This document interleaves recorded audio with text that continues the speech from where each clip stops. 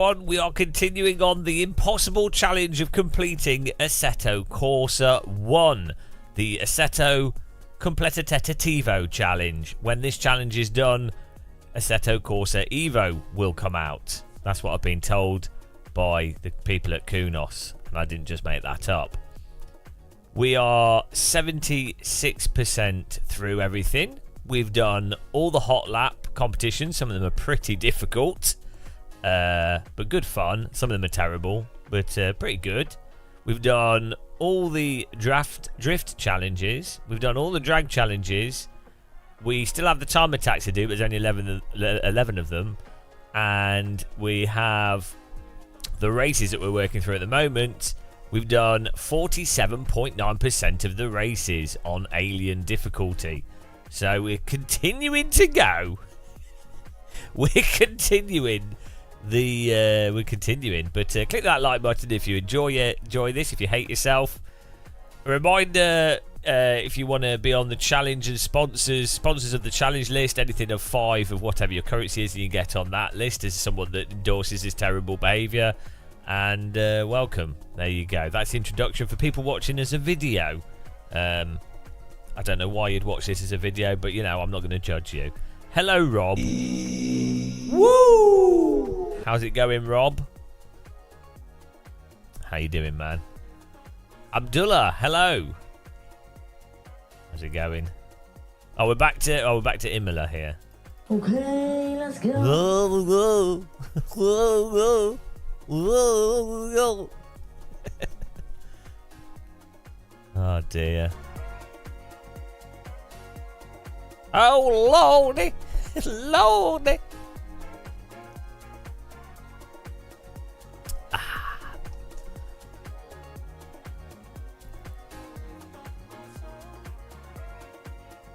Good morning, McCallin.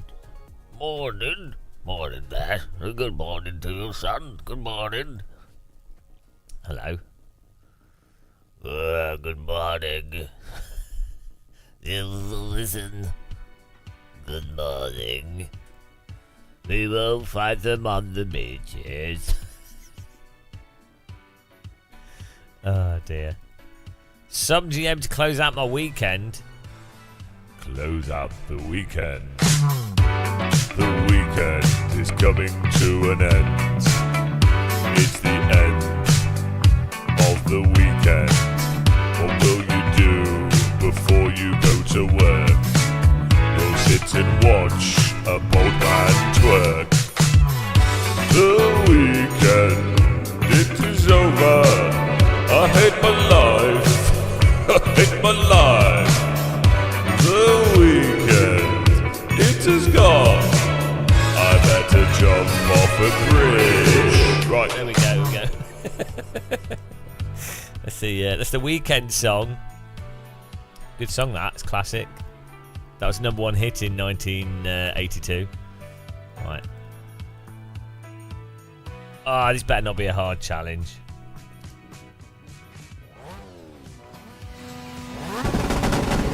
Zandvoort.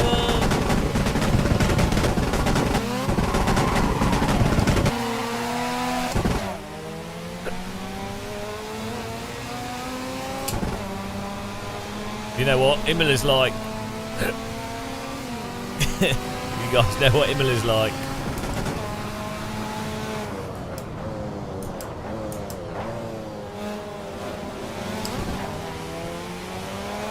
This car seems to handle alright, actually.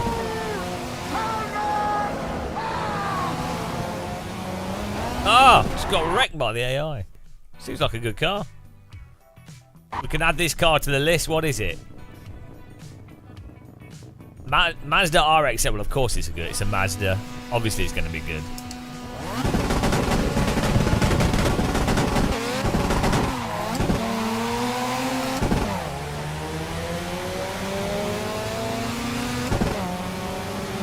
Add it to the list. Mazda on the list. It drives like a super modern Honda Type R.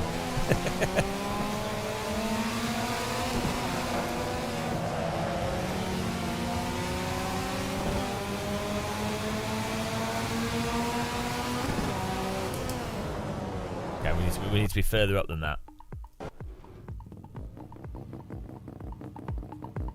Any car that sounds like a rally car when parked is good.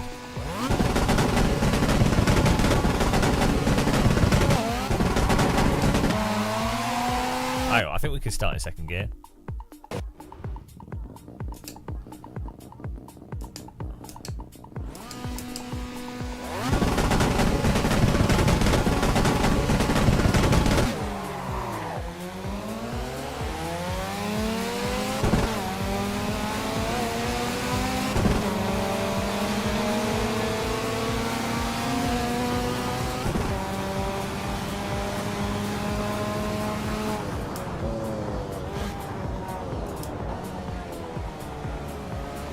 Is it not?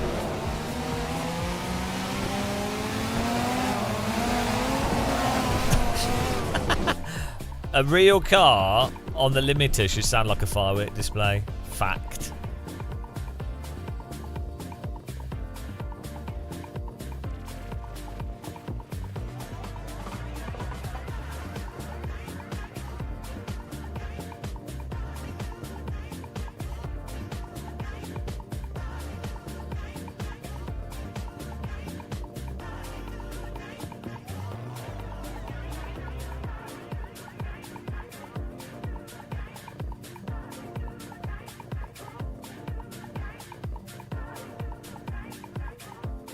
That's how the officers get must have said it's okay. Right,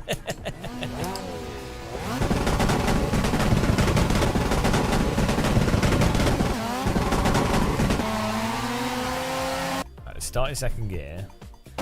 We need to... What else do we need to do? Oh yeah, rear tyres are 2-1. Maybe...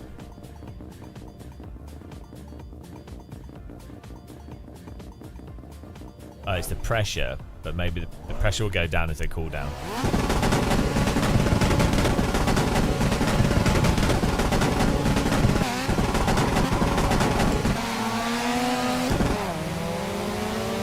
Hello, Unlucky Vader.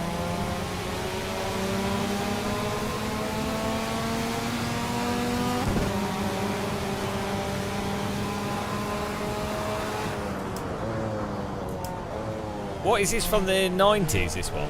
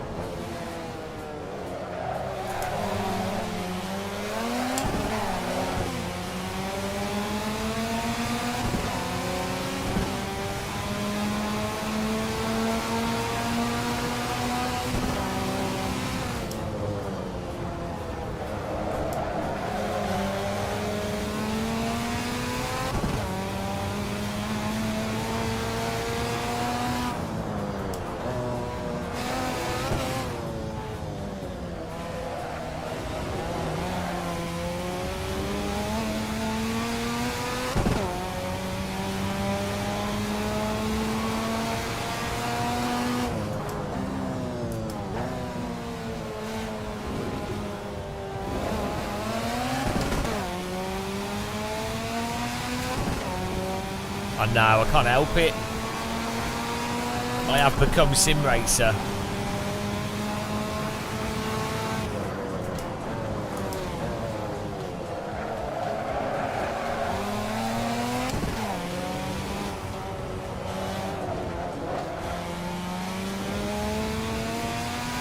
Pure gloved sim racer. Yeah, we're going to have to be in like the top 3 early on. Bloody hell. Oh, I forgot to check my tyres. Let's just turn them down.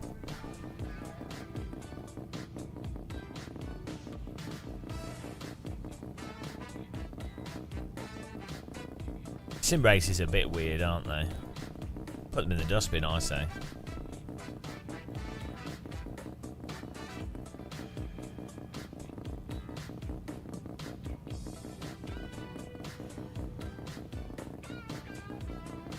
See how quick I am at putting a car in the garage.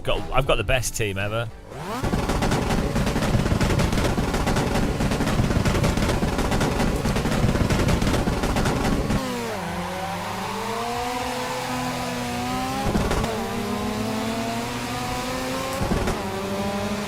Hello, Binias.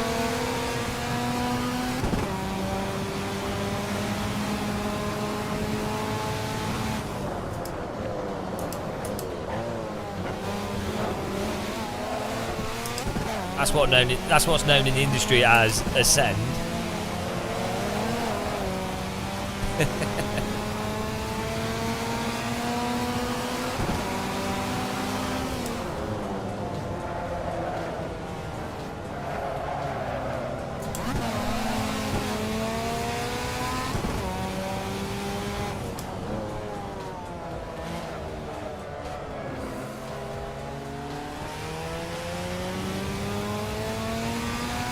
Yeah, we definitely need to add this car to the list. This would be well good for racing with subs.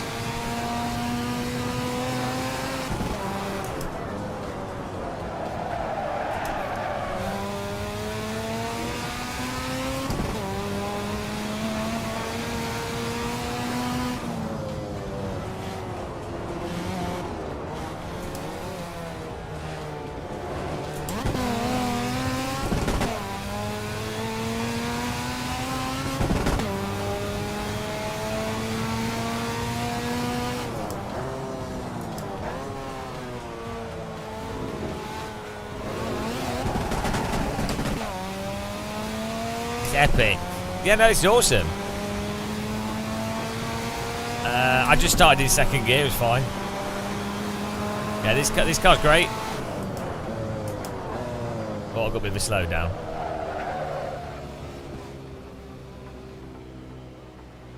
Don't worry about that. Second gear is geared quite low, so it's alright.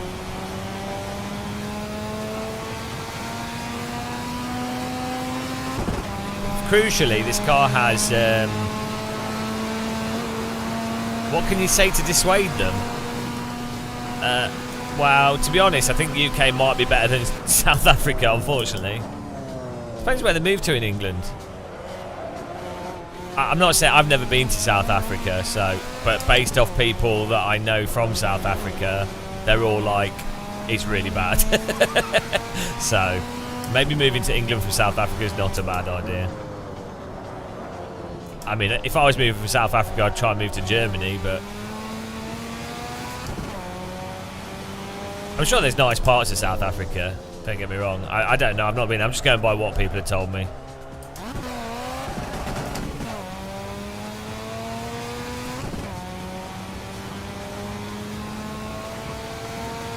Yeah, mate, it depends where you move to in England. To be honest, if you can find all right employment in the north, and you don't mind the cold, or there's parts of England that are really nice.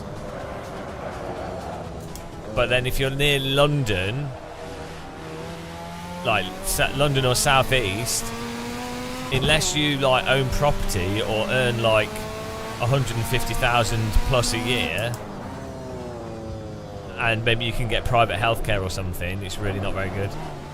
Oh my god, you done it again.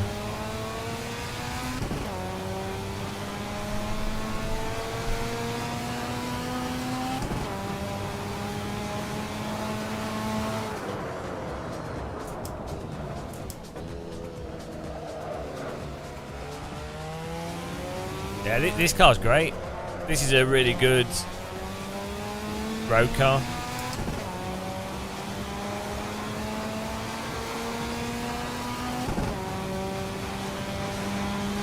I was thinking of moving into Ponte in South Africa. Was it in Johannesburg? You should watch the documentaries on it. It's this crazy like building.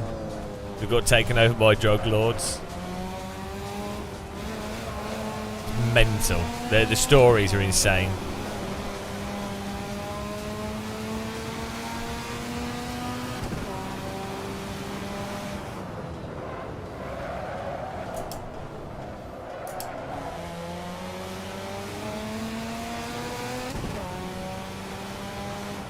See, what is about Mazdas in general is that they're balanced like spot on, and the slides that they do are like satisfying. Like, even this car's not particularly grippy, but as soon as you push the brake it turns in. The slides are like really controllable even when you're like well over the limit, and then the slide is like neutral.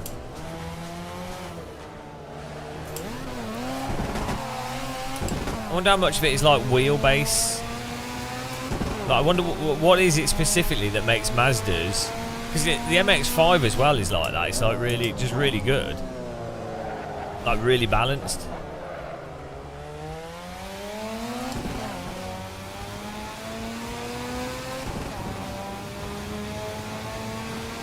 Oh, thanks for raiding the channel with one viewer. Appreciate it. Welcome along.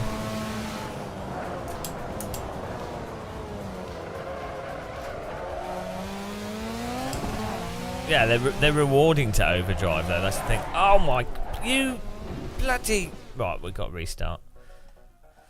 Well, Mazdas in real life are like that. That's why people really like them, because they're super balanced. I don't worry. I appreciate the raid. Doesn't matter. A raid's a raid.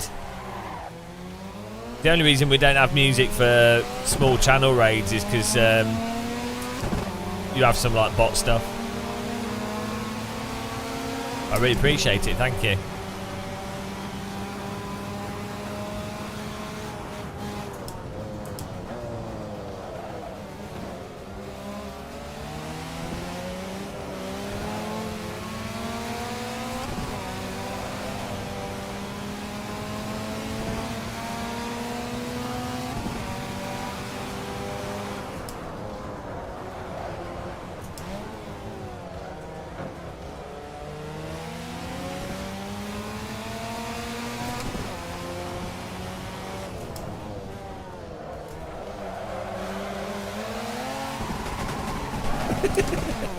I might be overdriving a little bit here. 787B is a road car if you want it to be, you know. It's just a lack of dedication.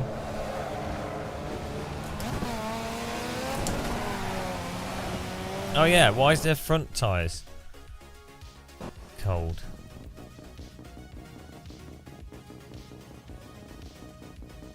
AC1 tyre pressure stuff is a bit weird, I think.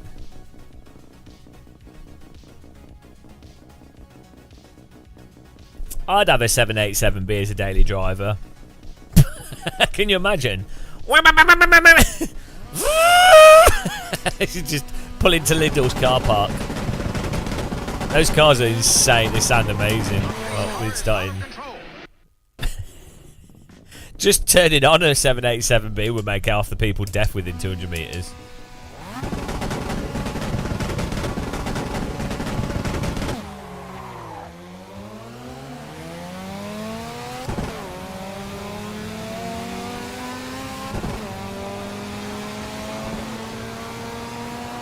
I'd like a rally Subaru Impreza, like a 90s Subaru Impreza, but the actual rally spec, not just the car, but like the full rally spec. So when you turn it on, it's like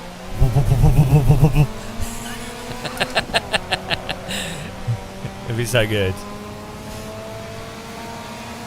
Rally cars are so much better than road cars, you know.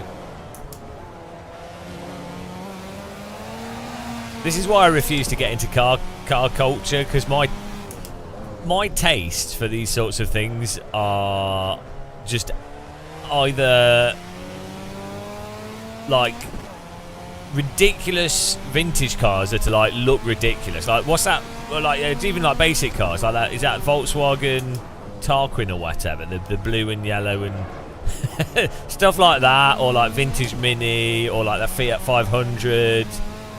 Or it's like F2004, the 90 Subaru Impreza, the Harlequin, yeah. So my taste is either like stuff that looks stupid but I like it, or stuff that's like insane, like the 787B and Maserati MC12.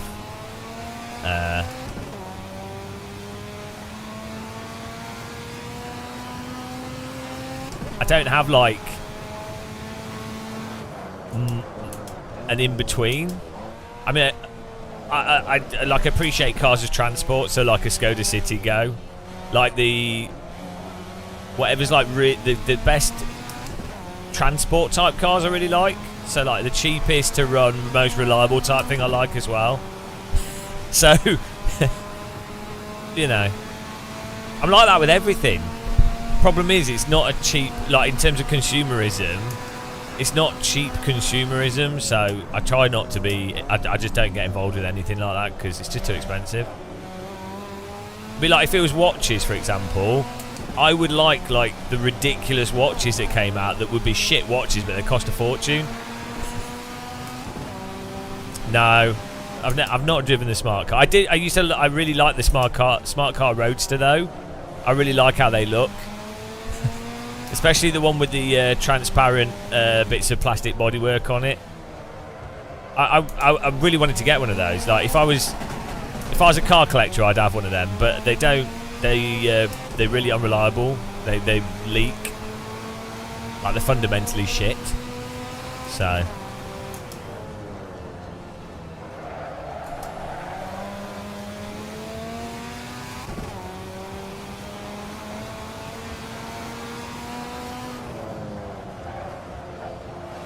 Like I really like those Casio calculator watches.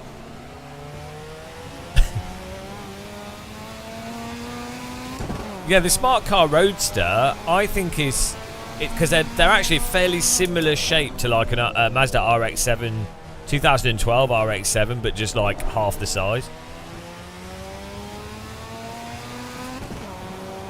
I really like those Japanese body kits. Thanks, JK. Yeah, no, I have no life. You know those mental Japanese body mods they do to the cars? I like stuff like that as well.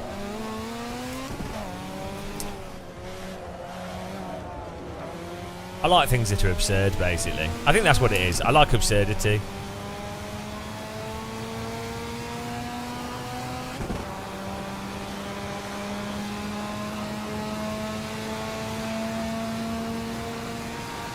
These are really good.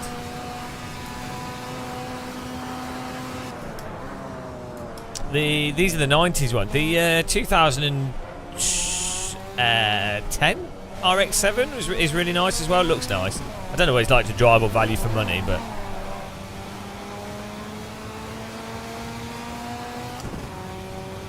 yeah, MX-5 with so a sort of 1995 MX-5. But with, or like 90, is it 95, like 97? I don't know, like a 90s MX-5, late 90s MX-5 with really square like body kit. So the side skirts are square. I really like that. I think that looks awesome. So you blend in the curviness of the upper body of the car with straight lines. I think that always looks really good.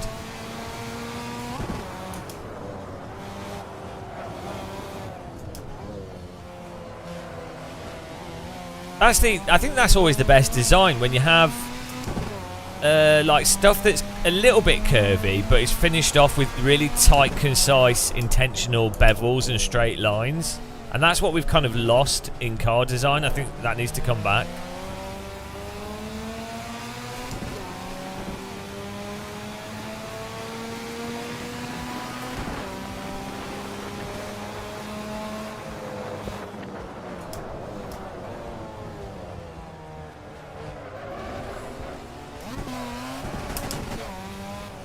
Bloody AI is quite quick. Yeah, this would be great for us to do racing with subs. We need to add this car to the list. What I tell you what it is, the reason why MX-5's in this car is fun, even though it's slidey but always responsive. So you're not waiting for the car. I think that is the specific character of bad car design, is when you are, as a driver, waiting for the vehicle for you then to be able to do something. If a car... This is why the NSX is, like, appreciated. Because even though it's, like, got monster suspension and is a bit sloppy in many ways, you never have to wait for the car to settle. Like, you are always able to beneficially use the accelerator, the brake, and the steering. That is what defines a good car. Yeah, you can choose to wait, but it's entirely up to you.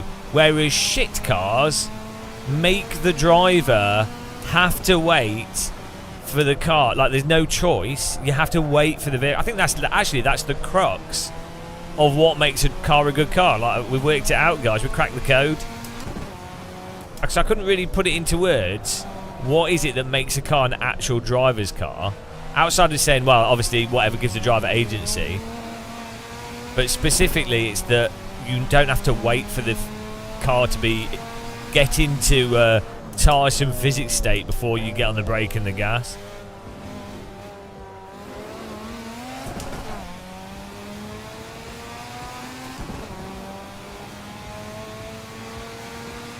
Yeah, this is awesome. I don't mind being in second place. Good car.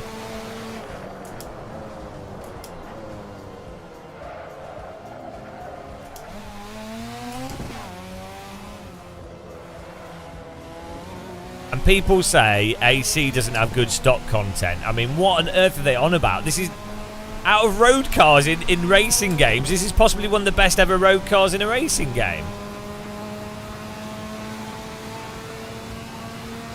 Looks nice as well. I don't like ACC, but I do like the normal Assetto. But that is amazing. So it's probably one of the well, go-kart skills. The or not the best simulation to practice, like even F1 or GT mods. It's really good.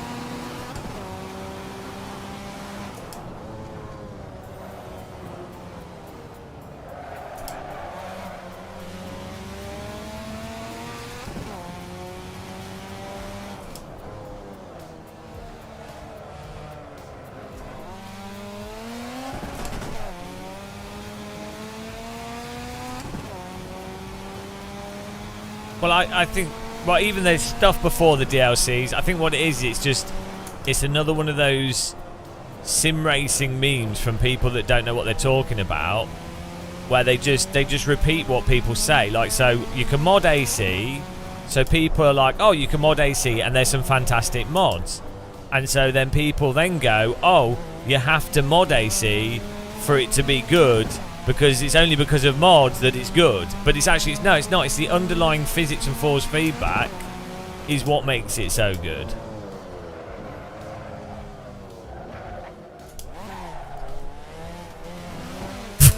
It's a bit of an aggressive race. Yeah, I think that's what it is. It's like a... It comes from that.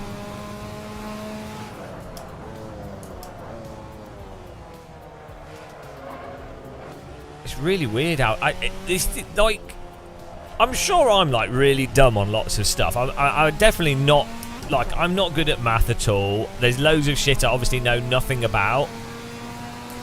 You know, I'm an idiot on loads of things, but I don't. These like weird logical mistakes, like these sort of weird fallacious thinking.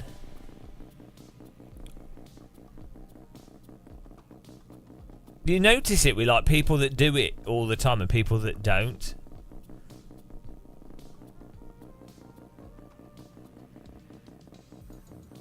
It's just really strange how people form opinions on things. I mean, everyone does. Like, I'll form opinions on stuff as well. So I think what it arises from is when you don't know anything about something, you form an opinion based off an authority or what you generally perceive, which is the promoted opinion. So you don't have enough information points to actually form a really rounded opinion on something. But then, if... So, for example, when you're talking about something, though, when you state an opinion on something, you state an opinion, and you are defining the thing that you're stating the opinion on within its limited boundaries. I don't think people generally do that. That was a good car, though.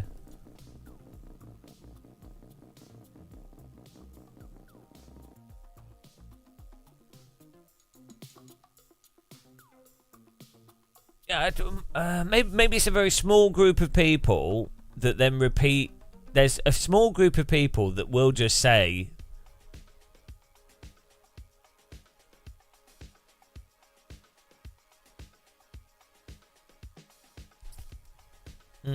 it's weird.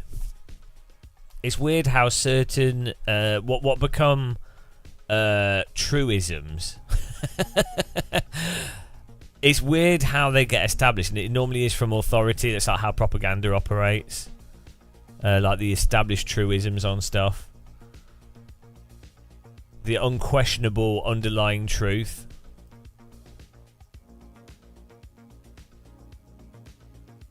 Regardless of if it's true or not.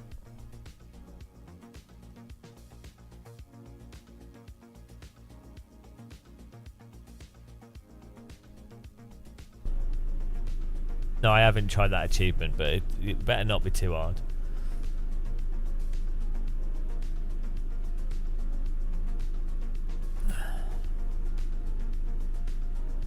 MX-5 and A86. You must be in the Japan pack. Part of the progression.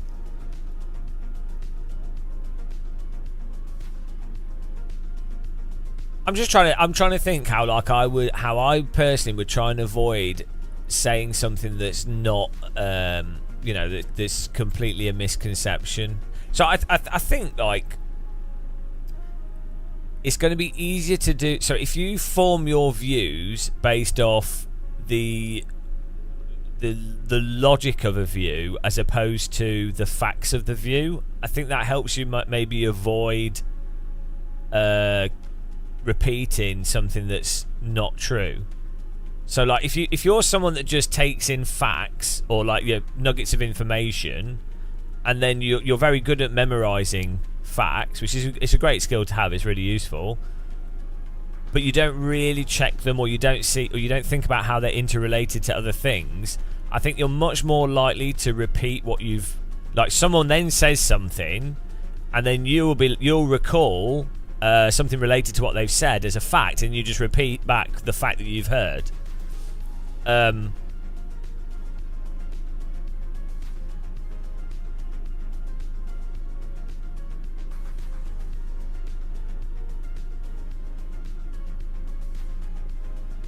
Yeah, that's true. Yeah, a lot of it's about confirmation bias. Yeah, well, that's for everyone though. When I say these things, I'm not saying that I'm immune to doing them. It's what everyone does. It's just how the brain works. But I'm just thinking of like how you avoid. So this is why I personally get a bit. I get irritable when people just say something as a fact that seems that you have like red flags to certain stuff, even when you know absolutely nothing about it. If someone just confidently says, so when someone an obvious one is when it comes to like medicine or things, and someone sort of makes a claim that it cures everything, or it's like a wonder food, or it's it's like when someone makes the claim that something is massively better than something else, right? Regardless of, even if I know nothing, so I know nothing about rocketeering or engineering or whatever. If someone said to me just out of the blue, this rocket engine that NASA uses is like the ultimate rocket engine, and it's infinitely better than any other rocket engine, and it works in all scenarios for light rockets, large rockets, it's reusable. If someone starts making those kind of claims on anything, that's when I would immediately be skeptical, and I'd go, I don't think that's probably true. Like it might, my view would be, oh, maybe it's a new engine technology, and it's maybe a really good rocket engine, and it might be better than a lot of rocket engines, but it's the same with, like I say, with medicine. It's like or whenever someone makes a claim about like magnetic wristbands or something, it's when as soon as something can do, it cures all cancer. It's like, well, that's a really red flag, isn't it? So that's an extreme example of something that's very easy to detect as like a red flag for information.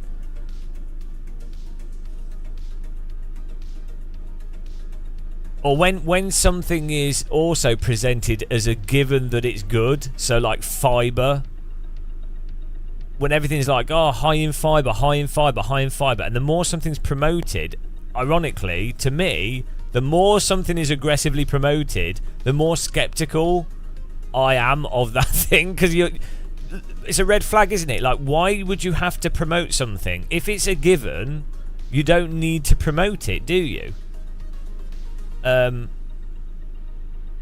You don't need to, because it's a given. Like if something is when something is inherently true because that's what it is, you don't need to not always, but most of the time you don't need to put as much effort into conveying the truth because it's inherently true. The word superfuse makes me same. It is ISPU, yeah, exactly the same. Hugh Johnson, magnetic wrist stop, everything. Yeah, I know the magnetic wristbands are hilarious. Michael J, Ace is great. It all side weighted, has great sound, great content, good force feedback. Yeah, it lacks online multiplayer, has curb issues. AC's got loads of problems as well. Some weird setup stuff, some weird tire temperature stuff, AIs all over the bloody shop. It's just like skepticism. Like how are you? Because it's separate to intellect or knowledge. Like critical skepticism, as opposed to just arbitrary skepticism. That's another problem. You get a lot of people that are completely arbitrarily skeptic. They're just skeptical of everything with no like framing as to why they're skeptical, and that's just as useless as not being skeptical. Michael J, yeah, maybe not. It's hard to beat something that's been modded. Anderson Sholomir, Morphina. When the sound car comes blasting on your street and you add that product to your no buy list.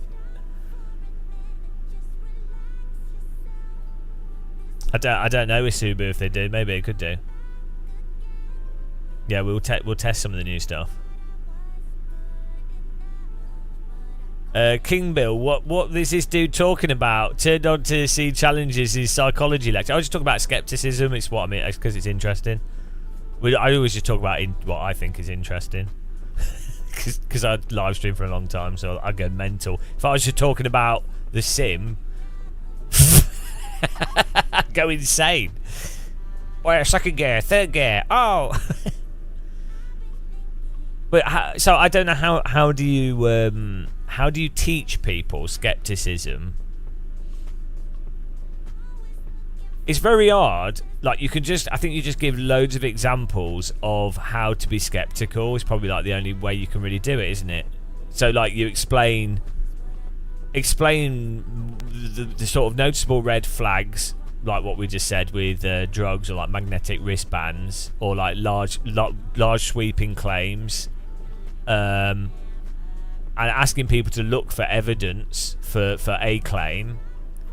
But there's definitely something separate as well, where you do have I think there is an intuitive sense for being skeptical of certain things. There's definitely like an intuitive component to it, because some people really just struggle to be. They can read through or they could read every single logical fallacy. They could generally consume loads of stuff about skepticism. They could understand why magnetic wristbands are stupid, why flat earth is stupid. They could understand all these things, and then another thing comes along and they just simply don't apply the same framework, the same tool set to that new thing. Like they ultimately they have to be told what to think.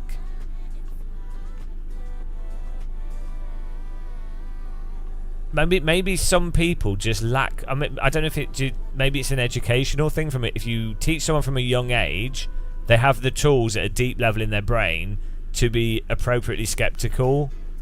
Maybe some people just, maybe just genetically or whatever, some people lack that ability. Like they are basically just followers, and maybe that's a useful trait in society, to have a whole group of people that irrationally just follow stuff. Maybe you need people that will fight wars for you and die for you.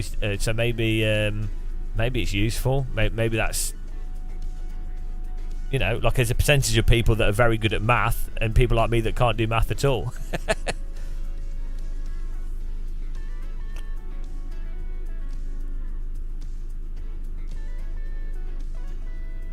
But then I think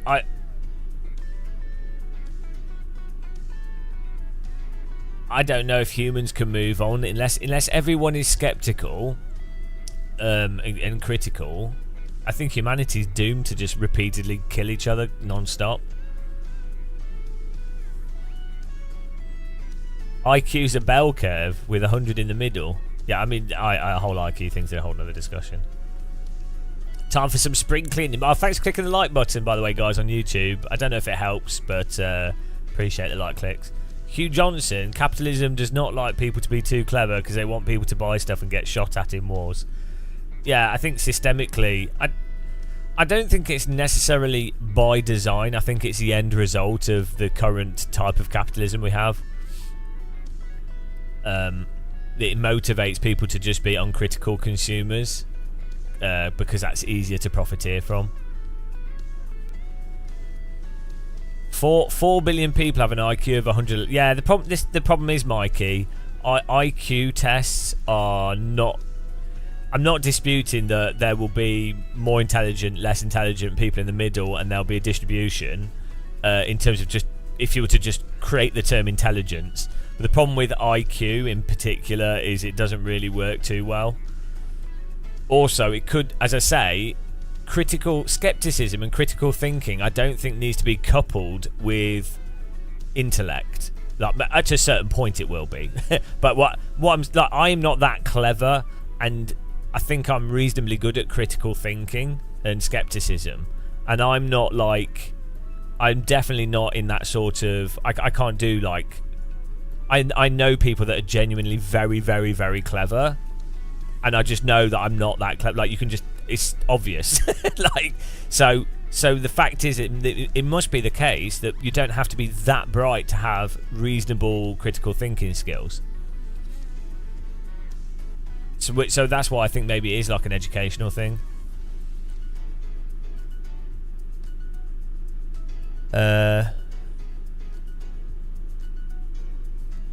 Who bent the earth back in time? Yeah, we've gone back to the 1930s. It's an exciting time. Axnon, how would you feel if you didn't eat breakfast yesterday? I know, I saw that. Like, that was that question where people can't hypothetically, they can't hypothetically, they can't put themselves in a hypothetical scenario for them to think about what they would think from something in the past or in the future. So you could say to someone, oh, how do you think you would behave if you were in a medieval society? They don't have the mental capacity to go, well, I wouldn't be able to do what I'm doing now, and I'd probably be quite, you know, I'd probably have a different upbringing, and my motivations would probably be different, and I'd probably have different food access, and so like some, yeah, and that can be as simple as you can say to someone,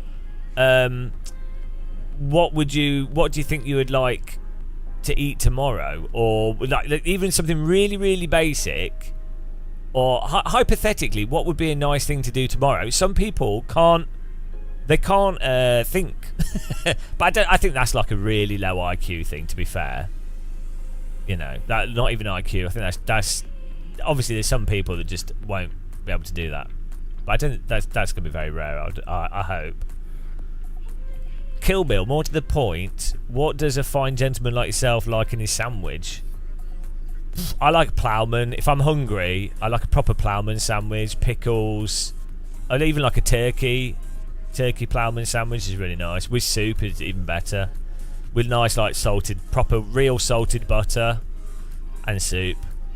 Proper ploughman sandwich, like one of those circular sandwiches cut in half. Oh my god.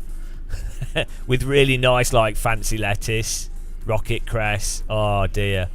Like a Waitrose one.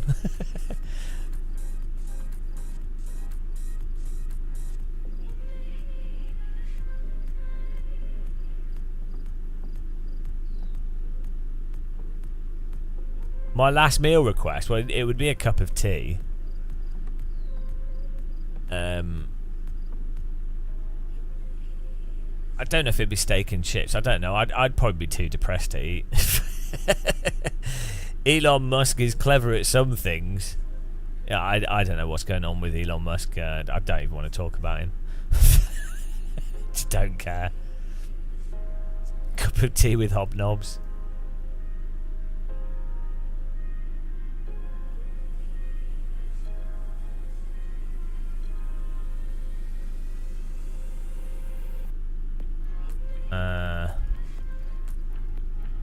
Yeah, it's weird that skepticism.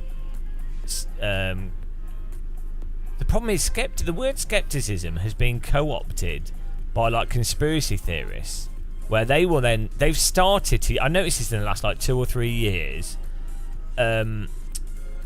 People that are like really disingenuously arguing have like co-opted skepticism and critical thinking terms, and they then use them disingenuously. So like a flat earther would go, well, I'm skeptical that the Earth's round, and it's like, well, but that doesn't. Yeah, in a sense, you could be skeptical of anything.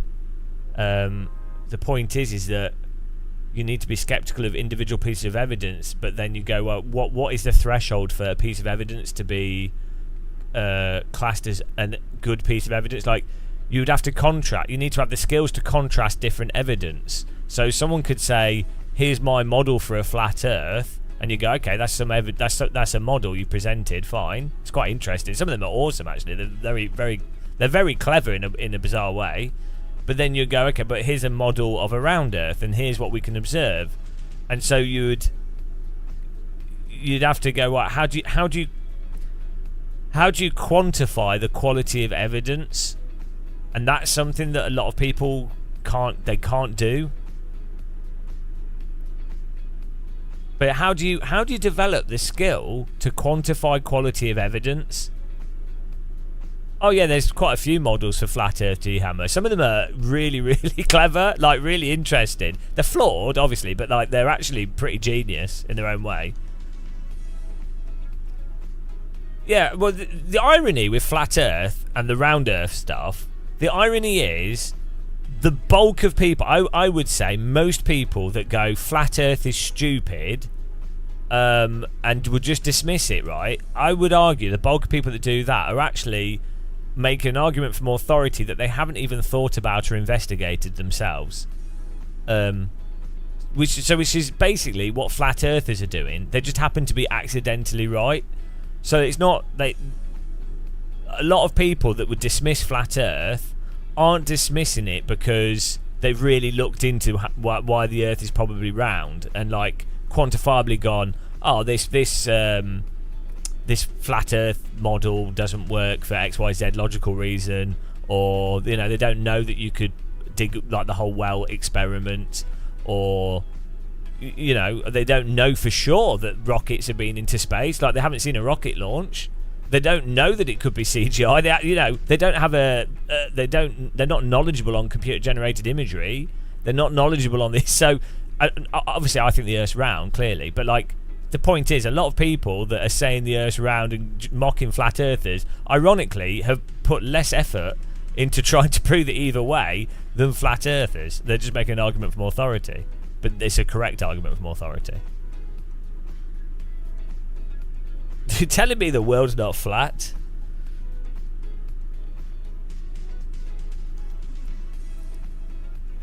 It's quite likely that if there was a god, it would be an AI.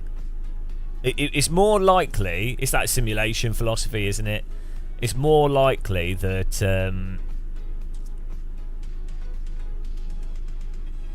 it's pointless. So I hate this philosophical argument because there's no utility to it, so it's stupid. But it's more likely, given that you can create robots that can last forever effectively or travel infinitely through space. They're not time limited due to genetic decay and stuff and damage from radiation necessarily. You know, it's more likely that some kind of more like rugged energy type machinery, or even like the Star Trek thing of like biology is actually an AI type solution. Like it's actually a form of computing, but we call it biology because that's what we've learned to call it. But so it's more likely though, given that you could infinitely create artificial intelligence that could infinitely propagate itself, potentially faster than other stuff. There's no point speculating on it though, because there's no utility to that without any evidence. But it's that simulation thing. I think it's a stupid philosophical thing because there's no use to it. Hugh Johnson, I'm no genius, but I will bet my house that Mary was not a virgin, and the three wise men did not follow a star to a stable to dump some gold, frankincense, and myrrh.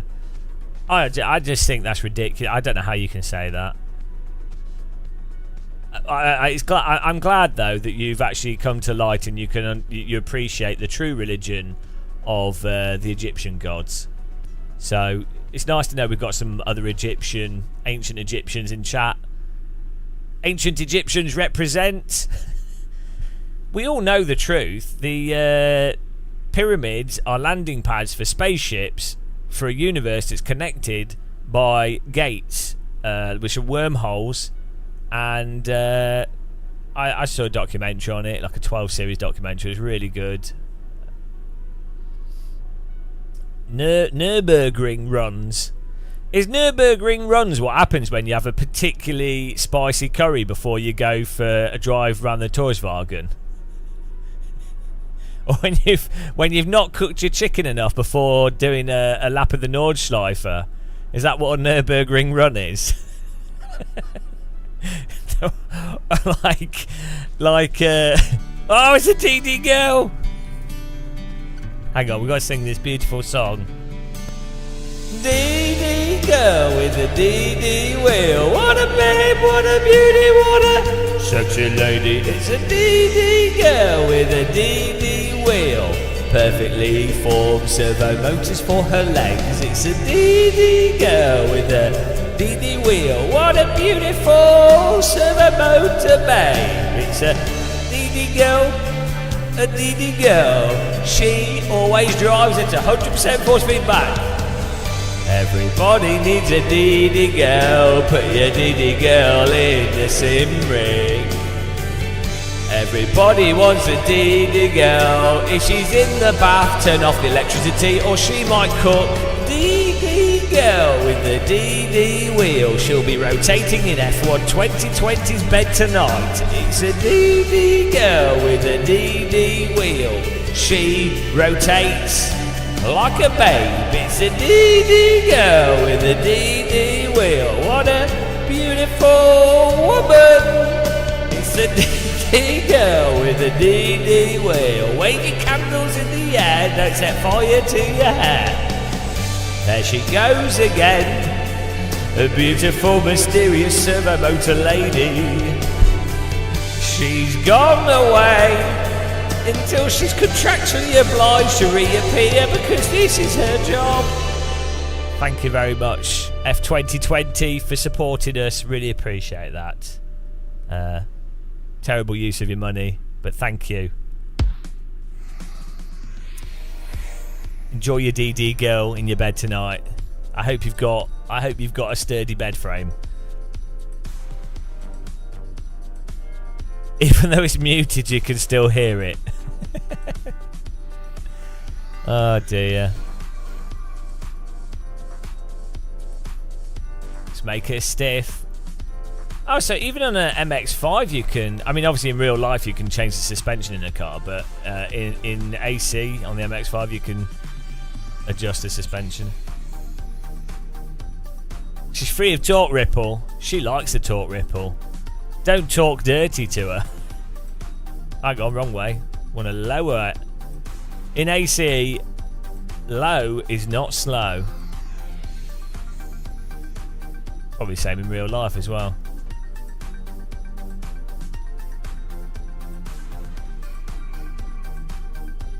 Alright. Appreciate that. Appreciate the membership there. Thanks for supporting us, guys. Thanks for clicking the like button. We have 108 people on YouTube, and only 52 have clicked the like button. I'm just going to get my calculator out here. Let me just ask the AI to calculate this. AI, what? How many likes should we have with 105 viewers? Calculating. The number should be equal to concurrent viewers plus more. Kill all human. No. You got to be careful with the AI. If you leave the AI on too long, it just, you know, always never leave the AI on too long. This is a mistake that we're going to make. We're going to leave the AI on for too long, and it will be Judgment Day. Let's do this.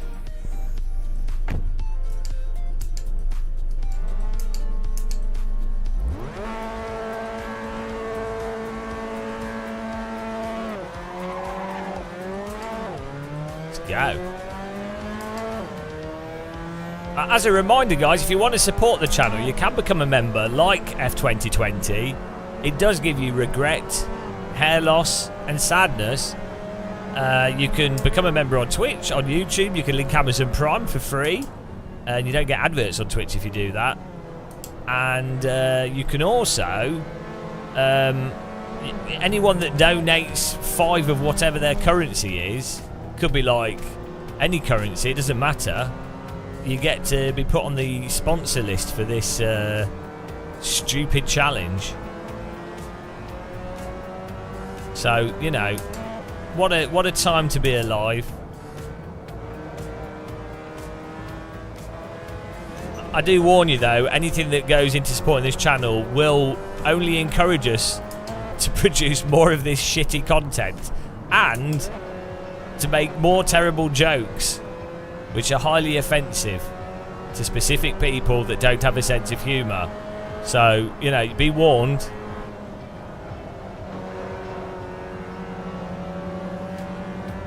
Be warned, guys. If you're someone that selectively gets offended by jokes when they happen to mention something that's connected to you, and you then take it personally, be warned. Because as we've always said, the best thing to do when watching any comedic stuff, any improv or anything, what you really want to do is be like, oh, that's fine.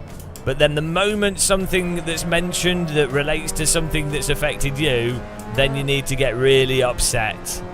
That's the modern way of consuming media. So that's what I do. Anytime anyone makes a joke about dyslexics, I actually just start crying and spamming Twitter immediately.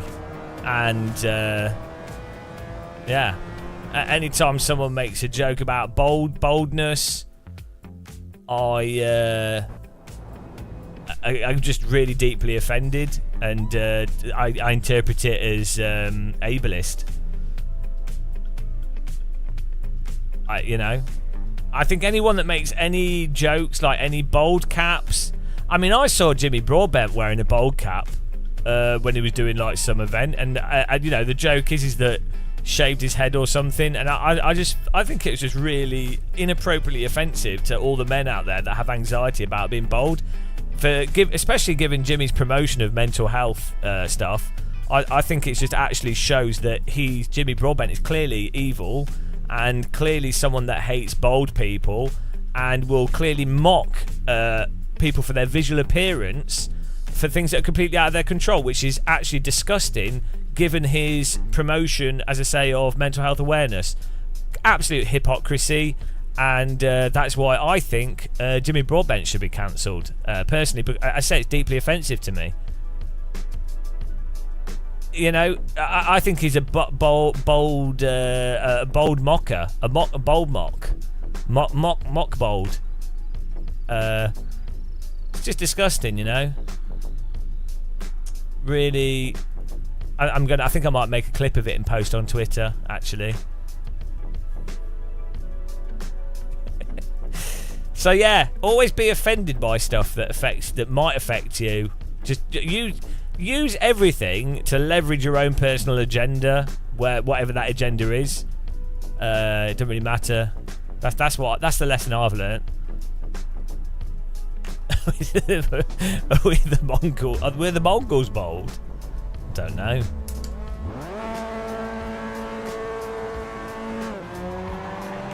Unforgivable. Clearly, the only death penalty. Boldest. Boldest. Oh, stupid.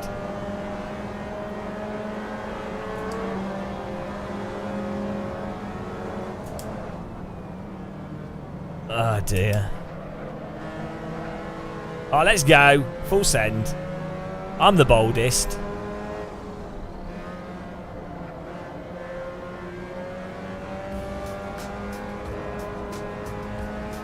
Just a lack of fatty red meat in people's diet. What? For boldness? I don't think boldness is related to what you eat.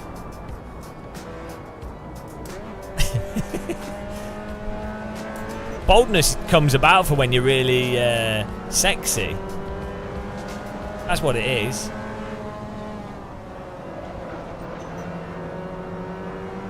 If you're basically, nature goes, you've got such a good personality and charisma, and you're so cool in your sim rig. So we're going to take your hair away from you, because nature's trying to balance it out to make it fair for all the other people that aren't as cool. You know.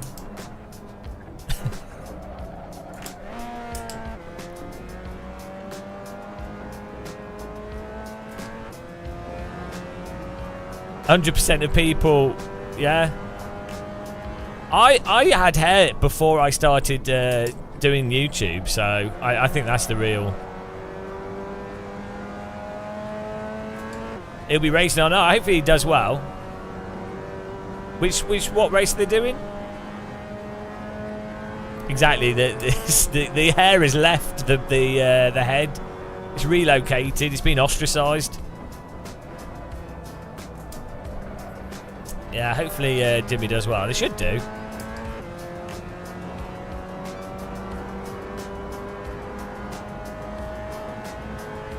Isn't Jardier doing a Clio Cup this weekend as well? I want him to do well.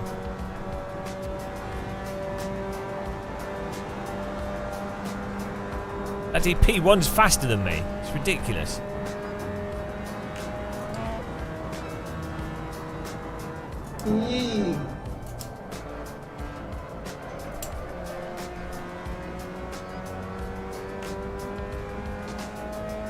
I think so.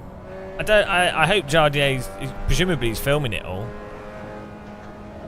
I mean, they're probably gonna be hilarious, because if you've ever seen Clio Cup racing in real life, it's there's normally a little bit of car contact.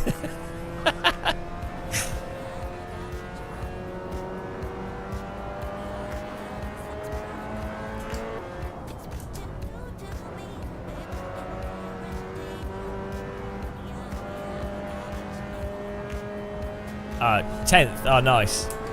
Where is it at?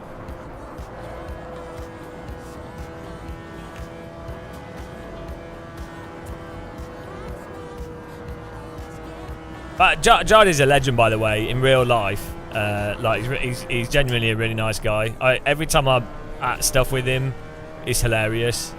Like, he's a really good guy.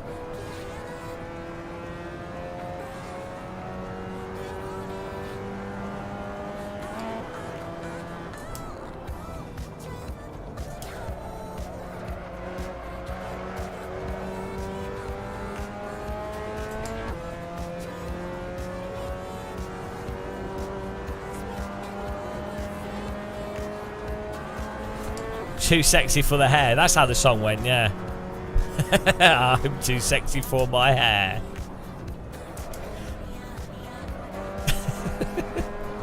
Oh dear.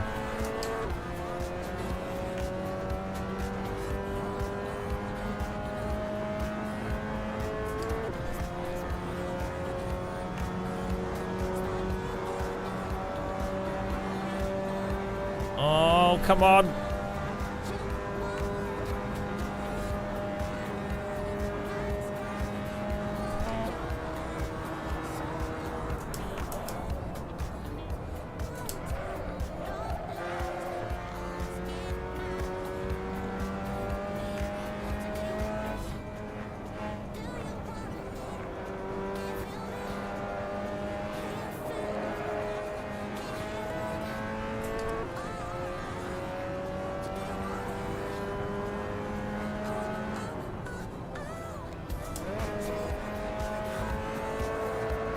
So this car drives really nice as well. Too sexy for my hair. It's just how it is, you know.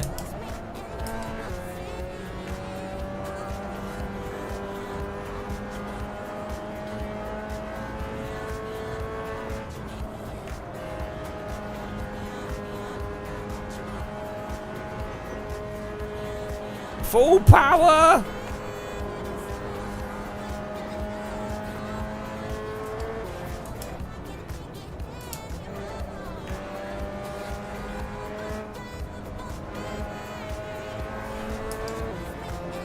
This car drives so nice in AC.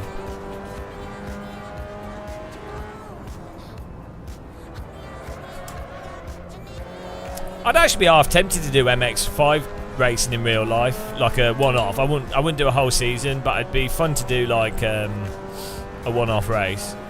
It's not. You could do that for about $1.5 grand, I think. Well, probably cheaper actually. It's expensive to do a ride and drive, but I wouldn't want to own the car and everything, you know.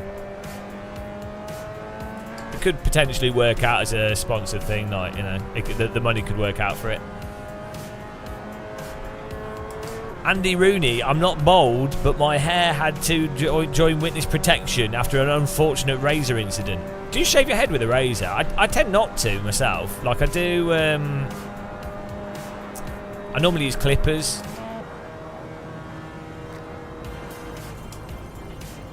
Also, have any of you guys used Surfshark, by the way? I was potentially might do like some sponsorship stuff with Surfshark, but I don't know how good it is. I've been researching it and I can't really tell. It seems like it's alright, but I don't want to promote something unless it's actually really good. So if anyone has personal experience with it and can vouch that it's good, that'd be useful. Or if someone knows if it's shit. I can't remember which one I've used. I can't remember which VPN. I used one once when I was travelling in America to access. Oh, I was on a private Wi-Fi. I don't trust private Wi-Fi. That's the biggest value of VPNs is if you're on private Wi-Fi. Though, even when you're using a VPN, if you're on a private Wi-Fi, the Wi-Fi's closer than the VPN, so it doesn't necessarily work. Really shouldn't use private Wi-Fi where possible, unless you know 100% is okay.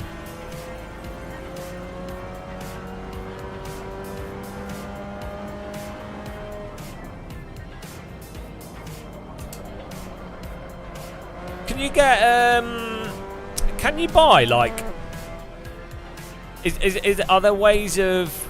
I'm a bit out of the loop on like certain parts of computer security. But like, can you make sure that all your Wi-Fi communication through a network is entirely encrypted? So like, so let's say I connect to a hotel's Wi-Fi. Can I make sure that everything that's communicated out my laptop is entirely encrypted from the perspective of the hotel Wi-Fi? Well, you should be able to do that. Like before the connection, the initial connection wouldn't, so they'd know that you're connected. The individual apps can be, but I'm thinking there must be a way where. The problem is you can get around all this stuff. I used to be really into like computer security stuff when I was a teenager. I was a huge fan of like Kevin Mitnick and stuff. Well, that was more social engineering, but I was a big fan of all that kind of thing.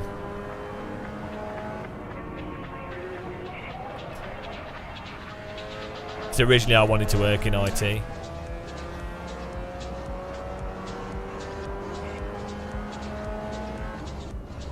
Yeah, but so does the VPN client effectively create a virtual machine? That would be a way to do it.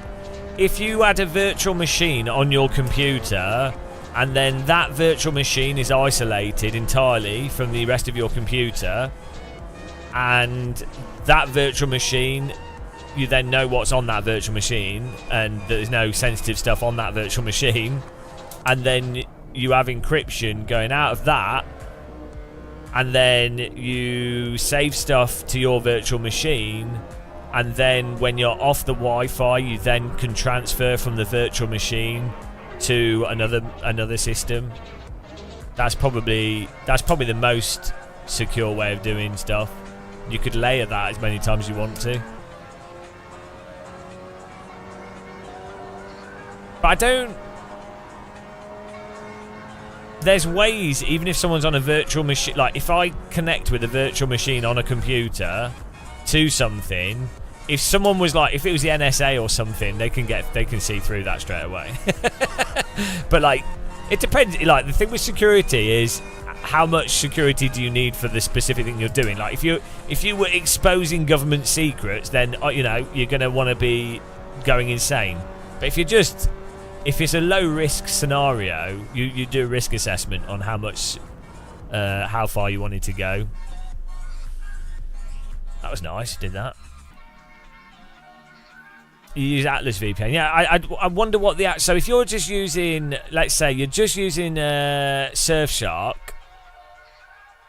Yeah, you boot from an OS on a separate disk, yeah. And then have it so that maybe it goes into memory only. So as soon as you turn the computer off, everything's gone anyway. Yeah. But though even that, even there's ways to, if a computer, even if it's a RAM PC or off a disk, there's still ways to actually find out the RAM states from an intercepted computer. So like, let's say it was a spy scenario, and a spy went into a random cafe they were booting off a USB drive onto maybe some specialized RAM disk on a computer. I am the champion of the ninja. Oh my god, I wasted 12 months on this nonsense. What am I doing with my life? There are ways. Also, when they've intercepted spies' computers, they've like intercepted them when the person's left the computer on, when they've been in public.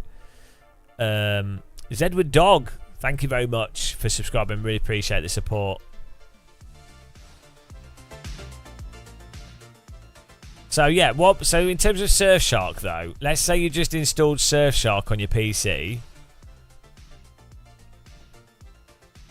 Has anybody used it on like random networks? How secure would you guys think it is? I'm still researching it. Mulvad was recently raided by the Swedish authorities in joint with German. What's SEK? I don't know what that stands for. No data was retained.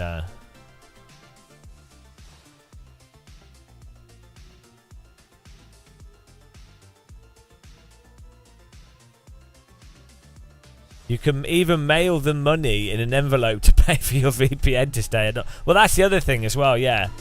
If you're on a VPN, we're just talking like absurd security stuff here, but like someone that gets a VPN because they are, I don't know, maybe they live in a country where whatever they're doing would get them into trouble, even if it's perfectly normal stuff. If a government says to the VPN, we need this person's data, that VPN can't go no. Because that VPN's based in that country, you know.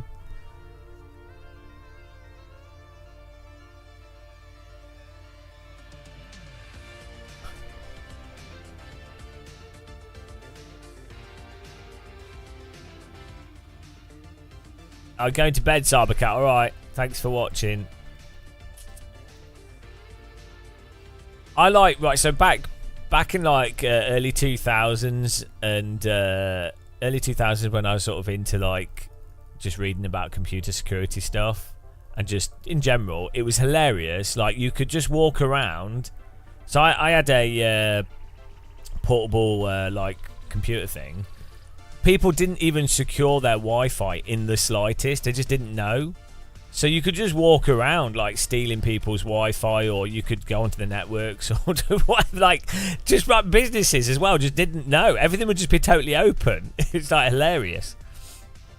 Like the lack of knowledge of what like, if someone was like a malicious hacker in the 2000s, it was like it was absolutely absurd.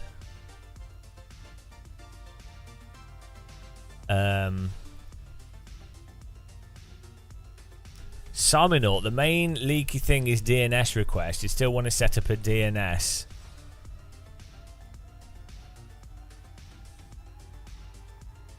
Over HTTPS. Round robin multiple DNS servers so you can be collated to figure out where you've been. Oh, but that's if you're trying to hide your location. That's the thing. To be honest, an average person, I don't know how you would actually genuinely hide from stuff now. If you have any form of device, I mean, if you only, like, the problem is there's so many like, you'd have to cover your face everywhere. You would have, even if you only ever used burner phones like once, and even if you then only used like hotel Wi-Fi, like random Wi-Fi that you then connect to through, like, or, you know, I don't think I think the only route for someone, it's like someone that was truly trying to hide, they would have to go to like Vietnam or something, a country that's not like rural, somewhere really rural where it's not digitized at all.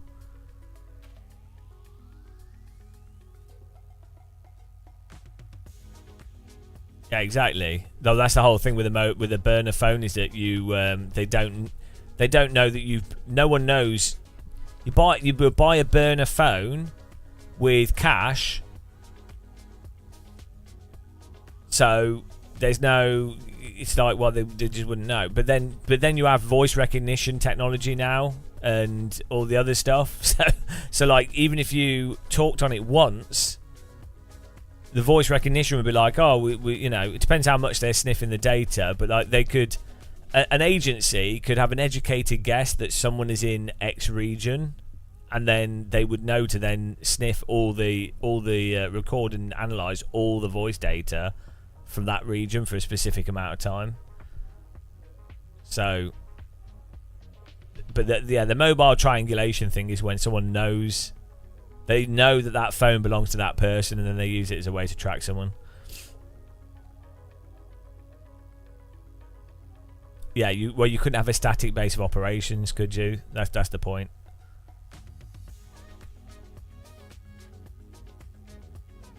So yeah, I think the only way, like, if you were trying to genuinely hide from everything, would be to I could say like Vietnam countryside, is it like parts of India, maybe like anywhere that's not like developed.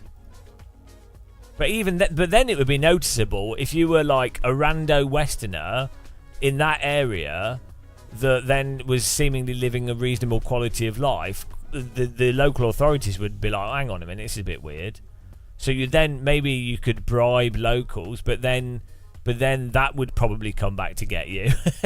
Yeah, so you'd have to, yeah, the other way is to yeah, if you're, the only thing that you could do is to make sure that the illicit identity would have to be entirely hidden, but your public identity would be totally clear. But I think it'd be so hard now.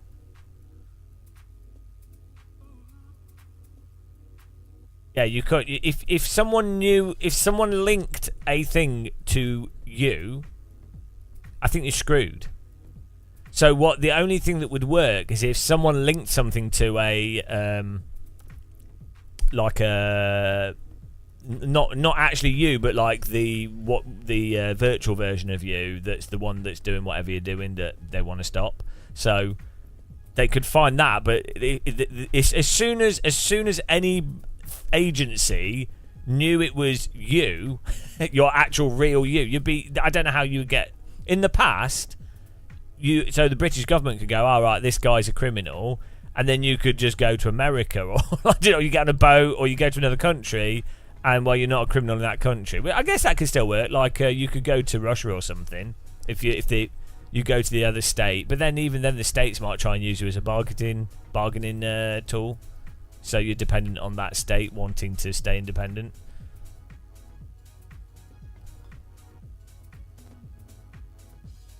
Alright, G-Hammer. Well, yeah, this is the other thing. They're like so far ahead, generally speaking, of what people are aware they can do. But yeah, anyway, I think the main reason for getting a VPN is it's mostly due to people wanting to, in other countries, wanting to still be able to watch media, access accounts that they've got.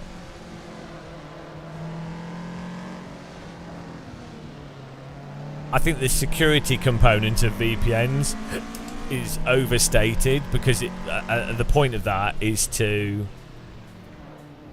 try and use anxiety to sell the product.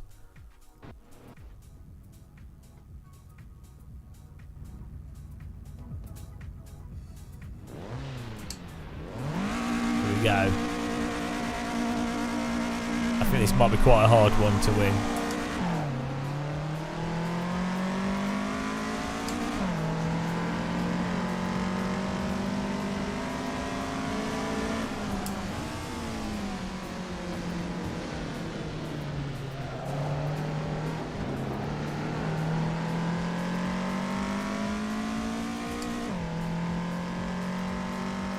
Thanks for hitting the like button, yeah.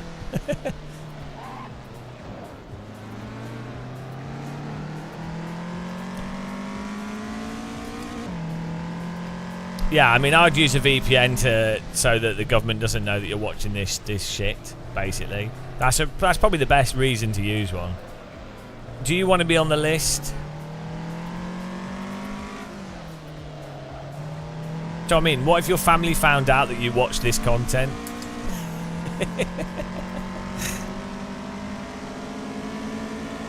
Just think of the shame if your family realised that you were watching this. That's good enough reason to get a VPN. Probably the biggest reason.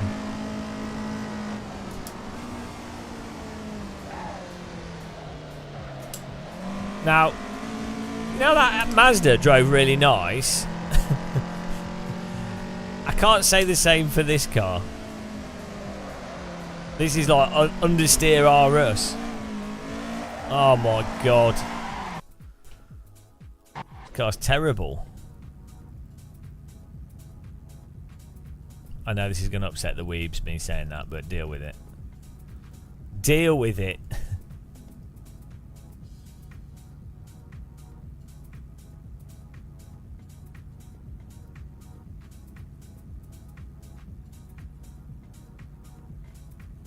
Oh, this is going to be a hard challenge, I think.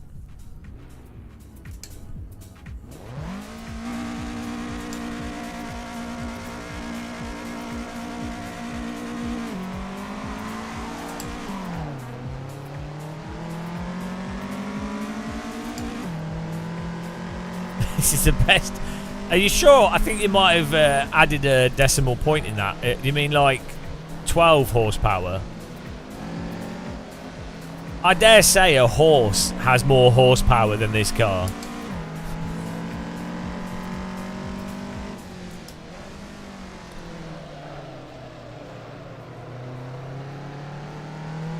Technically a horse is 4 horsepower, I think. Or is it 6? Someone Google it. A horse isn't 1 horsepower. Like a donkey, I think, is 1 horsepower. Oh no, a donkey's like 2.5. The average horse is like 6 horsepower or something.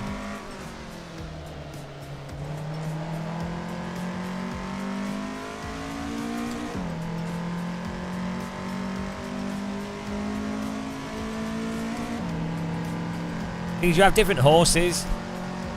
15, yeah, but is that for like a Shire horse?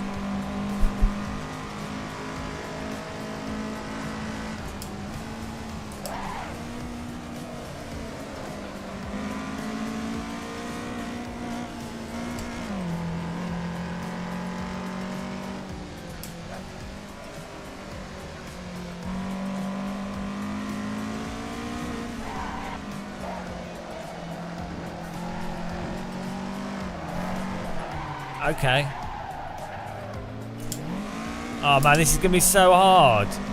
How are we meant to do this? Look, they're already. Oh, this is impossible. This is gonna be impossible. Jesus Christ.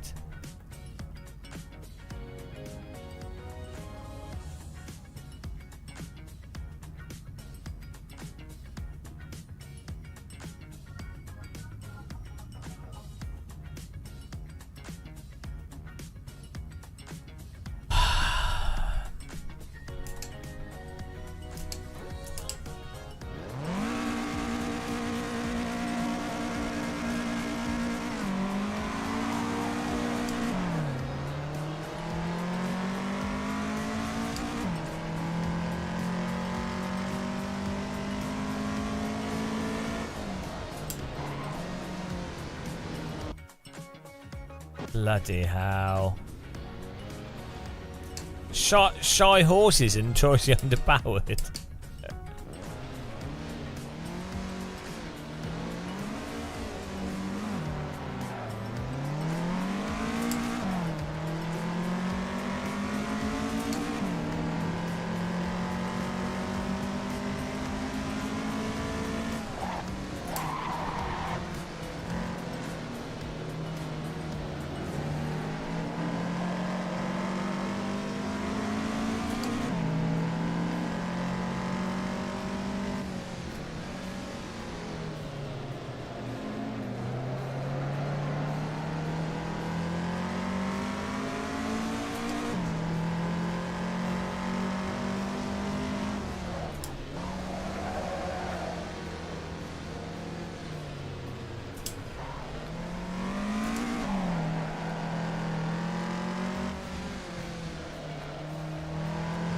Is this front wheel drive as well? I think it is. Ah. I mean, the car looks quite nice. Looks a bit like a Volvo. Is it rear wheel drive? It drives like shit. All we can do is change the front caster as well.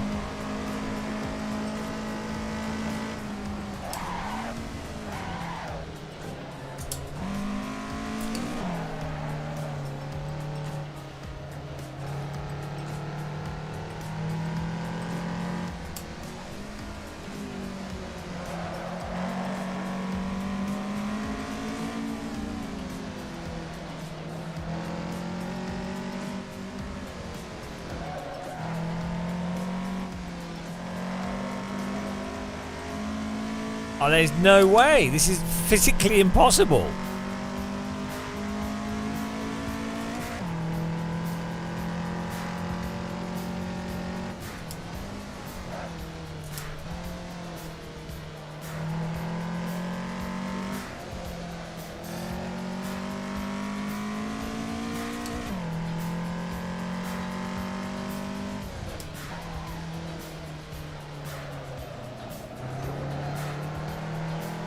How is this car so underpowered?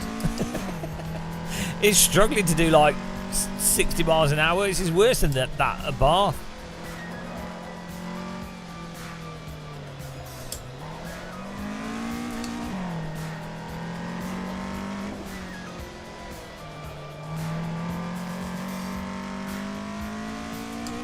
Has it got a lawnmower engine in it?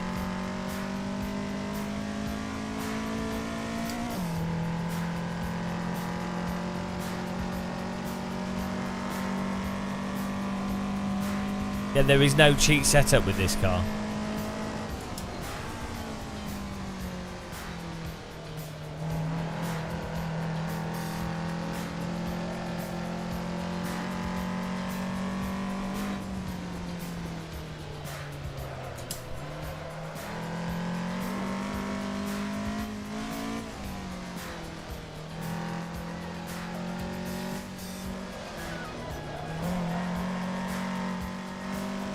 Yeah, there's no way to even physically catch up with the cars in front. There's nothing.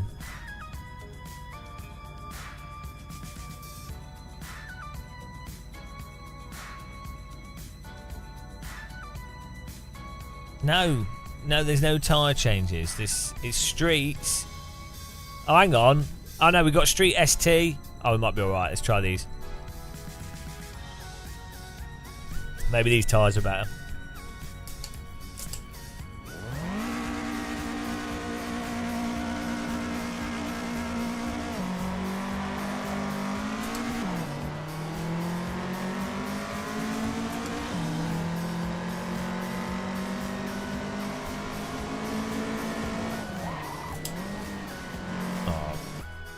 They didn't have good rubber in the 90s. The get good button.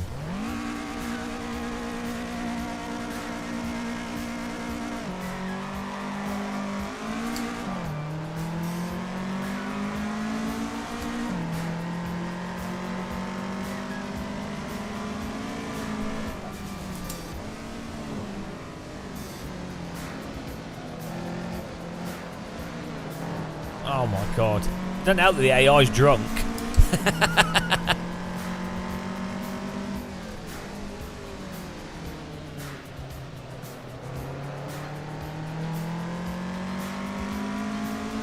This might be doable on these tyres. It's all about the tyres, guys. It's like Formula 1.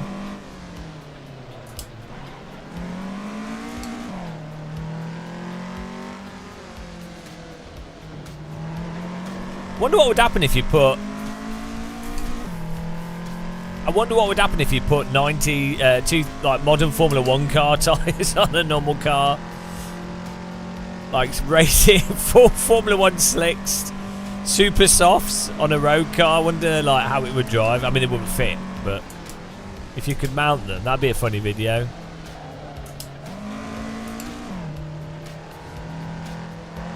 I mean, the car wouldn't have enough. Oh, what happened? Was it just... Oh, okay, alright, fine. Bloody Scott, stealing my ideas in the past.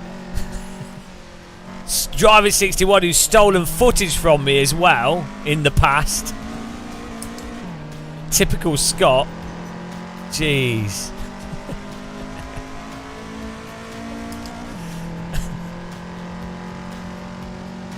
They stole footage off me and didn't even credit it.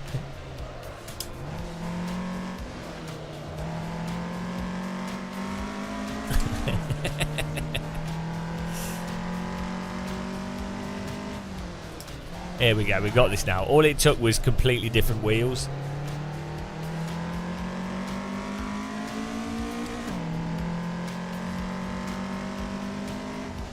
Why do people buy cars like this? Ow, get off me.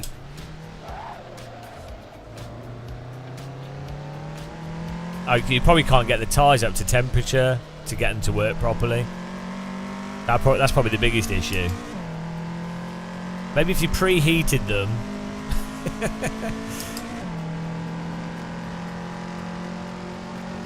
That looks nice. Blue.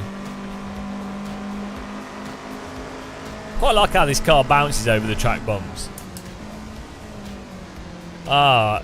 It's now possible. It's amazing. It's amazing how much tyres make things possible. Like, by the logic of this, surely if we have even better tyres, we can beat a Formula 1 car. As I said, like, it's all the tyres. Yeah, I put the pressures on really low because it's a bit of a meme thing with the road cars in AC.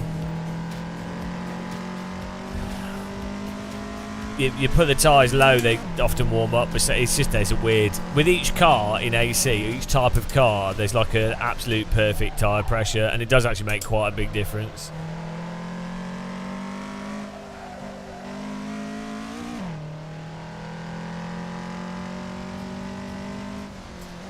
How much do standard road car tyres cost now? No, I know, we're not... The tyre pressures are totally messed up. How much is a standard road car tyre now? Are they like £70 each? Or are they more than that? Like £200 to get them fitted and stuff, but like 90 each. So a set of 4 tyres plus fitting is going to be what? Like £350?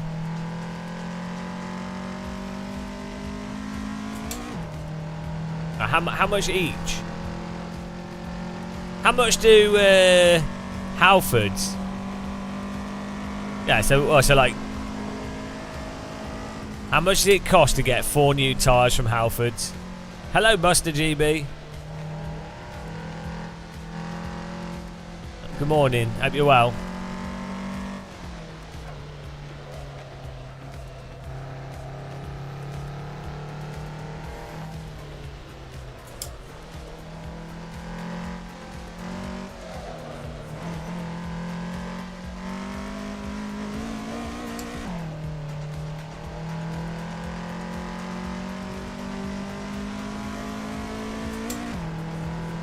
Well, what about in Europe?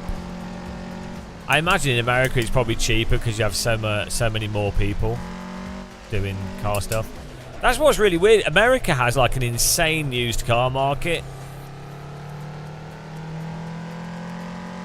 compared to UK. Like used car sales are it's a completely different thing in America, like auctions and stuff.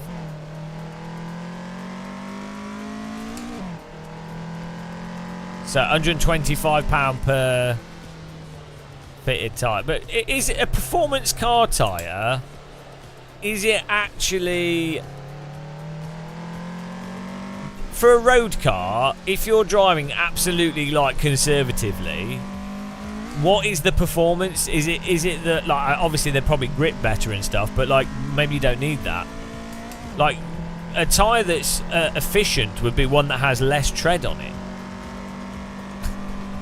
Or there'll be like a hardness. So the safety compromise will be something that has more grip in like variable, like rain and dry and what have you.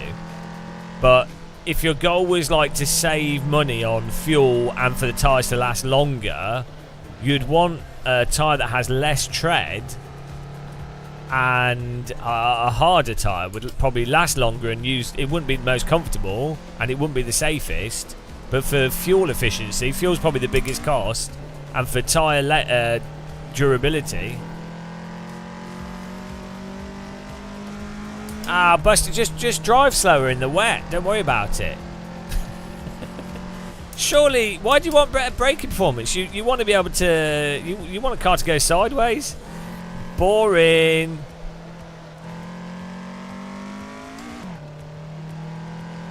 I don't know. I think the lower the contact with the road, the less the rolling resistance will be. But there is probably like a balance as with all these things. So like think of it like a bike tyre, for example. A race bike tyre that's basically a slick, super thin tyre has way less rolling resistance than a mountain bike tyre, and they just have really thin tread on them. So the thinner the tread, and also the less, there'll be like an arrangement of lateral, like the stuff that clears the water out. The more efficient the tyre will be, but it might not be the most grippy. You want safe? Well, you need to just drive safe. It's not safe if the environment has collapsed due to you driving your terribly inefficient car tyres. It's not safe for all the fish that have died of rubber poisoning thanks to your infinite grip wheels. So, you know, I see what it is. Safe for you, but forget everyone else can suffer. You're clearly evil.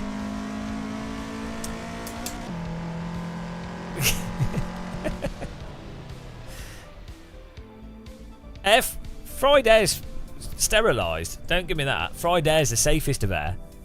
Thanks for clicking the like button on YouTube. Appreciate it. Thanks everyone that supported us. We've done another challenge. We're progressing. We're moving fast, like a ninja under attack. As a reminder, you can follow us on YouTube. You can become a member if you want to support us. Anybody that donates 5 or more in whatever currency gets to go on the challenge sponsor list of shame. Your name can be there for the rest of the time that we do this challenge. What else? What else can you do? You can click the like button. You can cry yourself to sleep. Beautiful.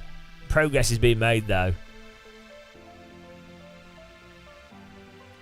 Back in the MX-5. Almost at 50% through the single player races here. Has no one ever... Some people have, I think. I think 14 people have. But some people are saying it's impossible to do now. I'll tell you impossible.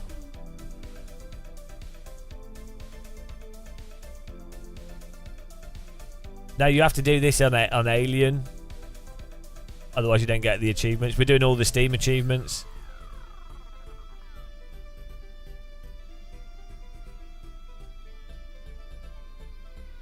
Use the crappy tyres now. No, we're using the legit semi-slicks.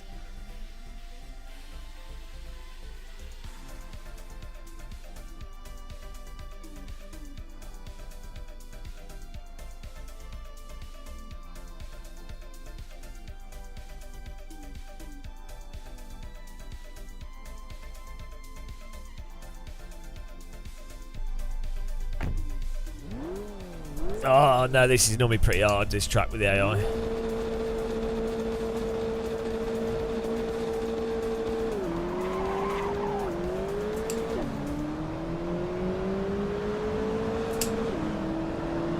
MX-5 ND. What does the ND stand for? Roof Edition.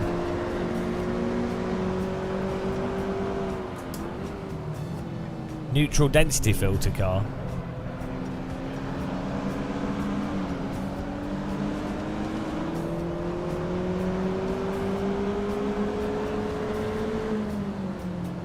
Well, the updates have made this game harder. So if Kunos did anything to this game, it would make it easier.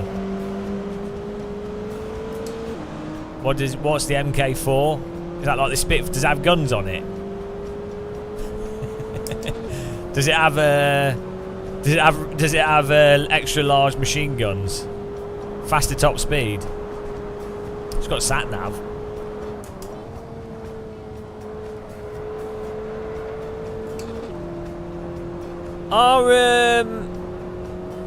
Are MX-5s reliable? I think the insurance on them's stupid in the UK. I think they're classed as like sports cars, so you end up paying a fortune on insurance.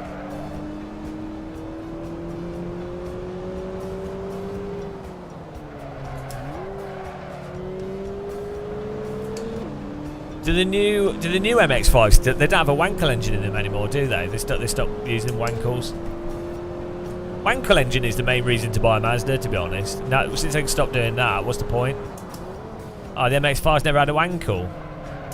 Oh no.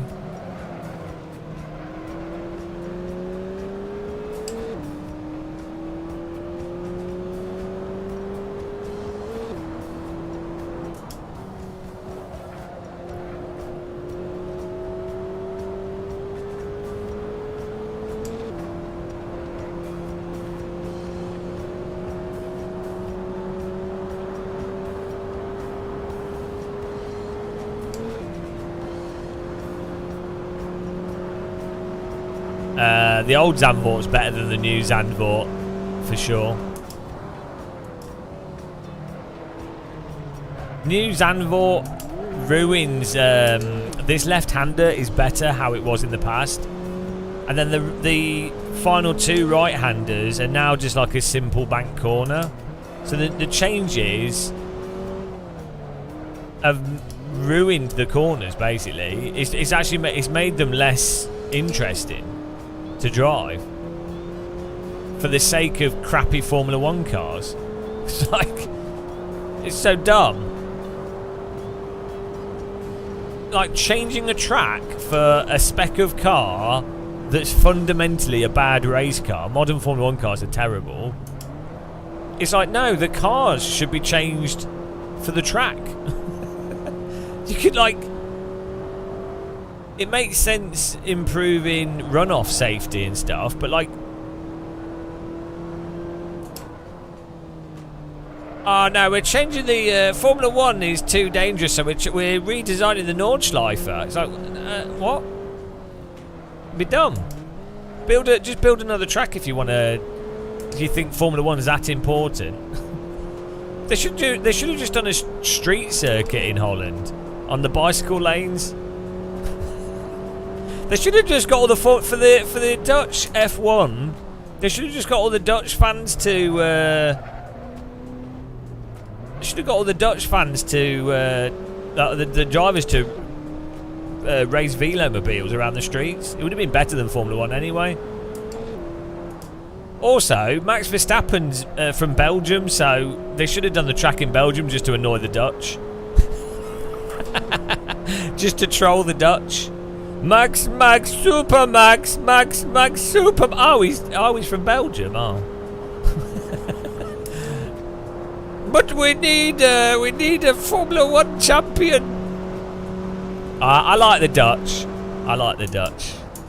To be fair, the Dutch F1, the techno music was banging, so they actually made a shit sport actually entertaining, so credit to the Dutch.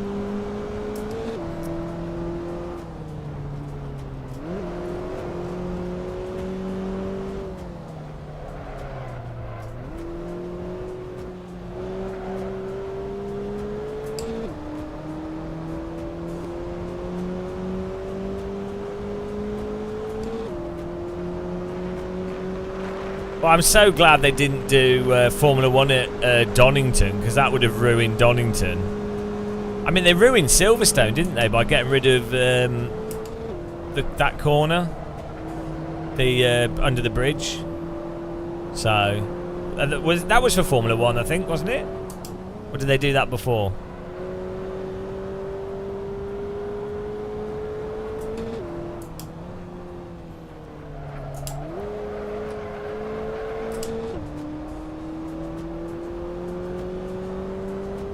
I personally think Formula 1 is terrible. But no, they should just do city track. Like a London Formula 1 track would be awesome. Because all the support races as well. I think they're way, like,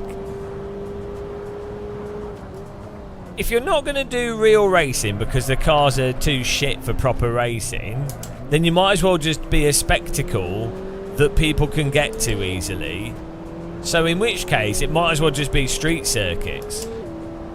Because then there's all just the general spectacle surrounding it, right? Well, Formula E, they want to move to Silverstone now. They were doing it in the EDXL Centre, which I think is quite good. Like, if you are a family, like, that's a big appeal with Formula E, I think, is if you're like, oh, there's an event going on, some racing, okay, there's some stuff surrounding it, nice, whatever, and oh, it's in the city centre, so we don't have to travel to, like, Silverstone is in the middle of nowhere. It's like such a ball ache to get to. It's terrible.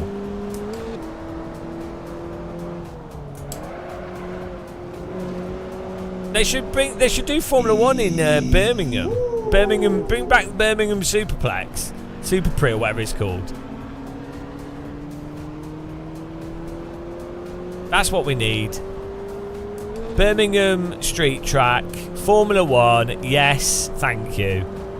And I would forgive Formula 1 for the terrible vehicles.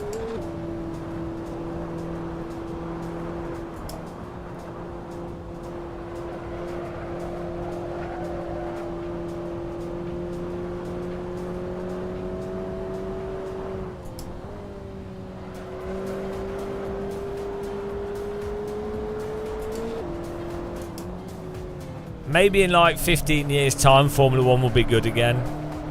So like just before we all die of old age, they will have Formula 1 cars that are noisy and small and agile, and there'll all be sim racers driving them. I think that might happen. By the way, guys, if you're watching on YouTube and you hate yourself, you know what to do. There's a button to click. That's right. Donate £1 million. Thank you. Goodbye. And Game of Muscle was never seen again. Yeah, you can click the like button. So imagine being donated £1 million and just be like, goodbye. and Game of Muscle left to Hawaii for a life of surfing. Just on the... I would still live stream. I'd just be surfing all day long. I'd be a surf live streamer. That's it. Life of Surf. That'd be the new channel. 1 week later, he drowned. No, I'm going to live on the beach in a little hut. It doesn't matter. Surfing is so fun. The back pain isn't noticeable until you get out of the water. And then you regret it. But it's fine. It's fine. I'm going to be the first sim racer to surf one of the big waves at... well, what's that? San Jose in Portugal. first sim racing YouTuber to surf a 50-foot wave. Sadly, he died.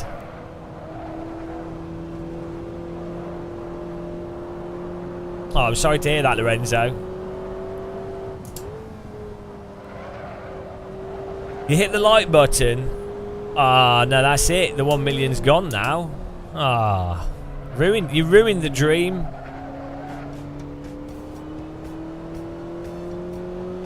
Dream destroyed. Dreams have been taken away.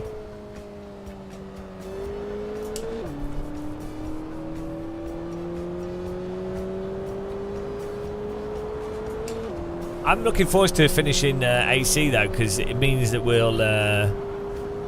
I heard that if you can complete AC 100%, you then gain the ability to levitate, which would save me a fortune on flying.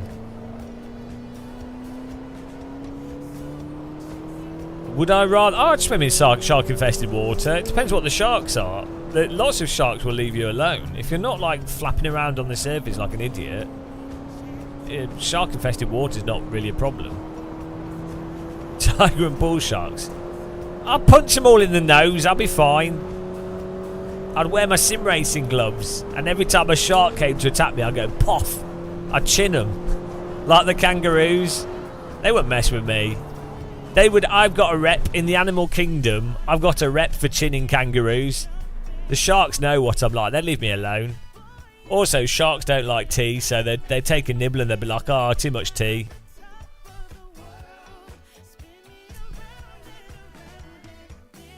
What's the cost of subscribing? Self-dignity, will to continue breathing, family abandoning you, no access to the nuclear bunker when World War III happens after the West decides to support genocidal countries. What else? I don't know. You know. Right, here we go. Streets, semi-slicks. I think I owe you a lot of money. I subscribed. Oh dear. Right, we're going. Take off the camber. Get rid of some toe. Amputate those toes. We have a lot of toes. There we go. Oh, what's this? Toyota Supra MKV. Okay. Okay, let's not start in second gear. That didn't work. I thought it had enough power, but it doesn't. What's this song? This is great music. Here we go.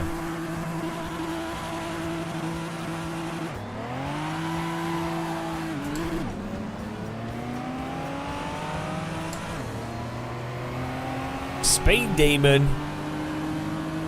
Oh, straight to fourth. We got way better acceleration.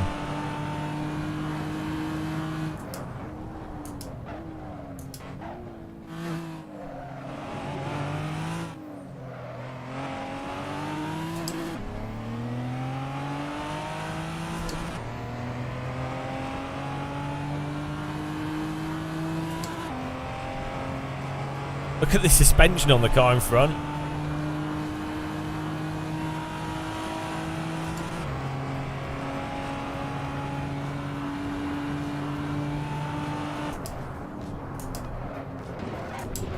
Textbook overtake. Nailed it. That's called the lift and shift. I learned that. I learned that in... they teach that to all drivers in the UK. That's actually how you overtake elderly people in a traffic light. That's called the Croydon tram overtake.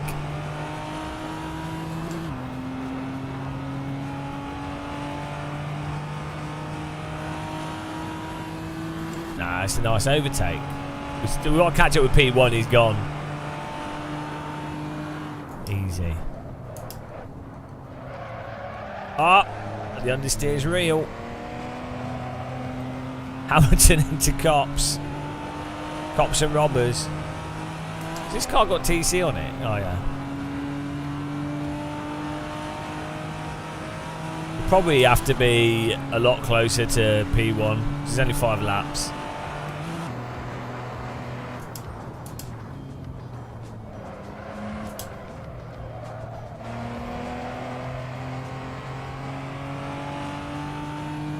What's the gap?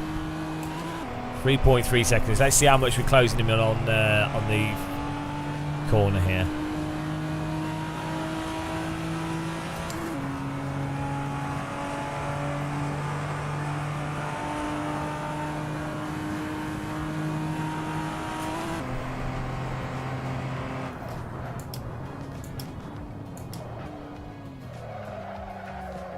Oh, this is a bit understeering.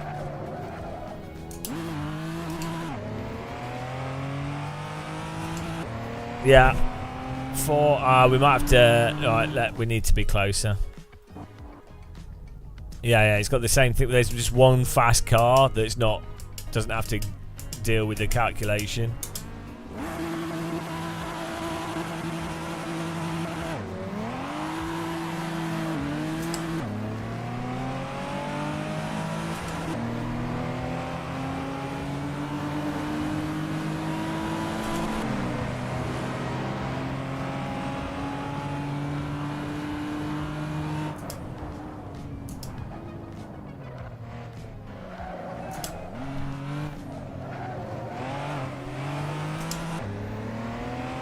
This car has really bad gearing on it.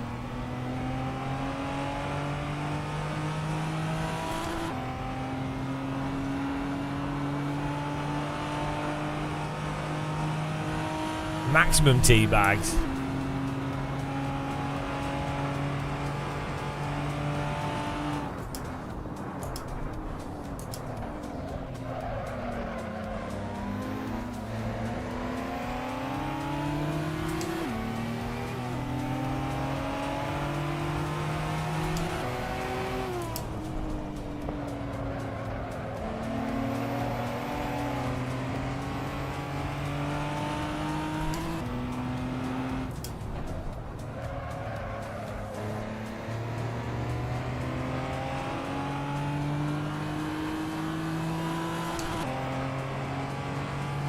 What is this? I know, refund on the overtakes here.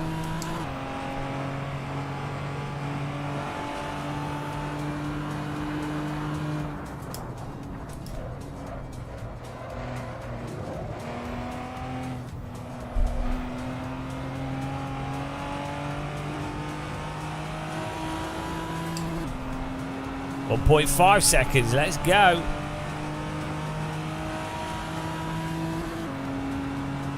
I need a on-screen like button counter.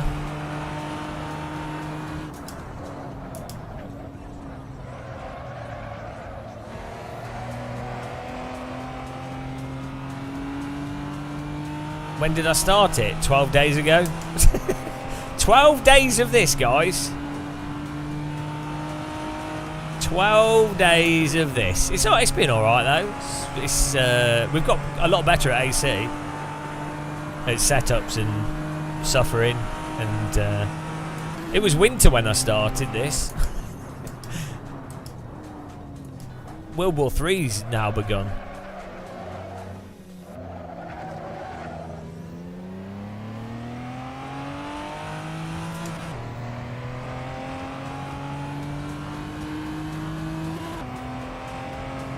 Did everyone add that Mazda RX-7 to the list of the car list, the best cars of AC list? Is this through LFF? No, this is AI. We're completing the single player of AC.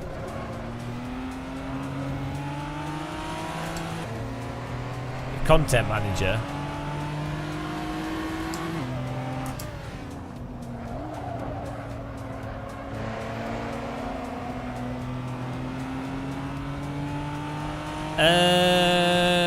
In some ways, I mean, the driving's more pleasurable in this, but the AI is terrible. And some of the challenges are ridiculously hard. So the problem with iRacing is it's just not fun to drive. Like, the physics are awful. So, but the online competition and voice chat and stuff is good in iRacing. And iRacing is comfortable to play as well. It's not fun getting faster in iRacing. It's not as satisfying. The driving and being better at iRacing is not better at driving. So it's not satisfying to drive. Like, being better at iRacing is being better at iRacing. It just doesn't relate to AMS1 or AC. Like, you just don't use balancing skills and stuff. So, also, iRacing is all about, ironically, it's about not racing other cars. If your goal is to do well, it's about avoiding other people and just hot lapping. So it's a bit of a chore. You got a big new munch from Waitrose in Racing Wales. Loads of Yorkshire tea. Nice. Can't go wrong. New mug. No, you can't even start from the pit in iRacing because they'll be too far back. And once you get to, if you're in the top split or in the top 3 splits for GT3, but the top split for like a lot of the Formula stuff, you can't start from the pit. So you basically have to hot lap until you can qualify in the top 5, and then you just hot lap in the race, not racing people. Like, if you try and race someone, either the other driver's terrible and they drive into you, or they're actually a good driver and the netcode does something stupid. So, yeah.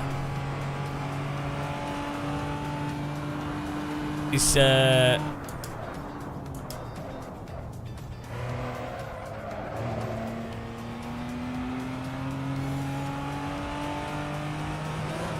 you can't be playful with the way the cars drive in iRacing, because you can't drive over the limit.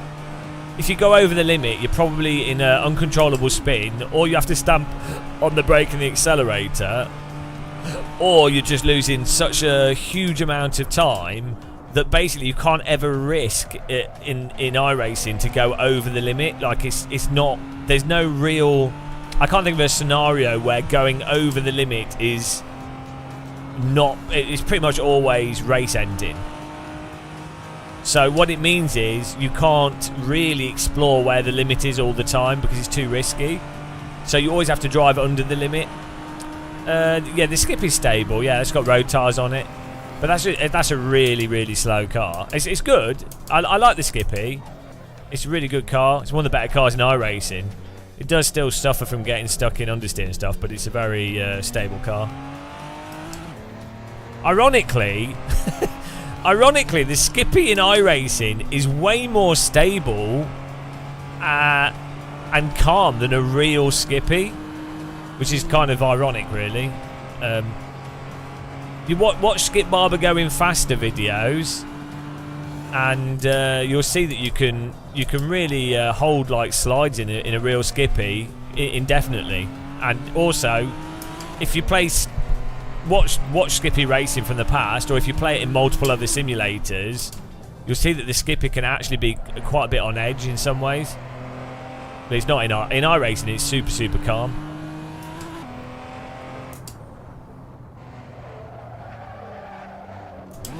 Yeah, you are in iRacing. You have very little creativity as a driver when it comes to driving. You really have to.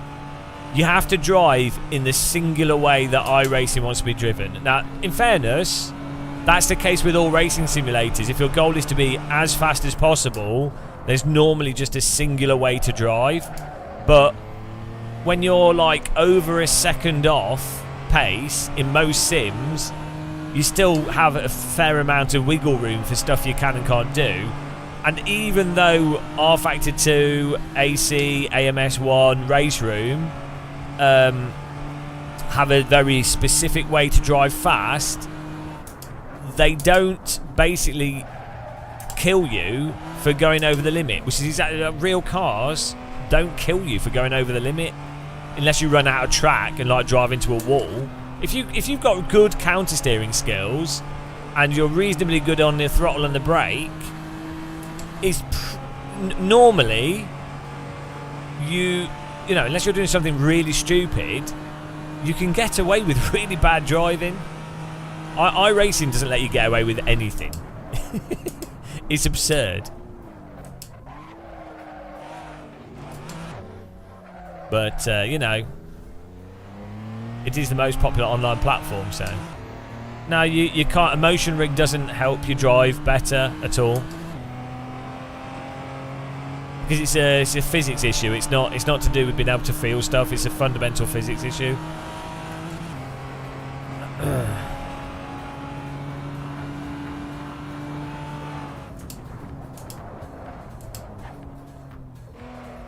Oh, let's go.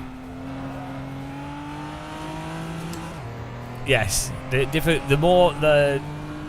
ironically, once you know what you can and can't do, ironically, iRacing in some ways is actually easier, because once you know where the limit exactly is for the specific line you're taking, this applies to everything to some extent, but once you know,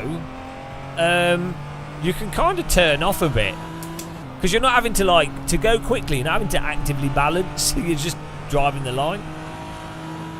We're not shitting on iRacing, just being honest.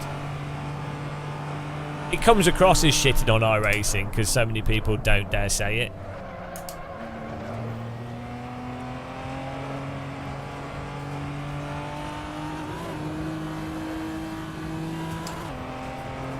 You just have to know everything exactly spot on. I have to have my daily fix. I didn't bring it up.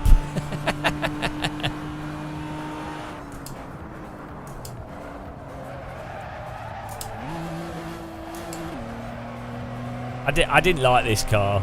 It's too understeery for my taste.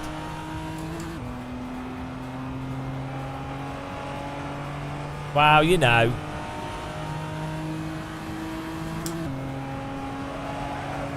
Whee!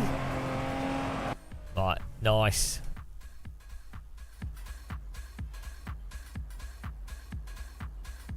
I don't think that's a very good car. Compared to that, the other Mazda we drove. Oh, we go off to the vintage cars.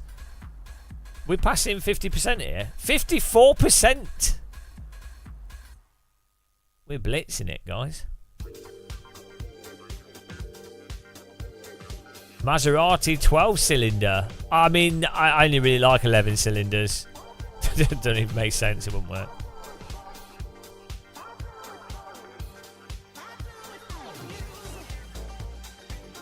Let's go.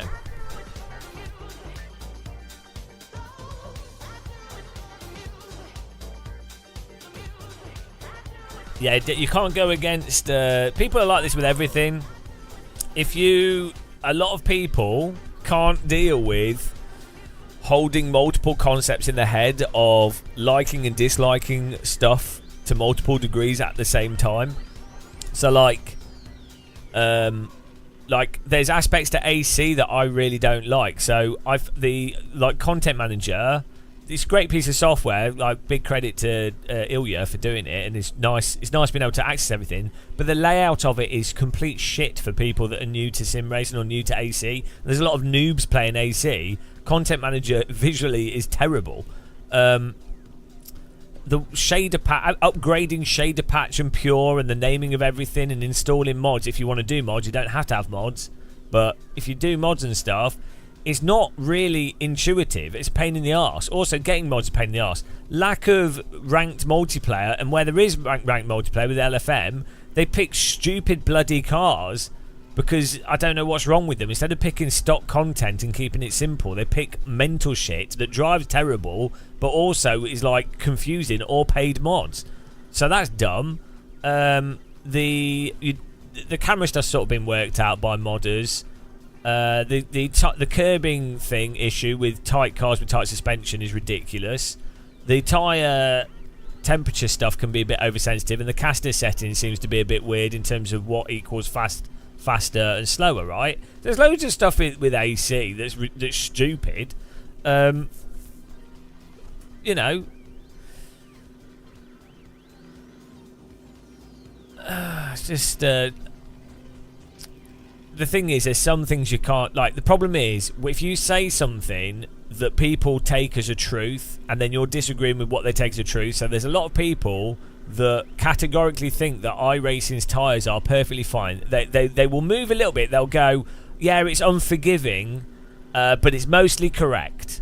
If you point out that no, iRacing tyres are complete shit, which they are, like under the limit they're fine, but at the limit and over the limit they are ridiculous. I really don't know many real-world drivers that are like championship-winning, national, like very skilled real drivers that don't think of iRacing as an absolute joke in its physics. And then it's just obvious if you know, like if you've driven a car. Like I don't know how you could play iRacing and not be like, oh, hang on, there's a big issue here. But the problem is saying that, because a lot of people have invested a lot of time in it and they maybe got used to driving it, and maybe they do all right at it as well. Saying that is really difficult for them to like take on board. Like I'm not saying that you can't enjoy anything you enjoy. People can enjoy different stuff. You can, and there's actually aspects to iRacing's physics that I really enjoy. From a live streaming perspective, once you're up to speed, iRacing is a lot easier to play than LMU, AC, AMS1 and stuff, because you can. It's not as, once you're up to a reasonable pace, you can actually just consistently drive constantly. So for me as a live streamer, when I'm driving stuff that I'm reasonably comfortable with in iRacing, where I've memorised exactly what you can and can't do, it's actually much better as a simulator, as a streamer, because I'm not having to like, you know, and I know that other cars, when they go into a corner, once I've done a track like 10 hours of like say 20 hours of driving a single racetrack in a single car in iRacing, I know that if a car enters the corner, like I'm racing another car, I know if that other car, where their position on the track is and the speed they're entering, I know it's physically impossible for them to make the corner. So there's no like calculation or ambiguity. I'm like, oh, I know that they're on the inside here. I know exactly where they're going to end up, because they have no choice. They're going to end up where they end up because the physics don't support you being able to like scrub off the speed properly from counter steering and things. So it actually, once you know it, weirdly makes it easier in many ways. Whereas if I was doing in LMU and AC and Automobilista 1, if I'm side by side into certain corners, I know that there's a range where the driver can actually balance, that then creates a range of outputs, which mean that it's a lot harder to very definitively say this car is going to end up in that position by the mid and end point of the corner. So, like, you know, so from a live streamer perspective, that binary nature of iRacing is actually really good, because it means that you know you can predict exactly what's going to happen. So Also, the way the cars turn on the brake and the accelerator means that you don't have to be particularly active on the wheel, which is actually quite a relaxing way to drive as well, in many ways. If I could explain using a real-world example from 1939 to 1945, I mean, I can think of quite a few examples where people ignore blatantly terrible things occurring. I mean, I wouldn't want to, you know, I wouldn't like to reuse the same analogies because that would just be tiresome.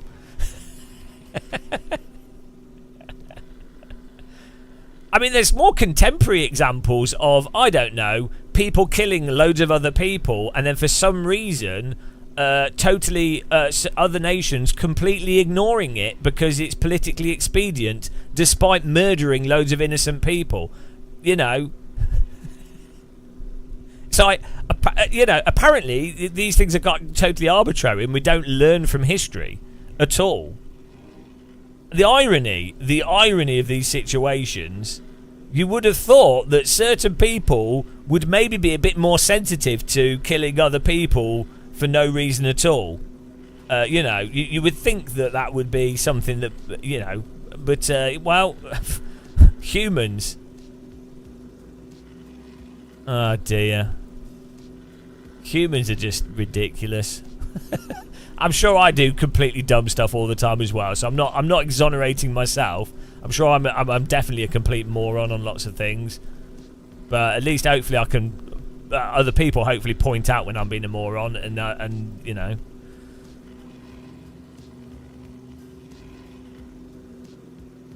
Right. Here we go.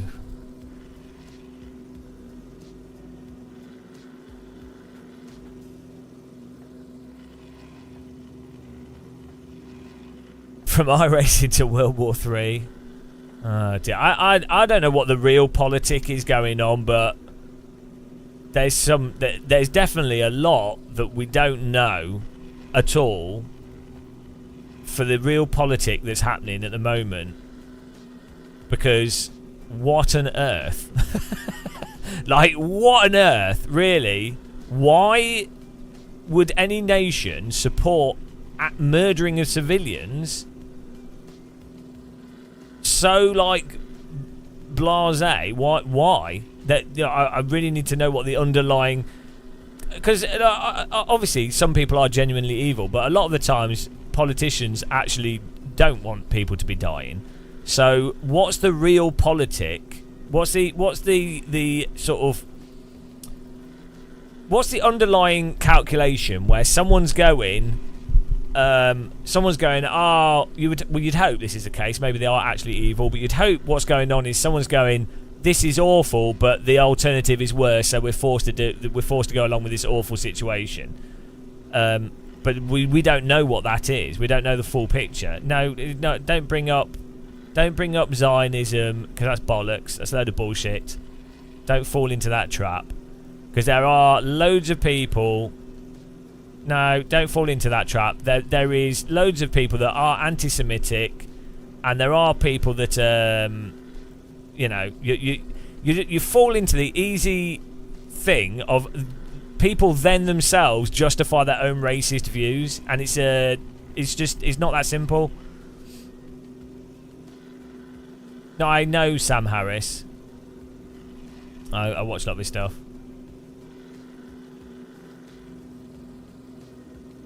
Right. It doesn't help to... You don't need to frame things in whatever name or group. It's just so much easier when you, like, frame stuff in terms of humans killing other humans and going, how do you minimise the killing of other people? It's that simple. Like, in terms of how you frame it. I'm not saying it's simple to not do that. But as soon as you start labelling and grouping stuff, other groups then use that as a way to justify their racism.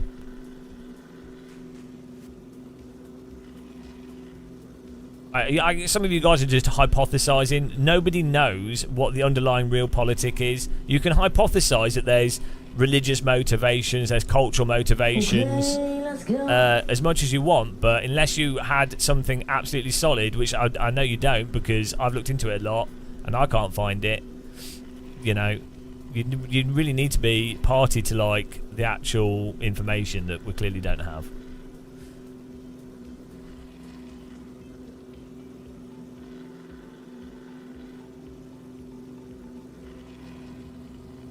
Yeah, no, people...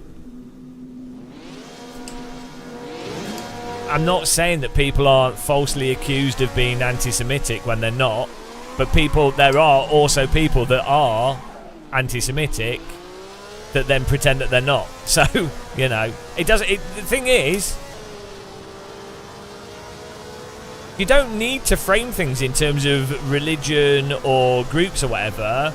It's like a group of people. If a group of people, doesn't matter what religion they belong to, what they're doing, if a group of people is murdering another group of people anywhere in the world, in any scenario, you then have to go, right, well, what is the... Why is that occurring? Like, minimise that. Basically, it doesn't really matter who it is doing it or what their religion is, as I say. Just think about people as individual people.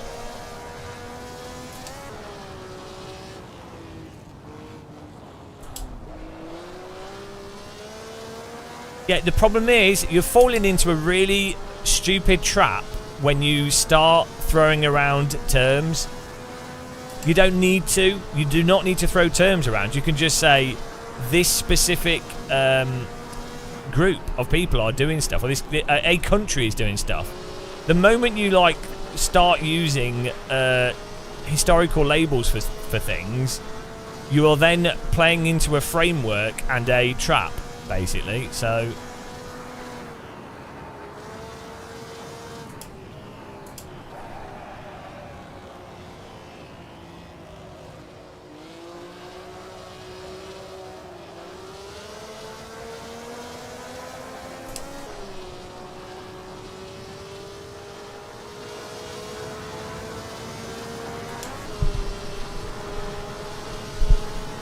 also, you don't need to look at individual examples. You can just go, right, is a specific are a group of people or a country doing stuff that's anti-humanist?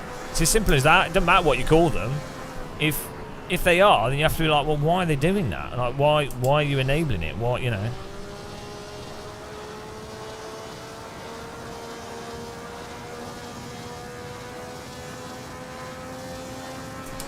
Here we go. This should be an easy one to do.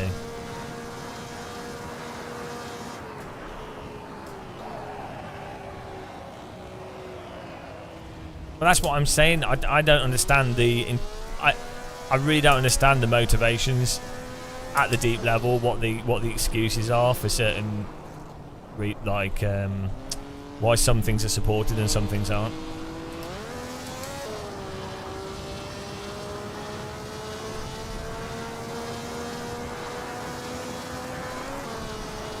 Oh, they just crashed behind us. Yeah, to be honest, if you have any group of people... thanks for subscribing, Nano Drummer.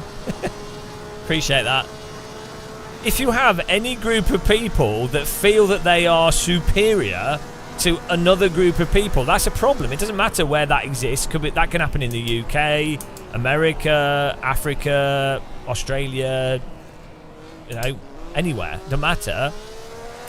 That's what people need to be against, is anytime any group of people, and it doesn't matter what you call them, doesn't matter what religion they are, doesn't matter. It's not hard. If you frame stuff as, is that humanist or not, then you can remove all the labels. You can, it makes it easier to be like, look at stuff in a pragmatic sense. And also, it forces the conversation to not be on the sort of emotionally pre-weighted labels. So you go, well, in each specific case, I'm not cheating. Yeah, I'd love one of these steering wheels myself. Yeah, it happens everywhere. This is a big lesson that a lot of people, I keep saying this, a lot of people in the UK have completely ignored and not learnt from like World War II and stuff. Like they think, oh, it was just the Germans. It's like, no, anybody can be any group of people, even people that are seemingly very nice or seemingly think they're doing the right thing. Anybody, like even yourself, can go along with horrendous stuff. That's the lesson that needs to be learnt. And ironically, in Germany, I think the lesson has been learnt a lot better, generally speaking, than in the UK, where people are like blindly, and in America, I think, a lot of people are totally unaware of how stuff can descend into like seemingly nice people, or like genuinely nice people doing very evil things. It doesn't take much. That's the lesson.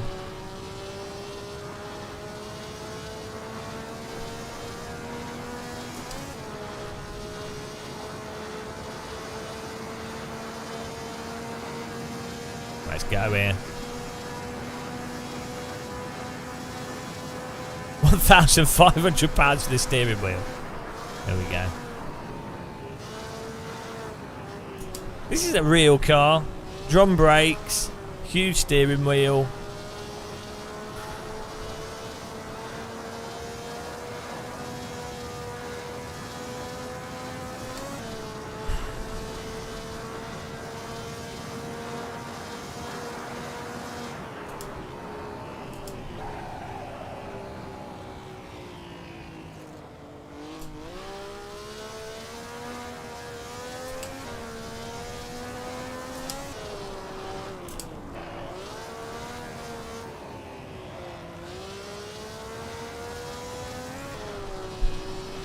Yeah, well, people will always...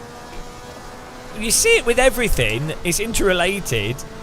When people argue for stuff, often they argue beside the points of what they're actually arguing.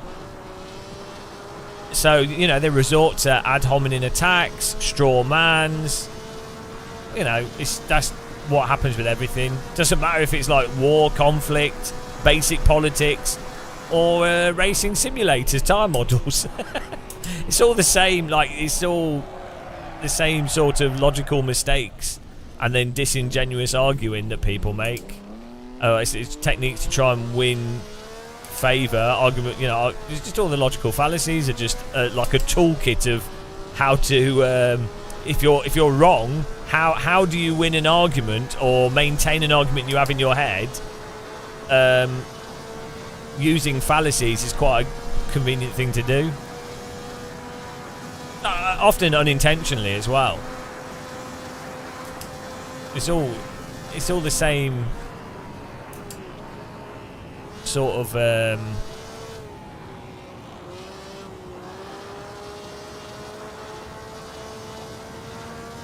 lack of being critical, lack of being skeptical. Not knowing those the logical fallacies and things, or people just being disingenuous for whatever interest they have.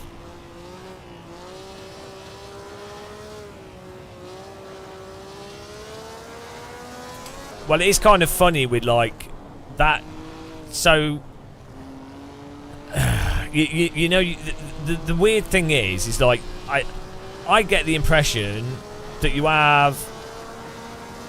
Same thing happens in the UK. You get people going, oh, well, you know, we shouldn't intervene with this, or we should be independent or whatever. And it's like, yeah, but you do know that we're in a global economy, and like the British, American, or whatever, different governments have different interests and are tied into these countries and regions in massively complex ways.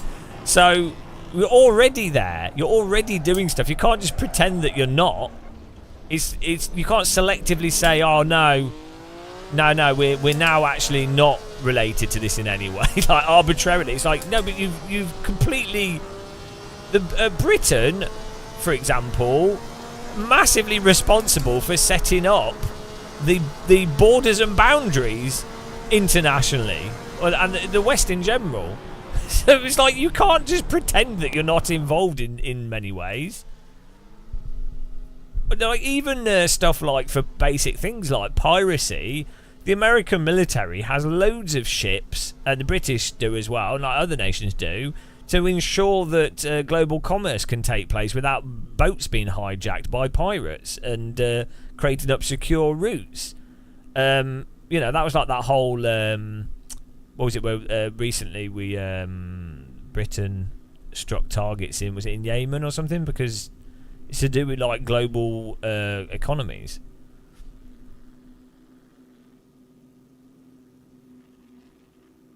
Yeah, I mean, even going back, like this Spain, France, UK, you could like. Personally, I think I think it's better to not be,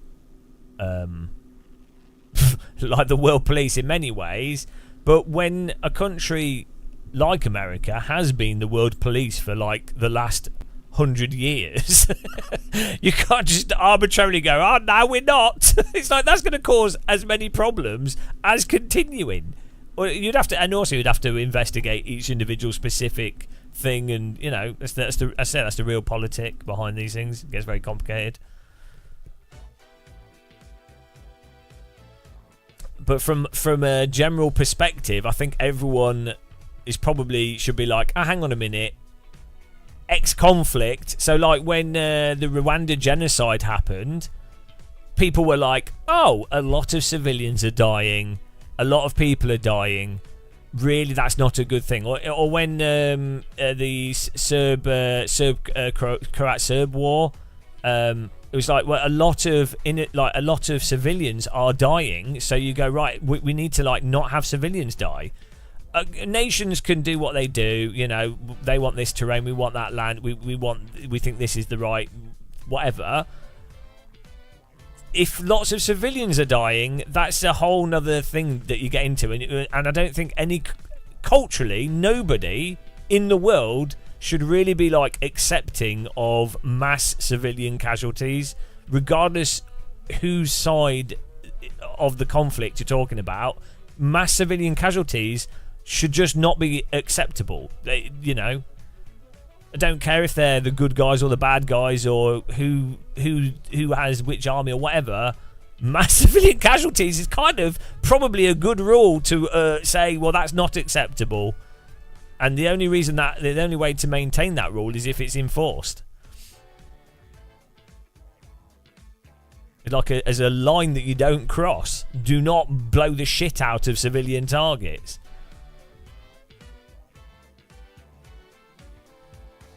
KHMP1, everyone just blames the West on everything to blame, when in reality most of it is their own people. If it wasn't, then why does everyone want to move to the West? Well, you've mixed a whole bunch of things up there. So yes, there will be a lot of people just arbitrarily blaming the West, probably unfairly. So that will be a thing, obviously, fine. So don't disagree with that. But the West in general has done mental shit and set things up mentally. Look, if you just keep typing Zionism, you're going to be banned from the chat because it's not productive, and I won't put up with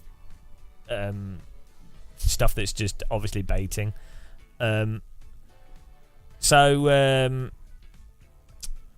if the West has been involved with international politics very heavily for a long period of time, well, obviously they're going to be, even when they've done good things as well as bad things, they're going to be involved in it, aren't they? So it's also one of the reasons why Britain, for example, had like the British Empire was because it took advantage of people. In some cases, it would have made those other nations it invaded, in some aspects, would have been good for certain groups of people, and some aspects bad. But Britain, with its empire, will have massively exploited people, enslaved people, and then massively benefited from that. This allowed Britain to be in a higher economic standing than it otherwise would have been. Same will have applied to America, like using military to exploit wealth from other countries, like slavery, God knows what, has been beneficial. So obviously, though, or it's given those countries an advantage over countries that didn't enslave loads of people. So, those countries might now have more wealth and more technological development. It's like, well, what's that built on originally? You can't just ignore that. I'm not saying that's a justification to then go, well, they should be punished in the future. That's not necessarily pragmatic. But you can't just go, well, why do people want to move to the West? It's like, well, because there's more wealth there. Why is that wealth there? Probably through a lot of exploitation. I mean, even within a nation itself, the Industrial Revolution, for example, in the UK, do you think the Industrial Revolution was... it wasn't necessarily beneficial to the low-class workers, was it? It was the Industrial Revolution was built off the death and suffering of hundreds of thousands, if not millions, of coal miners doing shit work, mill workers, children being exploited, and the country has benefited from that exploitation of those people's lives. So even within the context of a country itself, you'd have to go, a lot of people have been shat on and we have benefited from that. So like, you can't just ignore those things.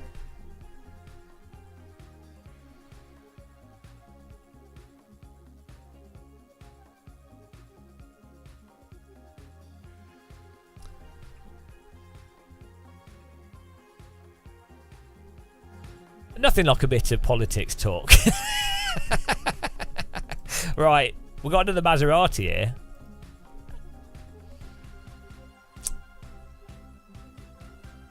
It'd be nice to not have World War III, I think. That'd be really nice.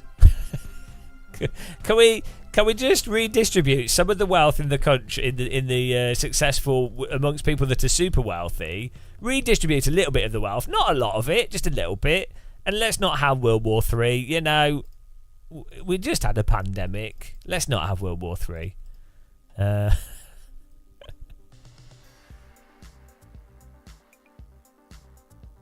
Right. If only everyone was so busy completing AC. Yes, the world would collapse, but everyone would be driving Assetto Corsa. It'd be much more peace. There'd be more peace. It'd be happy days.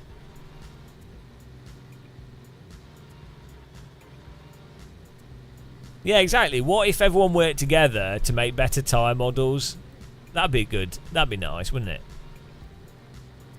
If everyone was just building more and more realistic racing simulators. That's what they should focus on. Hello, Paul.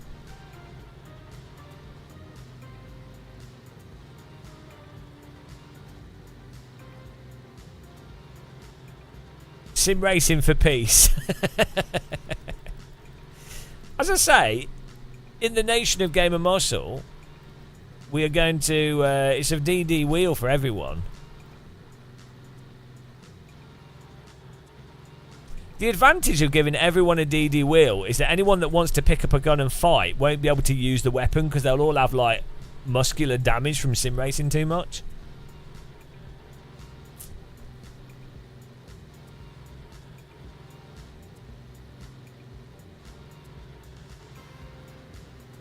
Where's the 30 billion coming from? No, so Bright Candle, you don't seem to understand how it works. So you build factories in the UK, so that's economic stimulus. And those factories not only produce DD wheels, but it's just one of the things they produce. They can also be exported. So that employs a hell of a lot of people to produce DD wheels for the nation. So that's great. That's economic stimulus at the low end. And that increases manufacturing capacity and also increases innovation, which acts as a deflationary force. So that offsets the initial inflationary force of issuing money to build the factories in the first place. So it's actually it's a deflationary scheme that increases the quality of life for both people sim racing, but also people being able to do jobs and also technological innovation in the UK. That's how investing in a country operates. Now, I know that the thing is that might actually be really confusing because we've had like 20 plus years of a government that doesn't do any national investment, so everything's gone to shit. But that's actually how it works, is that you make sure that you do economic stimulus in parts of the economy that will cause development and innovation. You would also have universities that would be used to teach force feedback to people so that they don't come out with stupid statements like ACC force feedback is fine. They'd be taught about the value of front end feel, and the world would just be a better place. Once someone understands decent force feedback, they also then, just by accident, understand everything, because it's the foundation of all knowledge. No, you don't need to borrow it, so you don't understand how money works. A government that has its own currency, like if it, you've got you're not on a gold standard or anything, and you're not using someone else's currency. You have your own money that you can issue yourself. You don't need to borrow money. You just issue the money, like through the central bank. You don't need to borrow it. And the point is when you issue the money, that would be inflation. So technically the money is then borrowed from everybody. It's borrowed from the currency, but it's only inflation at the point of issuing the stuff being built and that occurring, right? But because what you've done is you've issued the money into something that's in terms of the real economy, actually improves the efficiency of a nation. It actually improves the real economy. That is actually a deflationary force. So for a short time period, it's inflationary, but over a 10, 15, 20 year time period, it's deflationary. So another example would be if I spent 500 million on universities so that the population was more highly educated, those people that are initially, you could go, well, we've had to borrow 500 million if you want to frame it like that. You haven't, because you don't need to borrow the money, you just issue it from a bank. But let's say you borrow it, it doesn't matter, because when you've got people that are educated, they are more productive, and they then you get more money back from what you put into it. So another example of this, people just don't understand this at all. Another example of this, from all I can see, I've researched this quite heavily recently, immigration into the UK, even if you're talking about people on dinghies, educated people coming across with degrees and stuff, but even if you're talking about economic migrants coming to the UK, all the data I can find is show that they are economically a net positive. As a result, what you need to do is build training centres, schools, education centres that can also employ local people in the UK and teachers, like British people. It's not just for immigrants, for everyone to use. And those people are younger, therefore, as they get educated, they are economically useful to the country. They are economically beneficial. So it is not a cost having immigrants come to the UK. It's a positive, especially given that the UK has an ageing population and needs younger people. People aren't having children. So like, what you don't do is put a load of culturally different people into one single area that's already poor and has not had any economic stimulus. That is a terrible idea. That is what the government does. That's why people are racist, because they're already suffering, they're struggling, and then a bunch of people come in from another country and they're like, what is going on? What you do is you put these people that are immigrated in, you integrate them into, initially, places that are already wealthy. You tell rich people, fuck off. You have to absorb some of this responsibility, economic responsibility of the nation. You can't just sit in your big mansion on your fancy bullshit private street. No, you're in a luxurious position where you don't have noisy neighbours, you don't have people smashing your windows and stealing your Xbox. You can have this community centre built on your street. Deal with it. You can deal with it. You've got plenty of money, you've got plenty of space, you've got sports cars. Fucking deal with it, you dickheads. And then that's what you do. The problem is, guess who's trying to stop all this? The rich people that want to live in abject luxury with their hundreds of millions of pounds. They don't want like a nice... It could even be a nice community centre. Anyway, DD Wheels for everyone, I'm telling you. Who got me on this rant? Bloody hell, it's too early for this. Oh, dear. Yeah, it all needs to be. All the blame is put on like poor areas. Like everything needs to be blamed on the super wealthy. And to be clear, I know very rich people that are really nice and actually do push for. They're aware of how stupid economics is. So I'm not. You can't just default blame all wealthy people. It's a systemic issue from a small number of very wealthy people, like a moth to a flame. It doesn't matter because you've got your Ferrari insured, so and you can absorb that. So, you know.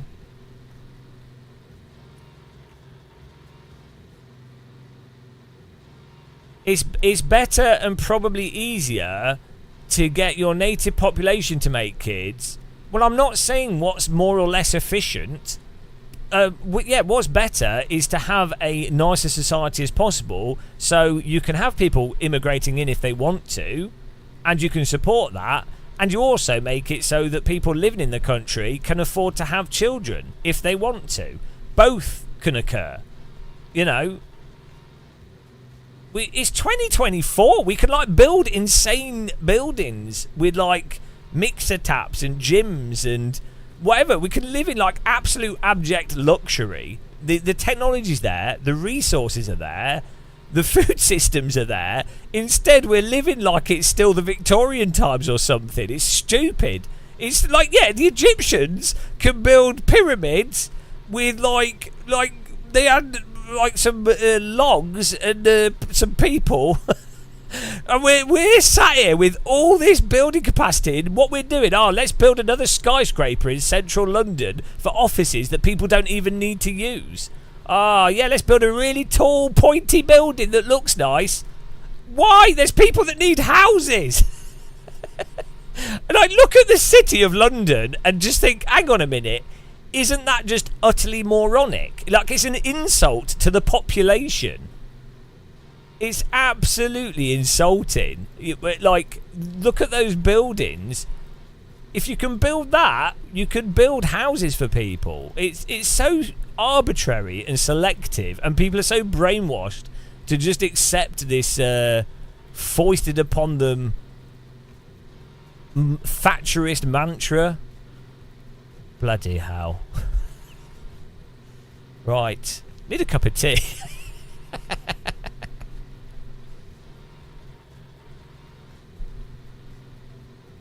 It won't change though, so, you know, might as well just get used to it.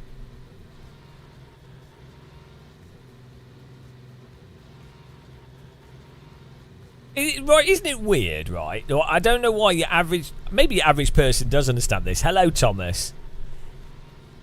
It's weird that people don't connect the dots between the government can just issue £1 trillion due to banks failing, or they can issue billions of pounds for building some fighter jets or something. So it's clearly utterly arbitrary. If the government just goes, yeah, we can do that, they can do it. Like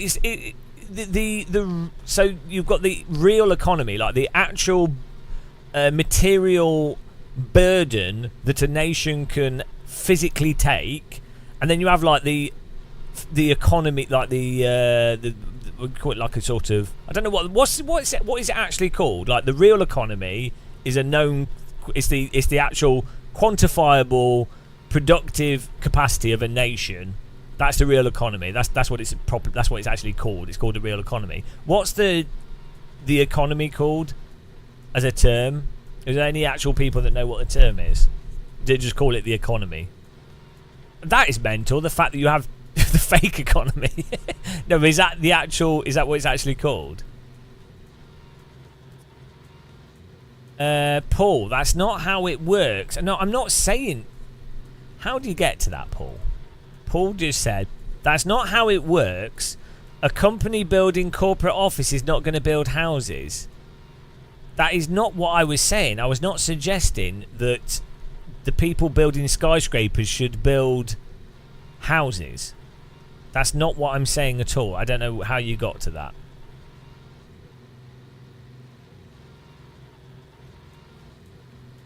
In the imaginary... Hang on. Let me... ChatGTP will know this.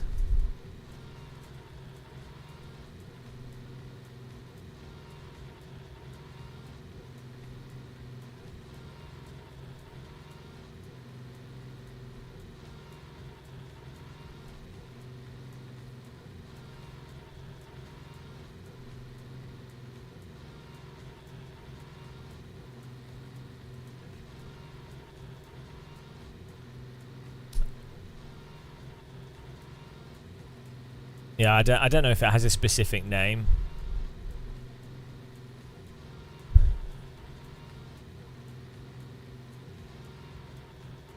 Right. Anyway, let's do this. Yeah, it's just absurd, isn't it? But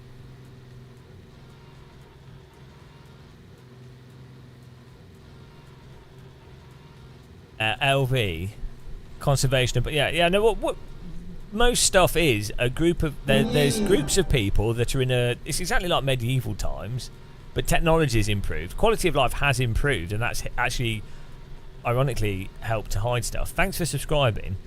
Yeah, you have a group. You've always in all societies you have groups of people that are in a position of power, and they normally tend to be the sort of more narcissistic, self-interested people, and then they never want to give up that power. And then what happens is, you end up with cycles where these people, ideally, like you hope that democracy helps to mitigate the nature of what they do, but then they always end up corrupting everything. These groups that end up in power, combined with the narcissists at the head of those groups, always ruin everything. It doesn't matter if it's a capitalist system. It doesn't matter if it's a democracy. Well, if it was an actual democracy, that would mitigate it. That's the point of democracy. But what they do is even if it's a communist system, socialist or capitalist system, these people and these groups always find a way to destroy stuff. And ironically,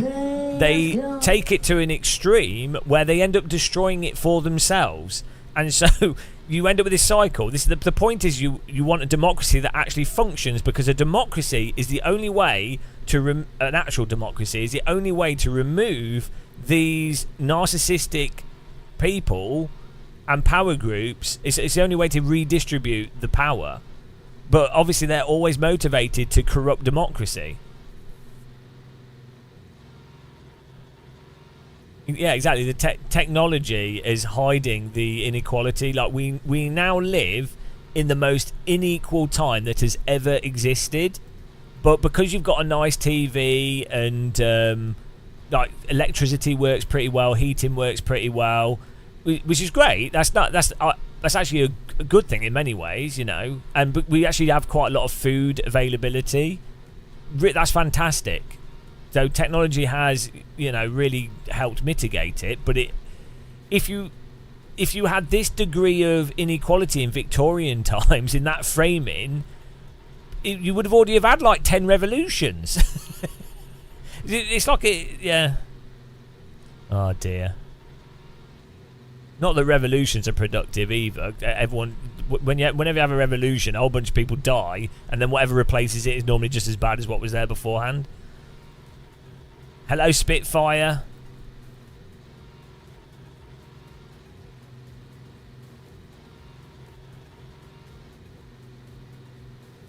But yeah, the great irony is they end up destroying themselves, but at the expense of all the population. These sort of narcissistic, never happy wealth hoarders. Woo! But maybe humanity is just doomed to repeatedly do the same thing over and over and over again, and then it'll just nuke itself, and that's it. Maybe there's no chance for like an interstellar, advanced, critical, skeptical. I don't know. Maybe it's better if AI takes over humanity. It's actually a positive. For the people that are left over, maybe the AI will be like, oh shit. Oh, nailed it. Great corner. Yeah, the brakes on this aren't the best. Well, I wouldn't recommend drinking, Edward. That's not. Drinking doesn't help if you're feeling sad. Go for a walk. or you just making a joke. Yeah, I wouldn't recommend drinking. Drinking does not help depression. Yeah, no, I've seen it, Paul. It's Adam Curtis, isn't it? The problem with Adam Curtis is he's got some really good documentaries, but he links stuff together really He links stuff together really arbitrarily, and then also misrepresents history really badly. So, yeah, he makes an argument, but it's very selective. And some of the stuff I think is reasonable assumptions that he makes, but he like presents stuff as if it's like the truth. And it's like, well, no, really isn't. But it's good. It's worth watching. I totally agree. It's worth watching. It's just if you watch it whilst being aware of what Adam Curtis tends to do, then you don't run the risk of having some like bizarre, weirdo interpretation of history. And what I think is good about Adam Curtis documentaries is they're easy to watch. They have really good stock footage in them, and then you can watch it and then go, oh, I'm not sure if I really believe that, and then you can do your own research using it as a sort of framework for where you target your research. I don't really listen to Jordan Peterson though. He's not. He's not coherent. Jordan Peterson is unable to have a proper conversation. It's insane. Really good example. I've said this before. There's a Sam Harris does a podcast. I don't always agree with Sam Harris, but Sam Harris talks very clearly, and he's normally pretty reasoned. But on this, Sam Harris wanted to do an interview with Jordan Peterson and like talk about, I think it's religion they were talking about or something.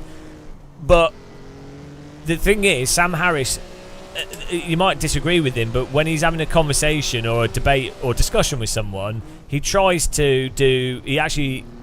tries to make it as reasonable as possible in terms of defining the points and everything, right?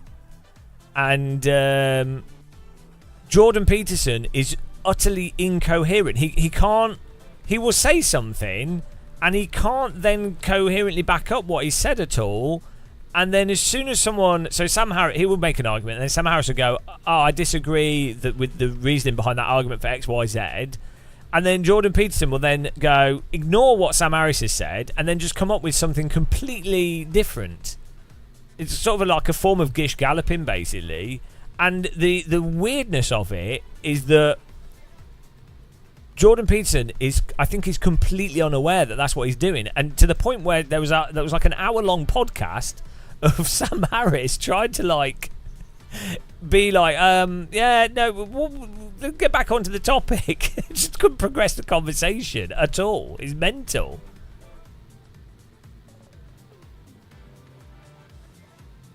It is really strange because the thing is, someone like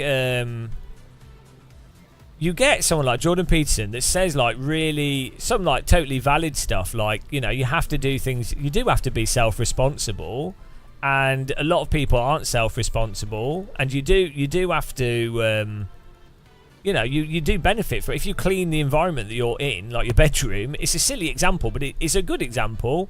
If you organise your life where you can, it will make things a lot easier for you. So that's really good advice, and also telling people to take where possible, try and better yourself and focus on what you can and can't do, and try and build yourself as much as possible. That's really great advice. So he says stuff like that, which is good advice. But then he like, and also his stuff about his. I am the champion of the ninjas. Euclid, thank you. Hello, muscle. Thank you for the sub there. We appreciate that.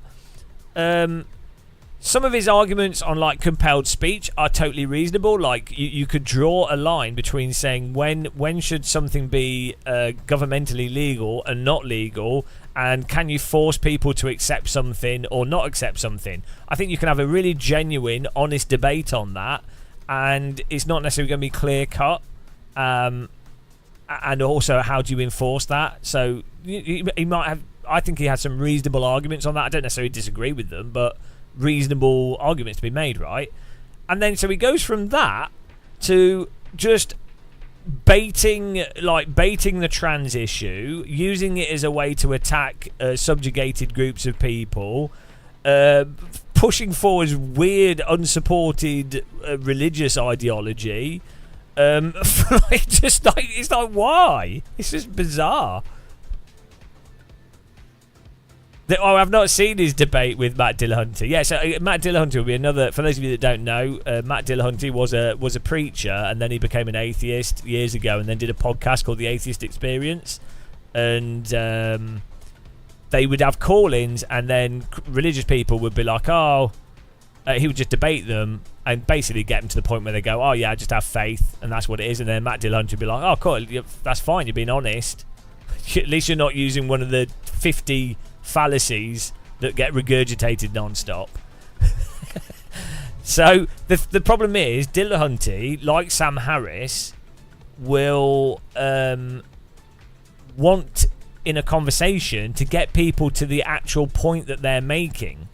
And then when you have people like Ben Shapiro, Jordan Peterson, God knows who, that gish gallop and they argue disingenuously and just go all over the place, it stops them in their tracks because Dillahunty and Sam Harris, again, force them to go, right, you're making an argument, here's a counter-argument to that, now counter-argument the counter-argument. They can't.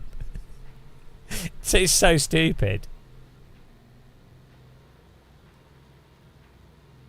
Hang on, he thinks, who Euclid, he thinks people who seriously date other people are I don't know, who thinks that? I don't know what you mean. Yeah, Matt Dillahunty has the patience of like a bloody angel. I used to listen to the podcast years ago, like 2000s, and I was just like, oh my god, how do you even like the same 5 arguments for like 10 years? Oh, it's like sim racing, I guess. What do you mean by serial daters? I don't know what you mean.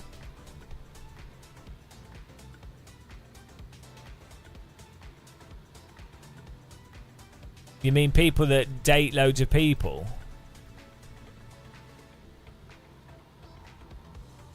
I mean, people that don't commit to relationships. I mean, yeah, I don't. So this is the thing, like, I don't, like, this is how it works. That's not necessarily, well, first of all, you can't know that someone's a psychopath from that behaviour. It would suggest that a person maybe has issues with commitment, or maybe the person doesn't know what they want. And so they would be a psychopath if they disingenuously start relationships under the guise that they're going to do, that they're looking for a long-term relationship.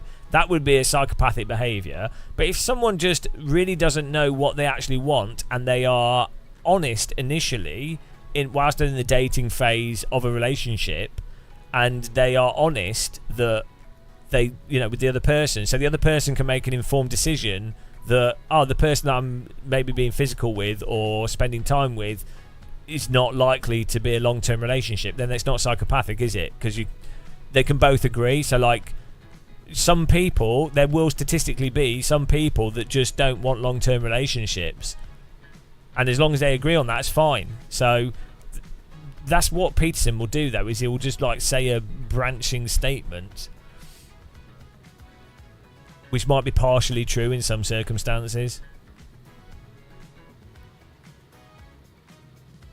Yeah, it's not by default, it's not psychopathic. It's only if you were doing it manipulatively.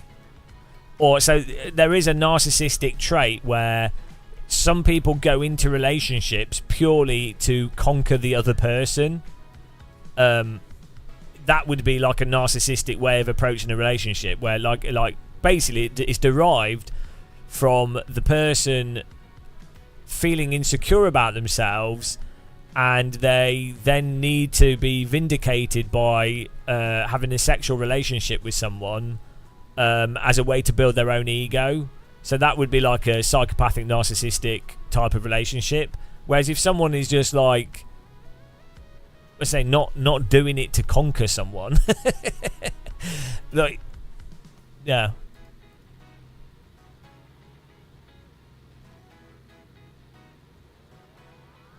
Here we go. This has positive camber. That's weird. Look at that. It's the only way to get this car to turn. I mean, I know quite a few people that are in open relationships, or a couple of people that are in open relationships, and they're really happy, and their partner's happy. So, I mean, personally, it wouldn't be for me, and I'm not sure how sustainable it is, and I'd imagine it'd be a total nightmare. But if everybody involved agrees with it, with the pros and cons of it, well, and they're open about that, I don't see how that's a problem. You know, it's like furries. If they agree, if they want to be furries and the people they're with are furries, well, who cares? It doesn't matter. I'm happy for them. I'm not into furry stuff, but I have no problem with people that are. Like, what? I'm happy for them. As long as they don't force me into furry stuff.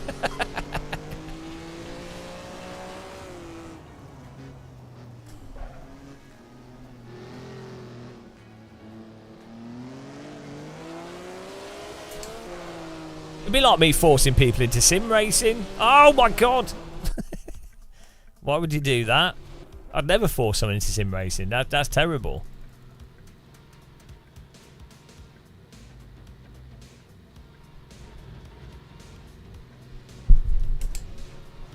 Yeah, I would never. I wouldn't want to do an open relationship at all. I'm like personally, I'm like really weirdly conservative. Ironically.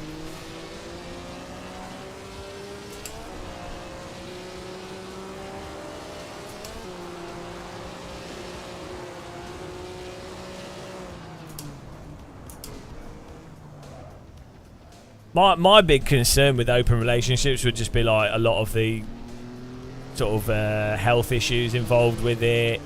There's a lot of like subtle emotional stuff. People also change. The more people involved with anything, is going to be so complicated. In like, not for all personality types, but for the vast majority of people, it's going to add so much complexity that even if you were even happy with it generally, it's just going to be so complex.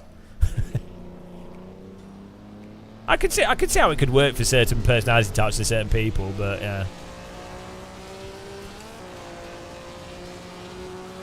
I don't think it is just about sex, to be honest. It's too simple.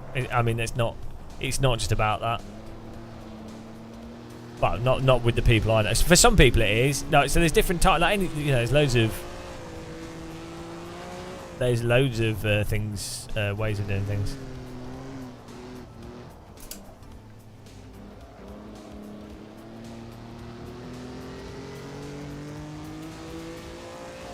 Yeah, I wouldn't be surprised yet, Red, if a lot of the time they are in denial as well.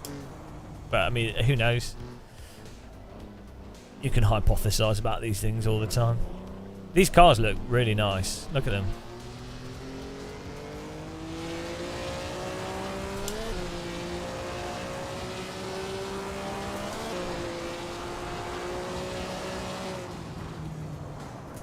Well, you know it's a difficult car to drive when the AI is driving off the road on there.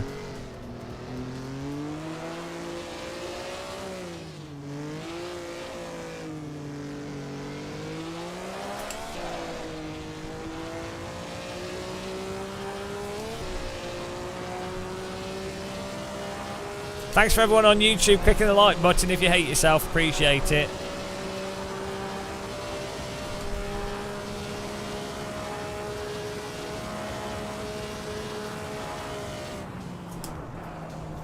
Yeah, but even friends with benefit stuff doesn't really work out well, like,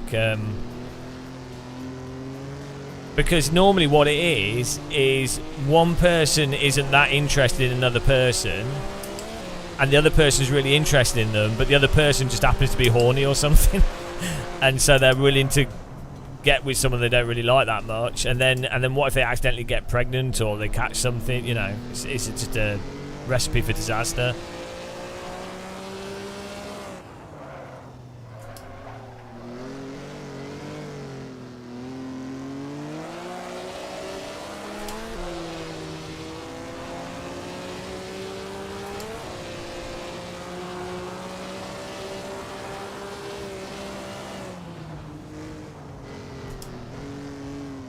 Yeah, the problem is... the problem is people, like, detach sex from other parts of relationships, and it doesn't work like that. I mean, it can do, but it's going to be a bit boring. So, you know.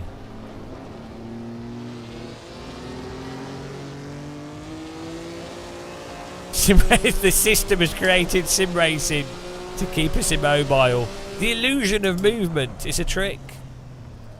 Sim racing was created by big motorsport to keep people out of motorsport, but it backfired when sim racers managed to get into motorsport. This vehicle is another perfect vehicle for doing your shopping in. I mean, look at it. Fresh air. Great visibility. Space for your shopping between your legs. Easily maintainable engine that's accessible. Cheap tyres.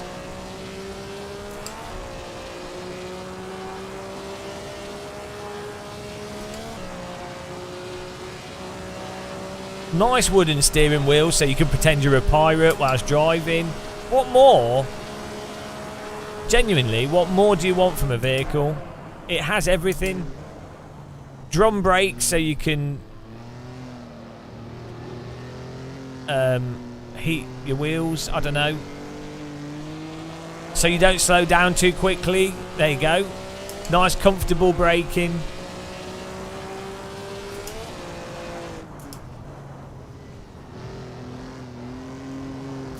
No airbag, keeps population levels down. If you want to go bike riding, you can just take the wheels off the car, put them on your bicycle. So that saves you a set of tyres.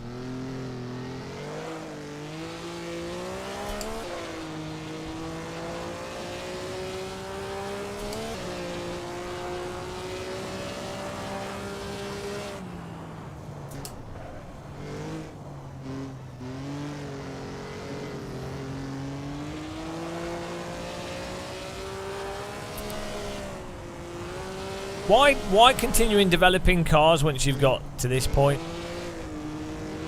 You know, once you're here, once you've got this, just stop. Move on to something else.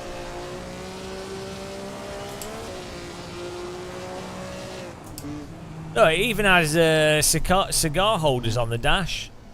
Perfect. Durs, thank you for subscribing, welcome. I can only assume you also clicked the like button. I imagine you did. 8 out of 10 people that click the like button regret it.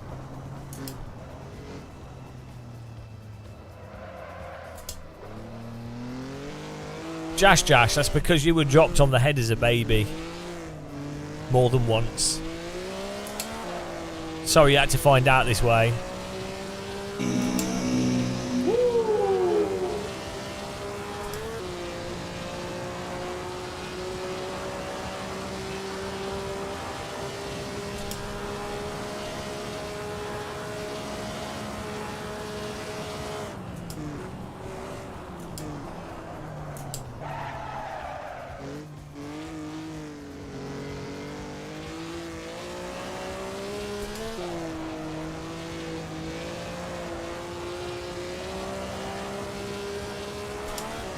Alright, Euclid, have fun. Don't work too hard.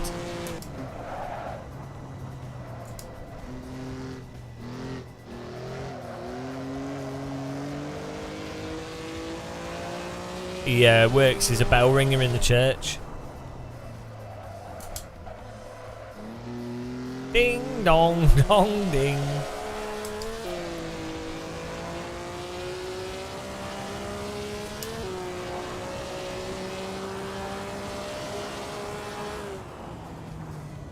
Yeah, Icarus, I think it is. I think LFM have made really bad choices with the cars that they picked. They messed up pretty badly. They did exactly what I said they shouldn't do. Should have listened to me. If only. But, you know, I don't know what I'm talking about, so.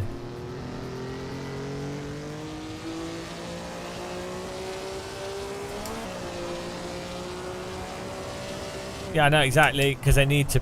Yeah, we've talked about this before. They should just pick stuff that's already like any of the stock content that's good, which there's plenty of, and then just keep it simple. But they got this obsession with like multi-class, which doesn't work, and shit mod cars and pay mod cars. It's like, well, obviously no one can be asked. It's the same. It's the same. Oh, you need to use mods for AC to be fun. It's like, well, you don't. But you know.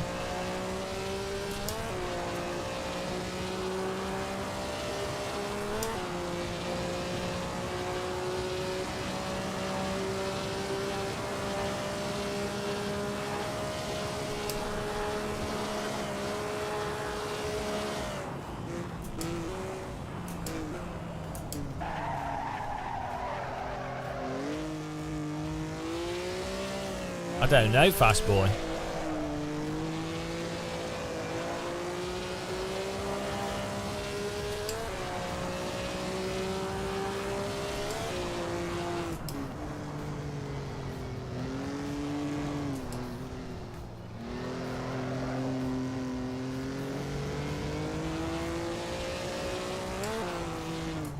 Easy.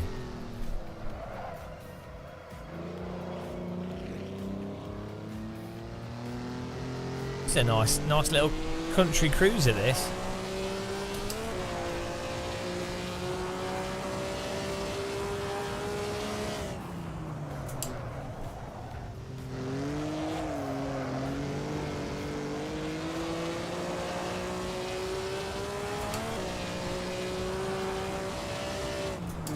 These were probably just the tyres that were available. They're made out of horsehair.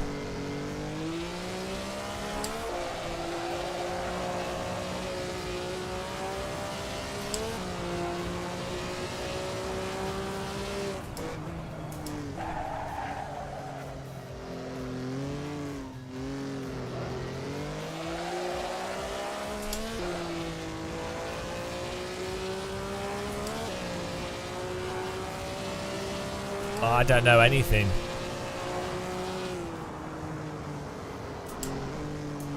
All we know is that AC Evo comes out when I finish this challenge. That's all we need to know.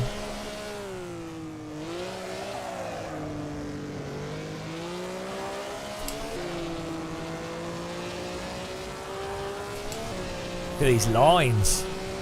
Beautiful. That was quite an easy one.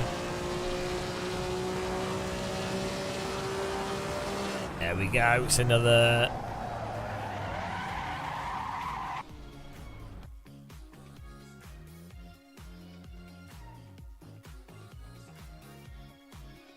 Here we go.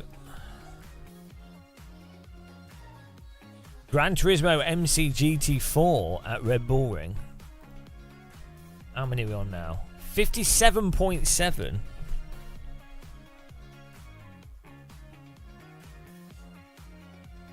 Let's go.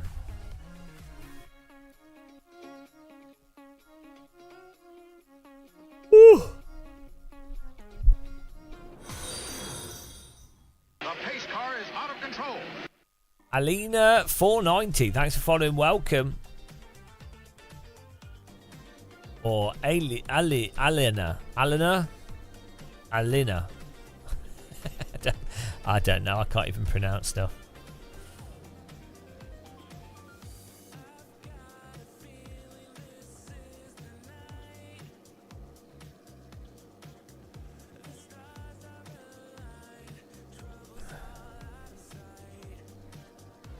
Did I like LMU? I think it's alright. The force feedback's better in AC. The ranking stuff's quite nice in LMU, but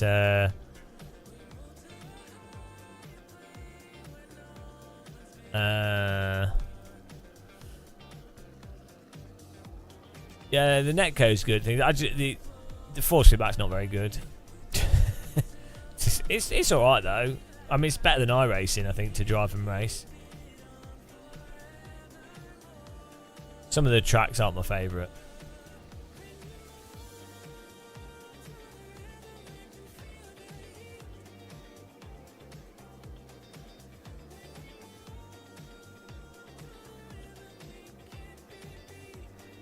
Okay, let's go.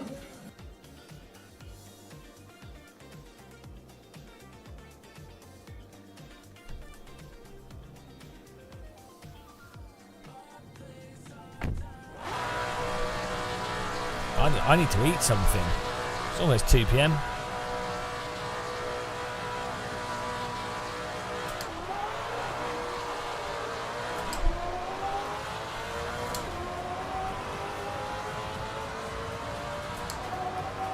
You're 73% through the hot lap challenge is nice. Oh, let's try it again.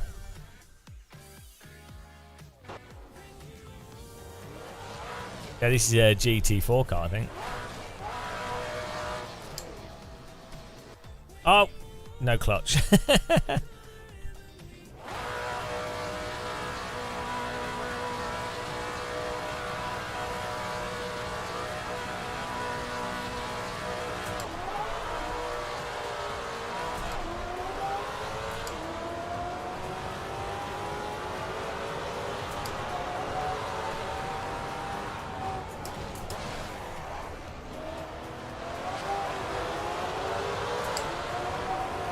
Yeah, some of the hot lap stuff's crazy.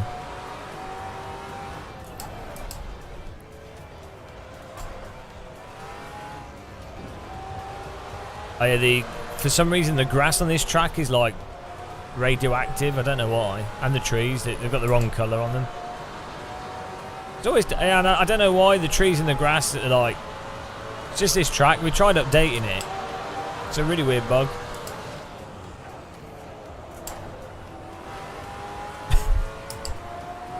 This is post-nuclear fallout Red Bull ring. This is what happens if you if you water your trees with Red Bull.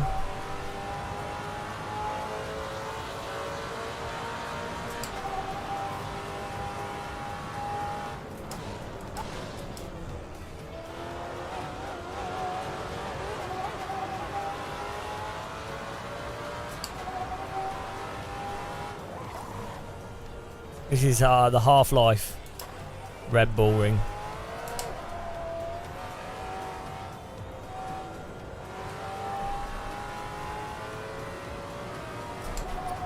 Look here, paddle shifters stop my arms falling off, so I'll take it.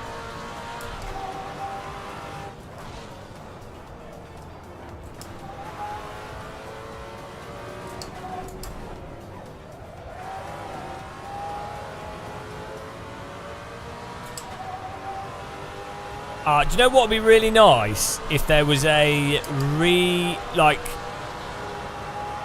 so you know Half-Life 1, if Valve made another like Half-Life 1 game. I mean, don't get me wrong, I enjoyed Half-Life 2 and I enjoy Half-Life Alyx, but another, so do you remember like Blue Shift and Opposing Force? Another thing that's, if someone made another one of those, basically set in like Black Mesa, some new puzzles, new enemies, just new monsters and stuff, maybe like monsters with really good AI and some, you know, set in another part of Black Mesa. Maybe you're like an intern. So you're an intern at Black Mesa in like a non-secret part of Black Mesa and then everything goes to shit. And then you have to try and escape as an intern. I think you could basically do that as a really good game. So I really like the setting of Black Mesa.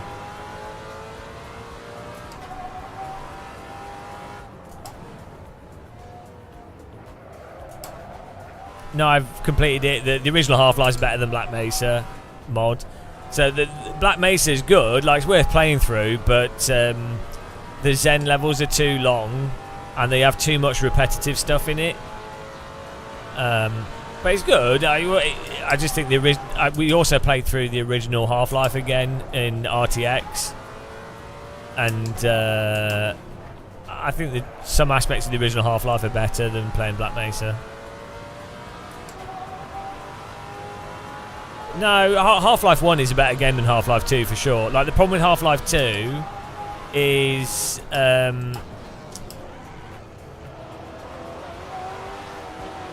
it's a little bit forced in some ways. So like, it does.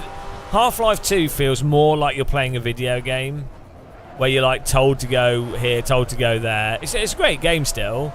Whereas Half-Life 1, because it's a corridor shooter, you only really have one way that you can go anyway, so you don't need to be told by AI or guided. So I think Half-Life 1 is a better immersive experience, if that makes sense. I think they're both fantastic video games. But I much preferred Half-Life 1 to Half-Life 2 as well. Also, the puzzles were a bit boring in Half-Life 2. And the AI wasn't the best in Half-Life 2 either. Like they kept the AI really... Well, actually, Half-Life 2 had technically a lot better AI, but then it didn't really work as well as it should have done. Whereas Half-Life 1 was mostly just through design that made it seem like a lot better than it was. That made sense.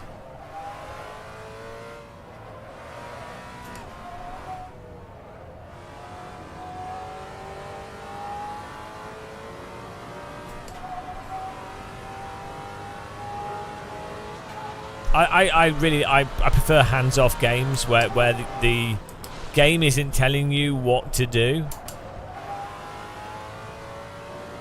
Like, you have to kind of just work out yourself and using good game design.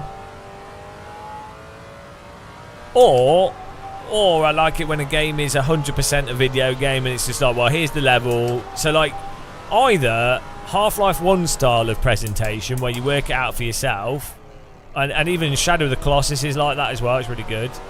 Or you do something that's more like GoldenEye or Burnout or something where it's like, here's the levels, here's an objective, try and do all the stuff.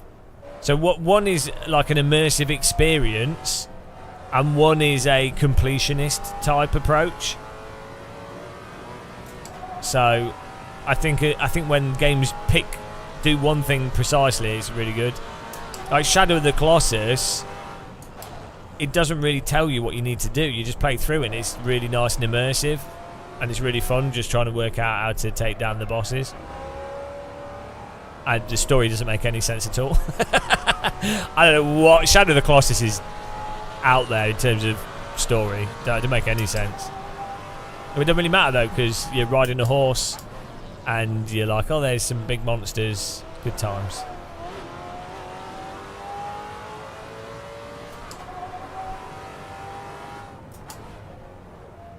Half-Life Alyx was really good, but that needed more combat in it, I think. No, I don't play any From Software stuff.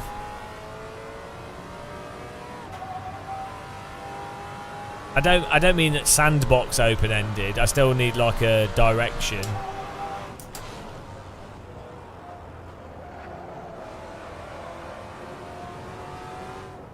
I thought the original Far Cry was really good, actually. And also Crysis was quite good as well. I've not played Red Dead Redemption 2. Oh, golden. Look at this. We're blitzing it, guys.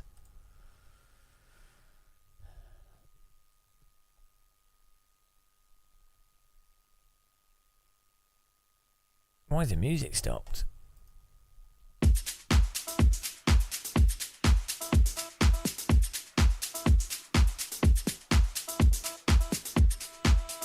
Nah, Dark Souls has too much, like, the combat is pattern based. I like games where you have sort of analog input. How far are we in total? 80.3% completed tentativo. It's going well.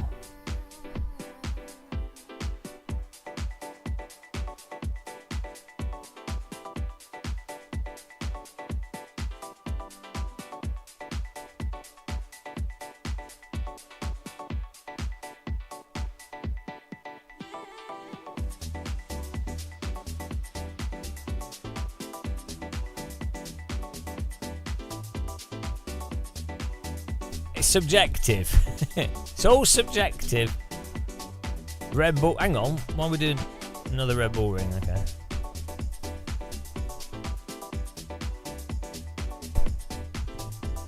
How good will it be in AC after this? Well, the hot lapping stuff. I've got a lot. Well, now I know like the setup meta.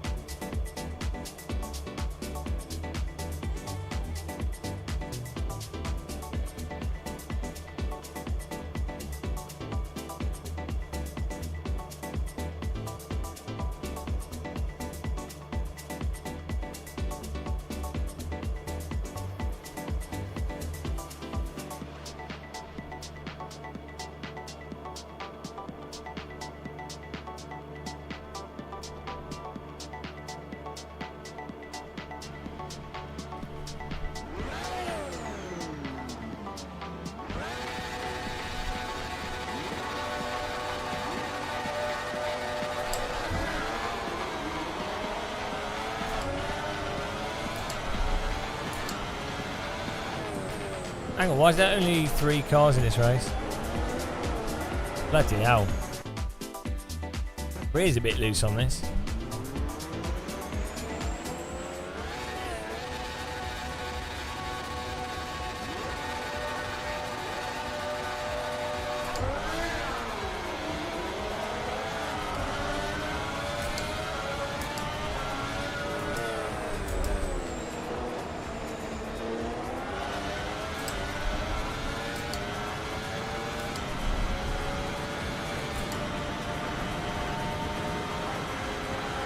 What are the AI doing?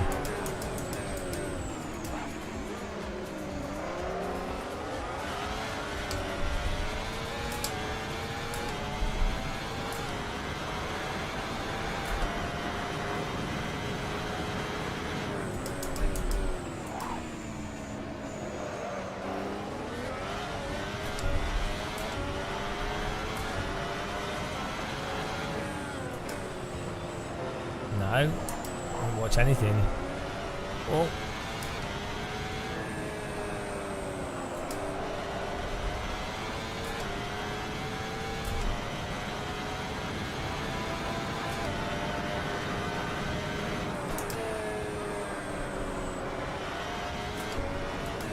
The out P1's rocketed. Oh!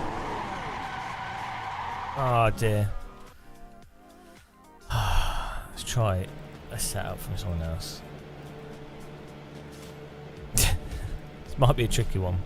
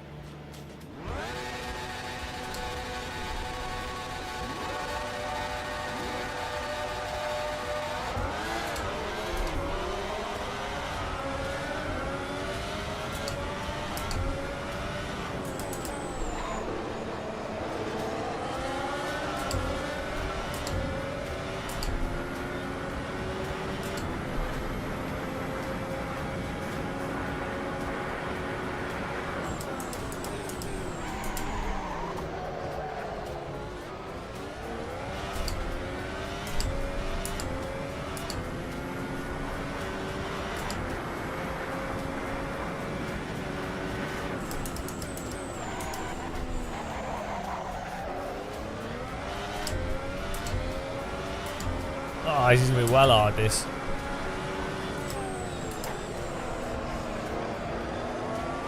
Ah! Bloody hell. This is going to be proper hard.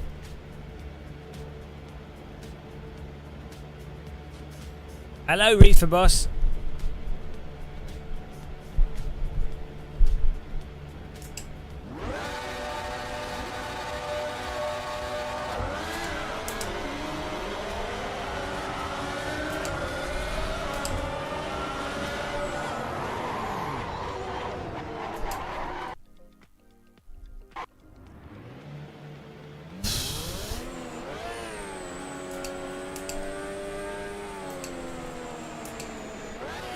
Oh, cheese.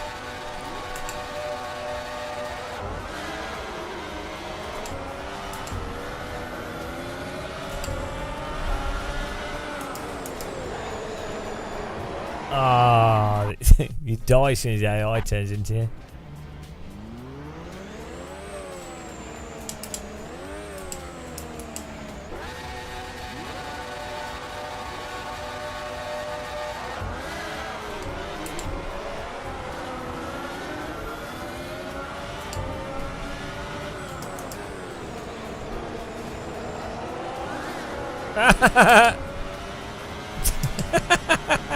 Goodbye.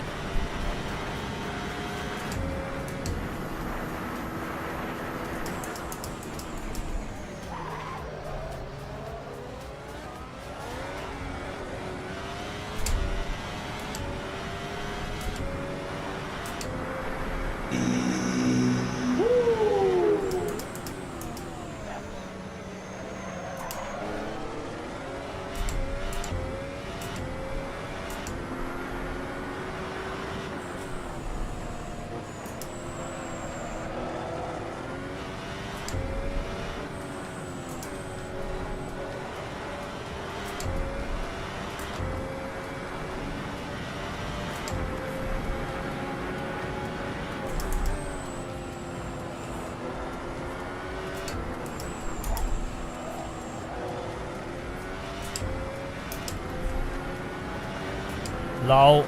Kimi Raikkonen's out. What a noob.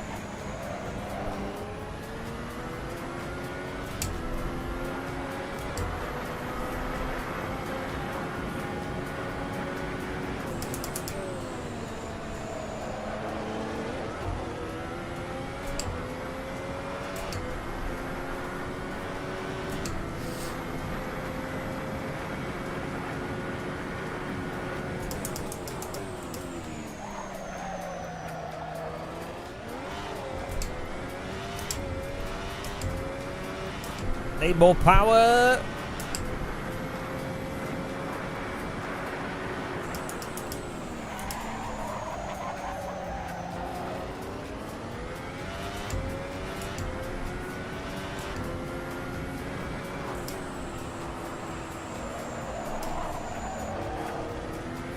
The tyres are massively overheating.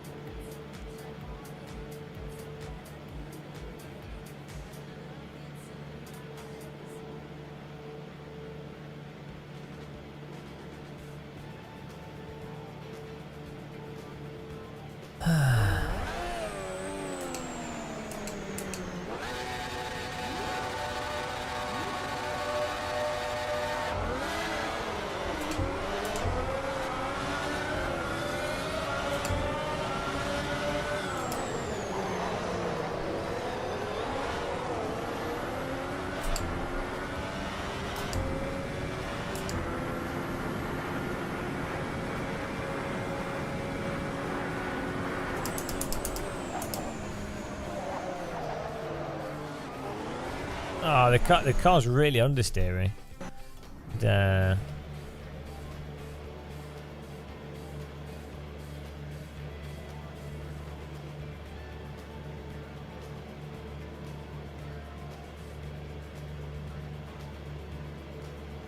oh.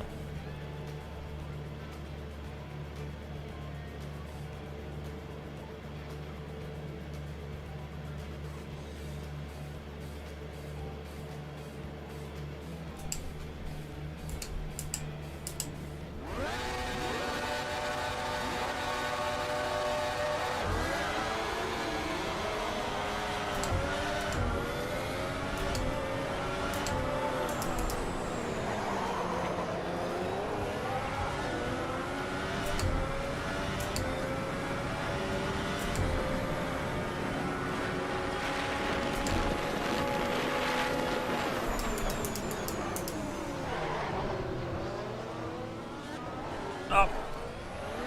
AI driving into me.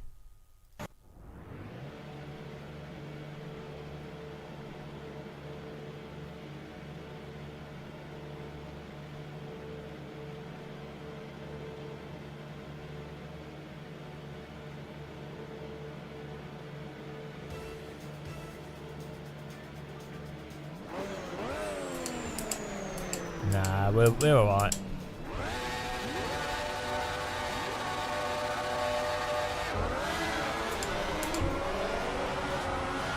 Trying to just go on the throttle.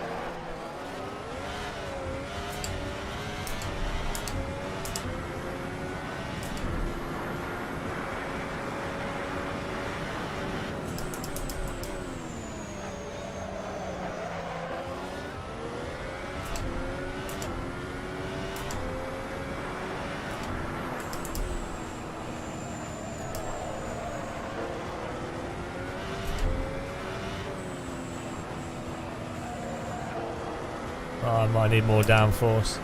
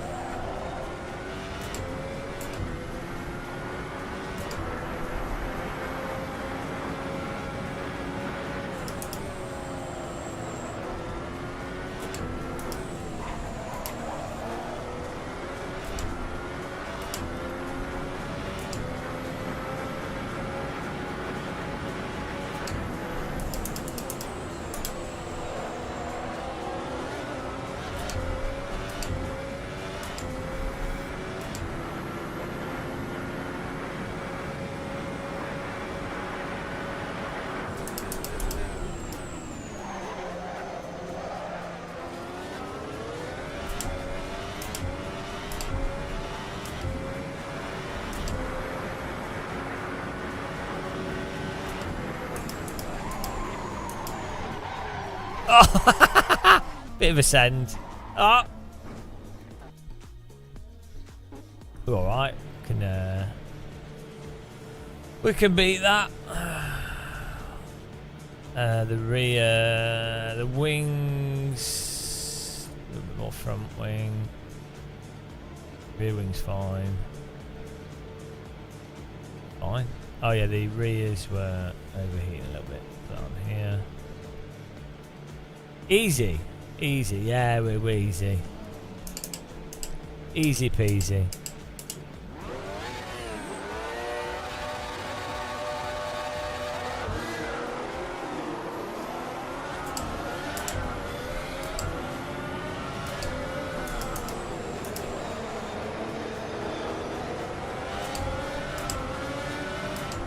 Adapted like the Borg.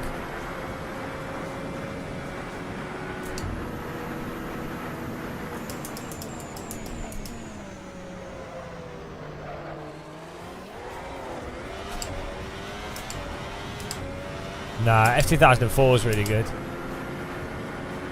This has too much systems on it.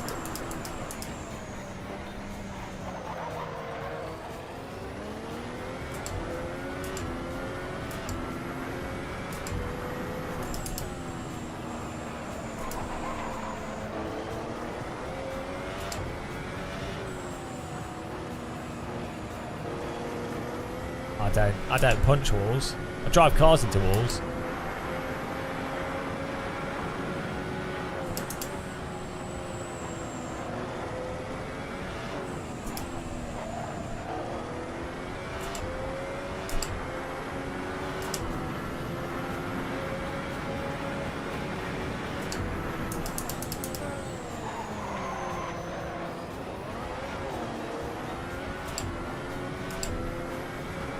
Yeah, DRS is terrible. ERS is terrible.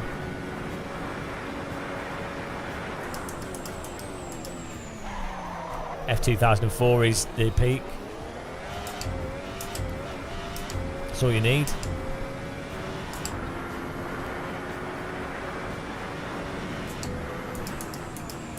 It has TC, but it's okay because the car's so unhinged. It's fine. it's a. I'll let that go. I'll let the TC go on the F2004. Yeah, but on the F2004 the TC's fine because the car's insane. So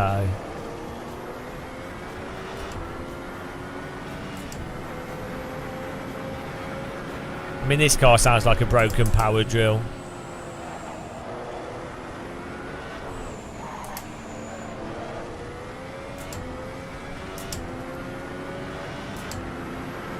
Progress. I know.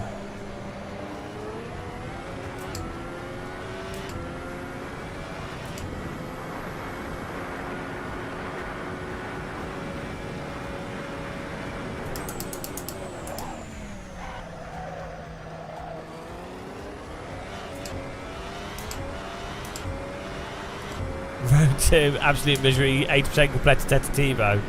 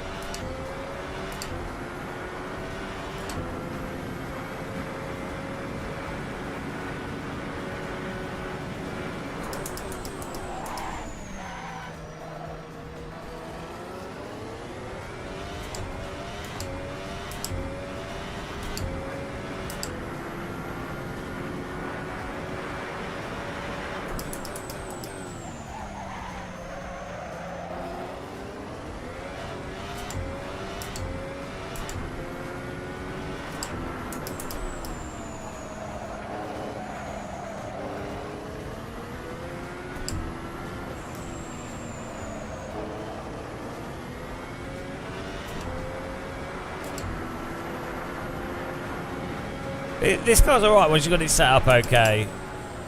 It's not too bad. But I just... It's a bit on rails how it drives. This car be fun around Spa and stuff, but... Oh, there's a video on Instagram. Someone driving an F2004 around Road Atlanta. It's amazing. I don't know who it was driving it. I think it's an old video. Maybe it was Schumacher. I don't know, but well good.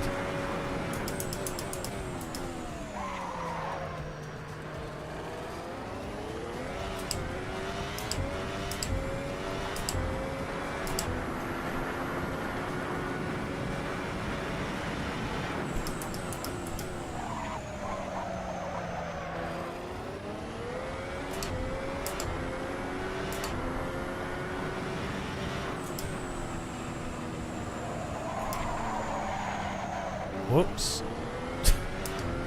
Not lose on the final few corners.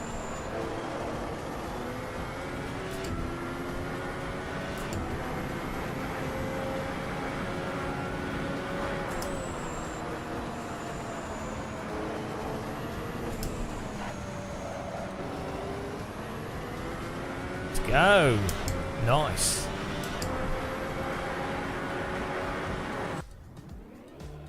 Whew. If I didn't do YouTube, what part of my rig would I keep? I'd still have a sim rig if I didn't do YouTube. I'd probably just do VR though.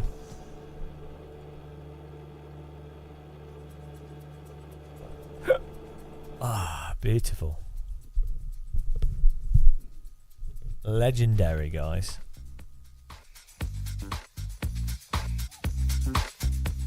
That was alright. Let's go. I need to have a little break. I need to get some milk before the shop's shut. Disaster. Absolute disaster.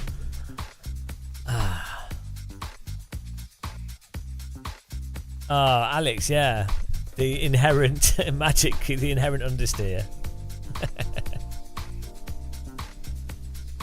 Oh, yeah, we need to have a Lidl's break. I might leave the stream on and I'll be really quick. Like 20 minutes or something. Put a little message on the screen. I'm starving as well. I'll pick up a ready-made meal so we can get back straight away. Photo change? I don't know what that is. I'll have a look. Typical guy. We are at 60% on the races here. It's only like 27 to go.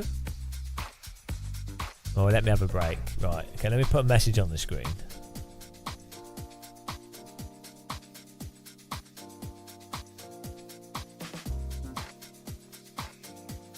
There we go.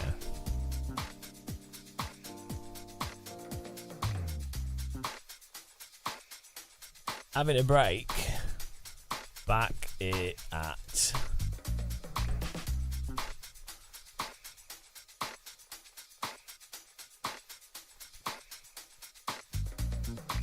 Okay.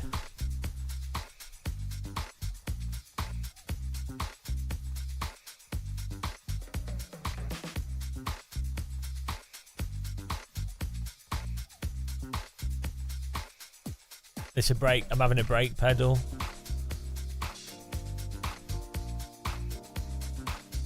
Yeah, 20 minutes speed brake like a plane. Right. Oh, I'm so dizzy. Not eating anything. Okay. I'll be back in a bit, guys. Thanks for watching. Thanks for liking. Thanks for subscribing. Thanks for clicking the like button. Thanks for donating. Thanks for. There you go. See you in a bit.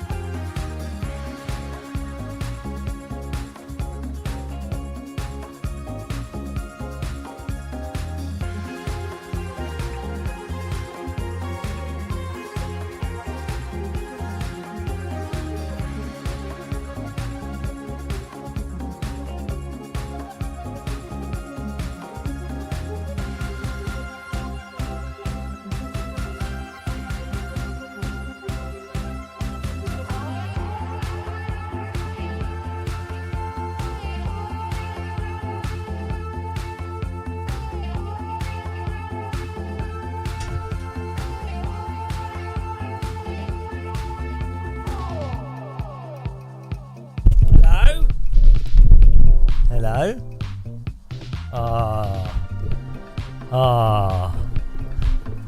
Back. We were only 15 minutes later than we planned. It's not too bad. I've lost my mouse though, that is a problem. Where's my mouse? Oh, here it is. How's everyone doing? Who survived? Who survived the break? Jail. Okay, let's go. Who survived? I got pizza and non-alcoholic beer.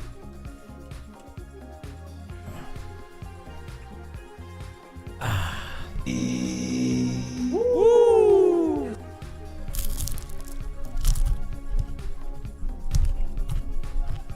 I air fried the pizza. 7 minutes, guys, to air fry a pizza. Why do people even do takeout? If you can air fry a pizza in 7 minutes, you know.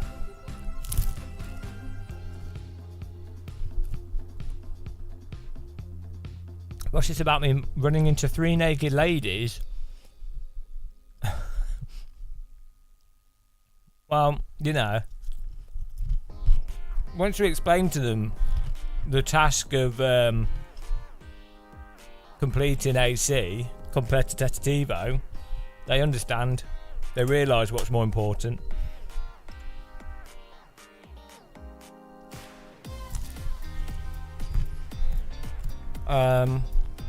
Mental vision, because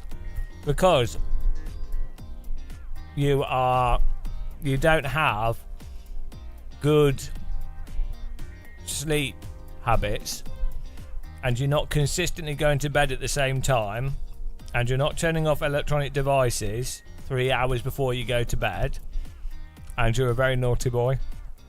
That's why what you should do, what you need to do is you need to eat healthy, like me eating pizza, and you need to not watch live streams in bed. And you need to Andy Mon can tell you about sleeping well.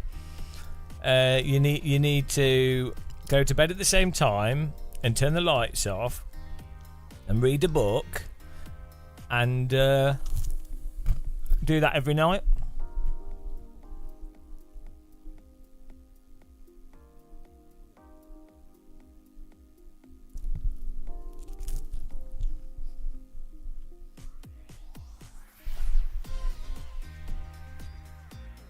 Andy Mon is the expert at sleeping.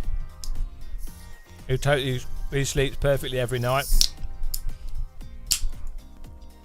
Andy Mon dreams about 3D printing items every night. He sleeps and lives 3D printers.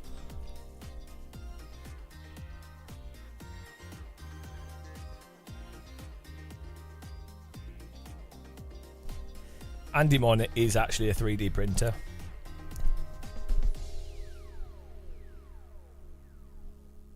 What's hardcore meditation? Oh, medication. Can we keep the stream? Can we keep the stream PG, please?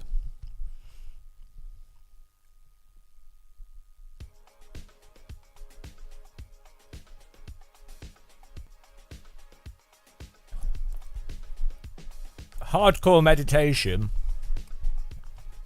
Is that where you listen to really banging dance music? I do that. Funny enough,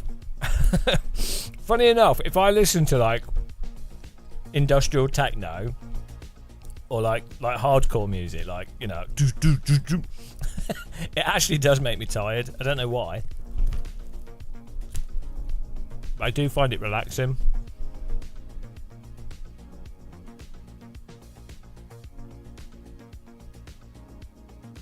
It's weird. Probably just because it's repetitive.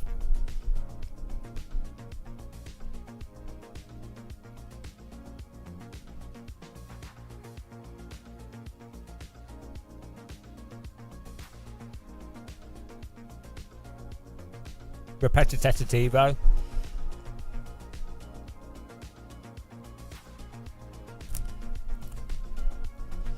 Grindcore just sounds like some kind of drill bit.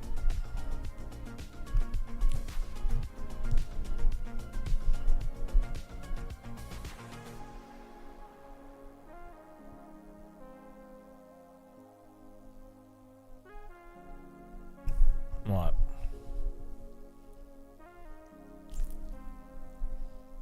I mean, look at all this. Look at all this, guys.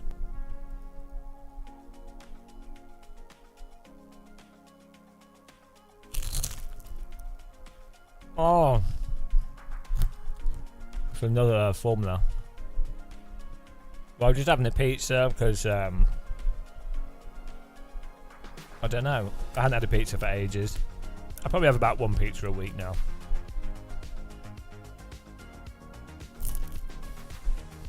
The choice was Lidl's pizza or sushi. And the sushi is £5, which is not too bad for sushi, but it's a lot of money for like a dinner. Like, normally, if I'm cooking stir fry or something, that's like 3 portions of food. Like, I can make 4 dinners for £5 easy. With quite nice food. Hello, Buster. How come sandwiches have gotten so expensive as well? The weird thing is, so milk's like £1.30 for a thing, but like noodles aren't that expensive. Chopped vegetables aren't that expensive. Chicken legs aren't that expensive. It's really arbitrary what's got really expensive. Sauces, like weirdly long life food has got expensive, which don't make any sense.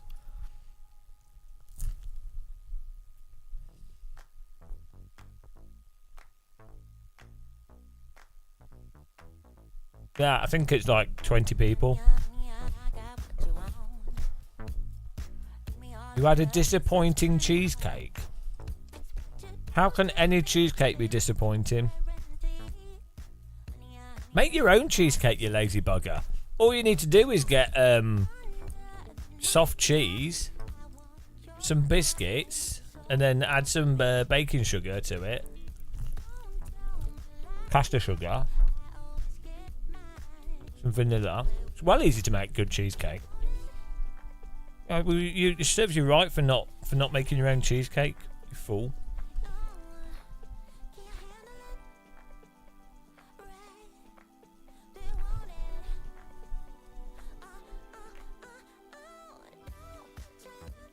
Yeah, cheesecake's easy to make. Oh, sponge cake actually.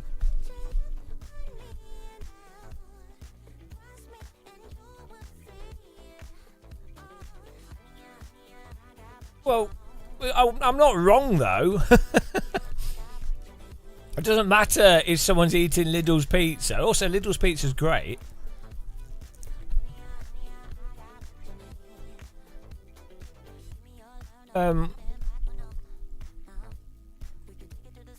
Yeah. Sponge cake's proper easy to make. Well, no, it's not hard to make your own pizza, but you have to plan in advance, whereas you don't have to plan in advance to make cheesecake. That's the point. So, like, if you're going to make your own pizza, ideally you want to have a sourdough starter already in your fridge, which is a good thing to have, but most people don't, so it's not convenient. But you can literally just buy cheese, bread, and mash it together. Not bread, biscuits. Mash them into a base with some butter. Put the cheese on top in a tin, and you've got an awesome cheesecake. It's not hard. Same with sponge cake. You don't even need to cook cheesecake.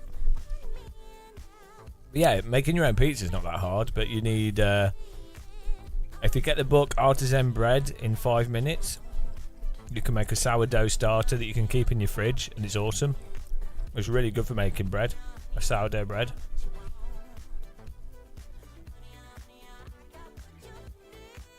Sponge cake's probably one of the easiest things to make though.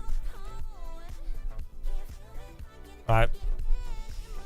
sponge cake is using ingredients that are all long-lasting ingredients and stuff that you probably have in your kitchen, like vanilla essence, flour, butter, eggs. And ideally, if you have some cocoa powder or yeah, or even jam. Yeah, flatbread can work for pizzas. So you get like a pita bread or flatbread, like a what's flatbread called? Tortilla, and you just put cheese and put some. Get a tortilla, you put passata on it, and then you put some cheese on that, and it's whatever ingredients. It actually works really well.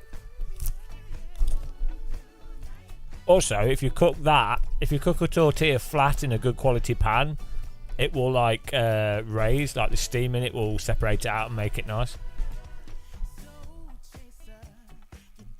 Yeah, the shittest homemade cake. Even if you make cake in a mug in a microwave, it can be quite nice. Well, store-bought cake's never good. I think it's to do with the moisture. Like sponge cake loses its moisture quite quickly.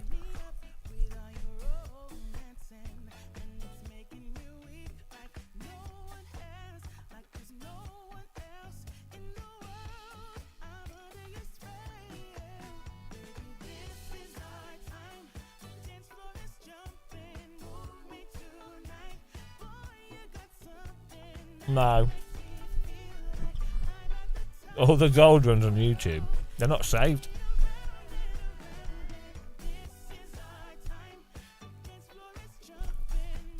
No.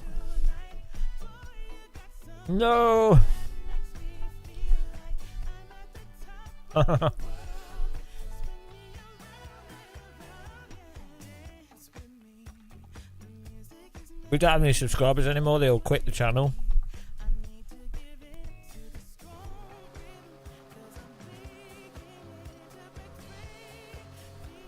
What does Fiat do on a Ferrari?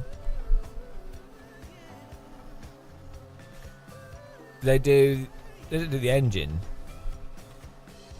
Who does the engine in the Ferrari? Is it Fiat?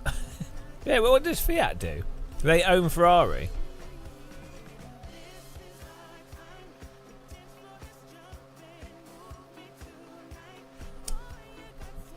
Tire caps. The screws. The screws are Fiat. A very important part. You're now banned from Italy. But what do they do? I don't know what. I don't even know. Like, this is the problem. I don't know. Because I don't care about this kind of stuff.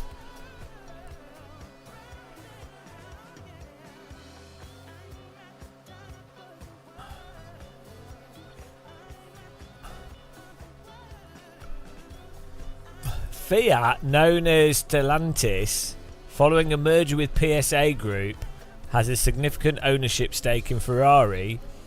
Fiat acquired a controlling stake in Ferrari in 1969, and Ferrari remained part of the Fiat Chrysler Automobiles FCA Group until the merger with PSA Group in 2021. As a result, Stellantis now indirectly owns Ferrari through its ownership of FCA's assets. However, Ferrari operates as a separate entity with its own management and operates independently from the Stellantis group. Obviously, I mean, how could anyone not know all that? So really,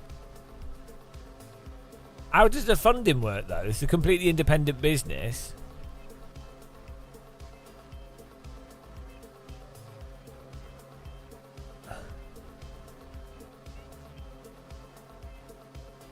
Yeah, I saw 4 Foot This is Ferrari. It was a bit of a rubbish film. It was alright. It was watchable, but it was a bit silly.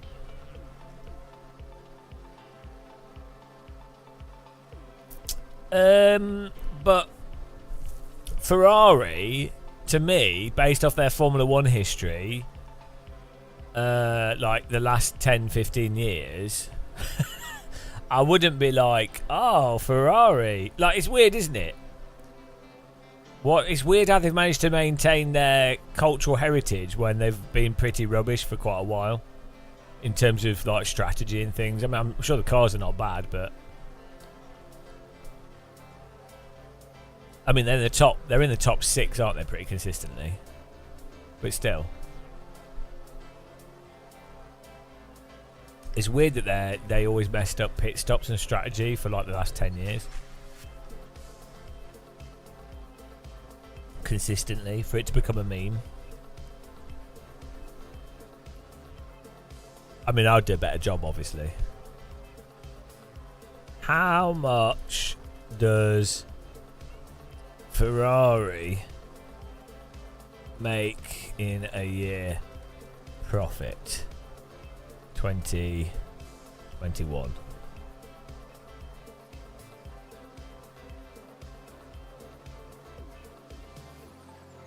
Oh, £5.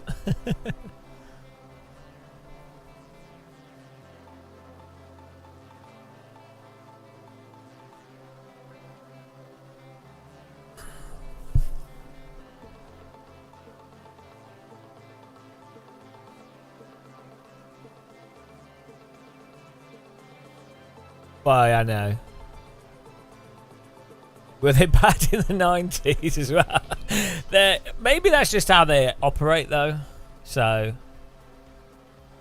yeah, how much did they spend on Lewis Hamilton? To be fair, it's not necessarily a bad business decision because Hamilton is a good driver, and having him in the team will get, like, in terms of fans, Hamilton has a shitload of like brainwashed fans.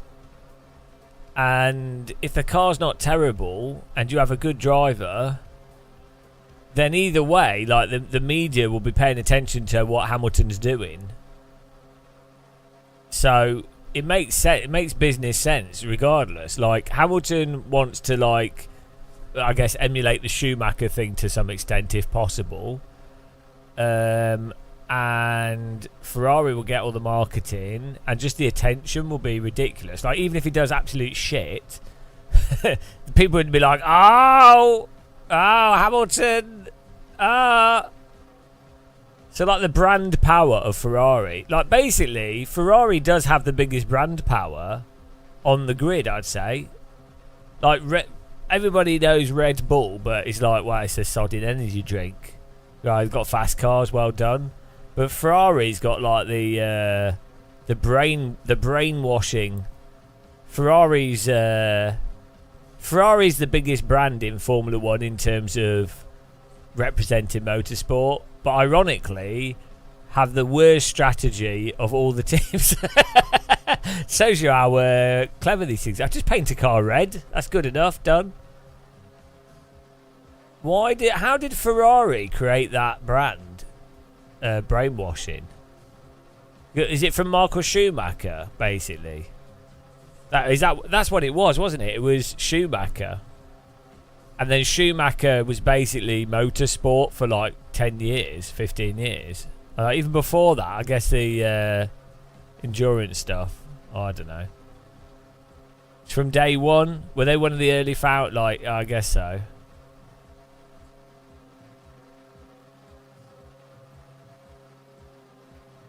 So is it purely an age thing?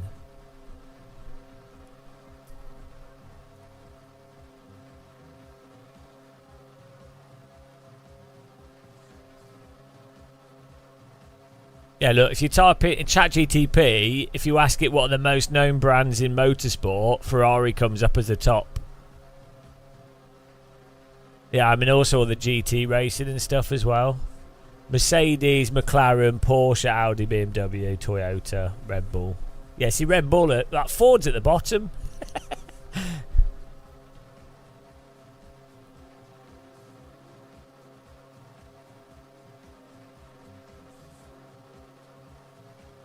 First Formula One World Championship took place in 1950 at Silverstone Circuit. Featured several teams, but the first team to enter Formula One was Ferrari, established in 1929.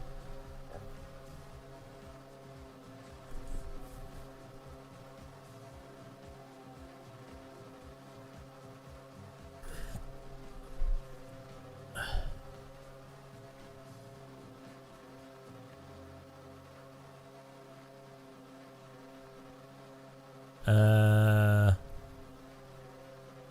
first Formula 1 championship was won by Giuseppe Farina, an Italian racing driver driving an Alfa Romeo. Well, there you go. Everyone remembers Alfa Romeo. and it paid off. It paid off because everyone respects Alfa Romeos as being really reliable and great cars.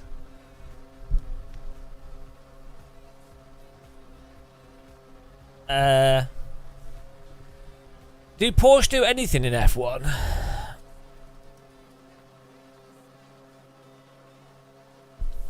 Safety car.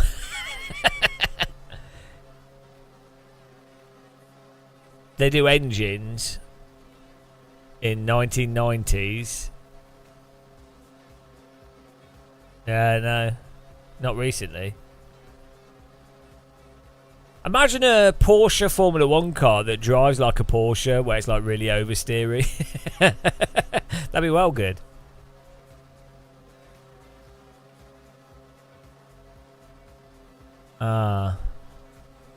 Motorsport.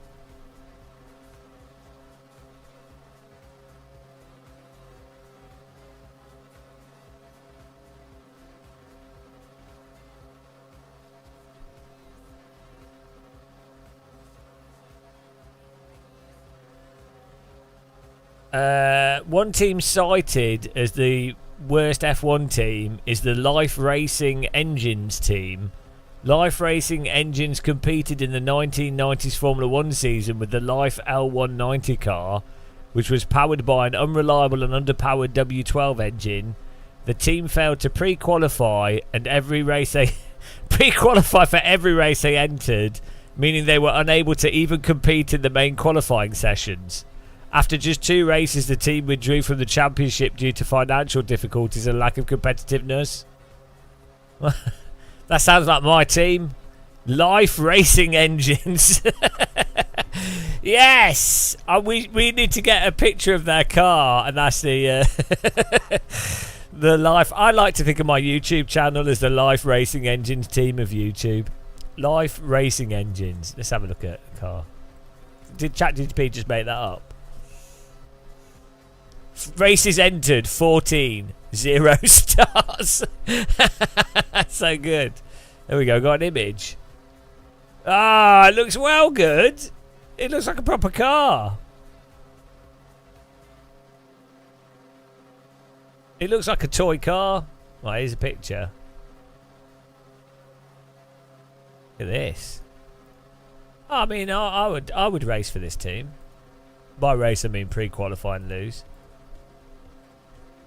Yeah, the worst F1 car in history still looks a billion times better than modern Formula 1 cars. It looks awesome. It looks like a Formula Ford with which has been turned into an F1 car.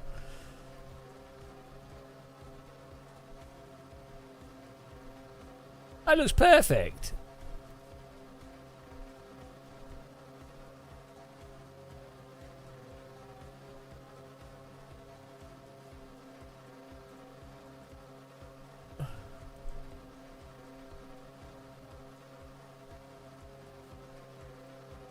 Yeah, it looks like a good car.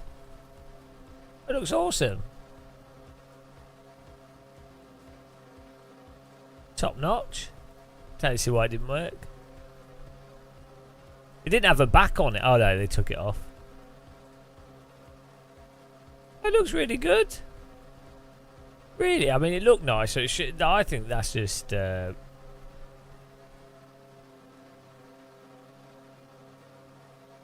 It looks like the cars from... Do you remember that Sega Formula 1 arcade game? What was it called? That 3D Sega Formula arcade racer with cockpit. It was like when the first... Was it Virtua Racing? It was, yeah. You sat in the Formula cockpit to drive it. Here we go. It was awesome. This was like one of the first sim rigs I ever sat in. I mean, yeah, here we go. Look at this. Look at this, guys. I'm sorry, but this is probably the first sim rig I ever sat in. Now we're talking.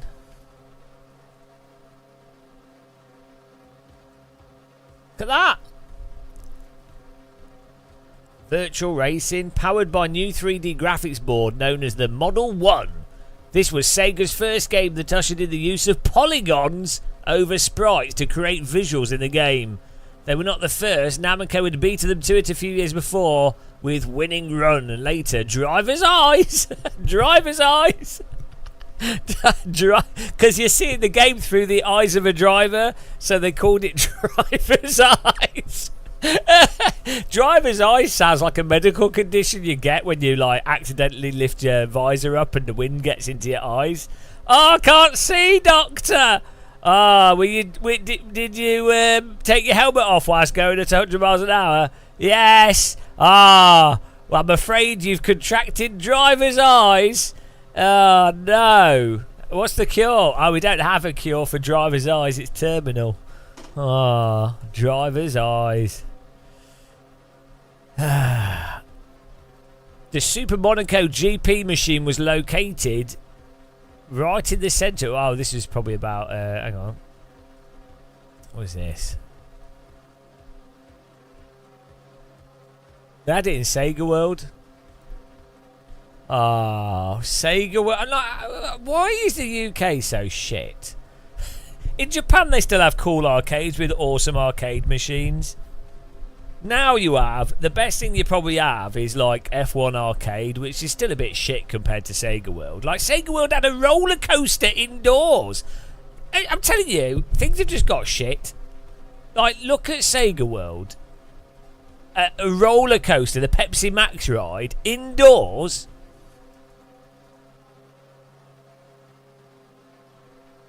Look, with escalators. I like, what went wrong? Look at this. Tell me this isn't, like, amazing. A whole room filled with arcade games and, like, an escalator with rings on it. It's fantastic. With a roller coaster inside the room. Oh, look at it. All the LED lights and everything. Amazing. The pace car is out of control. Yeah, they sold too much property to oligarchs, and that's what removed the... I mean... Oh, no, it was amazing. Ah, Sega World. So good. Everything in it was too expensive, even at the time.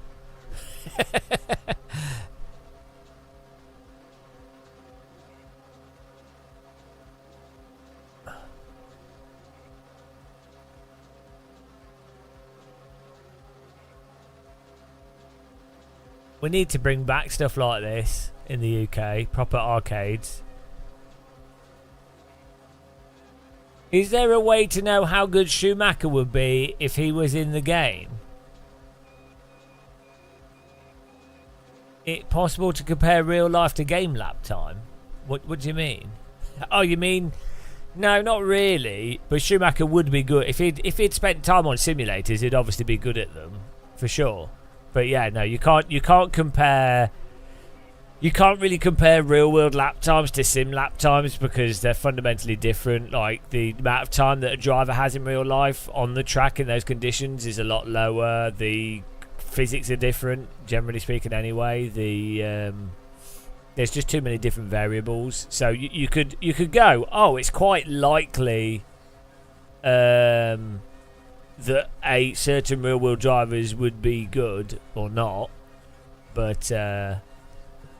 I think Schumacher was a very adaptive driver and also a driver that drove like pushing the car onto the limit as a driving style. And I'd imagine drivers that do that would also be very good at driving sims because they'd be able to adapt to the random shit in driving sims. Whereas drivers that can only drive in a singular way, I think they would generally be shit at simulators.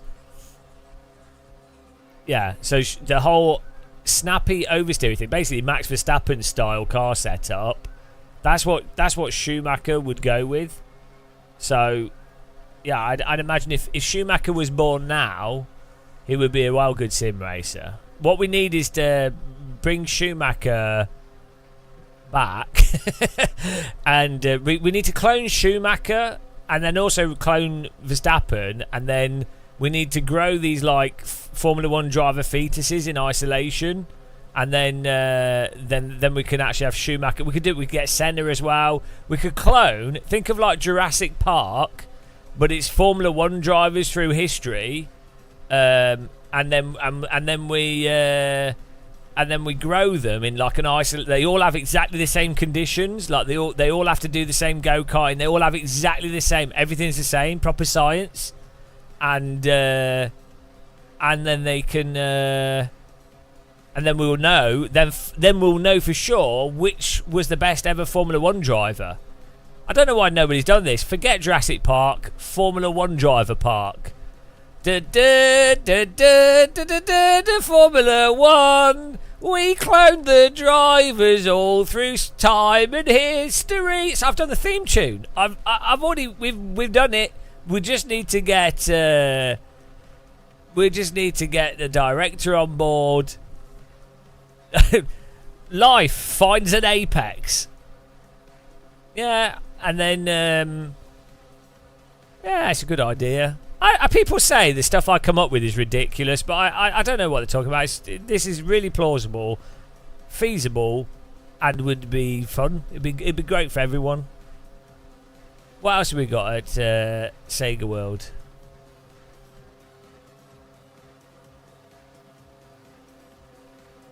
Oh, they had VR, Time Crisis. Oh. Now we just don't have any of this anymore. We have to go to. I'm going to go to Japan, guys. I'm going to go. Gamer Muscle investigates Japan arcades to rekindle his Sega World childhood. Elderly mold man goes to Japan and discovers that it's terrible. Gamer Muscle does arcades in Japan. Oh dear. It's probably awful. It's people. It's probably disease everywhere, like COVID. I don't know.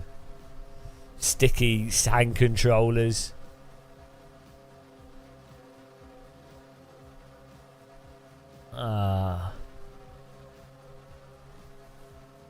It was like House of... What's this?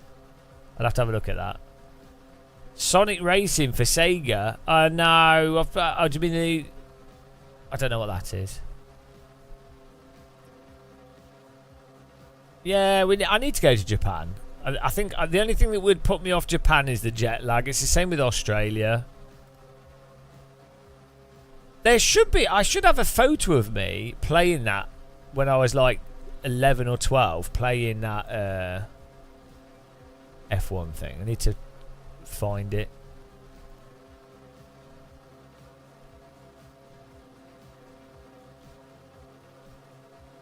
Oh dear.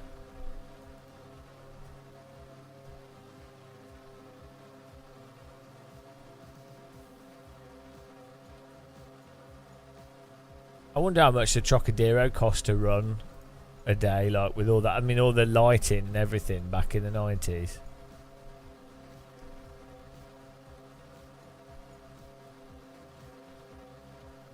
It is Days of Blunder, but I mostly got it back to somewhat normal.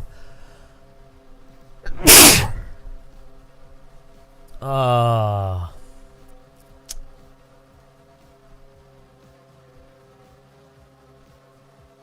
Sega World. Did anyone go to Sega World in Tamworth? They all got they mostly got bought by Namco.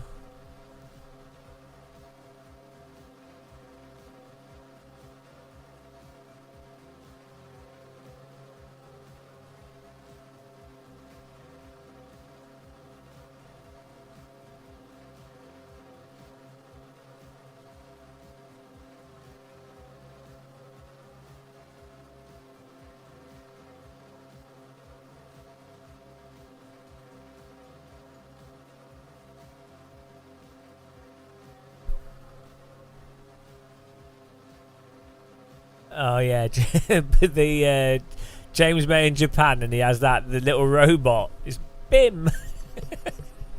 Yeah, that's pretty good. Yeah, no, I would want to focus on arcades in particular. I'm sure someone else has already done it already. Right, let's do this. Less nostalgia about Sega World. Let's do some driving. We could do some racing with. Who wants to do racing with subs after this?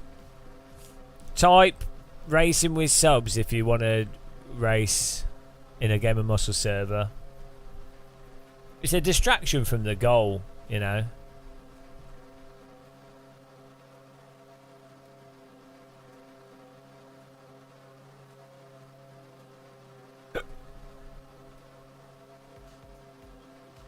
WRS. Is that what I need to call it?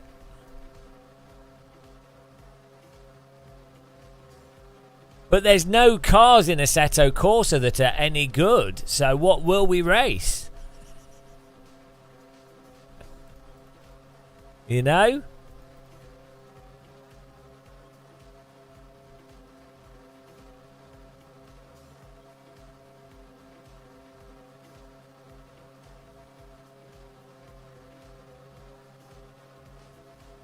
Andy Mon's a numbers whore. Oh, we do a couple more at least.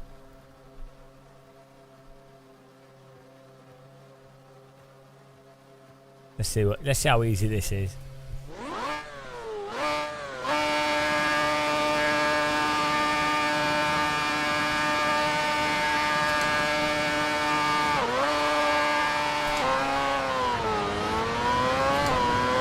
I think Kunos realised that their AI could not handle more than 3 cars with these Formula cars.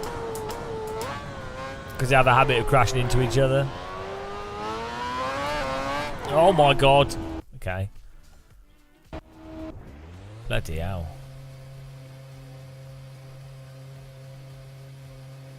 No TC on this.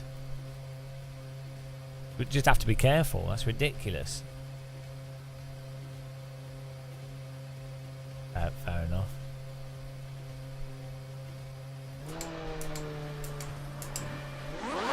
Leadfoot.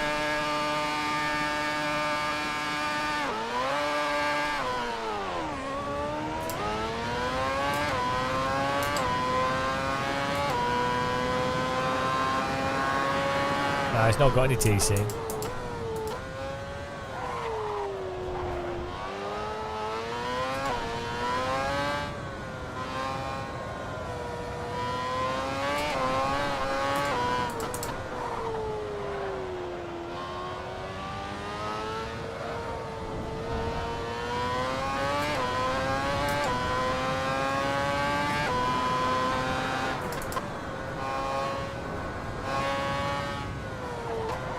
Oh, this setup's terrible. People make absolutely crappy setups and they think they're good, but they're terrible. Off to the gulag for the setup.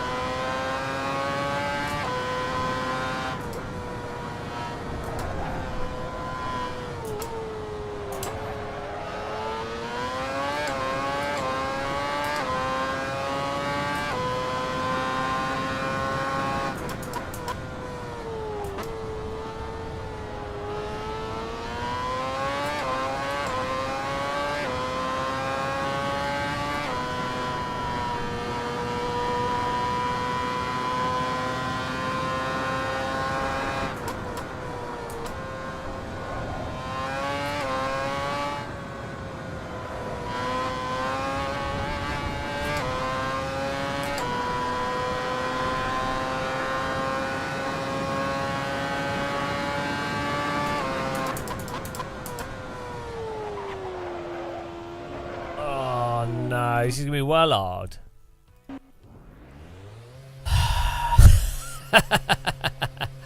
Ah, dear.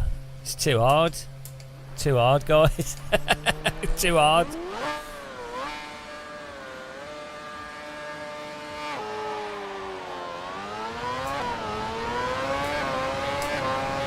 It's all about T1.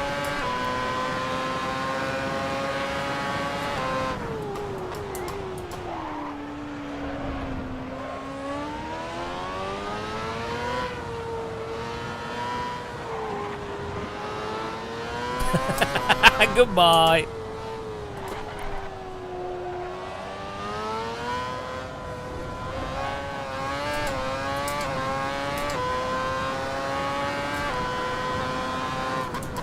Mind the gap.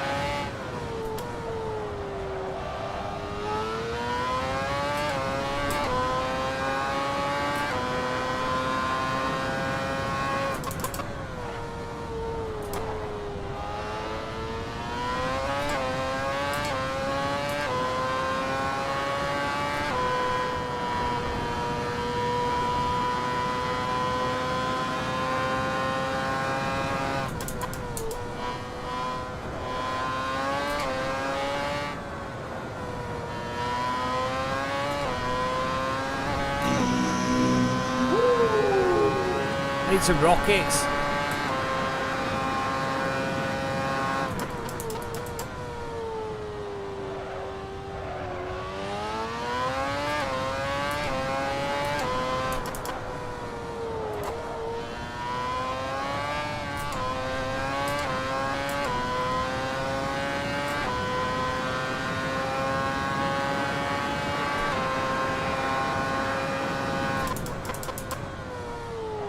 The braking on this car is insane.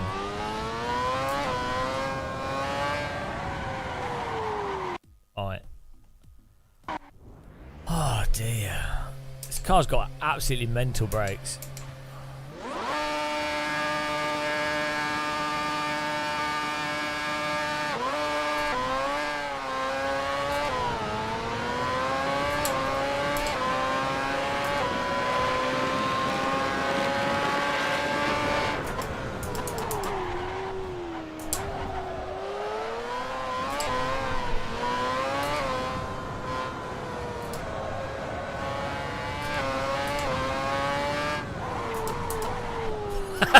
trying to full send up the inside. It didn't quite work. We can do this. It's all about T1, guys.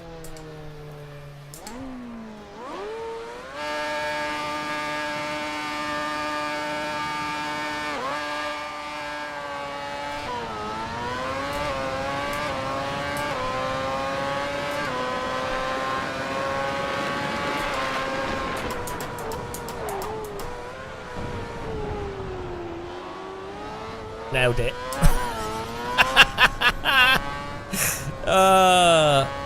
Schumacher in the house. If there's a gap, kill everyone. Game of Muscle, famous quote.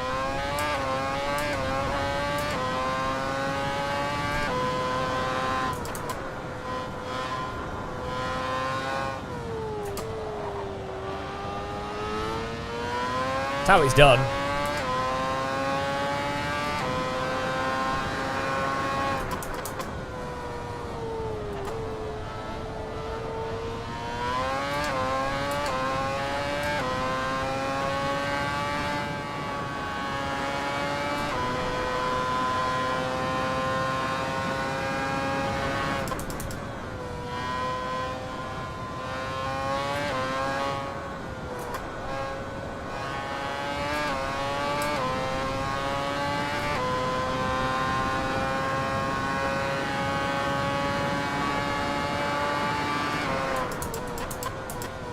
Oh, he's coming back at us.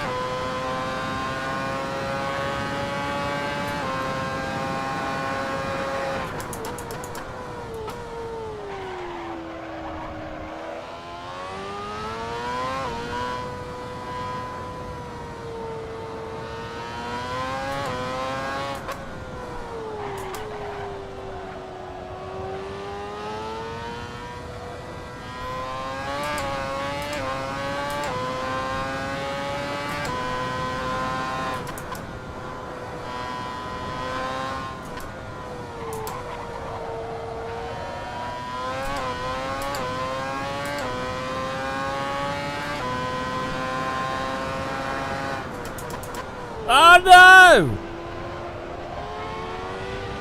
What's this?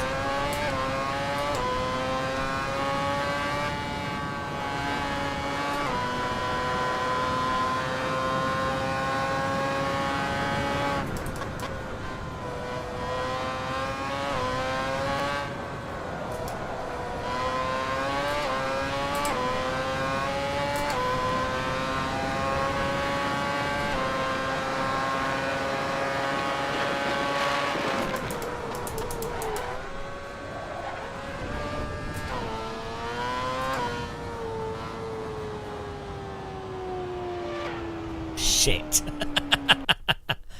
Ah, no. Bloody hell. I thought we had it then. We got to defend.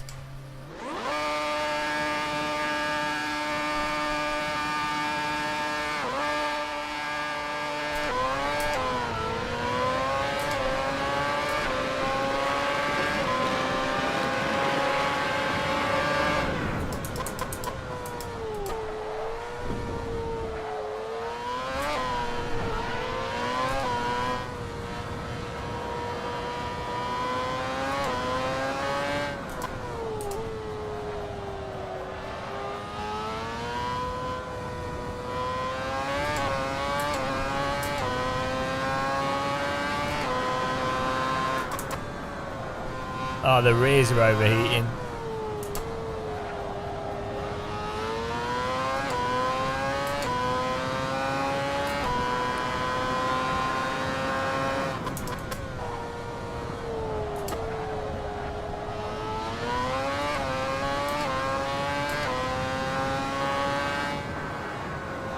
Why did I restart? Because I had a 15-second penalty. And the AI doesn't get penalties even when they cut the track. Bloody hell!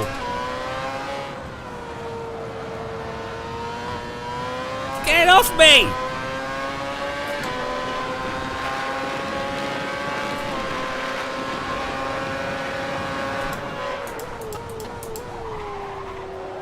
Ah! Oh no! Missed the break point, you're screwed. This is brutal.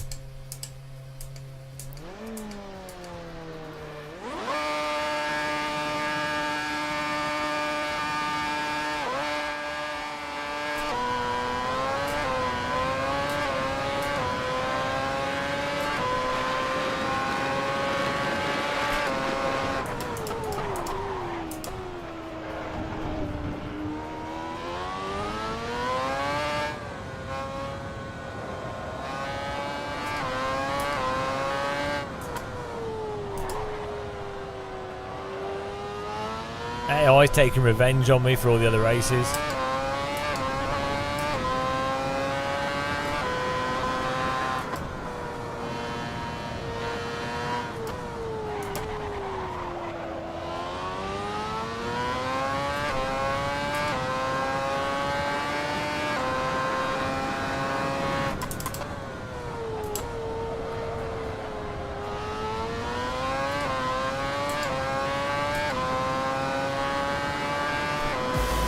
Oh, hello.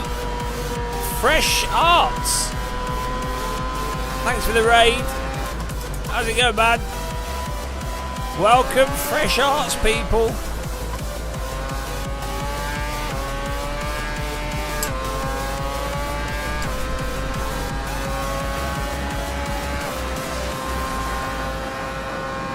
Raiders in the house. Welcome to the teapot. Double raid. it's a little bit broken. Why not raid twice? Fresh starts. Dyslexo. Dyslexo would be a good YouTube channel name.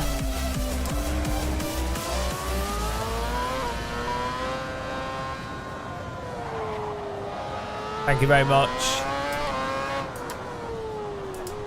Welcome along. We're trying to 100% complete Assetto Corsa, and it's going really well. Day 12. We could probably have walked across the Antarctic in the same amount of time this has taken. Ironically, completing Assetto Corsa and walking across the Arctic are both equally useful to society, so...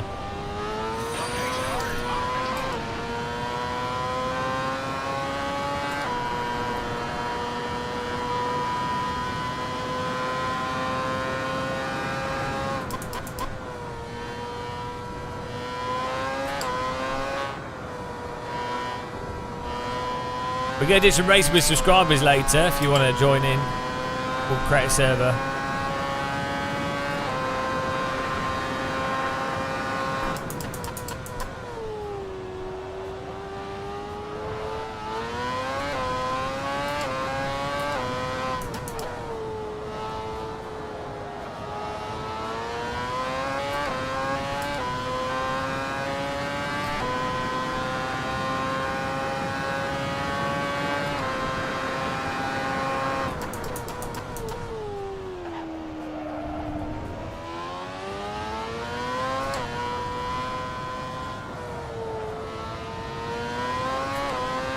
Hello. Whew.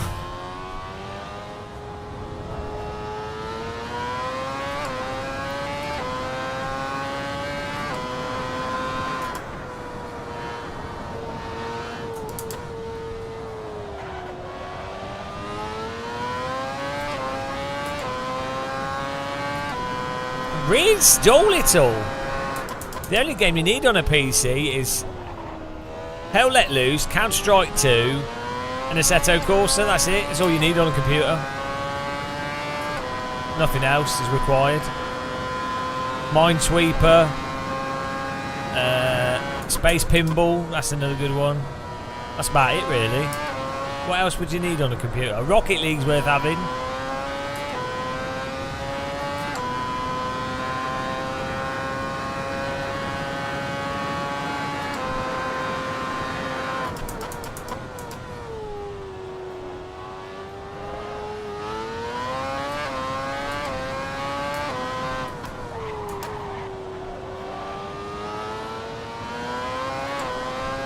I play Rocket League every now and again, yeah. Counter-Strike 2 is just full of cheaters at the moment.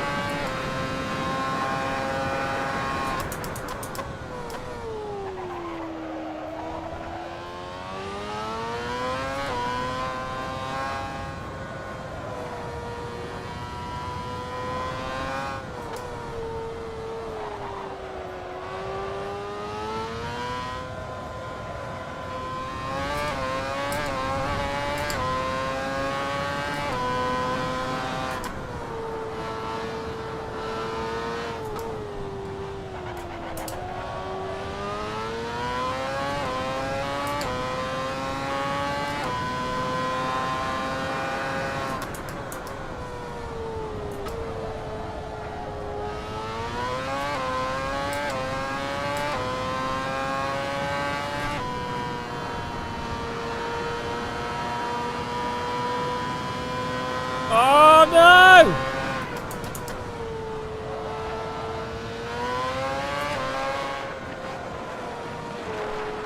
Oh no! On this lap? How are they so much faster?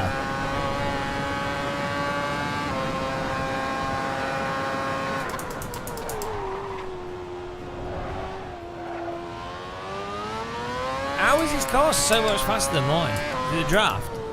Should have blocked him.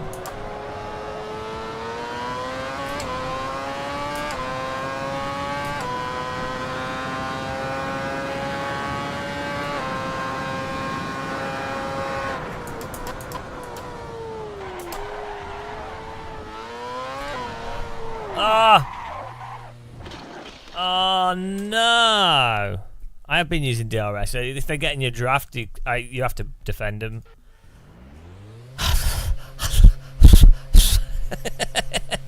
Thought we had that. What do you mean? Why is the image cloudy? Your monitor's on fire? There's nothing cloudy about the image. Cloudy. It's the dream of being in a Formula car.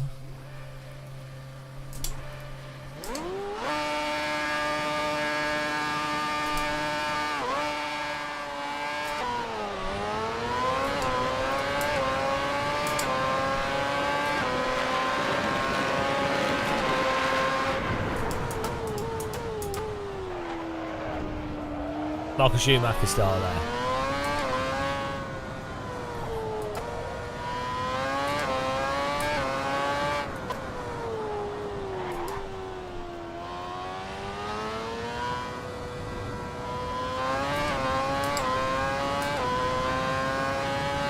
Because this is AI, and Kunos know that this car, the AI can only handle 3 cars, otherwise they crash.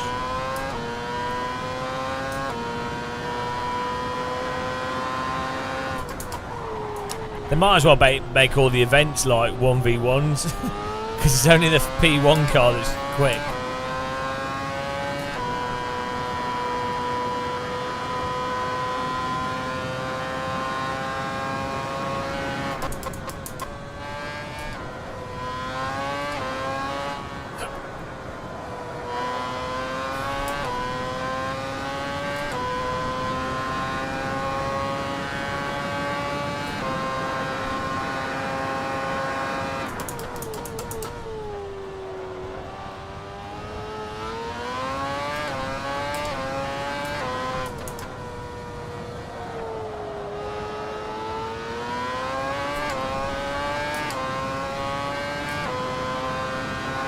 Yeah, well, I'm going to defend very aggressively now.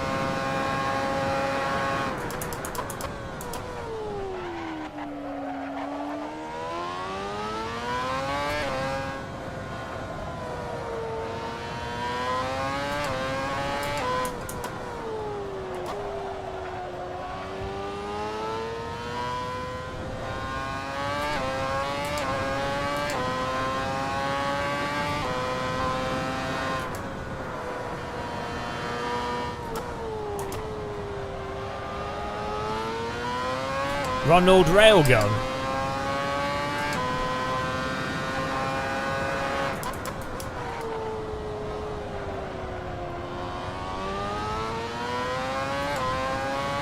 I don't know how to turn curves on.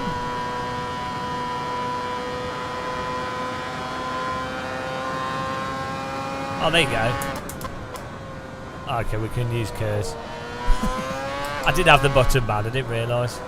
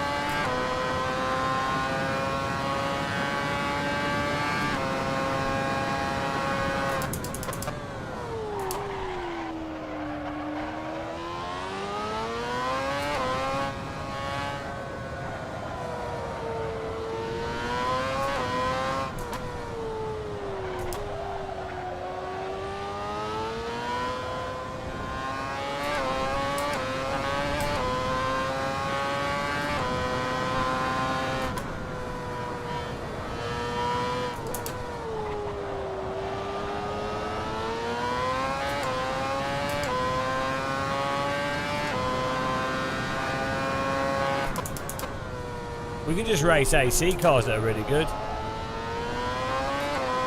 Doesn't really matter. We'll see.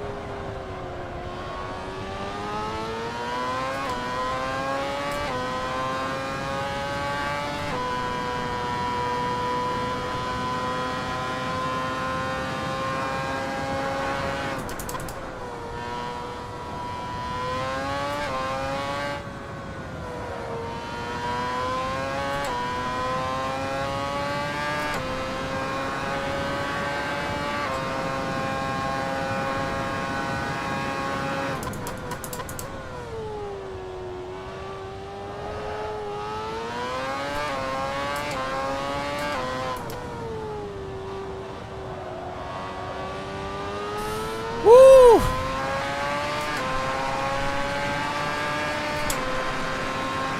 There we go.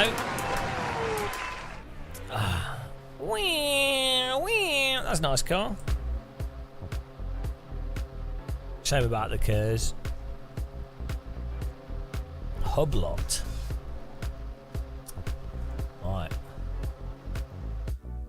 Oh man, there's a brain cooker. Vallelunga with the Ferrari 488 GT3. This should be pretty easy. Should have an update on everything. 81.3 Completa Tentativo. Not bad.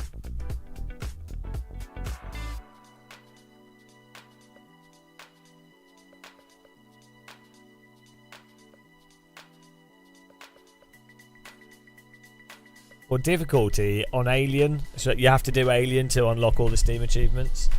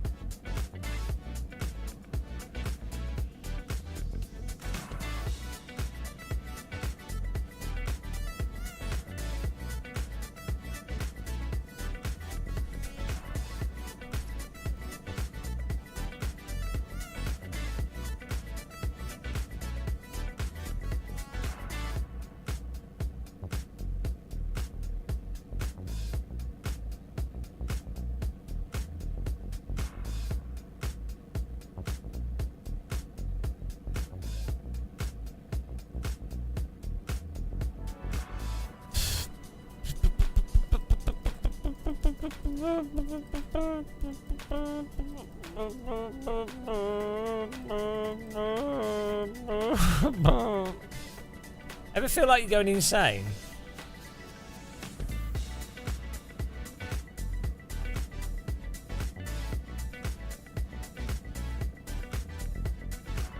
It's going all right.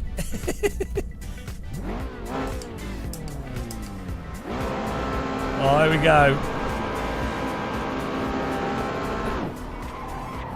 Let's see how the Vallelunga is with these cars.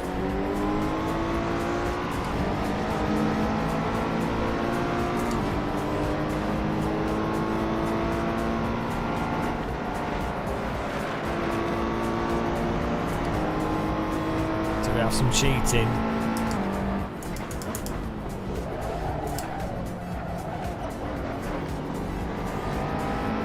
Look at these lines.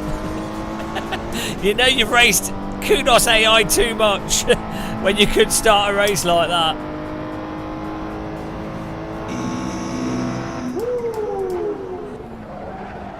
No! Oh, and then we crashed. Thought we could catch that, we couldn't. Might have gone a bit too far on the tyre settings. Let's not kid ourselves.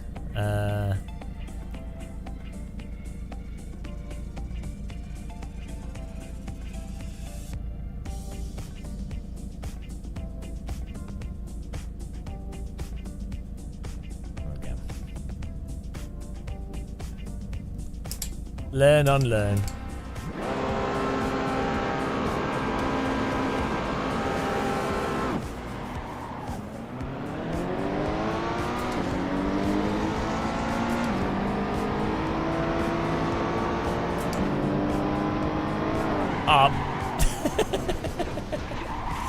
Absolutely murdered.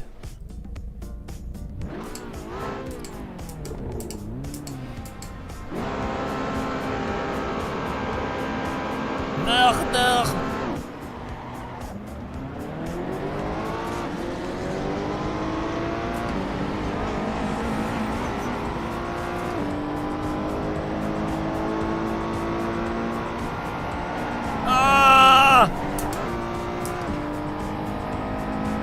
Probably need to be further up. We need spikes on the car, I think.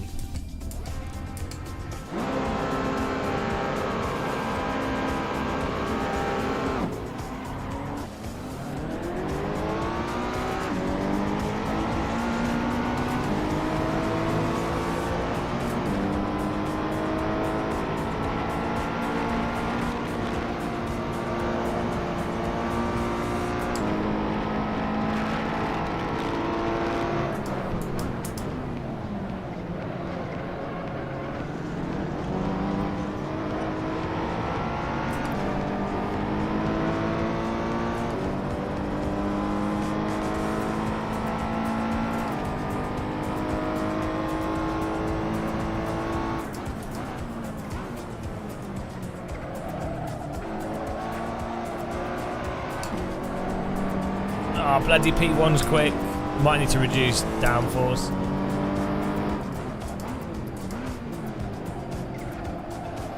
Oh, bloody hell. Not turn.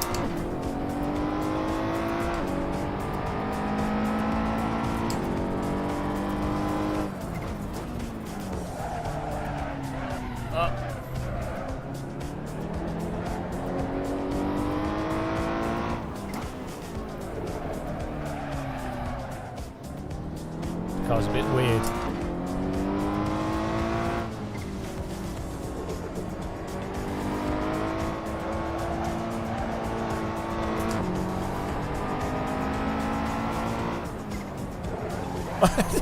Hang on, there's something weird. Let's try another setup. Oh no, I can't. Don't know why the rear's flying out.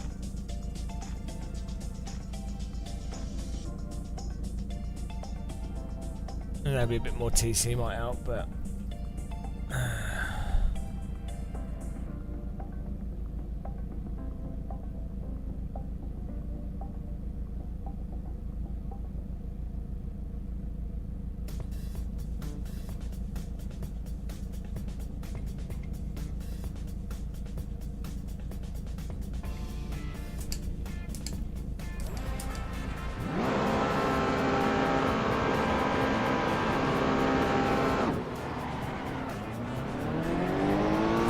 camber slows you down too much.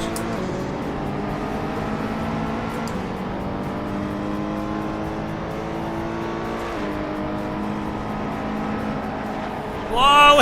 Okay, we need a bit more rear wing than that.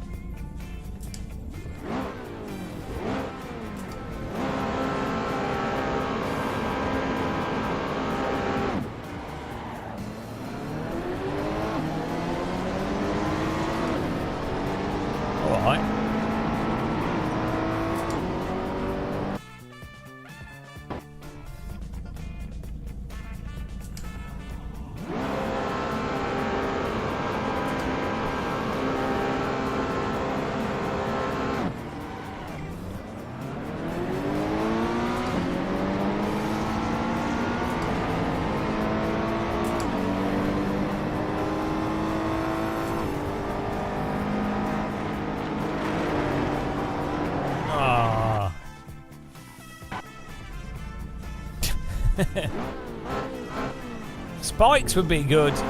Spikes are what's needed.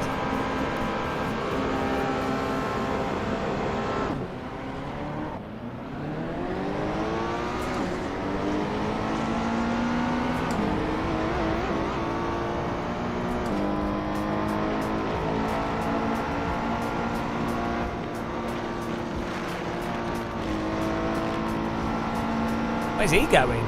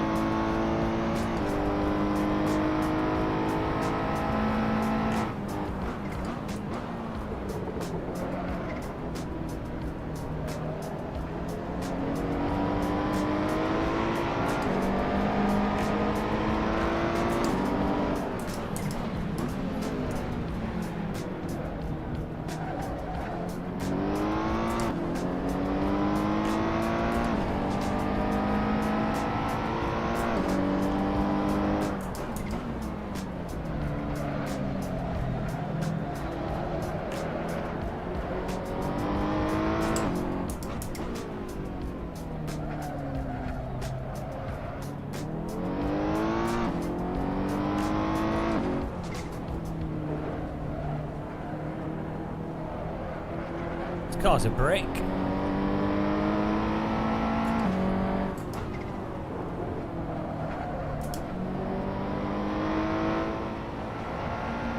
Should have the pace here.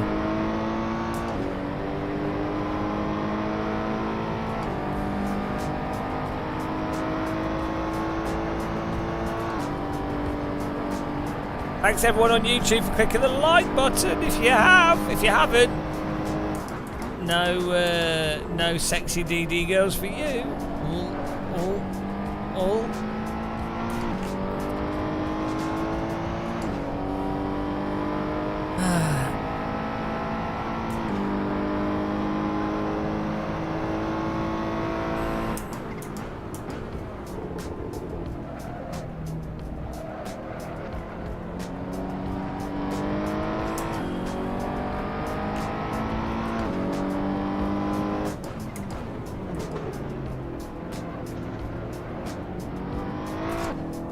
Goodbye.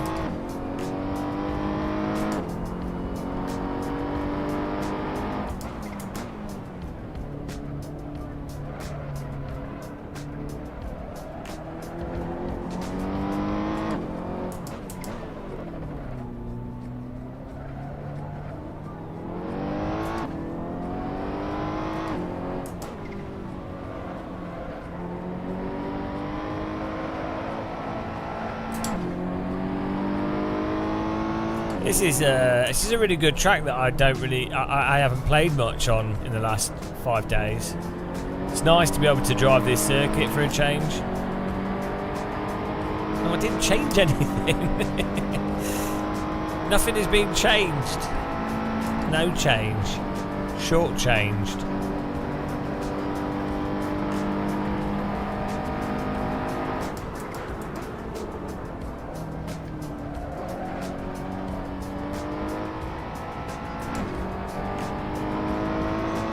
Change the light bulb.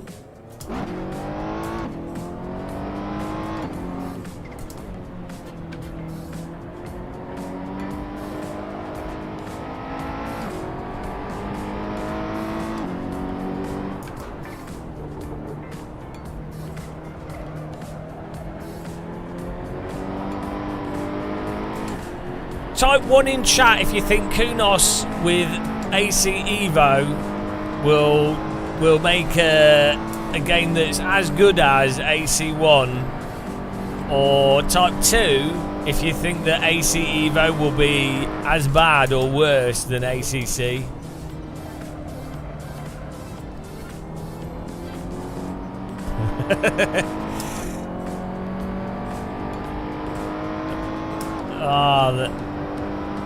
Too sadly, probably. The confusion is great. Imagine if AC Evo is like even just vaguely as good as AC1.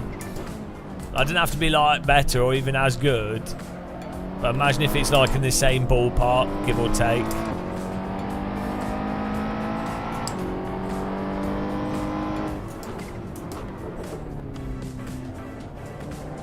No!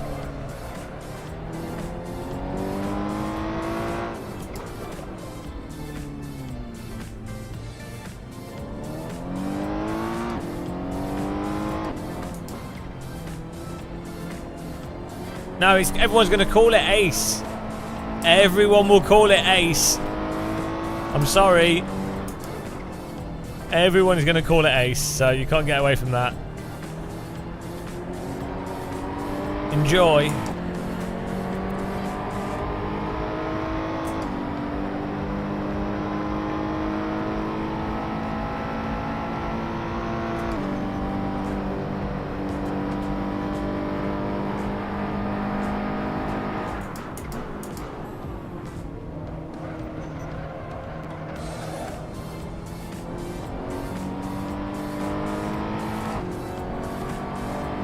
The Michi Hoya of AC. What a legendary status. I'll take it.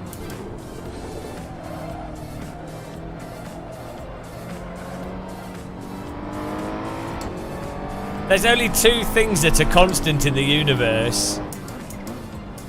Entropy and Michi Hoya playing R Factor 2. Oh dear. Long after the heat death of the universe, there will still be Michi Hoya driving around tracks in R Factor 2. Floating through space on his own. Michi Hoya is immortal.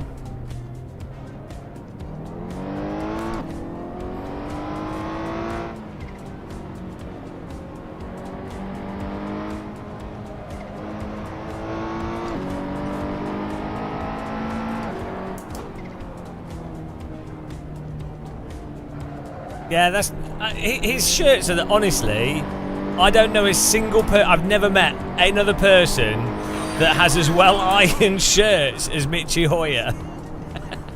Like, there's nobody out of everybody I've met or known ever. This includes like ridiculously wealthy people with probably they could buy shirts whenever they want, like brand new, whatever. Nobody has shirts as well pressed as Michi Hoya. It's like some kind of physics. He's like the alien. He's not only the alien of sim racing, but he's the alien of smooth shirts. Even when we like being at events and it's like obviously you've had to pack stuff in luggage and stuff, it's still immaculate.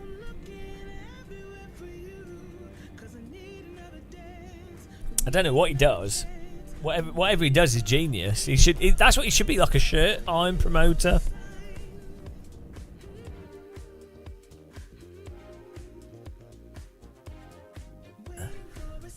Maybe he's like a changeling from Deep Space Nine, where the clothing is part of his body, but it's part of, you know, so he's generating it.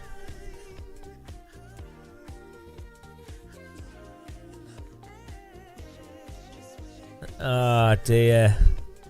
Porsche 911 Spider, look at this progress. 63% through the single player.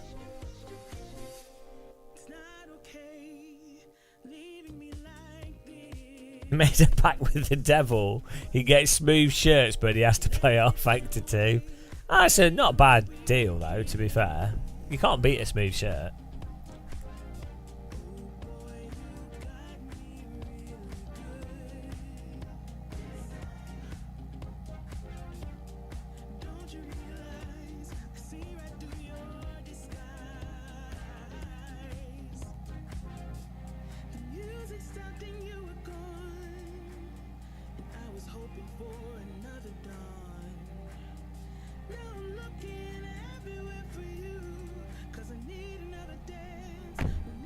Oh.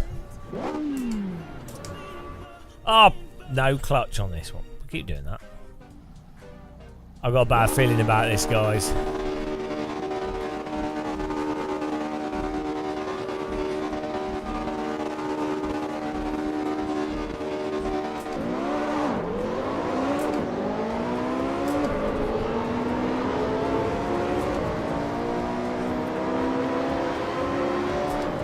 Yeah, the only bad thing about Michi Hoyer is his skill level at using Berlin train ticket machines. That's the only thing I can fault him on.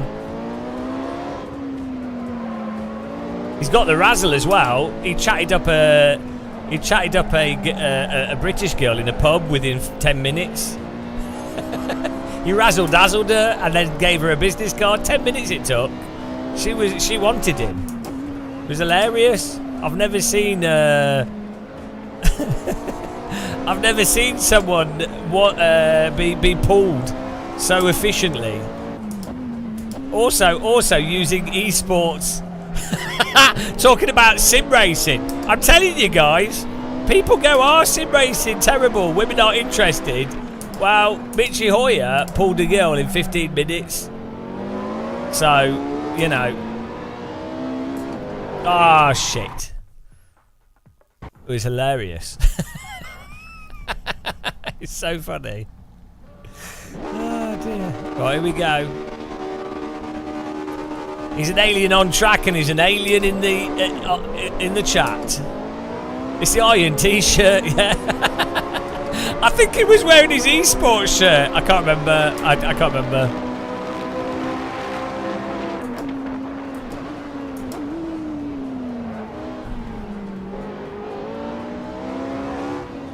Oh, let's go. Woo!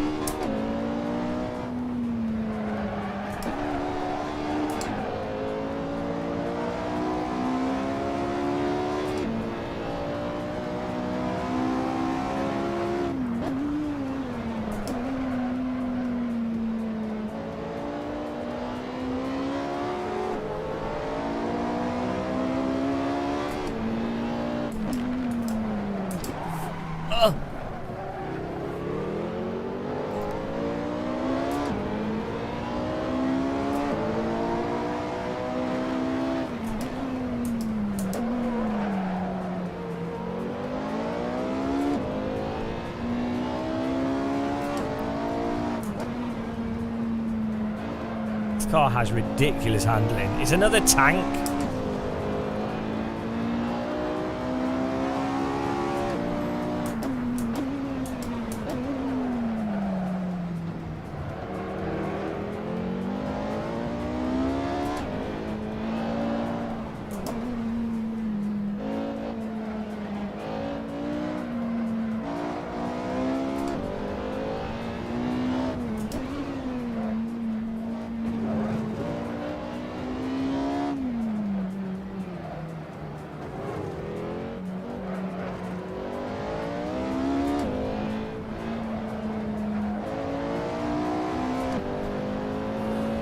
I don't know.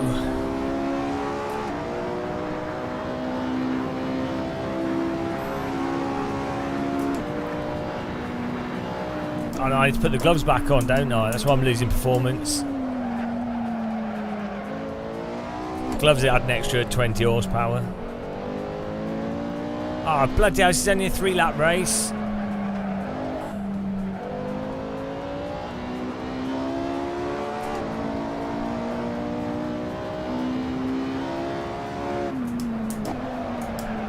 We're not catching that. We've got to get right up there.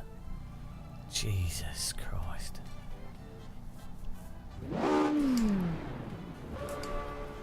Oh, forgot he's no clutch. Favourite handling car? I don't know. There's a bunch of them that are good fun in AC. Thanks for clicking the like button on YouTube. Welcome along. Hello, hello, hello.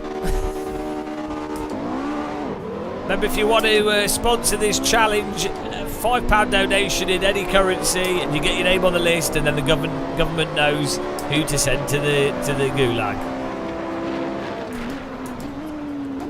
You can also, if you want to support us, because you have money to waste, you can become a channel member. You can link Amazon Prime, with Twitch, and become a member for free and get no adverts. What else can you do? You can do it all. You can do it all here. It's all bad, but it all pays for my tea habit and allows me to produce this useless content. So what more could you want from life?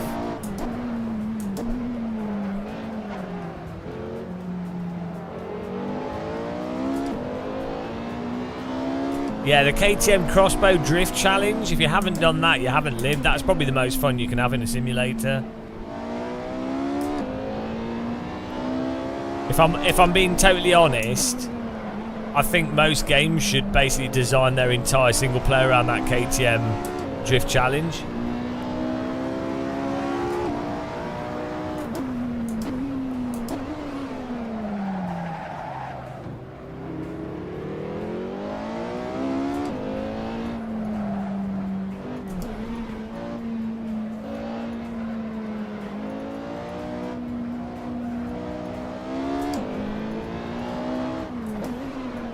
I'm in the hot tub right now, you just can't see it.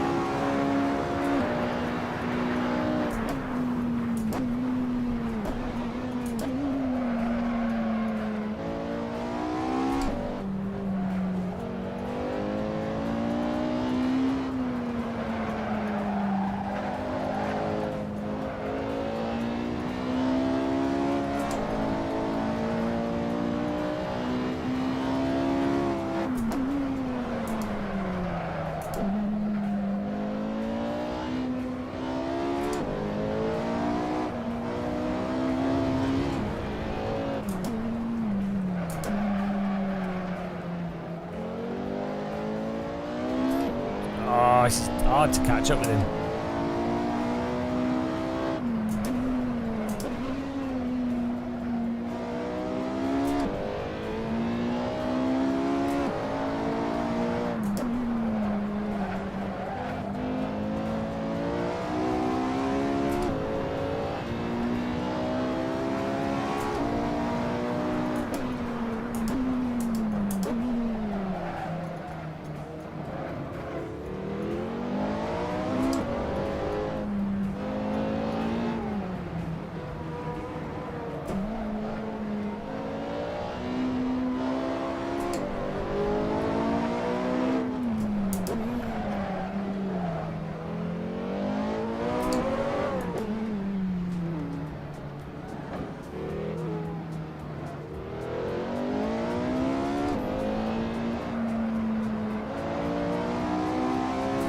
Woo!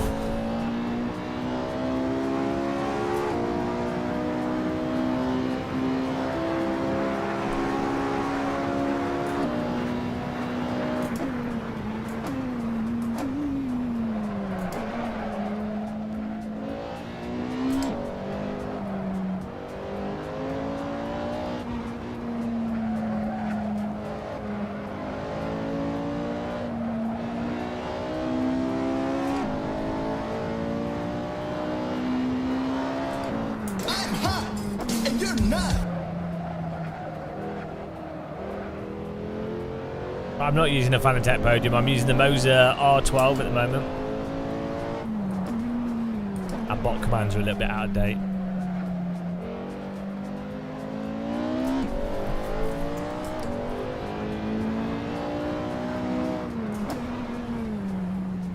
Most people playing AC are driving around motorways. The vast majority of AC players are driving in terrible mod cars on motorways.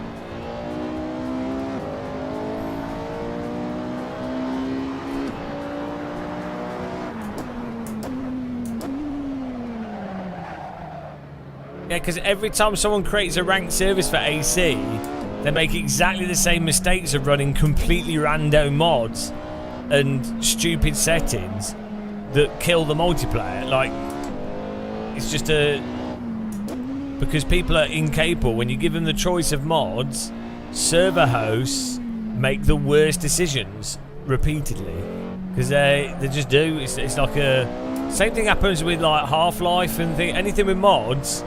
People create shit servers. They can't help themselves. Armor, Half-Life, everything. Quake. You don't give people choice. Don't give the type of people that host servers choice. They'll always do the wrong thing.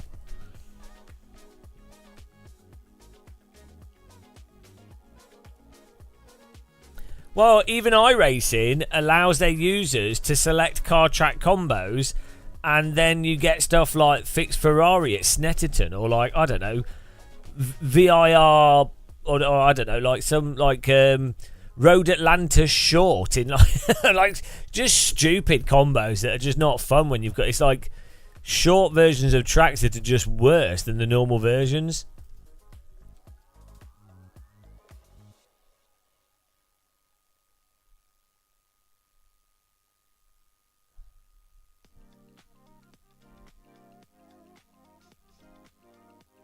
Yeah, well, that's paid off for ACC because at least the servers have to be those tracks, and at least it's GT3, so it doesn't leave any room for server hosts to like really mess things up. They still do. If you were to look through ACC servers, there would be hundreds of servers running like ridiculously long races as practice servers, or they'd be running huge qualifying, huge practice, and then one lap race. You're just like, or they like do multi-class where it doesn't make any sense at all. Like,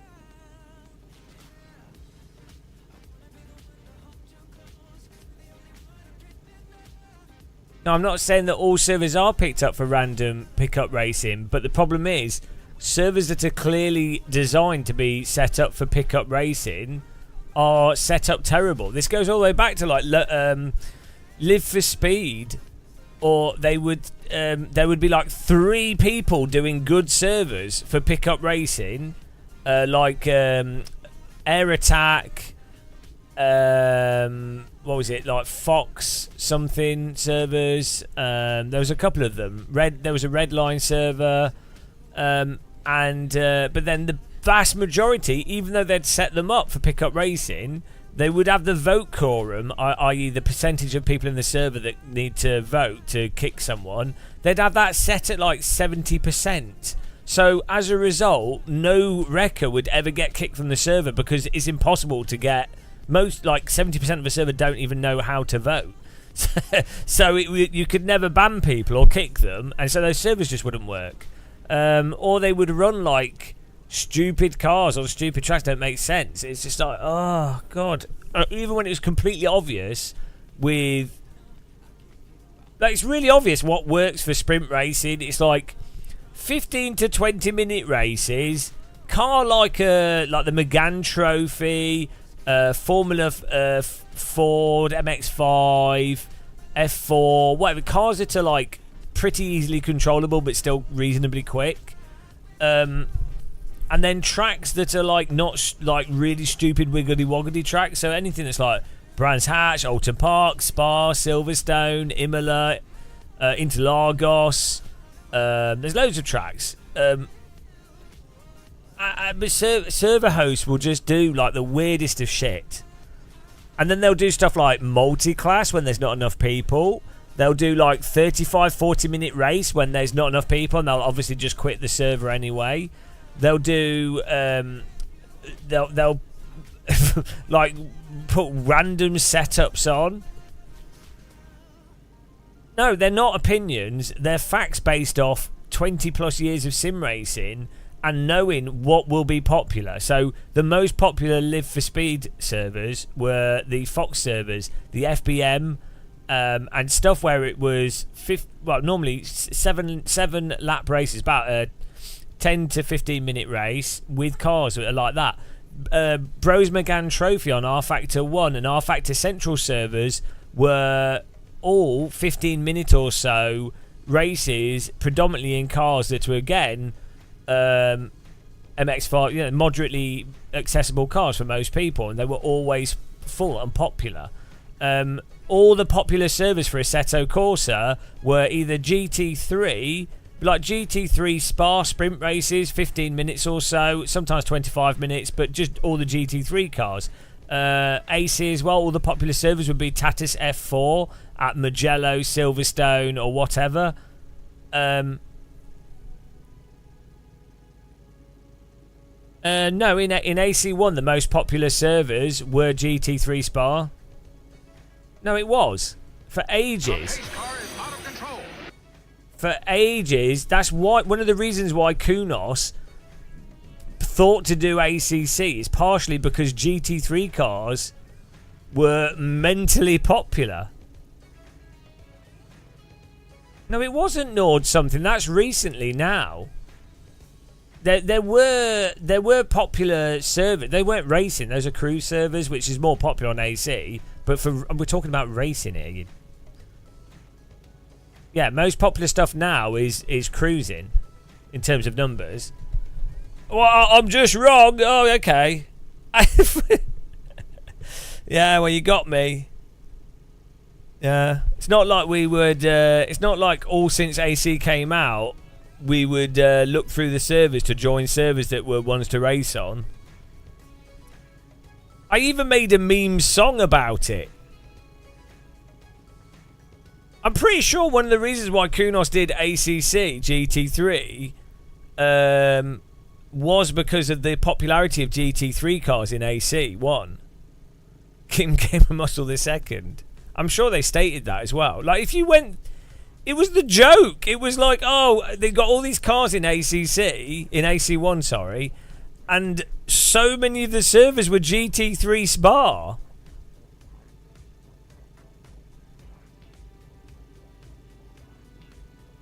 I don't know how you can argue that. It was genuinely a meme, and now I think it's this Mugello Tatus F4 is like a bit of a meme server. Right, let's try and do this, and then we'll do some racing with subs.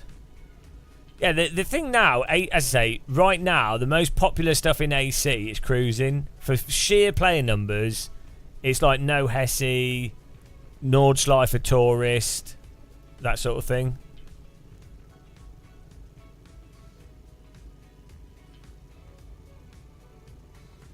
But the point is... yeah, I know, Shumi. Yeah, no, there's nothing wrong with cruise servers. I'm not really into it, but there's nothing wrong with it. I don't have a problem with it. The point is, if you're setting up, the goal is to have an addictive ranked multiplayer. It's pretty damn bloody obvious what you need to do. It's you can see it. It's not even like you have to make it up. In every single simulator, in iRacing, what's the most popular cars? It's MX-5s, it's the F4 car, and it's GT3, basically. So, you like... And like short sprint races, because for most people they can't drive at all, and a sprint race gives them a chance to like do starts and get used to it and everything. And that's all you need for a ranked online racing thing that's compelling. I mean, I spent hours on Live for Speed back in the day, just doing SO City all day long. Like the thing that happens is server hosts and communities, they forget that the point is the racing. It's not the track necessarily, and it's not the car, and it's not the novelty of the vehicle or the track. It's not novelty of the content. The attraction for racing is beating other players and racing other people. And in order for that to work well, the fundamental thing is more people to race against. That increases the competition, and that increases the amount of racing you can have. The races not being too long means that you can restart the races, and again, it just means people get more addicted to it. It's like as I've said repeatedly, Rocket League has basically one vehicle and one stage, like one level. So it's always the same, because it's like a tennis court. A badminton court is the same court. It's like you can get slight variations, but you know what I mean. Counter-Strike, there's people that just play Dust 2 for 20 years. Or like, you know, and even now with Prime and stuff, Counter-Strike's broken at the moment because of hackers and cheaters, but since Counter-Strike came out in like 1999, it's the same maps, like Dust 2, I mean, okay, some are new for Source and stuff, but Dust 2, people would just play CS Assault for like years on end. Cash, Italy, whatever. There's only like 6 maps, really, and a lot of people would just play one map for over a decade. It's not about the novelty, and all the guns have been the same in Counter-Strike since the beginning, some very minor tweaks. But like the problem is communities that do the modding thing and often do the server hosting, and the same problem actually occurred in Counter-Strike. When you would try and find good Counter-Strike servers back in the day, guess what? The communities that were hosting servers would be running random as F Counter-Strike servers. It was a complete shit show if you were just trying to find a good game. And so you would then be forced to join like external leagues and stuff, which would be a total ball ache. When Valve then added in CSGO the ranking into the game, it funneled everyone into a basic system, and it was amazing, like so much better than having to search through servers. And Counter-Strike is one of the most popular games ever made. So, that's just for the ranking. The ranking stuff has to be simple. You have to keep it simple. DOD was the same as well. There's a really good DOD source maps, and the original Day of Defeat, really good, but people would make custom servers where they would do weird shit that would just break the game, and then there'd be hundreds of those servers. Armour, full of like rando servers. Whenever Armour has, when like DayZ came out for Armour, which basically saved Armour, the reason why DayZ was popular is because you could just join a DayZ server and you knew exactly what you were getting. It was, oh, I joined this server and I have to survive. Like, you know, no idea who he's talking to. I'm talking to everyone. People that run servers that are shit, and then people that seem to not understand this, so that we're destined to have crap servers in games over and over again. Oh, the low gravity yeah. Oh, it would in Unreal as well, yeah. Oh, it would be server mods would be like, oh, it'd be really fun to just have rockets everywhere. Josh, we get it. Everyone doesn't know anything. No. What I'm saying is there's an obvious issue, and a lot of people the type of people that often host servers, they make the same mistakes at the detriment to the gameplay. So, you know. And then on the iRacing side of it, they're commercially motivated to ruin their own service. So they keep adding more and more cars to iRacing because they sell cars for like £15 each, and then people buy them. So they make a good chunk of money. But then what it ends up doing is segregating the amount of people taking part in each race series. So they end up actually making the competition worse for people that drive, like, say, F4, F3 or whatever other road cars. It's too diluted. So you end up in this situation in iRacing where by adding all these cars, people then just start to gravitate towards GT3 because they're like, oh, well, that's at least I can do IMSA in GT3 and I've got a full grid of cars to race against.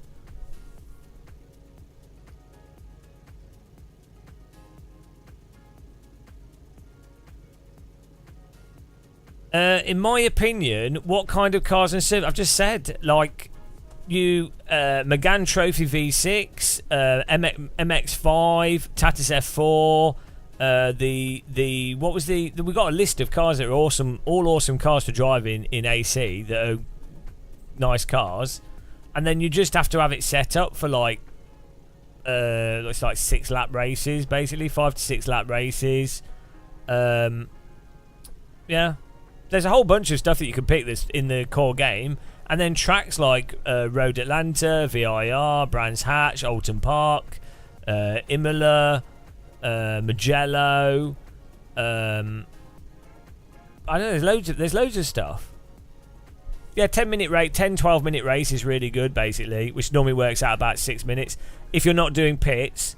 And then if you wanna mix things up a little bit, you can do, if you have pits, you need the race to be at least 7 laps normally, and you normally need, depending on the rules of the simulator, you normally need either accelerated fuel or accelerated tyre. Also, if you're doing sprint races, you have to have a good neutral fixed setup, because otherwise it turns into who has the best setup. And this is another bullshit thing in sim racing, where people go, setup is designed for the driver, and it's just so stupid. If you played iRacing and you drive the fixed setup, so I did a lot of Super Formula at the beginning of this month or last month, whatever. We were doing a lot of it. I actually had the most. I'd done the most races in Super Formula out of anyone on iRacing. And you do the fixed setup race, and the grids would be really close in the top, all like top split. Everything would be close because you're driving the same car. And you do the open setup one, and you could tell who's running, because I got all the setups, so you could see, oh, that guy's running Craig's setup shop setup, that guy's running VRS, and that guy's running the BS hack setup that someone's put together because they found out an exploit with the front wing, which nobody would know unless they'd dicked around with the setups to find the broken aspect of the physics engine to exploit it. And so the only people that had that setup were the ones that had managed to either were friends or had it sent to them. And basically, when I did the race, I would be in the open setup instantly in the top 5 or 6, and you would just see which setup the people were running from how they move. It's ridiculous. It's like, well, how is that fun? It's just, oh, you've bought the setup or you've been given it. Oh, that's the game, is it? And it genuinely would define where you finish in the race. And then people go, well, it's up to you to learn the setups. But it's like nobody conceivably has time, apart from super mega nerds, nobody really has the time to find the exploit for the specific car on the specific track within a week. So they have to buy the setup. So, and even in esports, right? People argue against me about this in sim racing. Even in esports, I talked to loads of the drivers in ESLR1. The vast majority, if not all of them, but at least the vast majority, 99.9% of them, were all like, it's better if everyone is driving the same car, i.e. fixed setup, and all the same stuff, because then it turns into the driving rather than who happens to have tweaked the variable correctly to win, because they're all at such a high level. The differences all to come out into like well, a lot of the differences come out into setup stuff, especially sprint racing. Not necessarily for longer races and other stuff, but like for sprint racing. So, but sim racers will argue this against you to the death, and it's so dumb. It's like you could present all the evidence and then just be like, no, open setup because you have to change it, because they are role playing. The thing is, what they think is it's real cars, and so they think that it's about adapting the car to your driving and getting the right thing, and that's a strategic component to it. They have a whole distorted version of reality in their heads as to what sim racing actually is, and if you say anything that goes against that, it upsets them. That's that rant. They're not mentally ill, they're just deluded. It's just sim fans tend to be role playing, which is fine. That's how they're getting entertainment from it. But they should accept when people point out where the line between role playing and video game is. We're gonna get in the port. I was waiting for the car to cool down. It's too warm in the desert. It's not schizophrenia, it's just delusion. Right.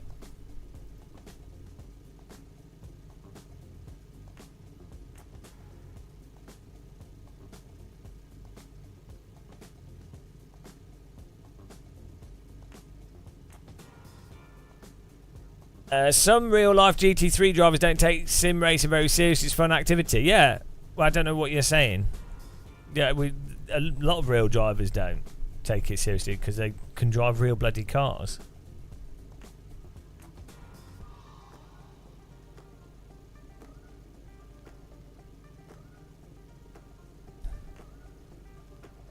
Also hate. No, I like the Mazda, the RX, the 7. What was it? The RS7 or whatever it was, we drove earlier. That was good. There's a bunch of good cars in this that are road cars. There's just a lot of crap road cars.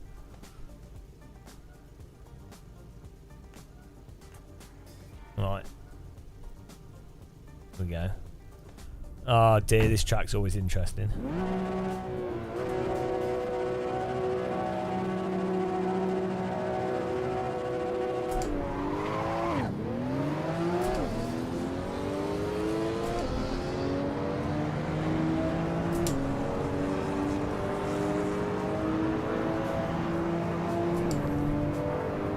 Which layout are we doing?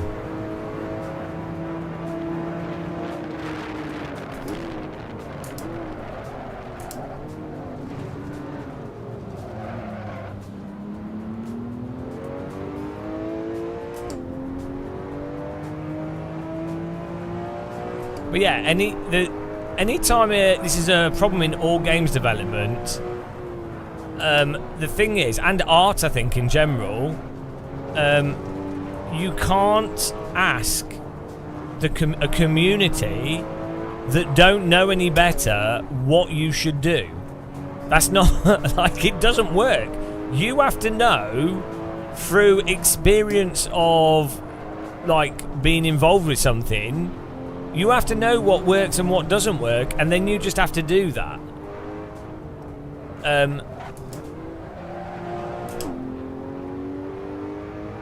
The whole idea of, oh, let's let the community choose the direction the product should go is stupid. It's really dumb. And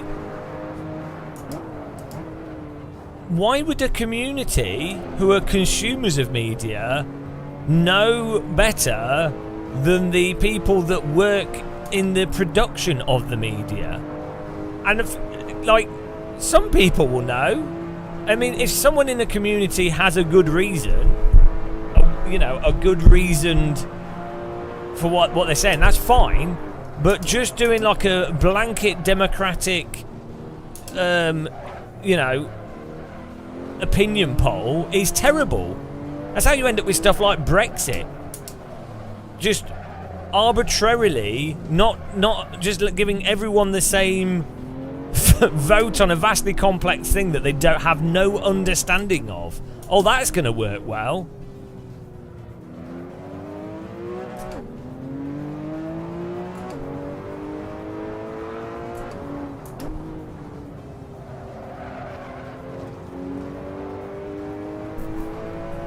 I bet you are, like, all the best film directors, I bet what they do is they just ask the audience, oh, what would you like? And then they just do that. Oh no, wait a minute. All the best directors actually have a good intuition as to what is really good artistically, or what will work nicely, or what helps tell the story, or what will look nice for whatever they're trying to do, and then they do that. In fact, pretty much all the best, most highly regarded art historically is from individuals doing something that they thought was good, that was generally, at the time, most people were like, oh, we don't have any interest in that because we're not sure what it is, we don't like it yet. Pretty much always. That, like, if you were to go through history and look at all the art that people are like, oh, that's really good or really respected or whatever, it's not art that's generally, for that time period, the bog standard generic thing that everyone was doing.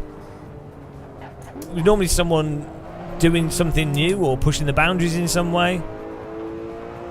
Yeah, Jet Red, and look how shit, look at how absolutely shit most media is. So, you know, also there's points at where you do that. So you don't do that at the very beginning of a project, you would, and also it depends on the commerciality of the project and what you're trying to do.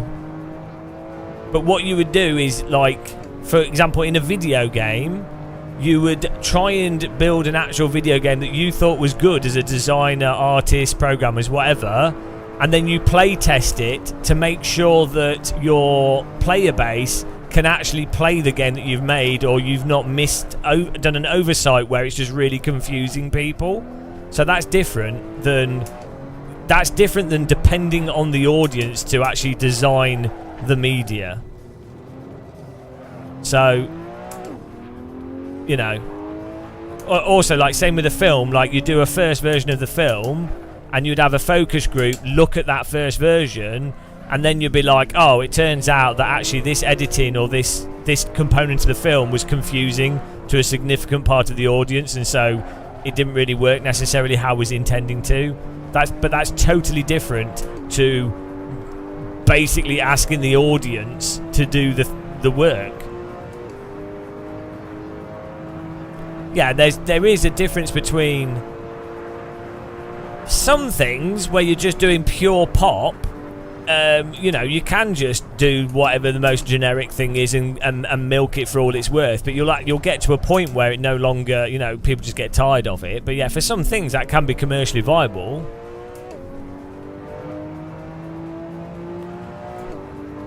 There's always exceptions to the rule for certain things, but you know, the idea of having a community, or like say it's like the Brexit thing, you're just asking a whole bunch of people that really don't know, and then they will, in a lot of times, if you ask someone that doesn't really know about something what something should be, some people say, oh, I don't know, don't ask me, but a lot of people will just invent and guess what they think they would like, but it's not based off what they actually do like. So it's also like with food and stuff. Sometimes if you ask someone, oh, what do you feel like eating, they'll be like, oh, I don't know. They really don't know. But if you presented them with a really nice general meal, they'll actually really enjoy it more than if they actually picked specifically what they were going to eat. Because they're only going to pick something based off their previous expectations of what they had before that they thought was good, and then they try and line it up with that, which might not actually be what they really want.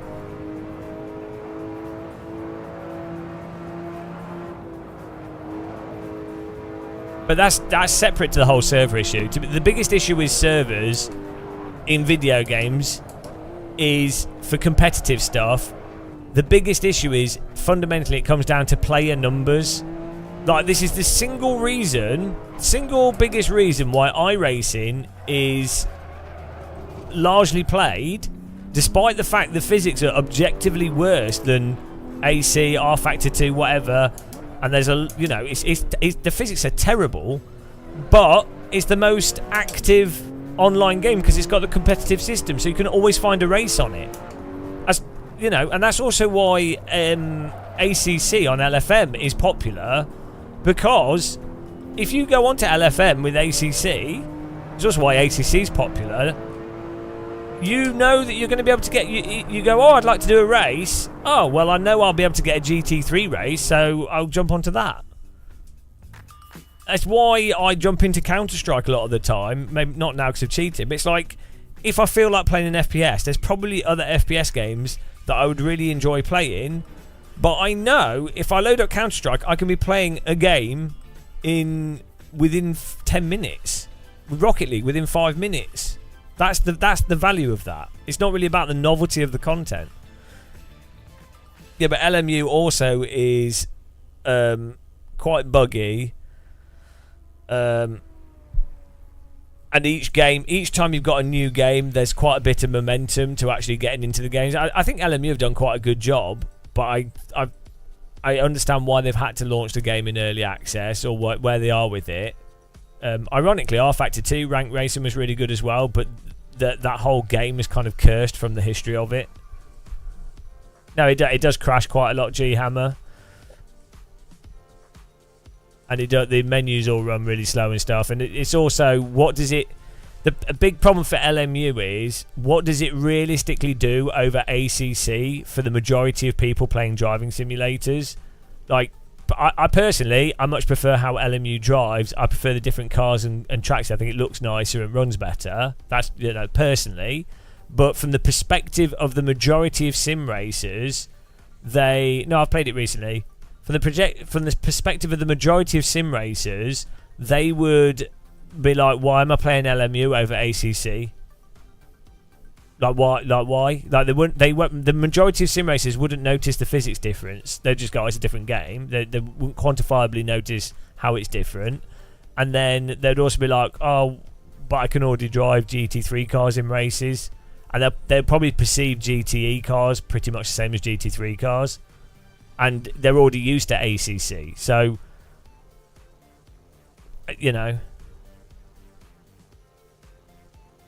it's like the same problem that Race Room has in some ways. It's like Race Room kind of shot themselves in the foot when they changed how their servers worked. But you'd be like, why would I play Race Room over AC or ACC? Like most people. Like, I like Race Room, don't get me wrong.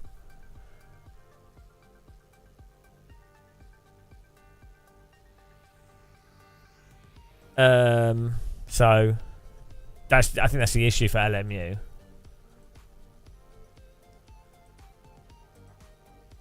I also feel like, I think what has to happen is, and this is what Kunos nailed with AC, they did the game launch, and this is also iRacing in some ways, but they do the game launch, and then every 3 months they would do like a DLC. Every 3 to 4 months there'd be a significant game update, and also a DLC that would be incredible value for money from a general consumer's perspective, where you're like, oh, there's some really awesome cars, there's maybe 1 or 2 tracks, and it's £12. And then the next 3 months, new game update. Wow, what have they changed? All the marketing goes through, some new cars, new track, fantastic. YouTubers can make content of it. And the previous DLC is 80% off. So then everyone's like, oh, let's all check out the new DLC. Hype, hype, hype. Let's all get that. And so you're always marketing and keeping the game fresh. It has to be like every 6 months at the worst, but ideally sort of every 3 to 4 months at a good price. And that's how you drive interest in a sim title. But you have to be very generous from a sim developer's perspective in terms of the price that you sell the car and track. iRacing kind of do that, but it's like every season, so it's every let's say sort of 3 to 6 months, and they have a new car, maybe there's a new track, and iRacing is super expensive, but the users are all used to the pricing of it, so it doesn't matter. And so the point is, every time they do the thing, it's like, oh, what's the new car, what's the new track? All the websites, most of the YouTubers, especially iRacing fanboy YouTubers and streamers and stuff, they will all cover it and talk about it, and so that promotes and brings the stuff to a fore. But you have to have, in order to do that, you have to already have a solid base of a game in the first place. And you can see it kind of worked, that even with something like AMS2, which has the jankiest physics ever, super messed up tyres, everything drives like a hovercraft, but even with the developer just doing physics updates, which are all game changing, if the developer just does every 3 or 4 months, every 3 months, oh, here's an update, here's the game on sale, and it's game changing, loads of people will check it out, and it keeps promoting the game, and it's worked really well for AMS2. Even though it might not be as popular as other games, it's kept it relevant, and they've sort of clawed back relevance. Game changing, you just have to do a really big developer post. We've done this fundamental change in the contact patch of the tyre, and we believe it's really fundamentally improved the handling. Yes, we found there was an issue with the suspension in the previous model, which we've updated. It's like, well, we don't even know if they've changed the source code for the physics. For all we know, they've just changed some variables and, whatever. But sim racers will lap it up. The more complicated and bullshit it sounds, sim racers will be like, oh, bigger numbers. More realistic, they said so. So, oh dear. Yeah. There you go. Well, it is still changing the physics, yeah, in a technical sense, but you know. Right, we're doing one more, then we'll do racing with subs. 82 times, yeah, for the Forza thing. 82 times more. What did they say? What was the Forza advert? From the ground up, even though it's the same game engine, has all the same bugs. And then they said 52 times more realistic or something. And a lot of media repeated that and didn't mock them for it, even though it was completely stupid.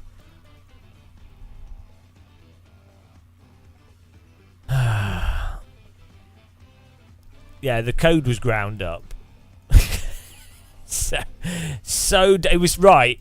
I called it with Forza the moment they did that thing where they were like, your tyres are bold, pit now. The moment I saw that, it was an absolute red flag indicator that they don't have a clue what they're doing, because in no way, if you were like any form of motorsport fan at all, vaguely, and you had like a cohesive company structure with motorsport fans in it, no one would ever put the message on the screen, your tyres are bold, pit now. Like, someone in the company would go, well, that's a bit stupid, isn't it, guys? We need to make it that your tyres are graining, tyres are wearing out.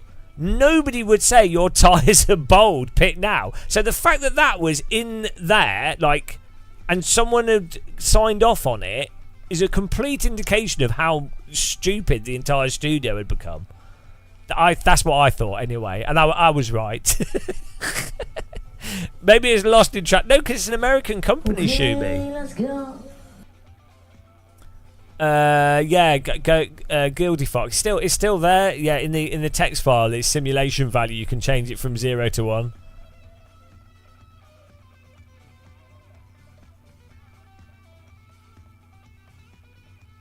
Your tyres are bold. Pit now. Oh no, we've left it too long. Tyres are bold. Oh, from the ground up. From the ground up, guys.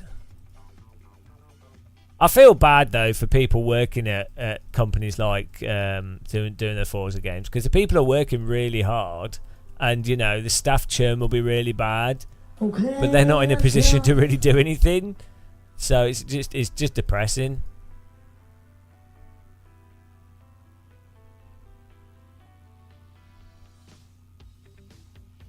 Right.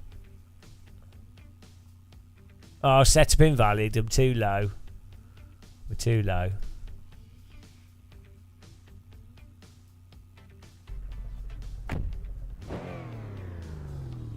What happened to Forza in the end? Forza Horizon's doing really well. It's a different developer. Oh, no clutch. Forza Horizon's doing really well, and they've got another one I think will come out soon. But Forza Motorsport, because it's Microsoft, they can just dilly-dally with it, and they'll kind of just make sales. They are updating it and working on it. But, yeah. I mean, Microsoft are kind of shit the bed, haven't they, with a lot of their game stuff. Like, after Xbox 360, Microsoft Flight Simulator is really good. I mean, there's some weird shit with it, but generally speaking, Microsoft Flight Simulator is really good.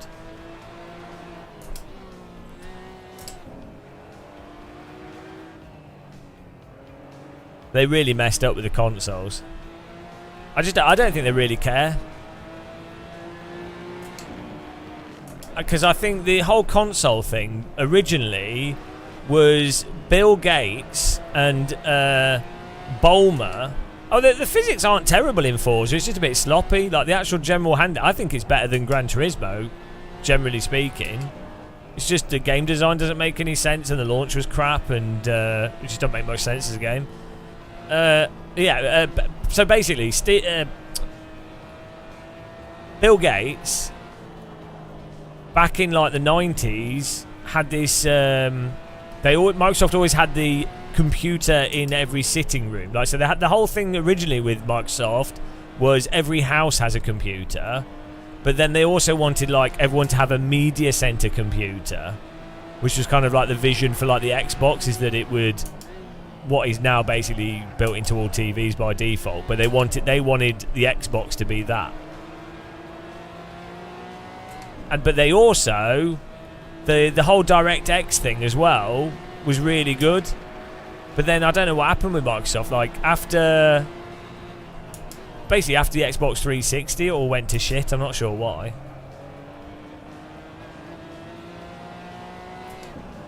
The Xbox One, they started to try and do the media thing again, but by that point, people had already started to get other solutions, and then the PlayStation had already become like the console you buy if you wanted Blu-ray, and Microsoft did that with the Xbox 360.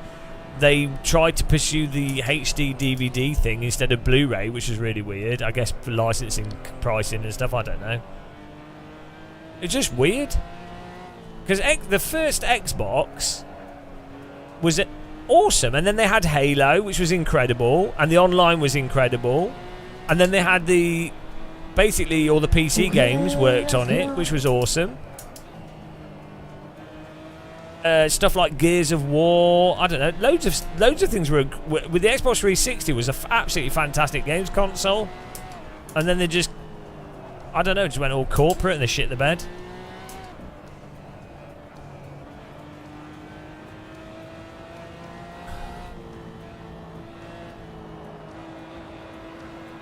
I think maybe for stuff like Xbox and what have you, you need someone high up in the company that's really pushing for it, but someone that also can't be questioned in the company.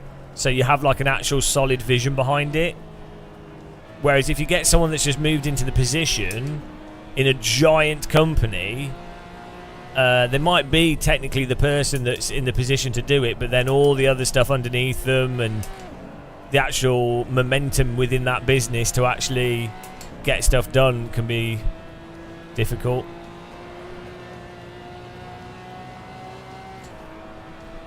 I think also Sony, despite the Blu-ray thing, Sony kind of shit the bed with the PlayStation 3. Like it was pretty overpriced. Like they didn't hit the price point very well, and the chip was really hard to make games for. So on the PS3, so that gave a bit of a window for the Xbox 360. I don't think the PS3 was garbage. I think they just made they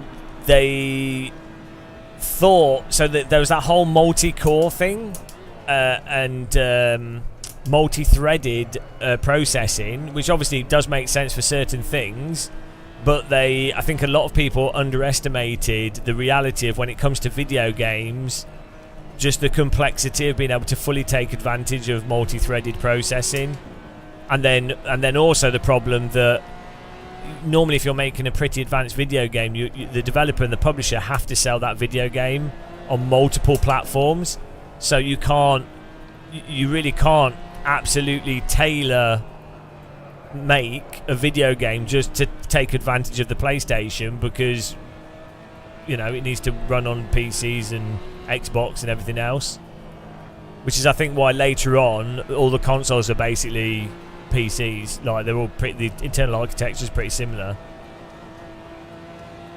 Yeah, the multi-threaded thing was not necessarily a bad idea. It's just how it pans out. So you can't really blame them for it. You can understand why. So if the console industry were with the PlayStation 3 era was more how the console industry was in the PlayStation 2 era, then I think it would have worked out. Because in the PlayStation 2 and PlayStation 1 era, every single games console was a very custom device. But by the time PlayStation 3 came out, the games consoles had started to be sort of consolidated. The idea of selling, not having to massively convert a game to sell it on multiple platforms, I think, had become more of a thing.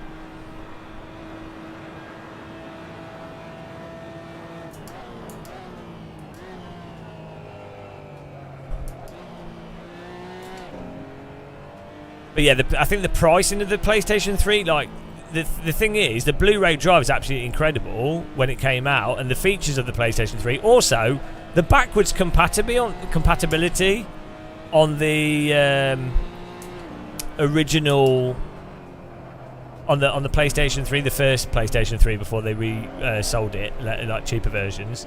The backwards compatibility, it literally had a PlayStation 2 in it, like a physical PlayStation 2, effectively.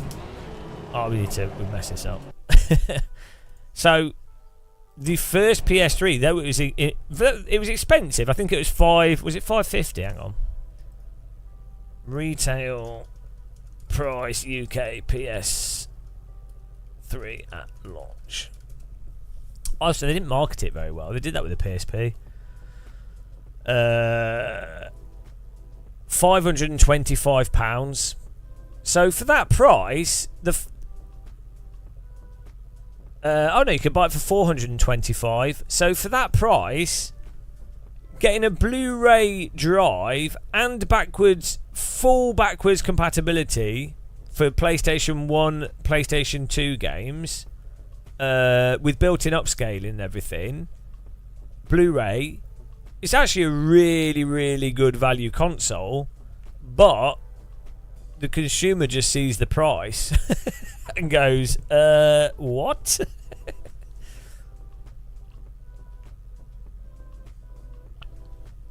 Also, I think on the PlayStation 3, wasn't the memory architecture was totally different as well. So, did it try and do more on the chip? Or, I can't remember. So, like, the Xbox had more RAM or something, rather than trying to do it directly on the chip, whereas I think the PlayStation wanted to do stuff directly on the chip.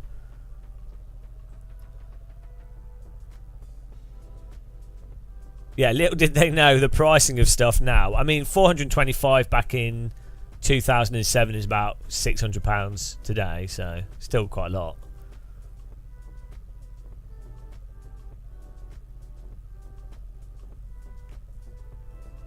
I think the look of the PlayStation 3 looked crap as well. Like, the PlayStation 2 looked awesome. Sony was shit at marketing as well, as I say.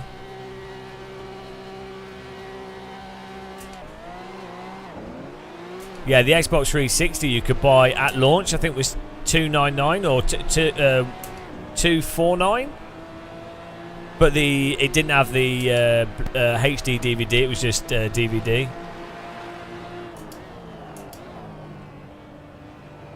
The Xbox 360 was awesome. Like the interchangeable faceplate. The problem with the Xbox was just the quality of the soldering on the chips and the overheating issue. But the gamepad, the interchangeable faceplates, the user interface, even at launch, even the launch interface and then the changed interface. Oh, git. Really good. I really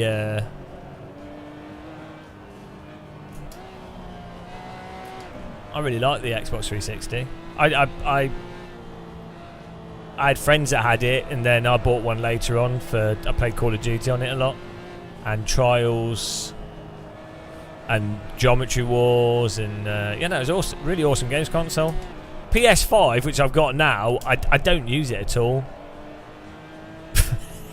It's garbage.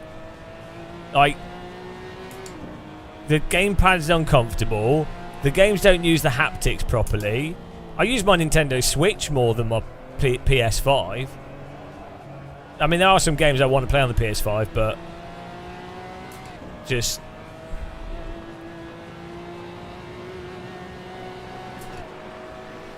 play Gran Turismo on it occasionally. It's okay, but that's a bit of a lackluster game.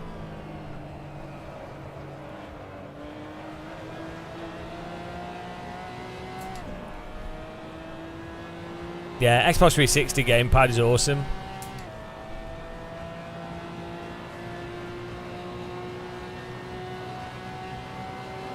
Yeah, Steam Deck's awesome. I got one of them. I use that every now and again. That's a really good console. I'd actually say the Steam Deck is the best console of the last few years. When you as there's a lot of stuff on Steam that's really good as portable games.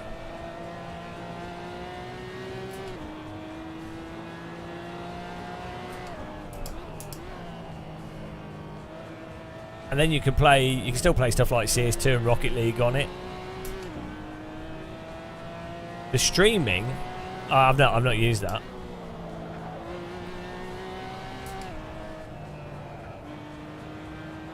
Yeah, the whole emulation thing, yeah.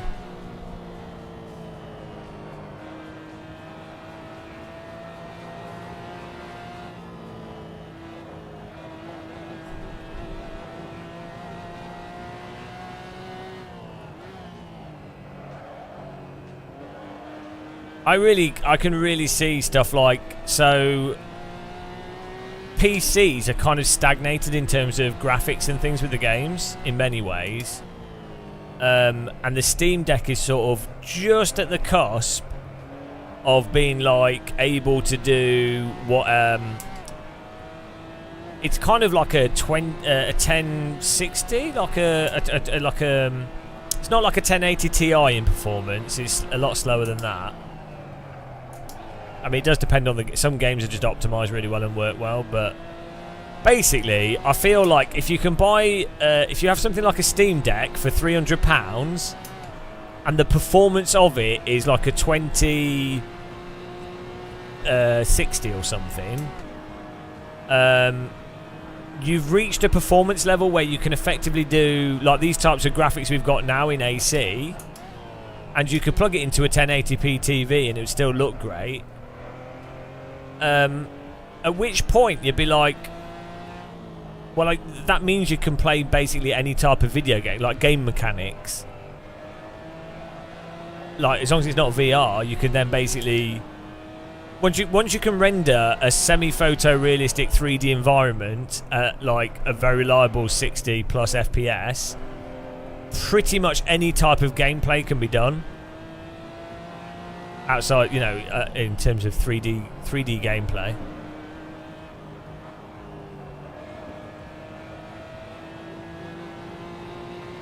So basically, the spec of a computer that would run something like Battlefield 3 or Battlefield 4 at 1080p, 80, 90 FPS.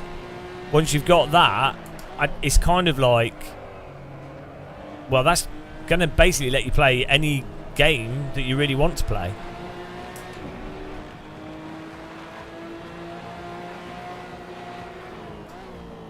Now I've got a 3080 in this system, but I'm playing at 4K 120, and obviously I've got Windows. There's a whole bunch of stuff. Steam is much more efficient.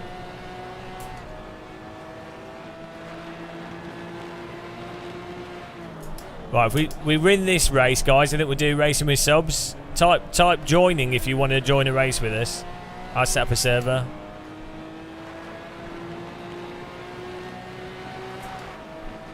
Hopefully we can get it to work.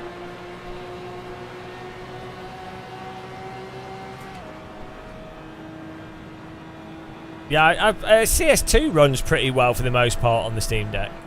I was really surprised.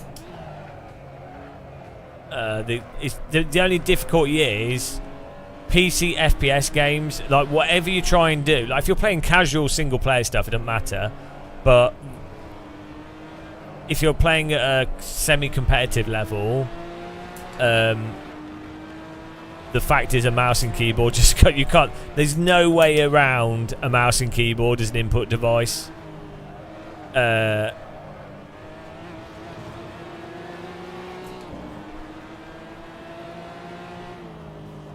Like I spent like 2 days messing around with the Steam Deck trying to get the ultimate gyro input, and it works really well. Totally 100% fine for single player. But if you're trying to play Counter-Strike CS2 at like 10 plus K rank, it's impossible. Like it basically makes you like 30% worse than you would be with a mouse and keyboard. I know pause allowed. Pause can join. the pause.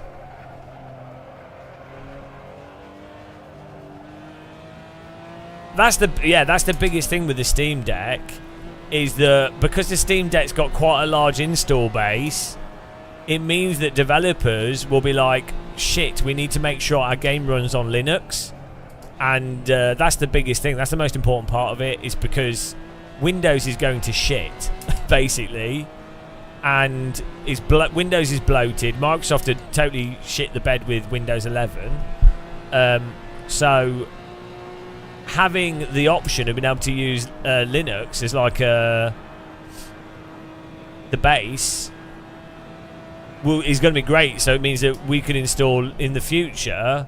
Linux will be like, oh, because the big reason that most people don't use Linux now, like good builds of Linux or easy to use versions of Linux, the biggest reason is stuff like Photoshop and some work apps don't work on it. But then most games didn't work on it. But now I think you can get DaVinci Resolve for Linux, and I've been using DaVinci Resolve for years. Like, it absolutely shits on Adobe Premiere. And yeah, once you've got the games, well, done.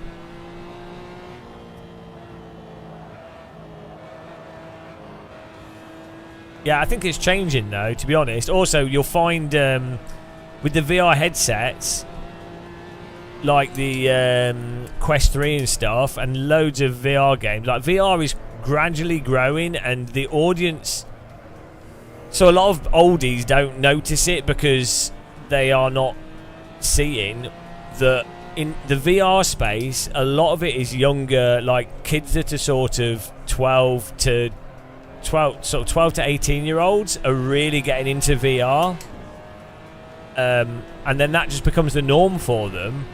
And if you have a kid that's like grown up on VR, and then you're like, oh, here's a here's a 2D game, they're gonna be like, what on earth? If you grow up on it, you just be like, what? Why is it not 3D? Like that Back to the Future scene. You have to use your hands. Yes, there we go. Beautiful.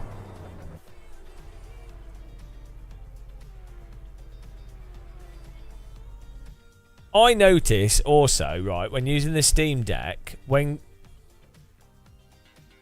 yeah, well, that's because of mobile phone stuff, isn't it? So yeah, that's it. The mobile phone's ruining everything. I forgot about that. But in terms of like premium gaming, I think people see like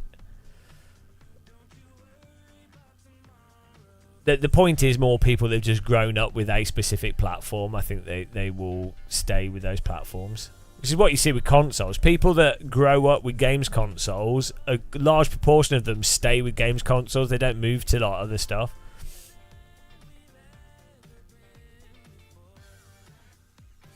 Right, let's have a look at where we are here.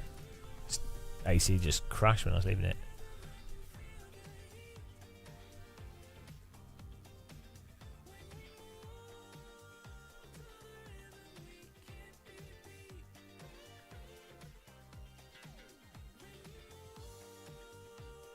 Right, here we go, guys. Right, we got situation on the completitativo here, guys. 83.3% completitativo. What a dream. What a dream. What a progress. 83.3%.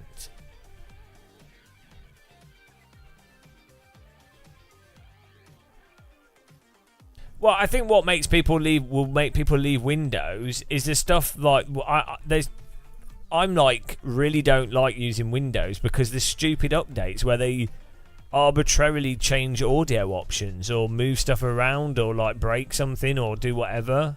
It's just like, why? Why are you doing it? And then Windows 11 runs slower than Windows 10. Exactly, Shumi. That's it. You know, yeah. Little did they know that we would Let's go. 100% complete the greatest piece of modern art ever created by man. You know.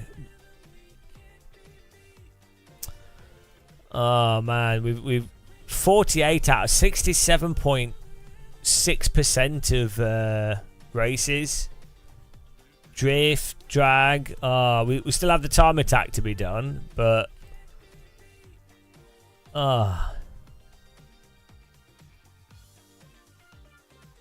can you give the GT2 at Imola a go? You think it's impossible? You're 5 seconds off the time.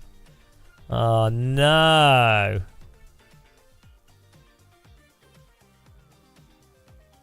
We've done the drag ones. We did drag already. We've already completed them. Pure skill. Pure skill. Already done.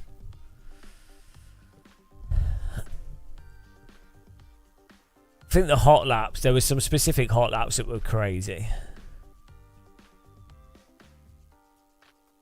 I don't miss Windows 3.1. Right, let me create a server here. Let me get this set up. Type joining in chat if you're going to join. Click the like button if you hate yourself. We're on 212 likes. I think we can have more likes.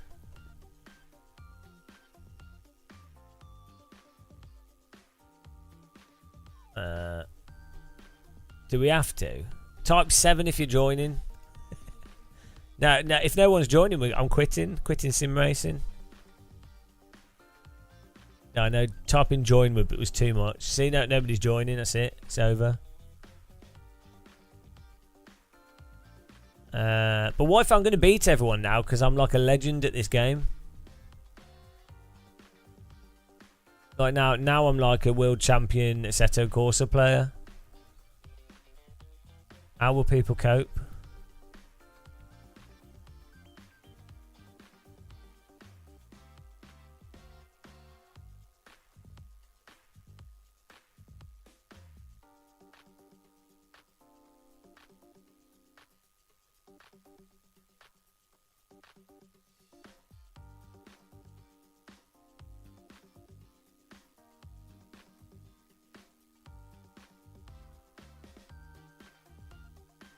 All subs. Yeah, you're only allowed to be a viewer of this channel if you've 100% completed AC. I mean, to be honest, I think if you do complete it, you should get like a trophy or something. What's a good car, guys, that we've driven? I've already forgotten what the good cars were. What's a good car? Oh no, I forgot what a good car is. Where's the list? Hang on, we've got it somewhere.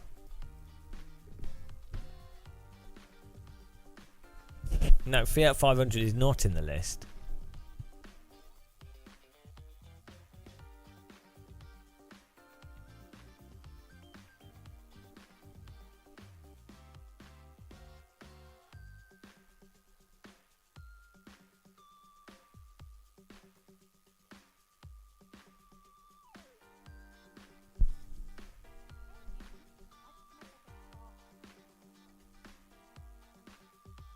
The list is being destroyed.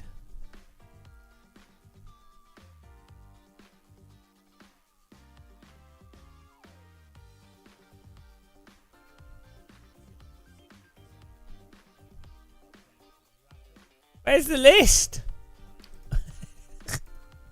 Without this list, we're lost. Everything's lost. It's all lost. It's all over.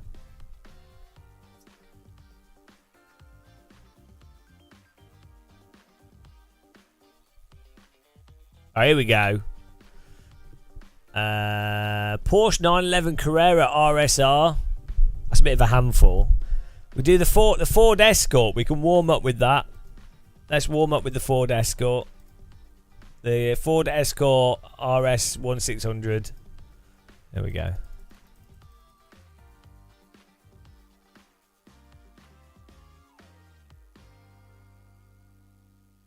KTM at Vallelunga.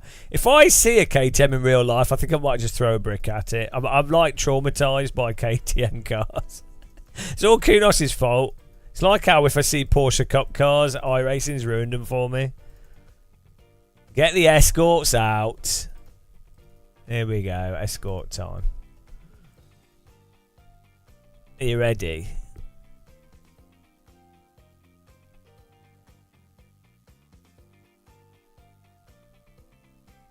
Get this out.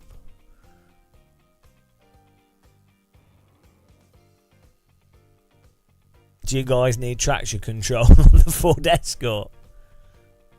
I think you might do.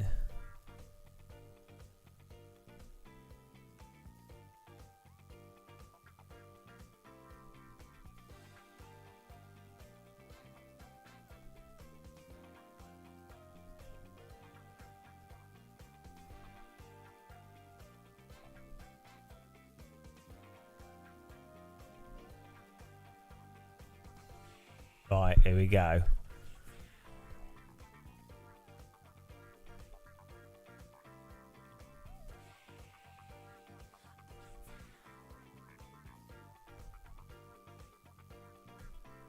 Right, this should work. Server's called Gamer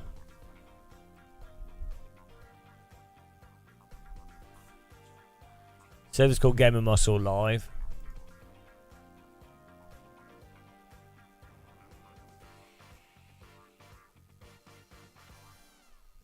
Let me see if it works.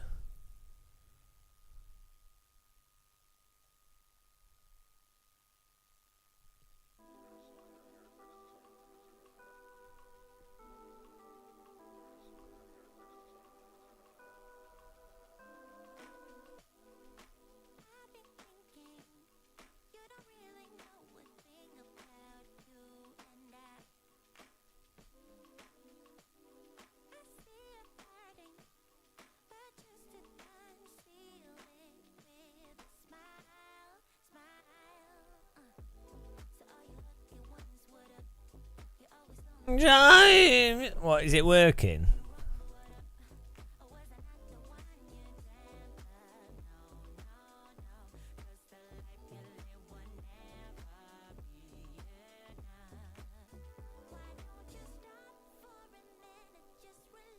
Oh, I don't know what football.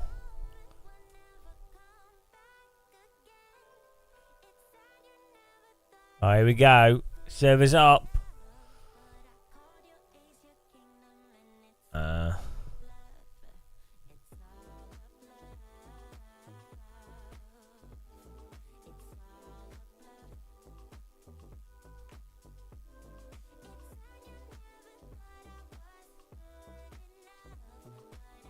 There you go.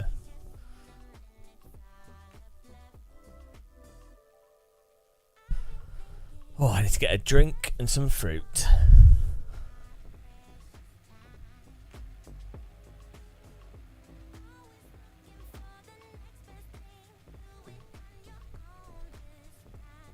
Oh, who's in Cheesemeister? I don't have a fixed setup for this, so...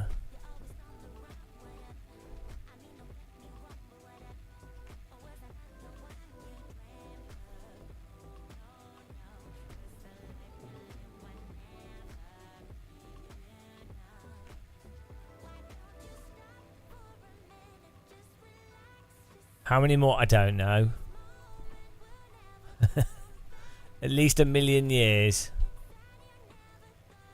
There you go. Right, I'll be back in a second, guys. Just going to get a coffee, I think. Woo!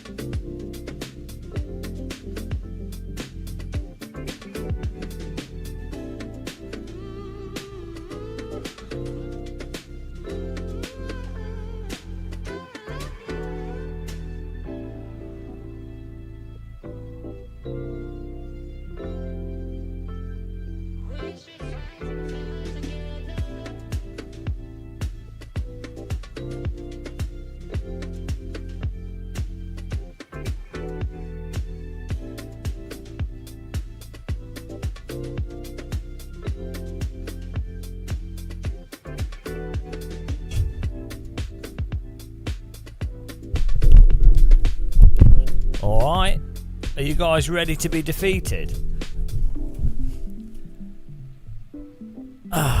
Feel like you guys are going to struggle to be at my level now. You know, I mean, you struggled before, but now I feel like you're going to struggle even more.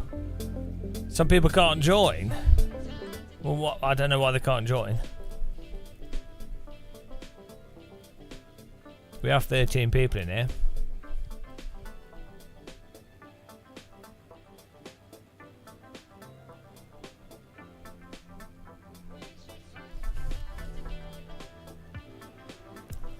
Oh. Okay, I'll remake the server with shorter quality. Oh! Made me drop my banana on the floor.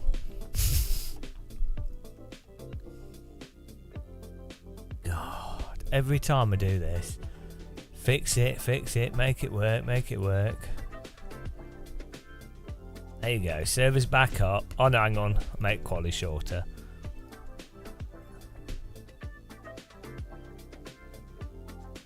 There you go.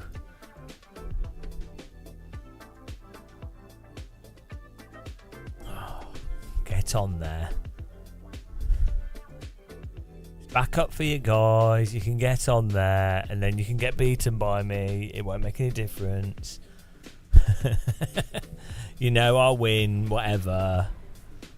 Now I'm in a red car, known to be faster than a grey car. Right. Don't cry when I beat you.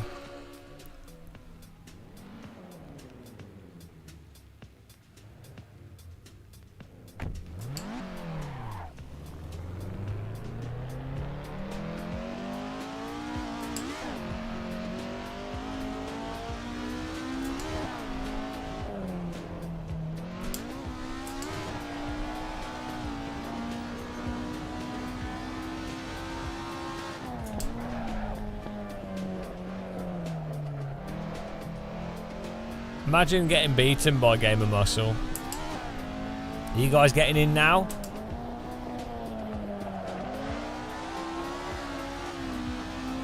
This is some like Swedish Isle of Wight racetrack or something.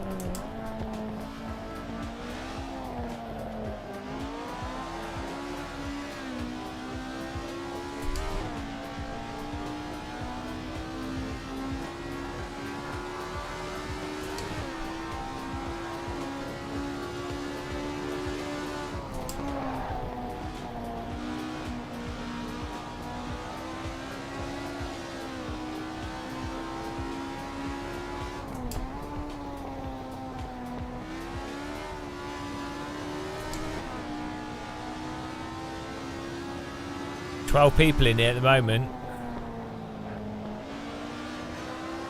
12 losers.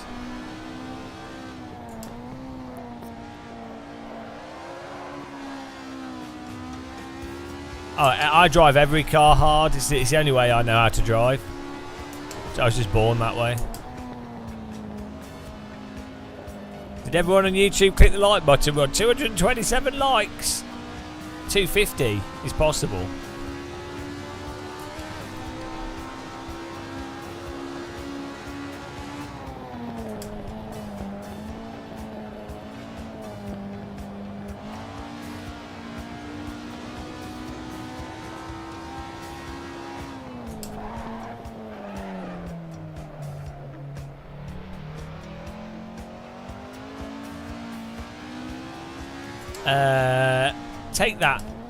Take those filthy words out of your mouth.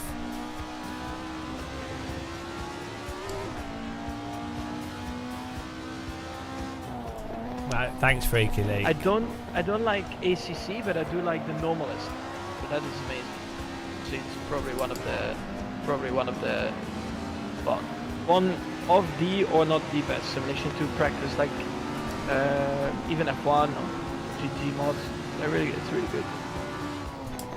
I don't know why anyone's bothering to join this, because I'm just going to beat them. Do you know what I mean? Why would you join a server to be beaten? You know? Bit weird.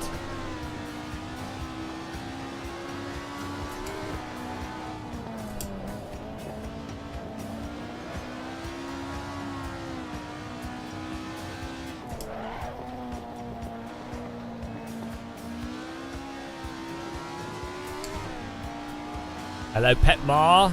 Let's go.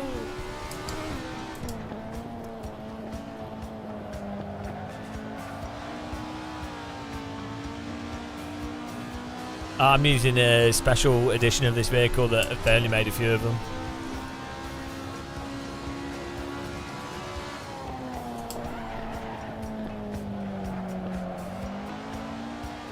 Of course, we're straight into third. I mean, to be expected, really, isn't it?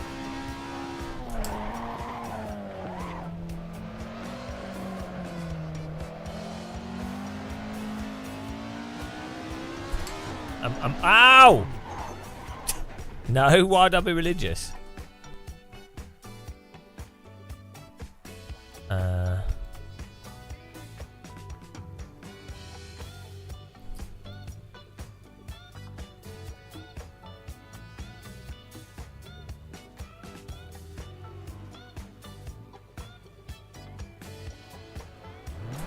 The Church of Force feedback's the only religion you need.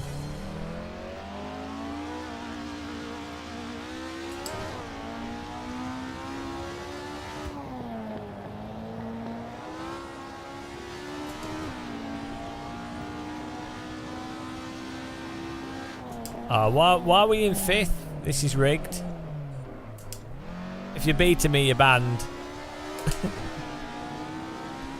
You can't beat the AC Master. Cheek of it.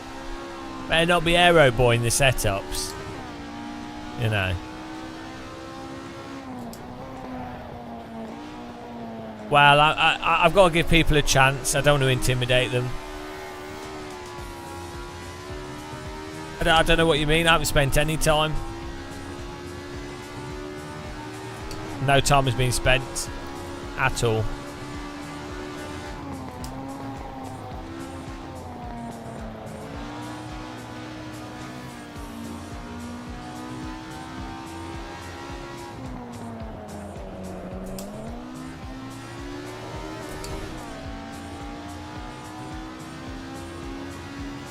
That's true.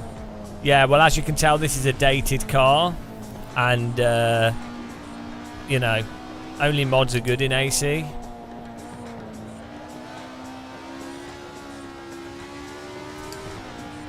Also, you couldn't race this Ford Escort. You need to race the MX-5. You couldn't possibly race this. It'd be ridiculous.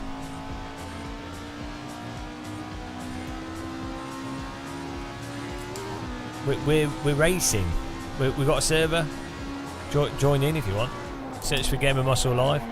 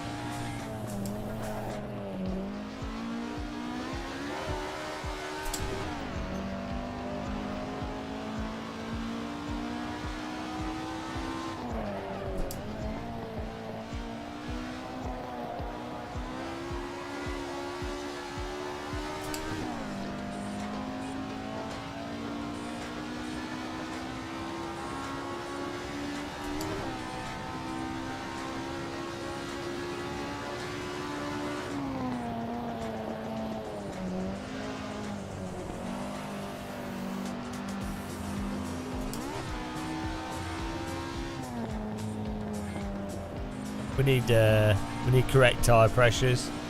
I'm blaming the tyre pressures. I think people are aero boying. It's the only obvious answer here.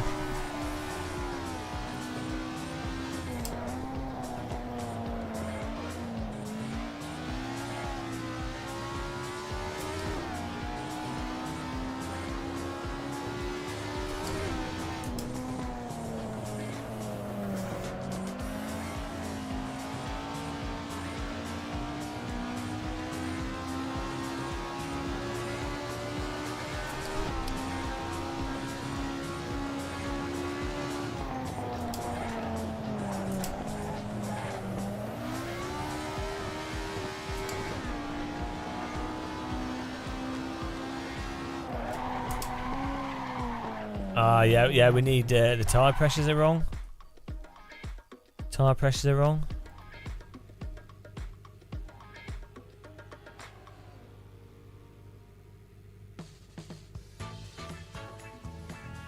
It's alright, we'll win it. We'll win it in the race. It's fine.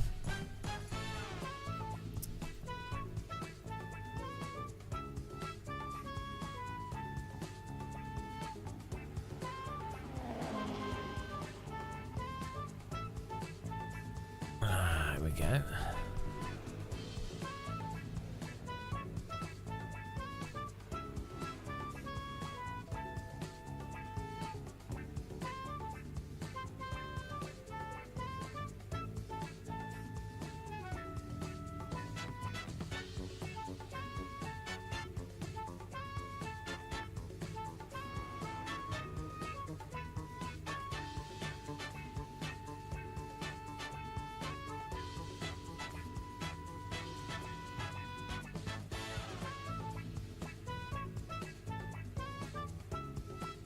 Oh, we should have done a fixed setup there. I didn't realise we had one. All these cheaters. Oh well, there's no rush. There's no rush. It's just warm up. Just a warm up, guys. Got to give people a chance, you know.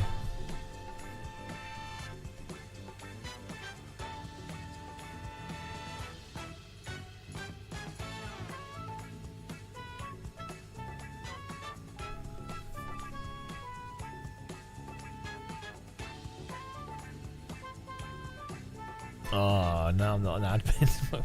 Oh well. Let's hope the server works properly.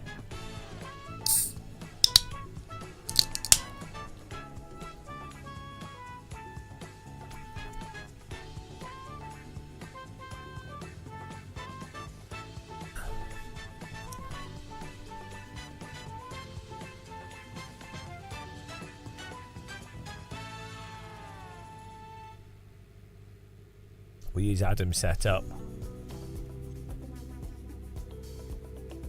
Better be a winning setup.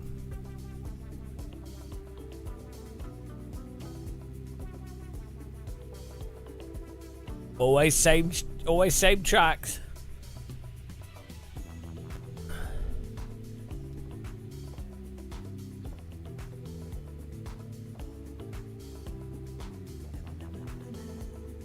Cheesemeister cheating to get on pole there.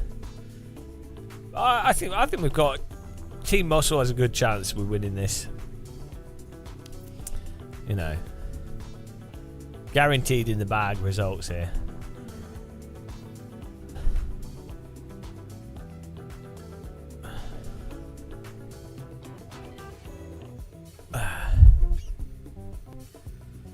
Hey, John Rambo, your I hope AC Evo has setup engineers in game. I mean, they just need good fixed setups.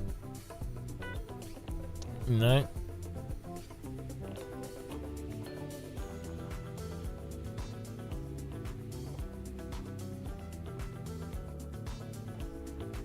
Oh, it broke. We're doing qualifying again. It broke. Oh, well, we're doing qualifying again, guys. It's a bug. It'll work next time. I thought this might happen.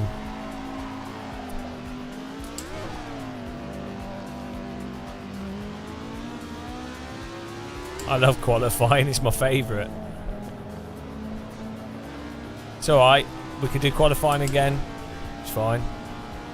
I need the practice. It's only 8 minutes.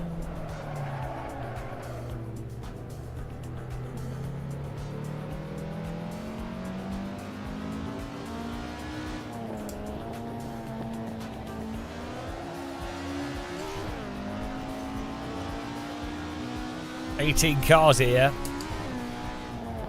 18 people think they can beat us. 18 fools.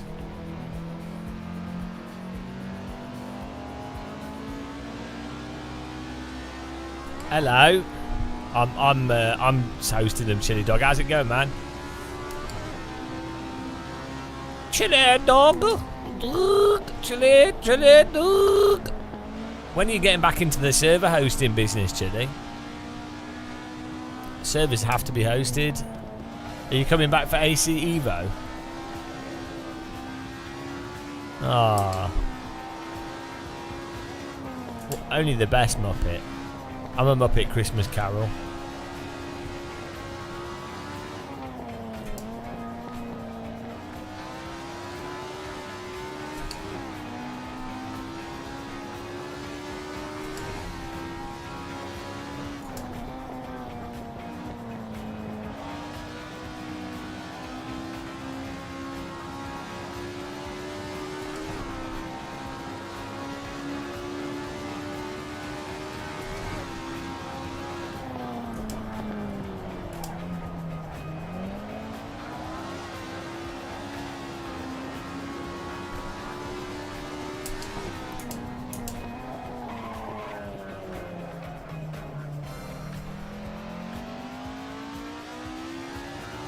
Might come back for AC Evo.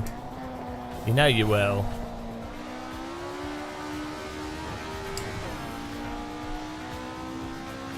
Will AC Evo be the return of Game of Muscle hype? Or will it be another 4 years of terrible simulators? Or maybe GT Revival will be good. Do you know what I mean? You never know.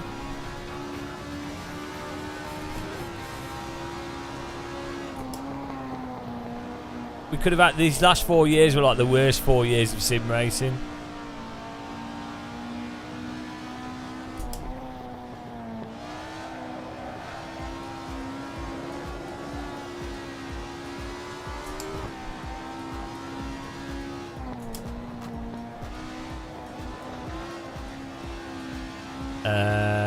AC1 and Project Cars 2.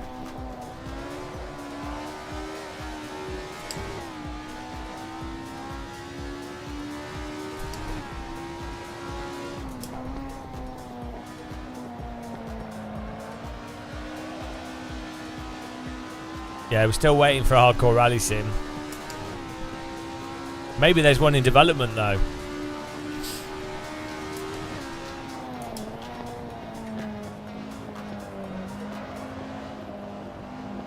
Whoa.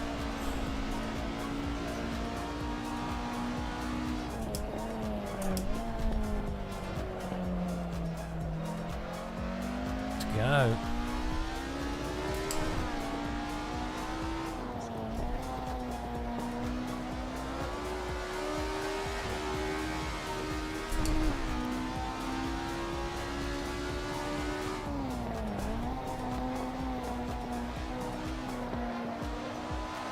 Car's on fire.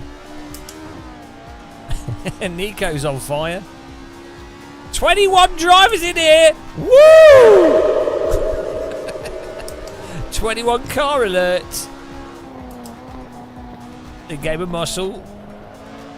If you're driving, make sure to subscribe. Hit the like button. Twiddle your nipples, whatever you need to do. Slap your forehead with a baguette. Oh, a baguette would be nice. Who doesn't like a good baguette? I haven't had any bread for ages. I need to go to France and have a nice baguette.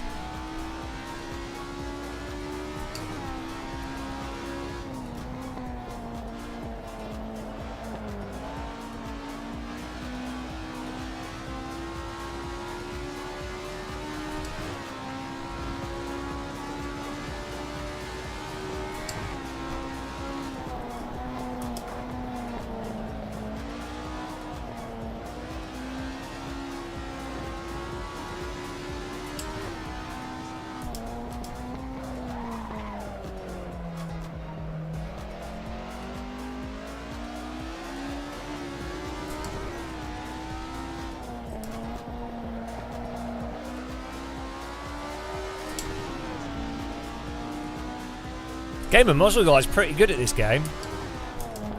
Surprising because he doesn't play it very much. Don't know where he gets his talent from. Do you know what I mean? It's a bit weird. How does someone that barely plays a game get so good at it? Must be raw talent. It's the only logical conclusion.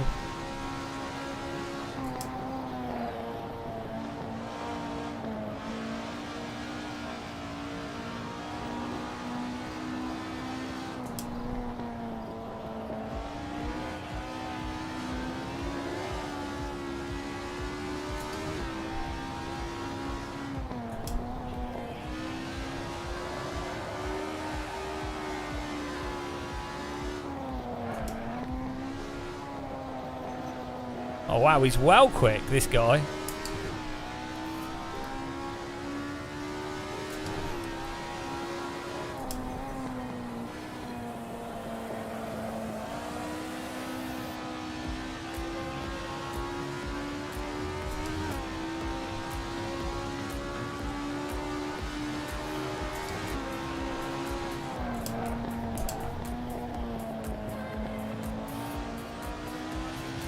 The guy in P1's cheating. The guy that's qualified top time is cheating. Obviously I'm not. It's the only way you can beat me is by cheating.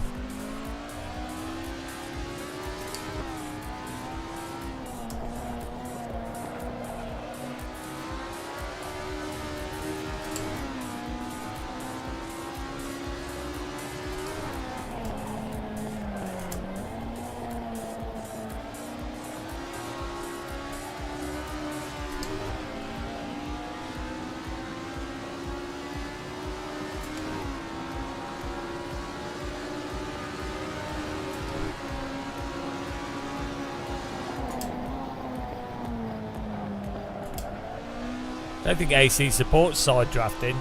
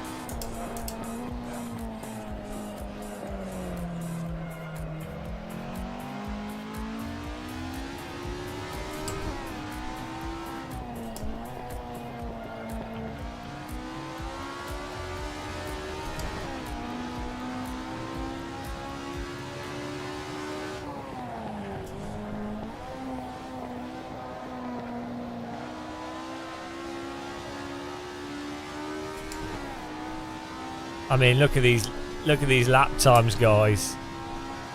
Incredible talent.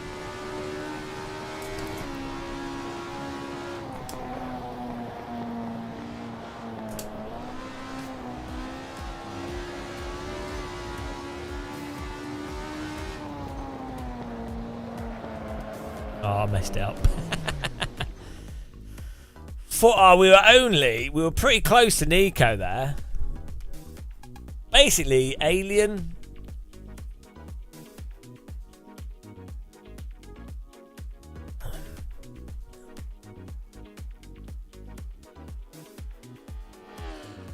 Well, the setup is shared. Shouldn't have shared the setup. Yeah.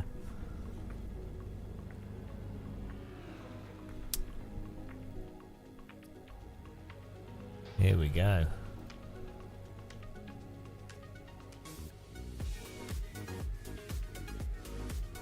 I mean, look at this. 42. Nobody else in 42s.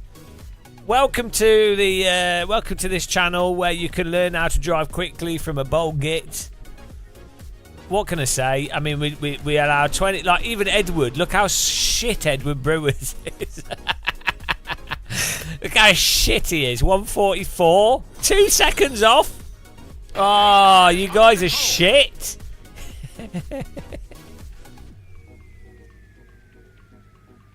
You guys are shit. Here's me, raw talent. I just come in, not played AC for years.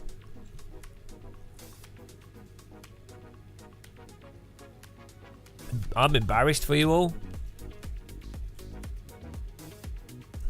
Really embarrassed for you.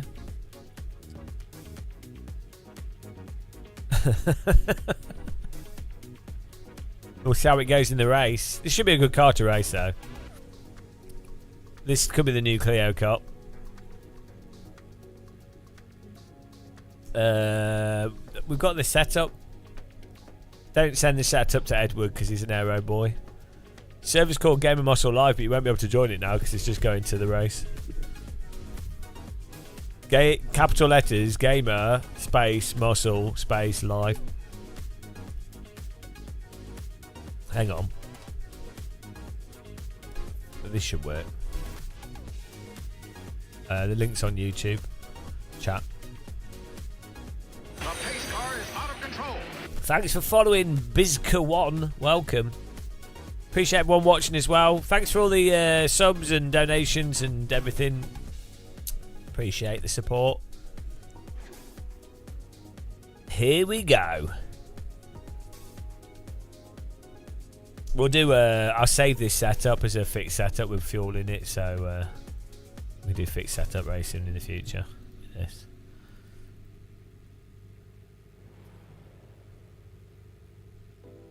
Here we go. First race with subs for a while. Has the education of AC. Has 12 days of 10 hours a day of Assetto paid off. Oh dear God. You're on nights Monday to Tuesday, so feel free to stream in the early hours. Normally my sleep pattern normally gets messed up. And then we live stream at stupid times. We're gonna, hopefully we can complete AC soon, and then I need to do some walking. I need to get more exercise. Because it's getting nice weather and I want to be able to walk across Scotland, so I need to be able to I need to be able to easily walk 20 miles a day with a 10 kilogram backpack and be able to do that for like 5 days in a row with it being easy. Shouldn't be too hard. I managed to do 3 days, two and a half days of doing 20 miles a day with the backpack before feeling pretty tired. Right, here we go. Get in there.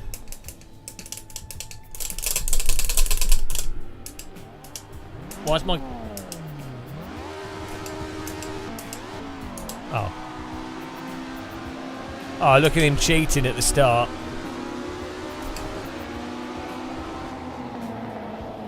Oh, look at this. Crunch.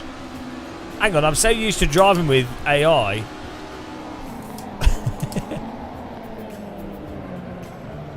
What is this clean driving?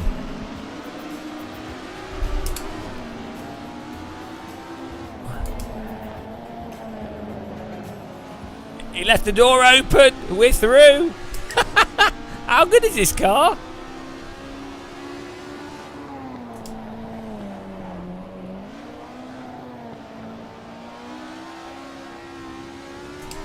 Oh no, we're now in the Aero Boy zone.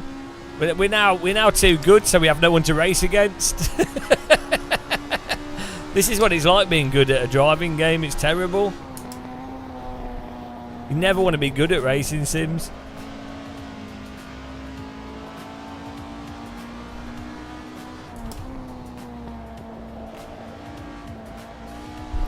We need to restart. The AI in first place is driving away. The AI's driven off. We didn't get a good enough start, guys. Restart the session. Restart. That's what my brain's thinking. AI, first place AI's gone. We didn't get enough places at the beginning. There's a real person driving that car. It doesn't make any sense. There's someone in a sim rig. There's an actual human in that vehicle.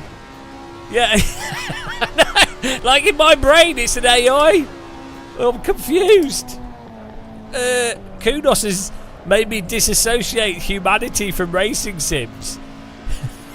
T-Bone. This is like Ender's Game.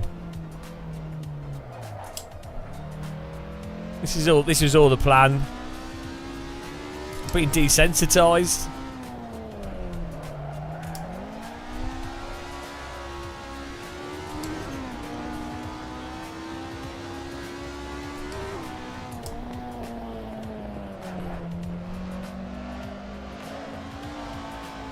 This is like when I went karting and I'd only been playing driving sims and the race finished and I felt like just driving into the wall.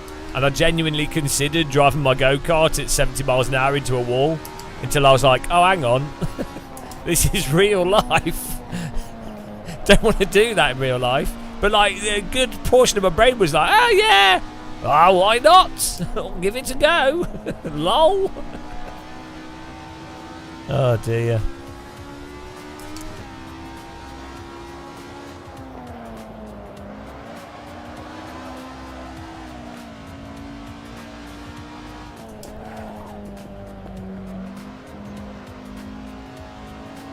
Why is everyone so slow? What are you guys doing? Do I need to start a game of muscle coaching? Is that where we're at now?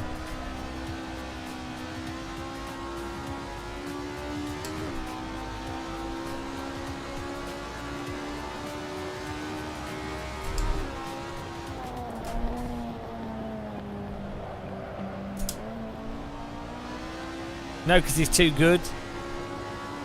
Ironically, real world coaches do use AC, but no one in sim racing. But yeah, pretty much all the driver set training centres for real driving use AC.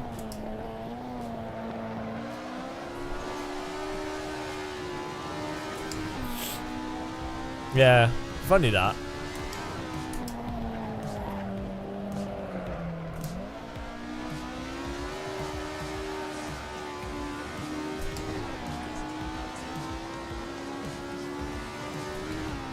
Nice little drive this. P1 needs some ballast.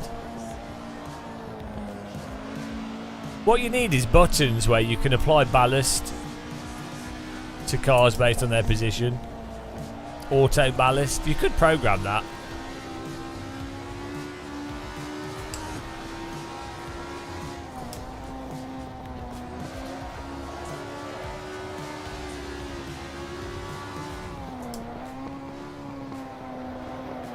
No, Shumi, you don't know what you're talking about. Hello, Cybercat. You can join the race if you want, Cybercat. You don't know what you're talking about. Real cars, what they sound like is looping sound effects that are very compressed and overly noisy, so that you get a headache from playing the game. That's what you want to be aiming for in a game. You're totally out of line, Shumi, with your comment there. To be honest, don't think you understand audio.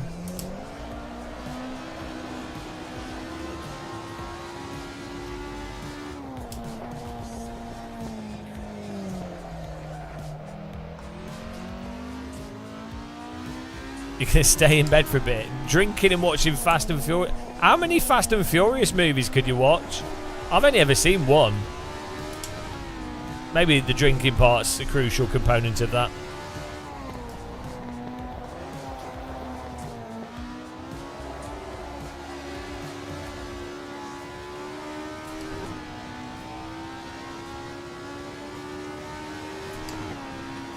Is there a good sound mod? Well, some of the cars have good sounds already, but you can swap the car sounds in AC if you want to. And yeah, there are like Fonseca and stuff. Do good audio for certain cars.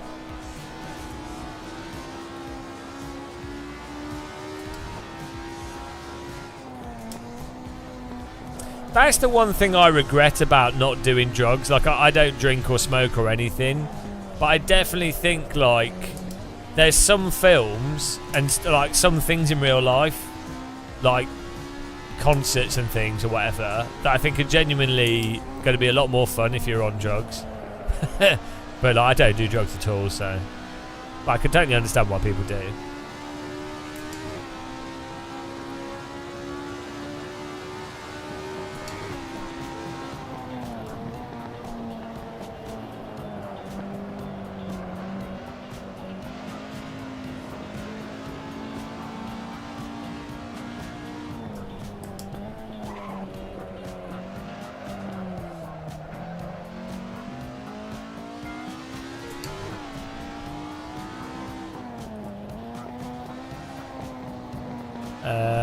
Human, yeah, I think so.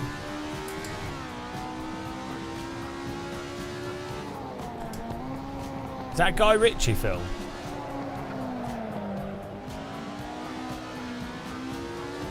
Oh, we're 5 seconds ahead of the next car. Guys, why is Fast Boy so slow? What are you guys all doing? Is it the setup? I tell you what, I do fix setup next race.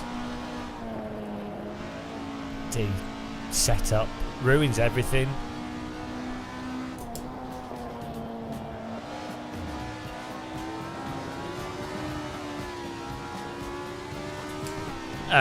We'll do another track, and I'll. How do you join? You have to subscribe, and you have to donate. You have to donate and subscribe, or be a member on Twitch, and then you can join the server. Right. You have to swear that you'll use my Amazon affiliate link for all expensive purchases. Now you can just join. You can just join. It's I link the server and you can join it as long as you get in. Second place, what a legend, guys! All that hot lapping. Too much fast. Ah, fucking God, guys! Don't do that because DD wheels, please, please don't drive into people. Sim racing got too real with DD wheels. There's no password on it. Guys, don't drive into each other, please. People have wheels that are stupid. Let's add some fuel to this and I'll just save it as a...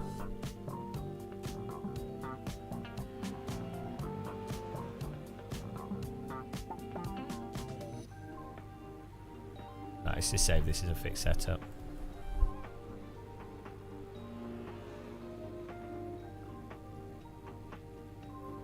It's a good setup though. You could probably take out some camber, you know, and it will be faster. But it's perfectly fine setup. Although maybe it's different because it's only the front camber with the rear camber. Right. Well done, Nico. You're banned. Well done, me, second place. Cheesemeister third. Adam fourth. Marov fifth. Mr. Lou sixth. Haley seventh. Icarus eighth.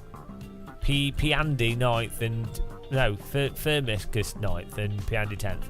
I'm just gonna make a new server with the fixed setup. Oh, my AC, I need to reinstall my AC because it sometimes when I quit out, it crashes. Right.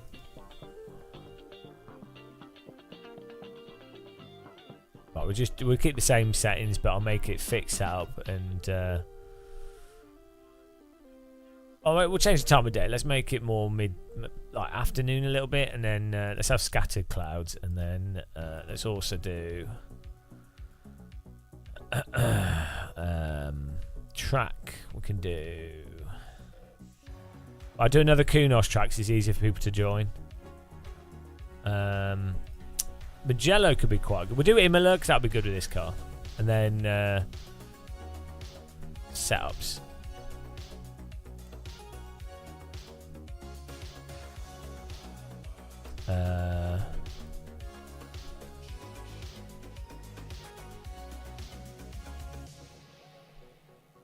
Where is it? Advanced. Oh, here we go.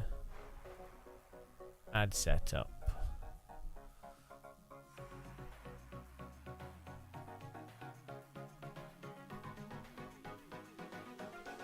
There we go.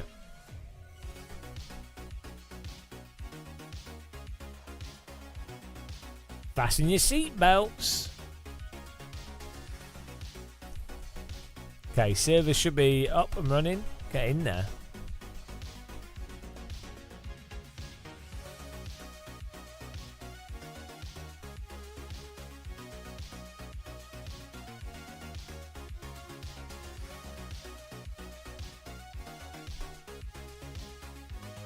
Yeah, it's part of Content Manager. Am I bored of AC? No, because the handling's really good. It's got really good physics. So it's fun to drive. And the different cars are fun. Is it fixed setup? Did the fixed setup work? Guys, can you just double check that the... Oh, it should be. Yeah, there you go. Should be fine.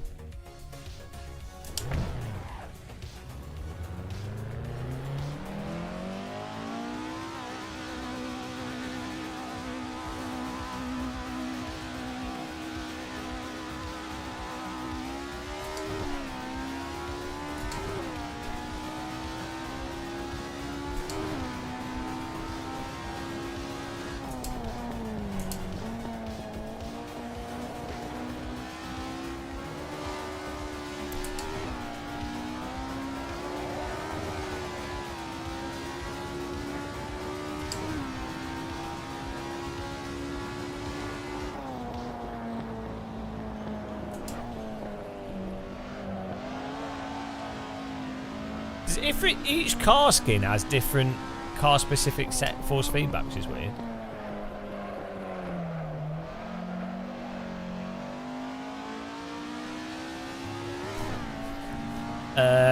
Yeah, what was the fix for that?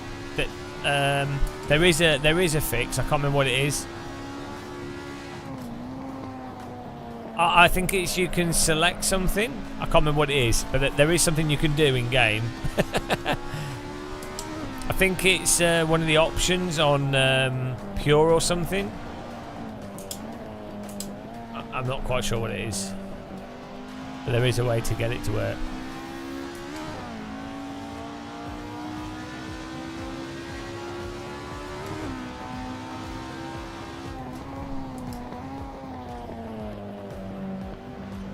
Yeah, we're doing some racing with subs now, but yeah, we were playing. Oh, we've been going for 8 hours. We just did quite a few. We got through quite a few today, quite quickly.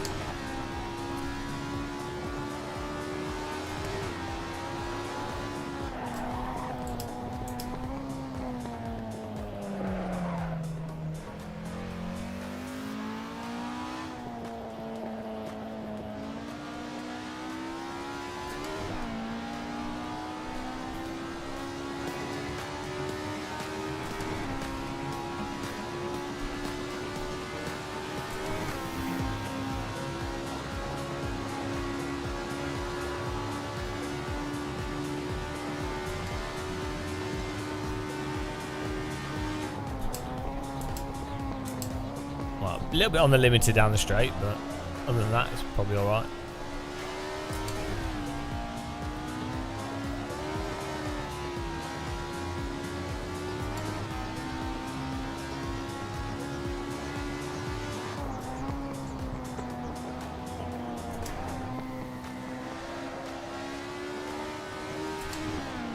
I feel like I'm pretty good at this track, which is surprising, because I've not driven this track recently.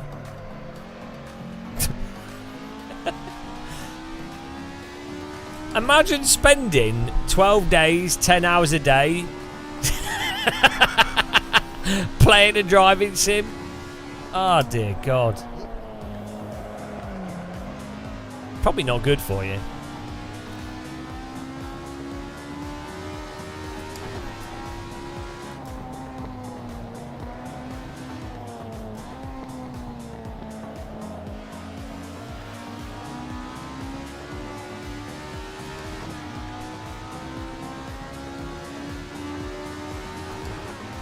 I still really enjoy it. I know what I'm more aware of the flaws in the, so like some of the caster settings, some of the tyre temperature sensitivity, how to specifically avoid some of the curbing stuff, and then also just which cars are good, how much you can gain a lot of time with engine braking with certain cars.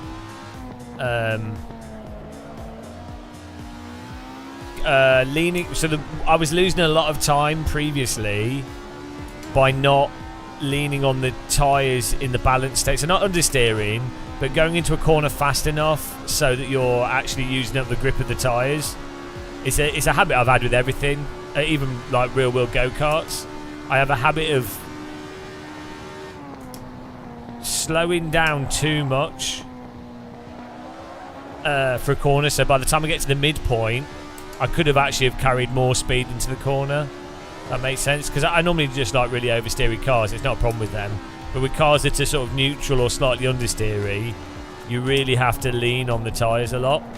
Like you don't want to be sliding, but it's surprising how much you can lean on tyres. Oh bugger. Yeah, it's a mixture of iRacing, but I did it before that. It's just a weird habit I have. I think it's a mixture of, I think it's from not being able to feel what the car's doing in many sims. So it's just, there's a whole bunch of habits that I gained from sim racing. Like not braking hard enough initially, using too much rearward brake bias, not leaning on the fronts enough,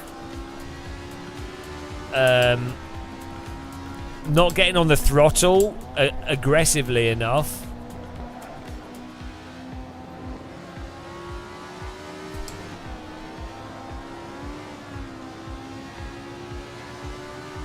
Drinking too much. Yeah.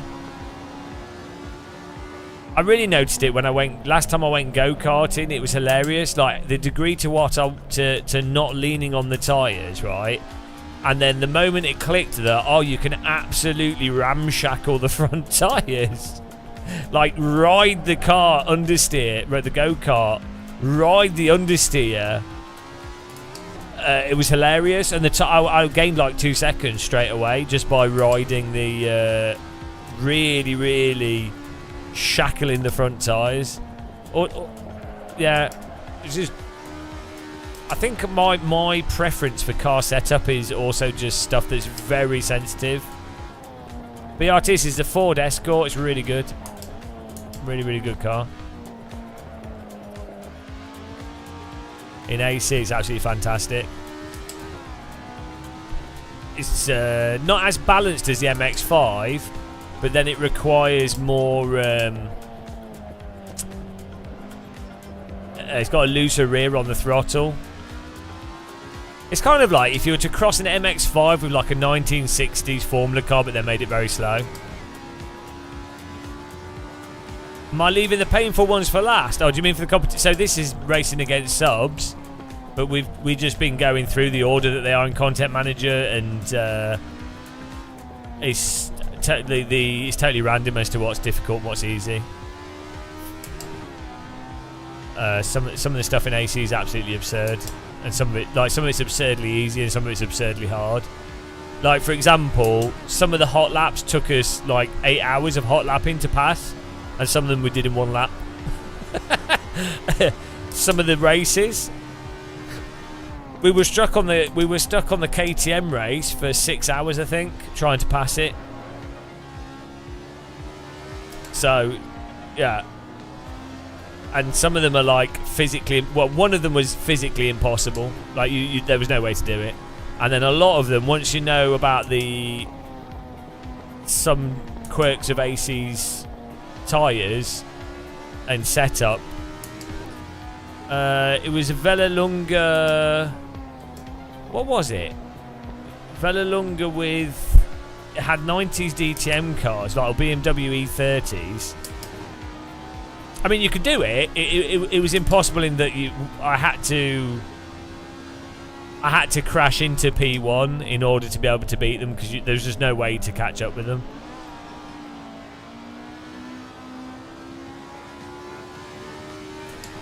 But that's it. We've only had to do that in one. We effectively, that was basically punting to win. We've only had to do that in one of all the stuff.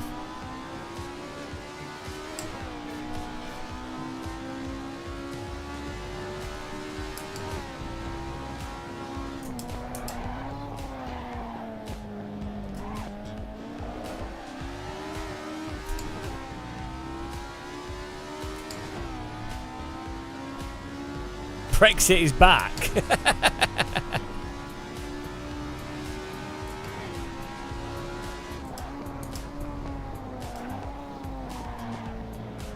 Oh no! Couldn't get the car to slow down. Wow, we're doing alright. Look at this. Me with my 207 707 James Bond 007.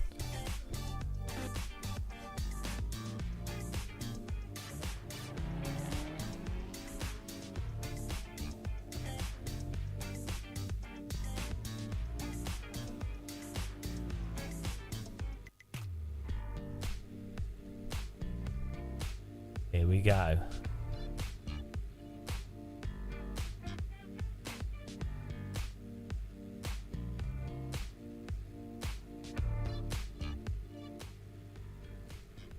Beautiful. Yeah, good car this. Just nice slow car.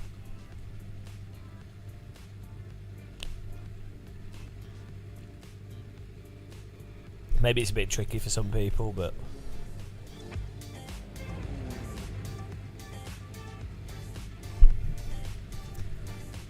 get in there. Get ready for the race, guys.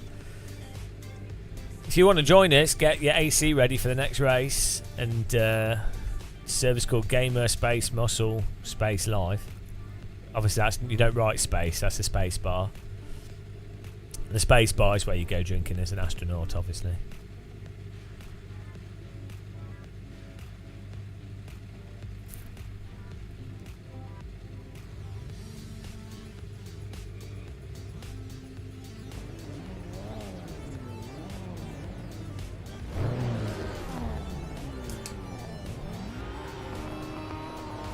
We can do another escort. We might change to another one of the cars that's on our list of awesome cars. Yeah, I know.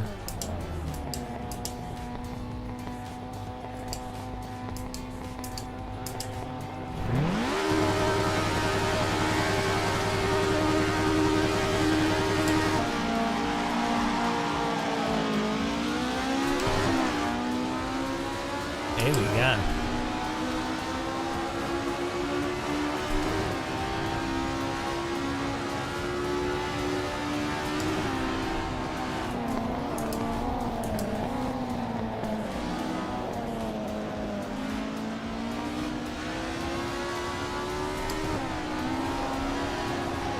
It's a Ford Escort madness here.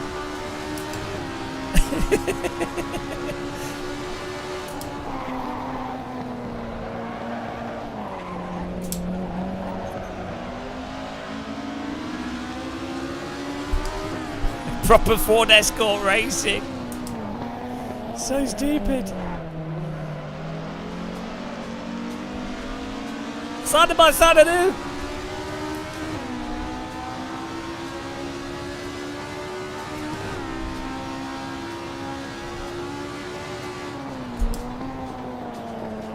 He ain't making that. He ain't keeping that on the track.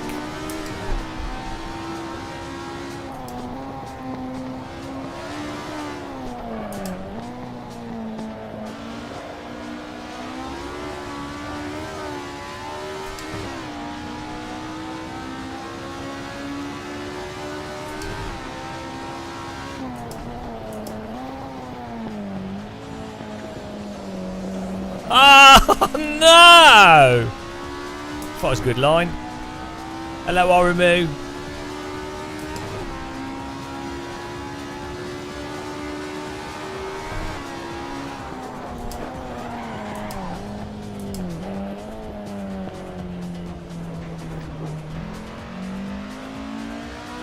Absolutely penalised.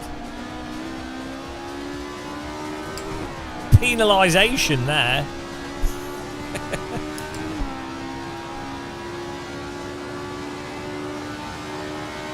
Probably because Kunos never did suspension particularly well. It's always been a Kunos weakness.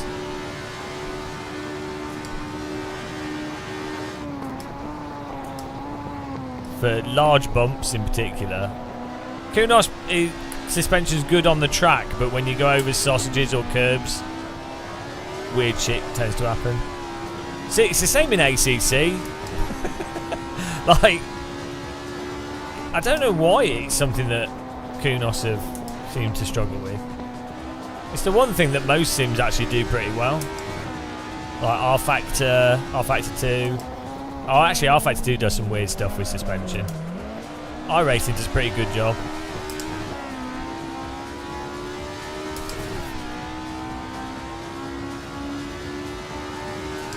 Wreckfest has really good suspension.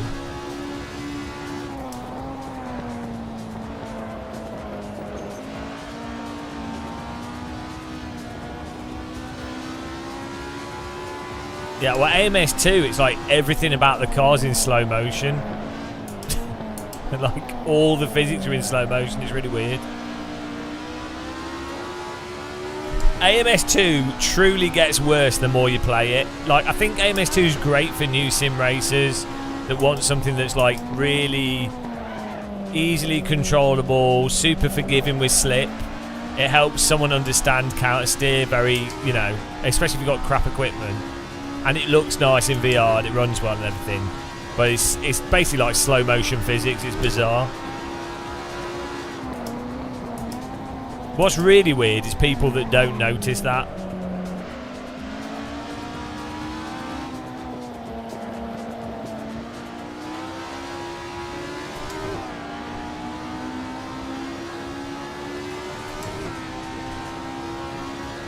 This looks quite nice this time of day. This lighting's cracking. This is with old Pure. I need to update. Oh, he's drafted me. Absolutely drafted.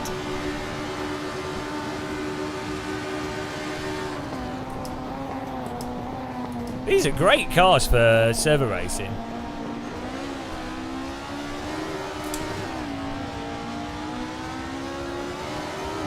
I feel like we're trying to get across the Berlin Wall though with a person in the back seat.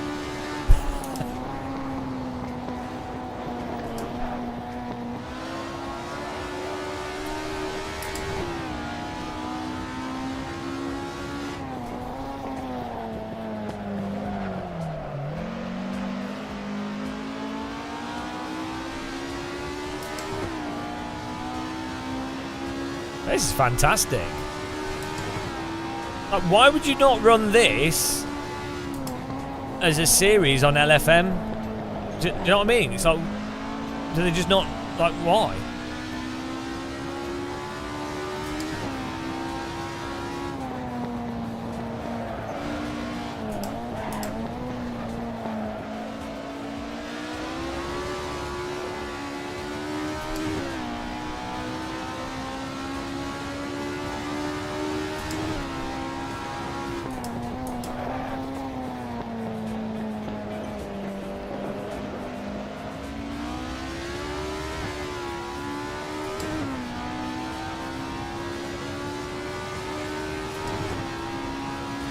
Yeah, they use random mod cars and stuff, but you know.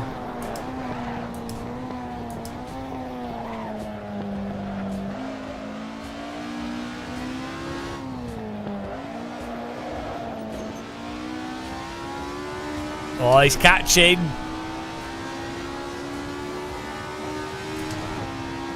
He's catching. C Meister's catching Mr. Brexit. Pressure.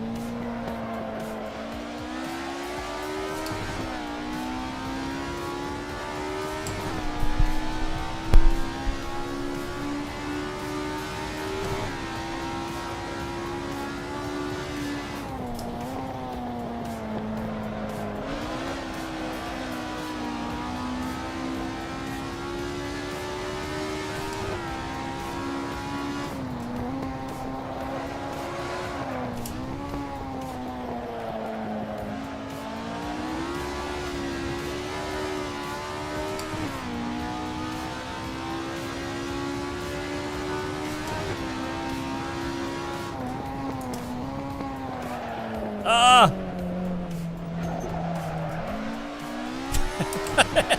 There's just punting going on. Oh, he had a penalty probably. Mike, I couldn't get my car to slow down for the corner.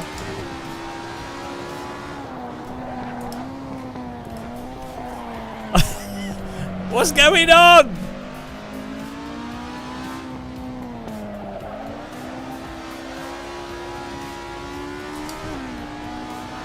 Why is there a 14-second gap to the rest of the grid? People are struggling with this car.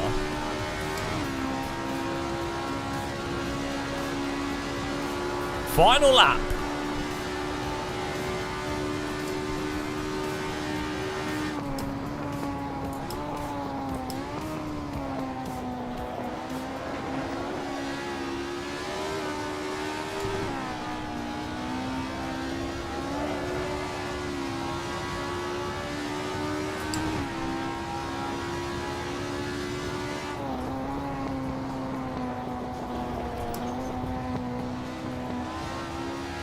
Oh, he's made a huge mistake in P1.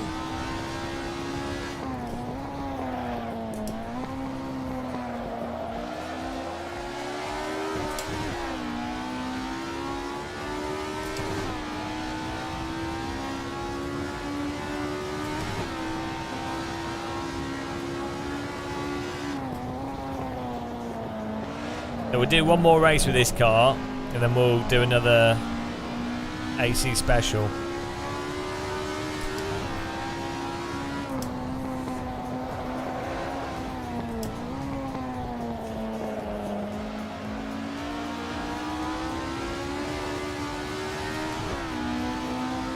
Yeah, there isn't a vintage Mini in AC, which is really weird. I know there's a mod, but it's really weird that there's no included, of all cars you'd think you'd include, a vintage Mini. I mean, I've got the Abarth, but racing in that vintage Mini is absolutely fantastic.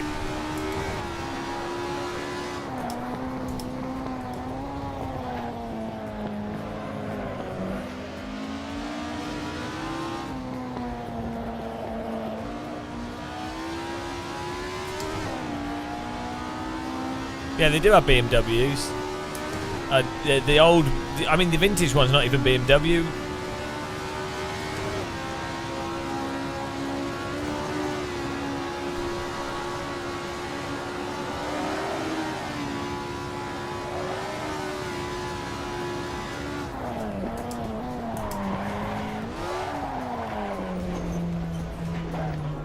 Yeah, if there's space, there should be. Beautiful.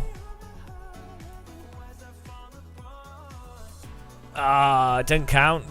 Deleted for cheese mastering. Wall hacks.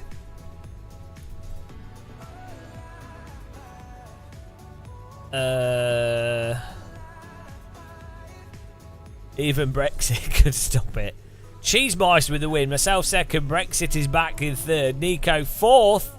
Lauda in fifth. Or Lauda, I can't tell. Slane Track sixth.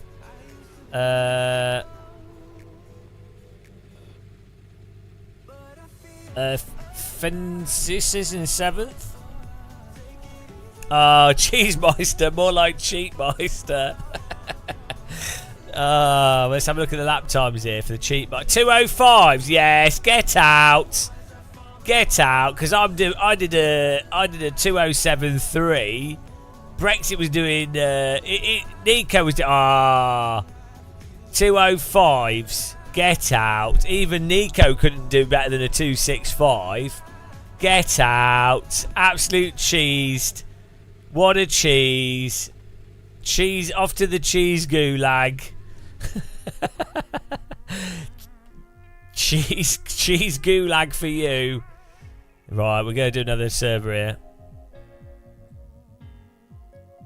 Wow, that's typical, isn't it? Typical cheese meistering. Right, what? We're going to do another Ford Escort. We'll do another track. We should do a Donington. Has everyone got Donington? The Donington track?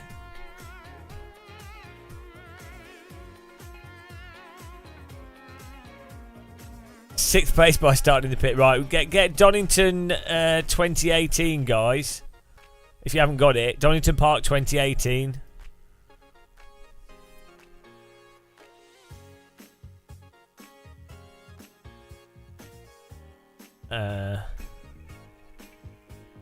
Right, get Donington, guys. If you haven't to join the server. You ready to go?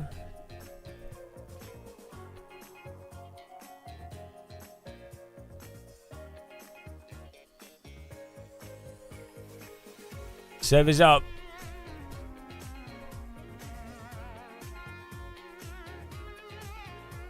See if people can get into this.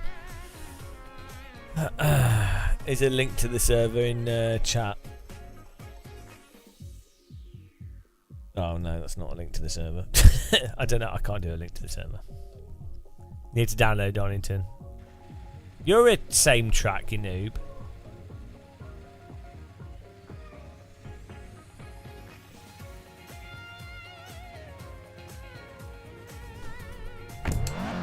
There you go. Thanks for linking the track.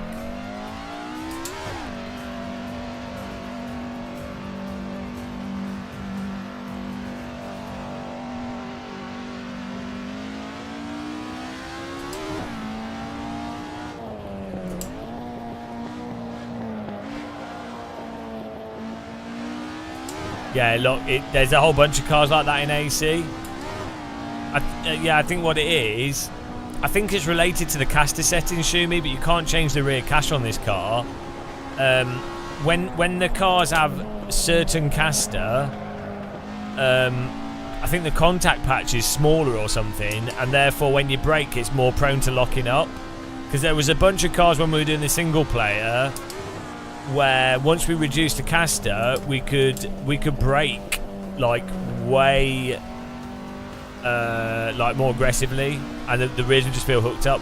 Also, I think on this setup, the tyre temperatures or the pressure might be incorrect, and it's really prone to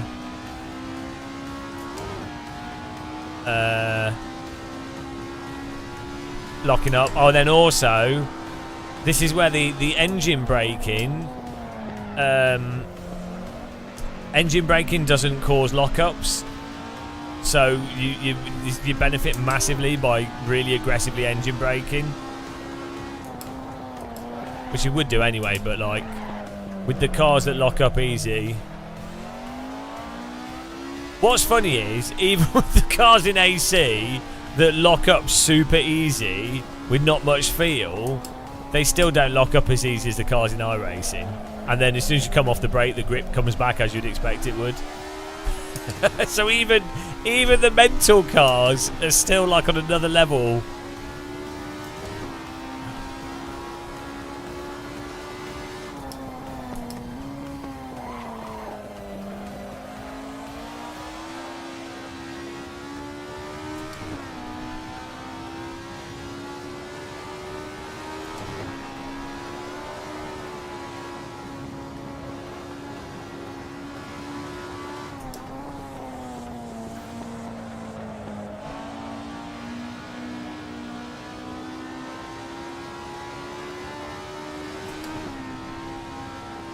The Game of Muscle Donington Classic.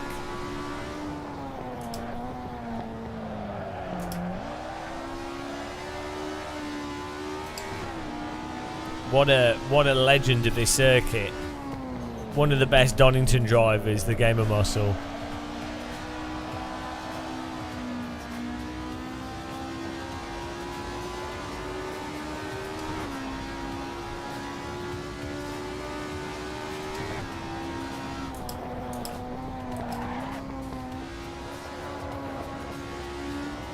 Pretty legendary at Donington is the Game of Muscle. Many people talk about the Game of Muscle at Donington.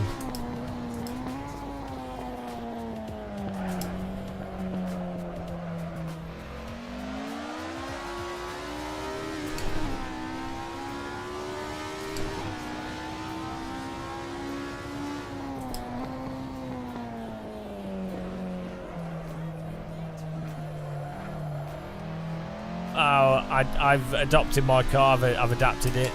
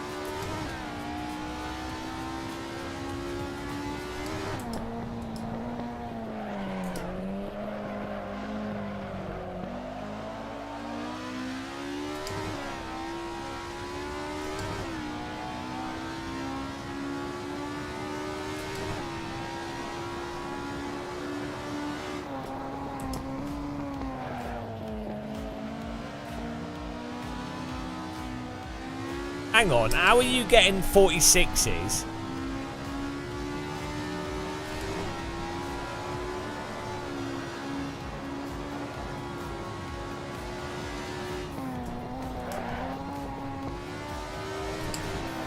What is this nonsense? 46? Are you joking? We've got wall hacking going on here.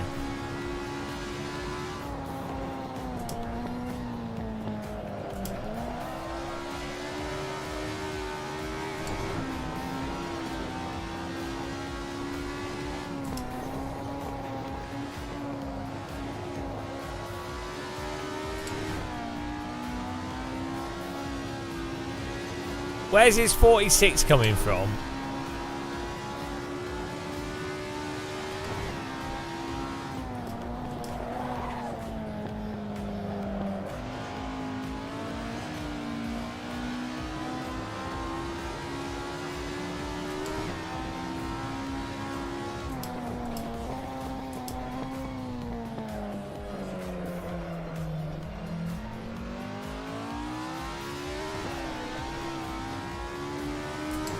Now we have track cuts on.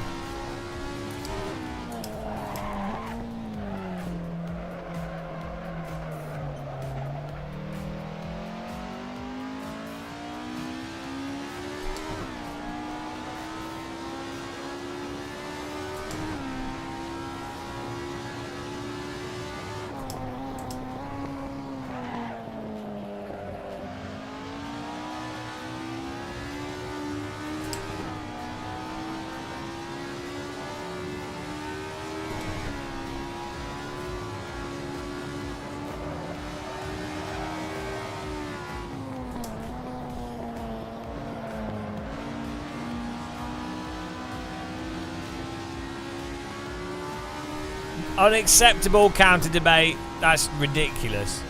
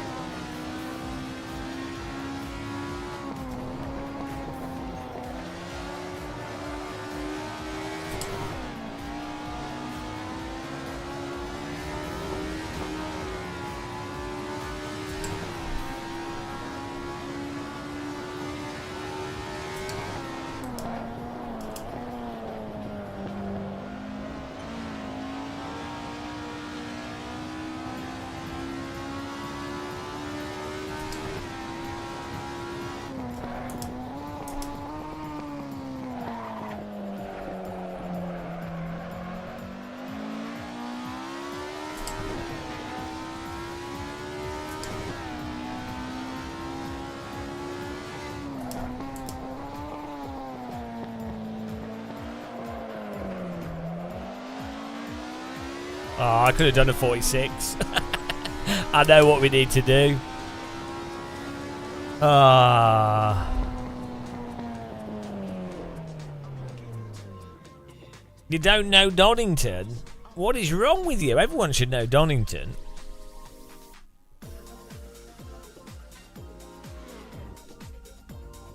You mean East Midlands Parkway train station, Dave? It's a nice train station, East Midlands Parkway. There's like 2 staff that work in there. It's brand new. I think they only built it like 3 years ago.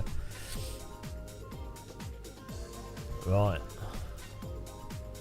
It's the most relaxing train station.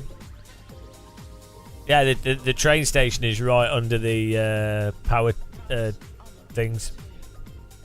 They start really relaxing. You can just hear the water on the cooling towers.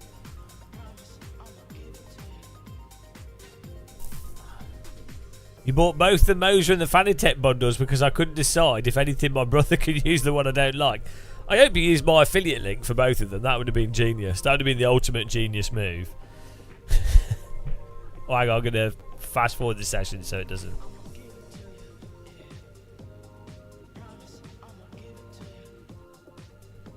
Here we go.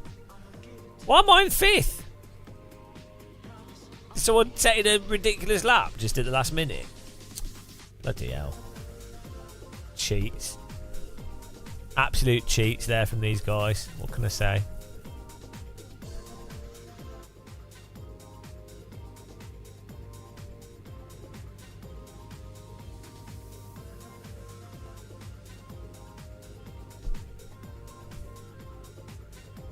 Click the like button on YouTube, guys, if you haven't, and you can follow us if you want to. Wow, you know, they say they're faster. It's probably just a lag. Probably just a bug in the matrix.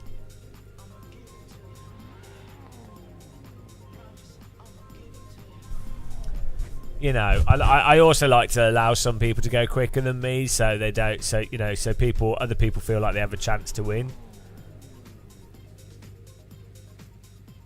It's important to make people feel welcome.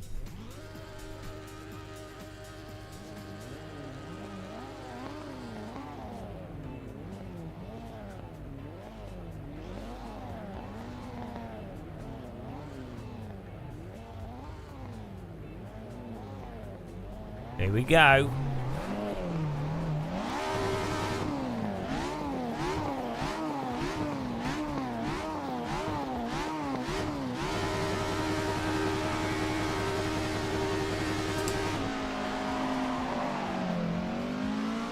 Launch!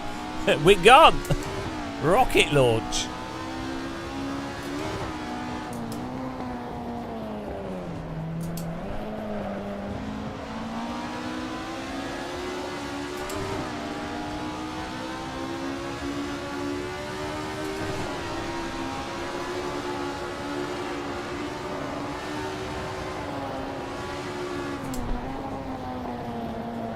You ain't making that. You ain't making that.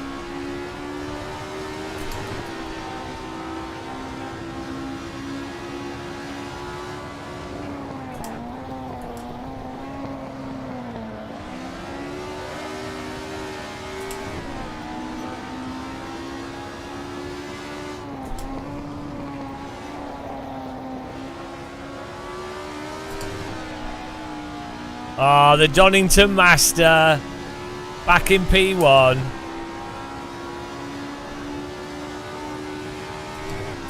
I use the power plant as a reference for the breakpoint.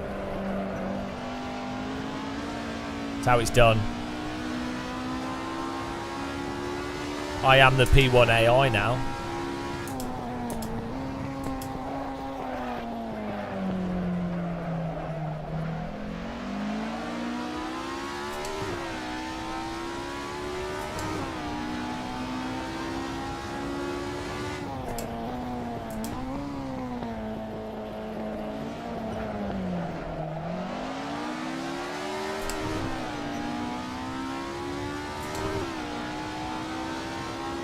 What is this? He's got too good at the game.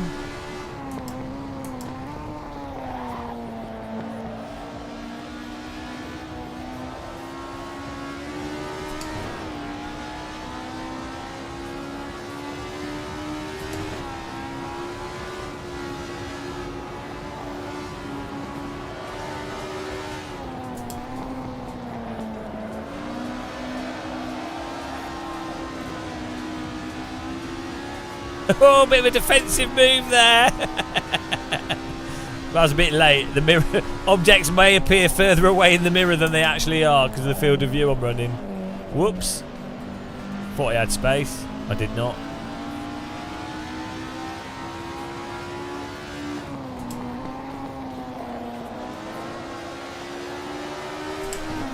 Oh, he's on. He's on. Bit of bumper riding going on here. Look at this. It's beautiful. Oh, locked up. No, we're locked up. Oh, no. Absolute cheat.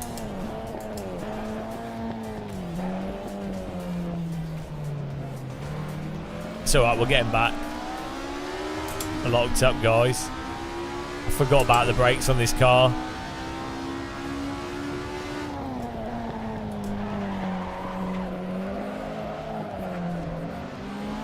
If you lock up in this car, you get locked up into the wall. He's breaking the draft up. What a draft breaker. Disgusting display. We've got Nico on our tail here.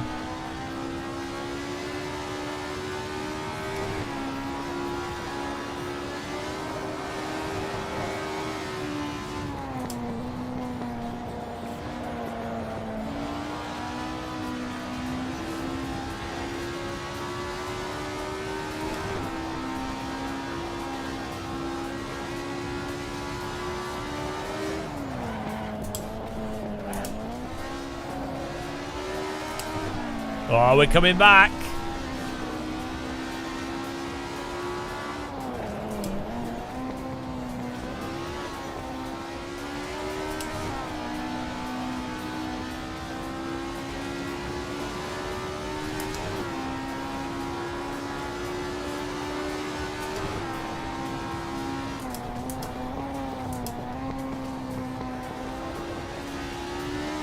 Oh, what a line! Laser bobbed.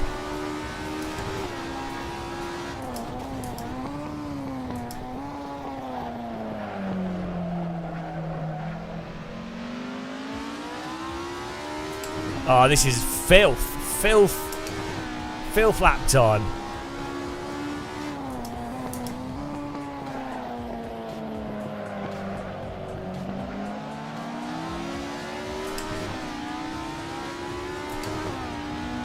Nico pressuring us, tickling the exhaust pipe with his bonnet. That's what he likes.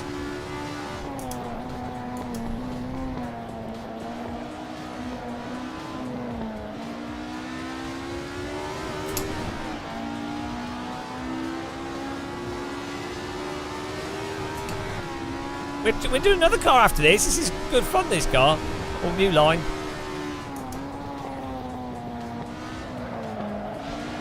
Just 3 races in this. Ah, wow, you say that. That's because you're not winning. Here we are in 2nd place. What can I say? King Muscle. What's the next car on the list that we're doing? Yeah, because for some reason this car doesn't... I don't know why the gears don't work until the lights go out. I'm not sure what that is. It might be... so you can't jump the start, I'm not sure. It's a new Formula 1 starting procedure. It's genius. Yeah, I don't know why it does that. I don't know what that setting is.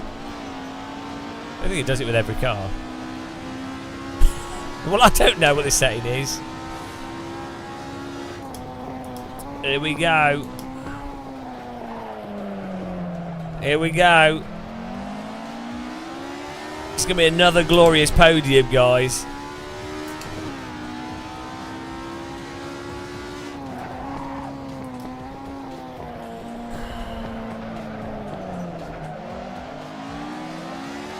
Well, you're not in the opinion zone, so what can I say? Only top 3 places can have an opinion. It's just how it is. Only people with 5KI rating can have an opinion. 5K, the 5K I rating 3rd place opinion. Anything outside of that, it doesn't matter. It's irrelevant. This is how all future conflicts are solved. The opinion zone.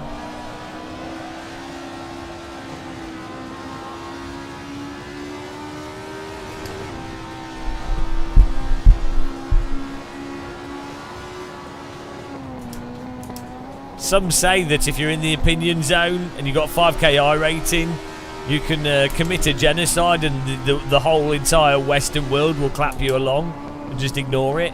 That's how powerful the opinion zone is. Alright, here we go. Hello, Alex.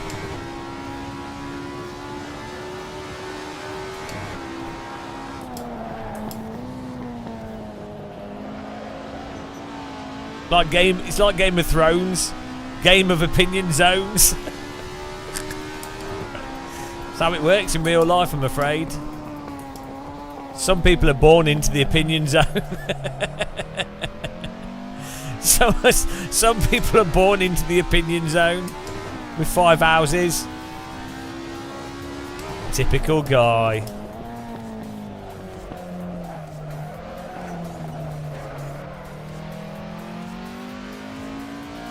Wow, look at that. Beautiful second place. What a talent. What a talented sim racer. And given that we never play this sim, it's pretty impressive. Right, we're going to change car. What's the next car? What was the other car? What's on the list here? The Porsche 91730 Spider.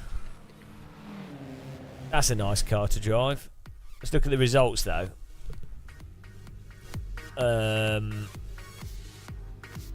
Cheesemeister cheesing his way to victory. Myself in second, Nico third, William Stevenson fourth, ATS Fast Furry fifth. Thanks for subscribing, Victor Caters. Burby in sixth, Nick seventh, Icarus eighth, Jolly ninth, and Mike TTC in 10th. Well done, guys. Top 10 for you.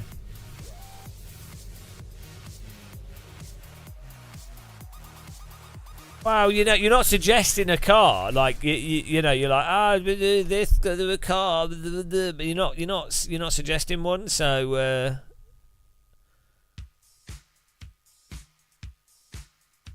the Porsche Panamera. What is that? Sounds like a made-up car. Sounds like a type of bread. Can I have a Panamera, please, with extra cheese? Porsche Panamera. Okay. This better not be a stupid car. We don't have a setup for it though, so. Right, where is it? Porsche. Porsche Pana Chocolat. Where is it? Panamera Turbo. That's a shit car. I thought it would be a good car. Have you seen the Maserati with the rotating dials? Have you seen the Maserati with the rotating dials? Hang on. You've probably not seen it. There's a Maserati in this game and the dials are so stupid. Hang on. We'll race the Maserati. Hang on. If we're going to do a stupid car, let me put this Maserati on. It's hilarious. What is it? Which one is it? What's it called? Is it the Quattro something GTS? Quattroporte. I know what we should race. I've got a good car. We'll do a serious car. We'll do a nice, easy car. We'll see.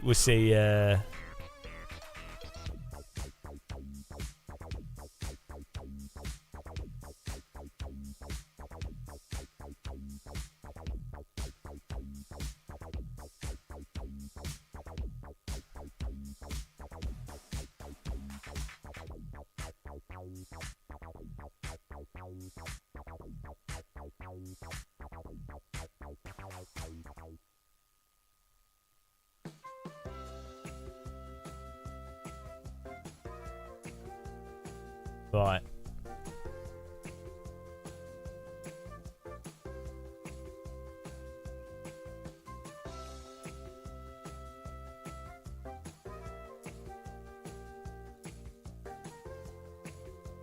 I'm going to do a default track because people are noobs.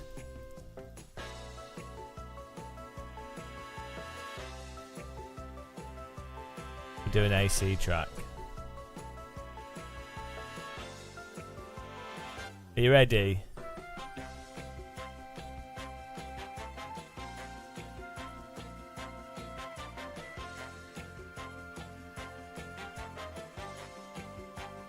Nice easy car to drive. Hello JarQ, nice easy car to drive here. So I don't want any complaining from people that it's too hard.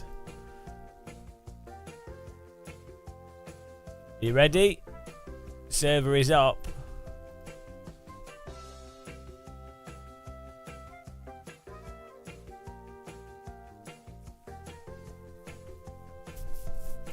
Here we go. Should be a good, fun, casual server for people to just jump in and drive.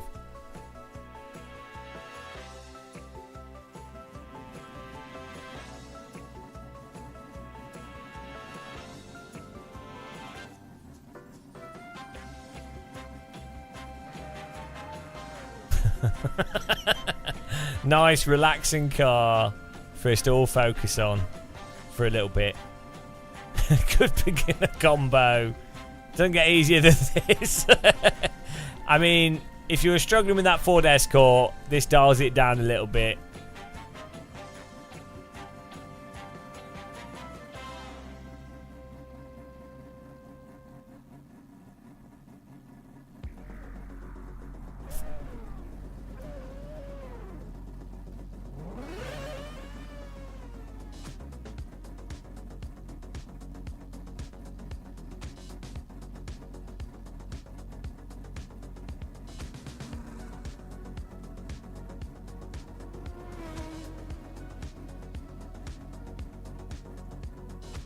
We don't have a fixed setup for this now.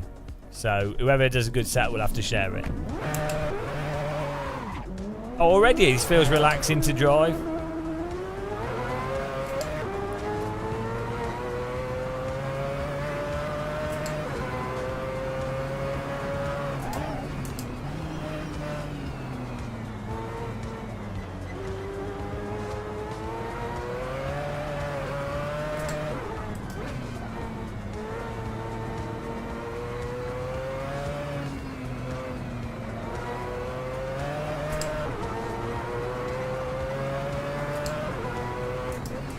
There's no excuses for people struggling to drive this car.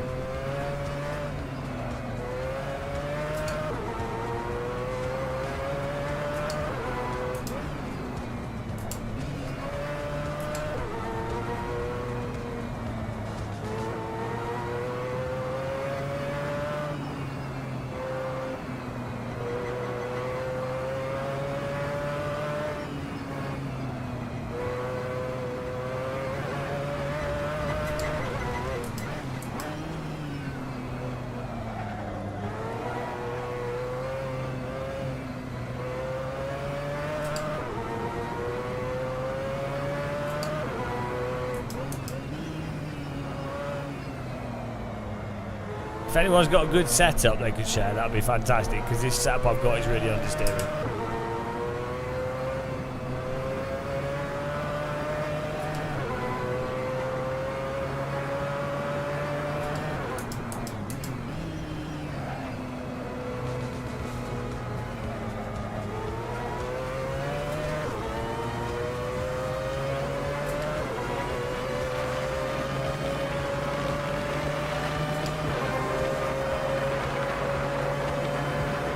I was giving you a bug draft.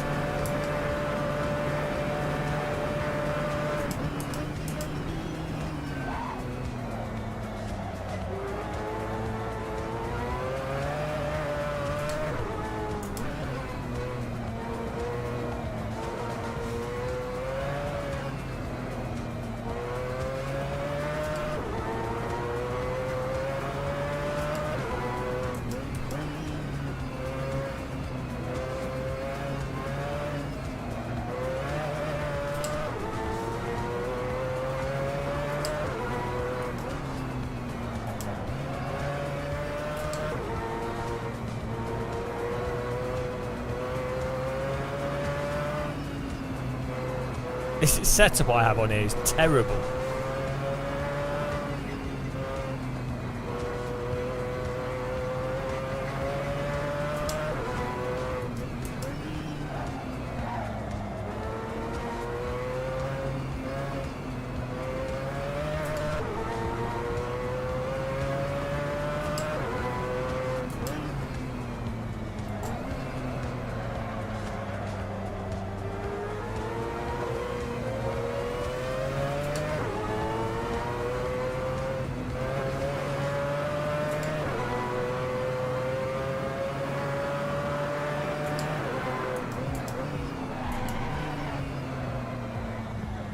Oh my god, this is positively the worst setup ever. No oversteer at all setup.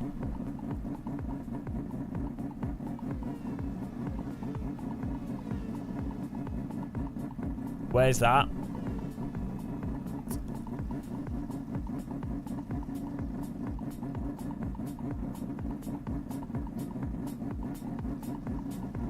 Where's this track only option in setup exchange?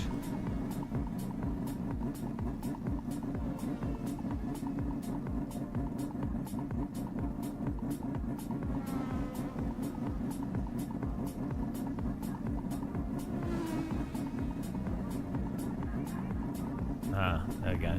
Thank you. Bit of a hack. There we go. See, pro tips. Great pro tips there from the chat. I would do a tip video on that.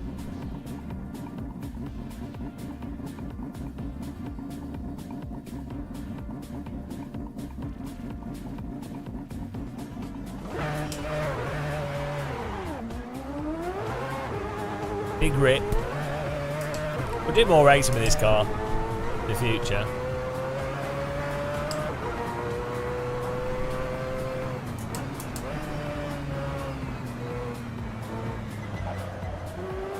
Well, that's better. Oversteer. That's useful to have. Imagine setting a car up that doesn't oversteer. What is wrong with people?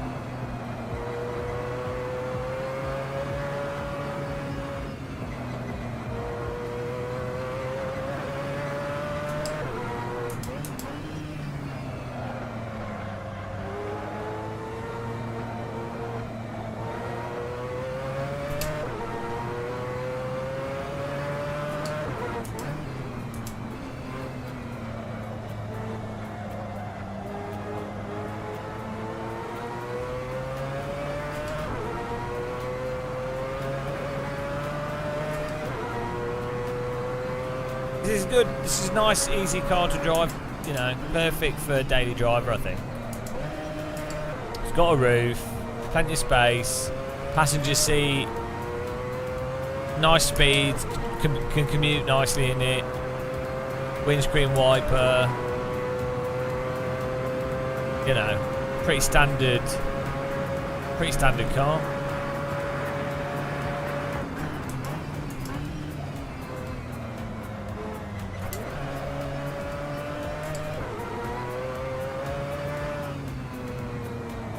No, you just use a roof rack.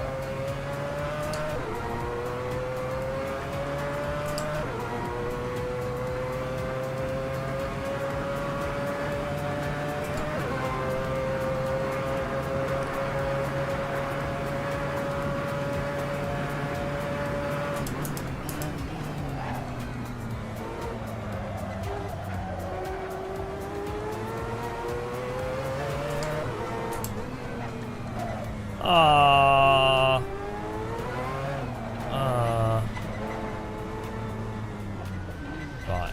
I done an alright lap there. Typical opinion zone lap. You know, that's all you need. I'll be back in a second. Yeah, great for country driving. You're good.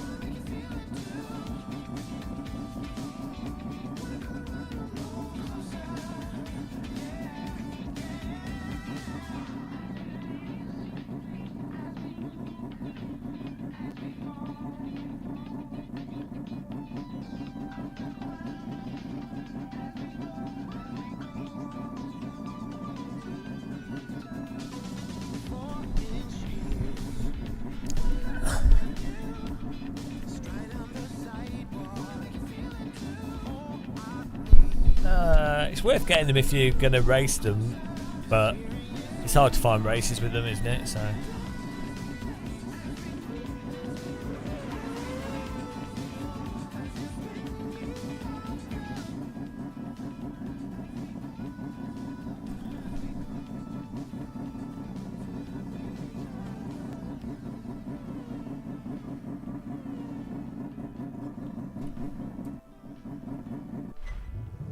go. Thomas Schmidt is in here. Here we go.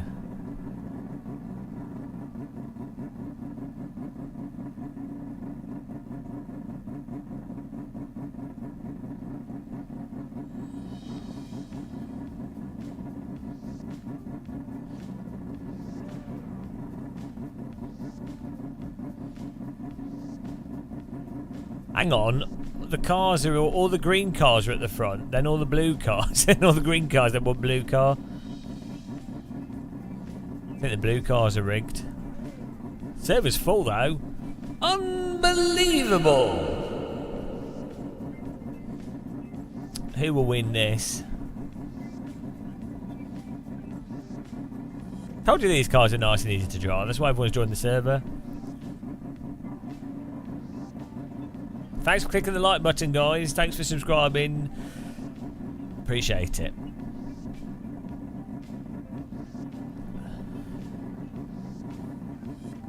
I was more of a fan of Ken's French cousin, Ken Kilometers.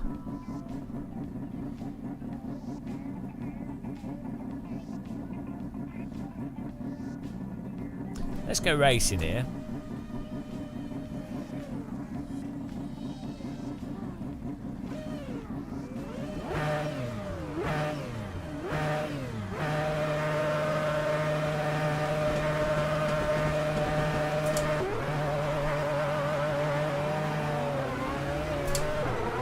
Ah!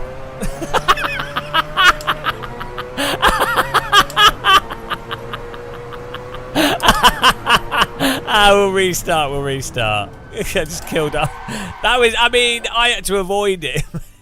That was really funny. See all the shit in the mirror.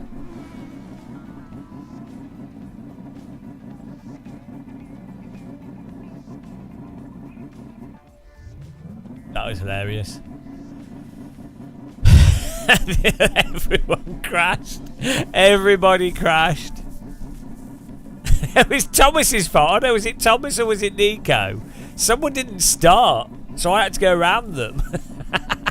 then they crashed and everyone crashed. The entire grid was flying. It was pretty good. Oh, you did. Thomas didn't start. Look what you did! Look what you did! Shit the start! Everyone went flying. Now we've got like a community of people with broken wrists. Oh dear.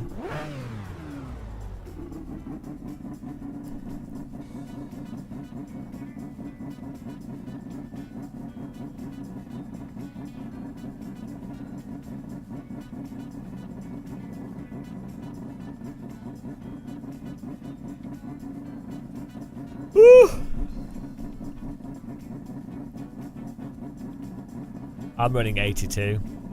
Anything under 80 is not really worth it. I don't know what the setting's called. I don't know why it's even on.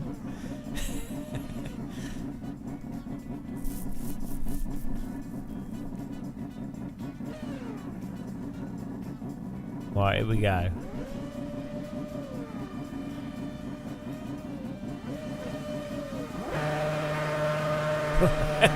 Let's go!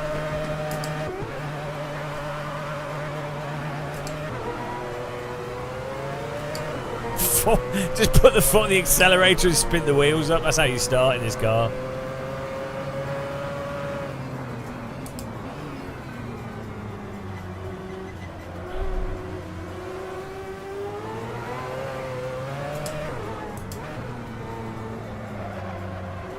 Oh, who's driving into me? Bloody hell.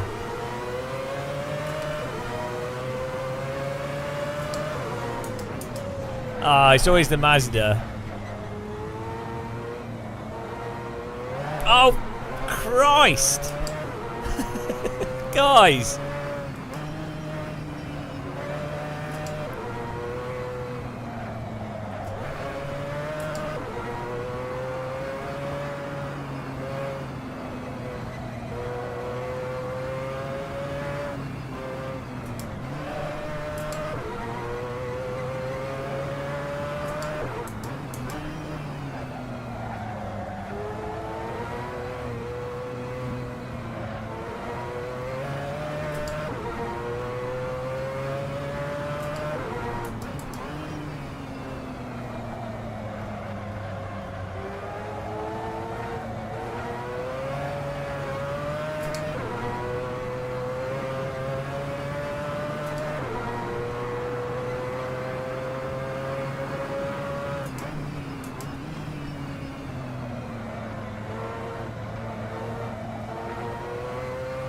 Thomas the Desert Schmidt in front of us.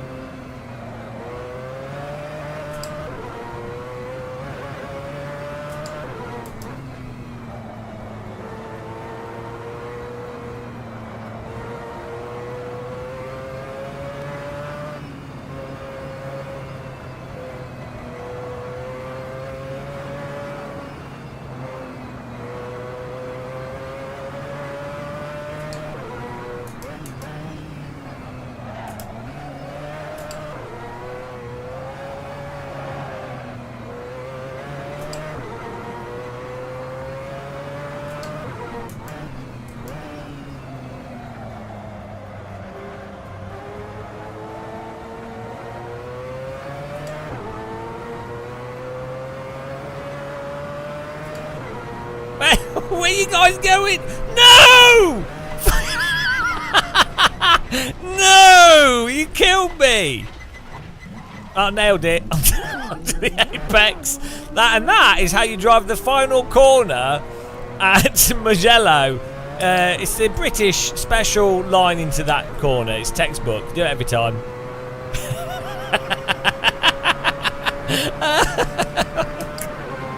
Nailed it. I didn't see anything wrong with that. Typical corner entry. Right onto the apex.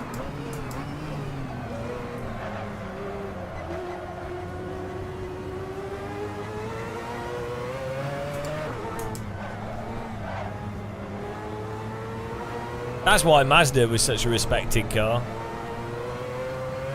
Rotary engine, rotary car. Perfect. Engineering perfection.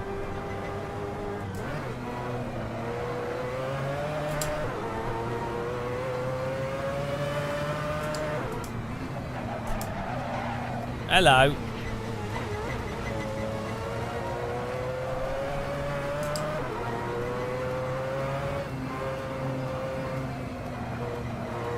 Wheels are a bit worn out for some reason. I don't know why.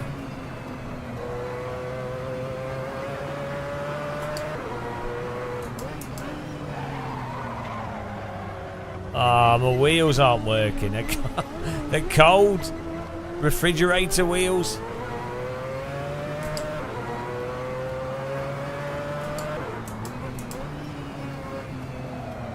Ah, we got ice cubes on the wheels.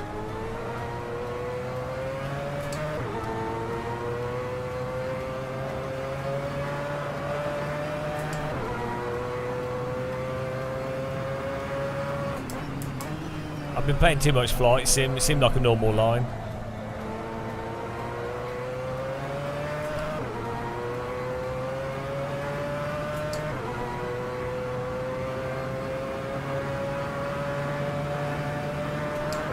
The rear tyres were on 79 and 93.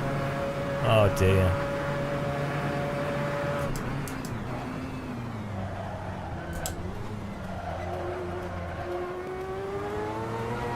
Round about 85 is when the tyres start not working in AC.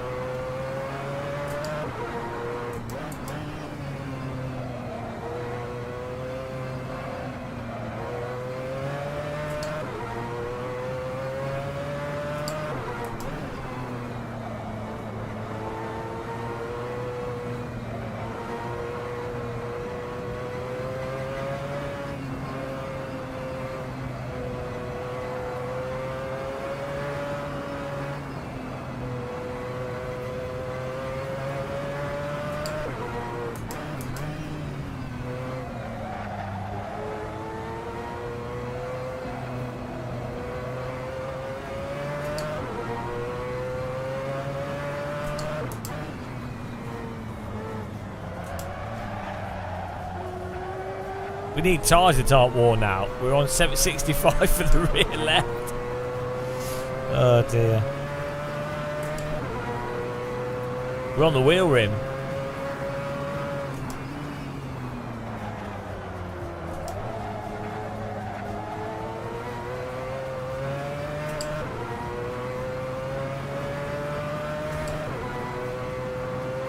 I've got less tyre than a canal bicycle now. Still, we're 6th place. Could be worse.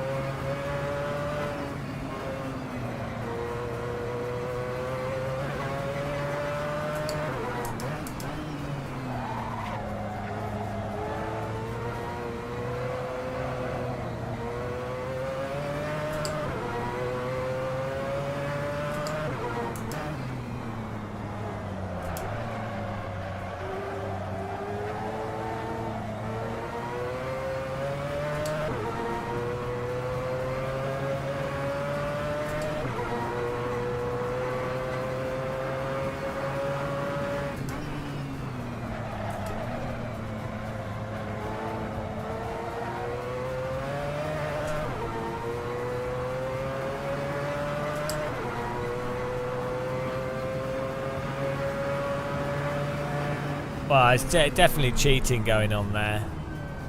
That's all I can say. We were punted. Nice job, guys. Let's have a look at the results here. Good racing, for the most part. Brexit is back with the win. Cheesemeister second. Thomas the Schmidt in third. Schmidt in the start. Jolly fourth. William Stevenson fifth. Myself sixth. Magic. Max Jick 7th, Nico 8th, Simon 9th, Burby 10th. Yeah, obvious aero boying going on there. We did a 1:45.8. We should have put us in third.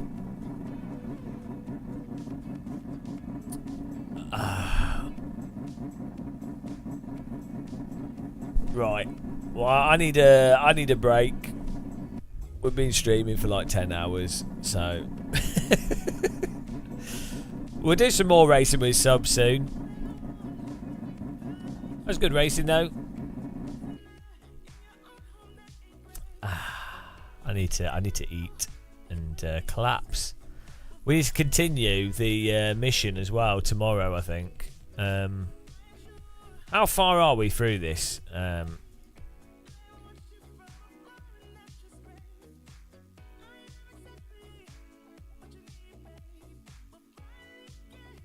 We are 83, yeah, 83.3. So we still have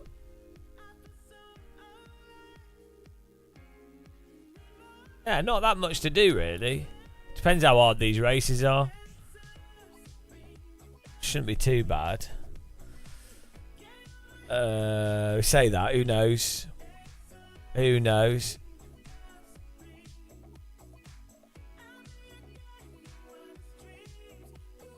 Right. Oh. Right. Yeah. Thanks for watching, guys, and taking part. We'll continue. We'll do some more racing with subs soon as well. But the mission continues. The pain and suffering is never ending. Good racing. Thanks for the like button clicking and subscribing and everything and the support and this, memberships. Really appreciate it. We need to raid someone. We need to. Who's on? Who is on?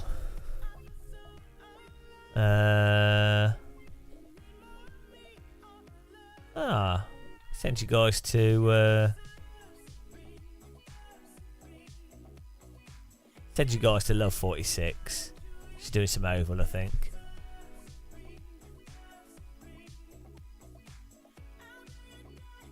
Take care, guys. Have a good night. Make sure you have lots of tea. Bye. Bye.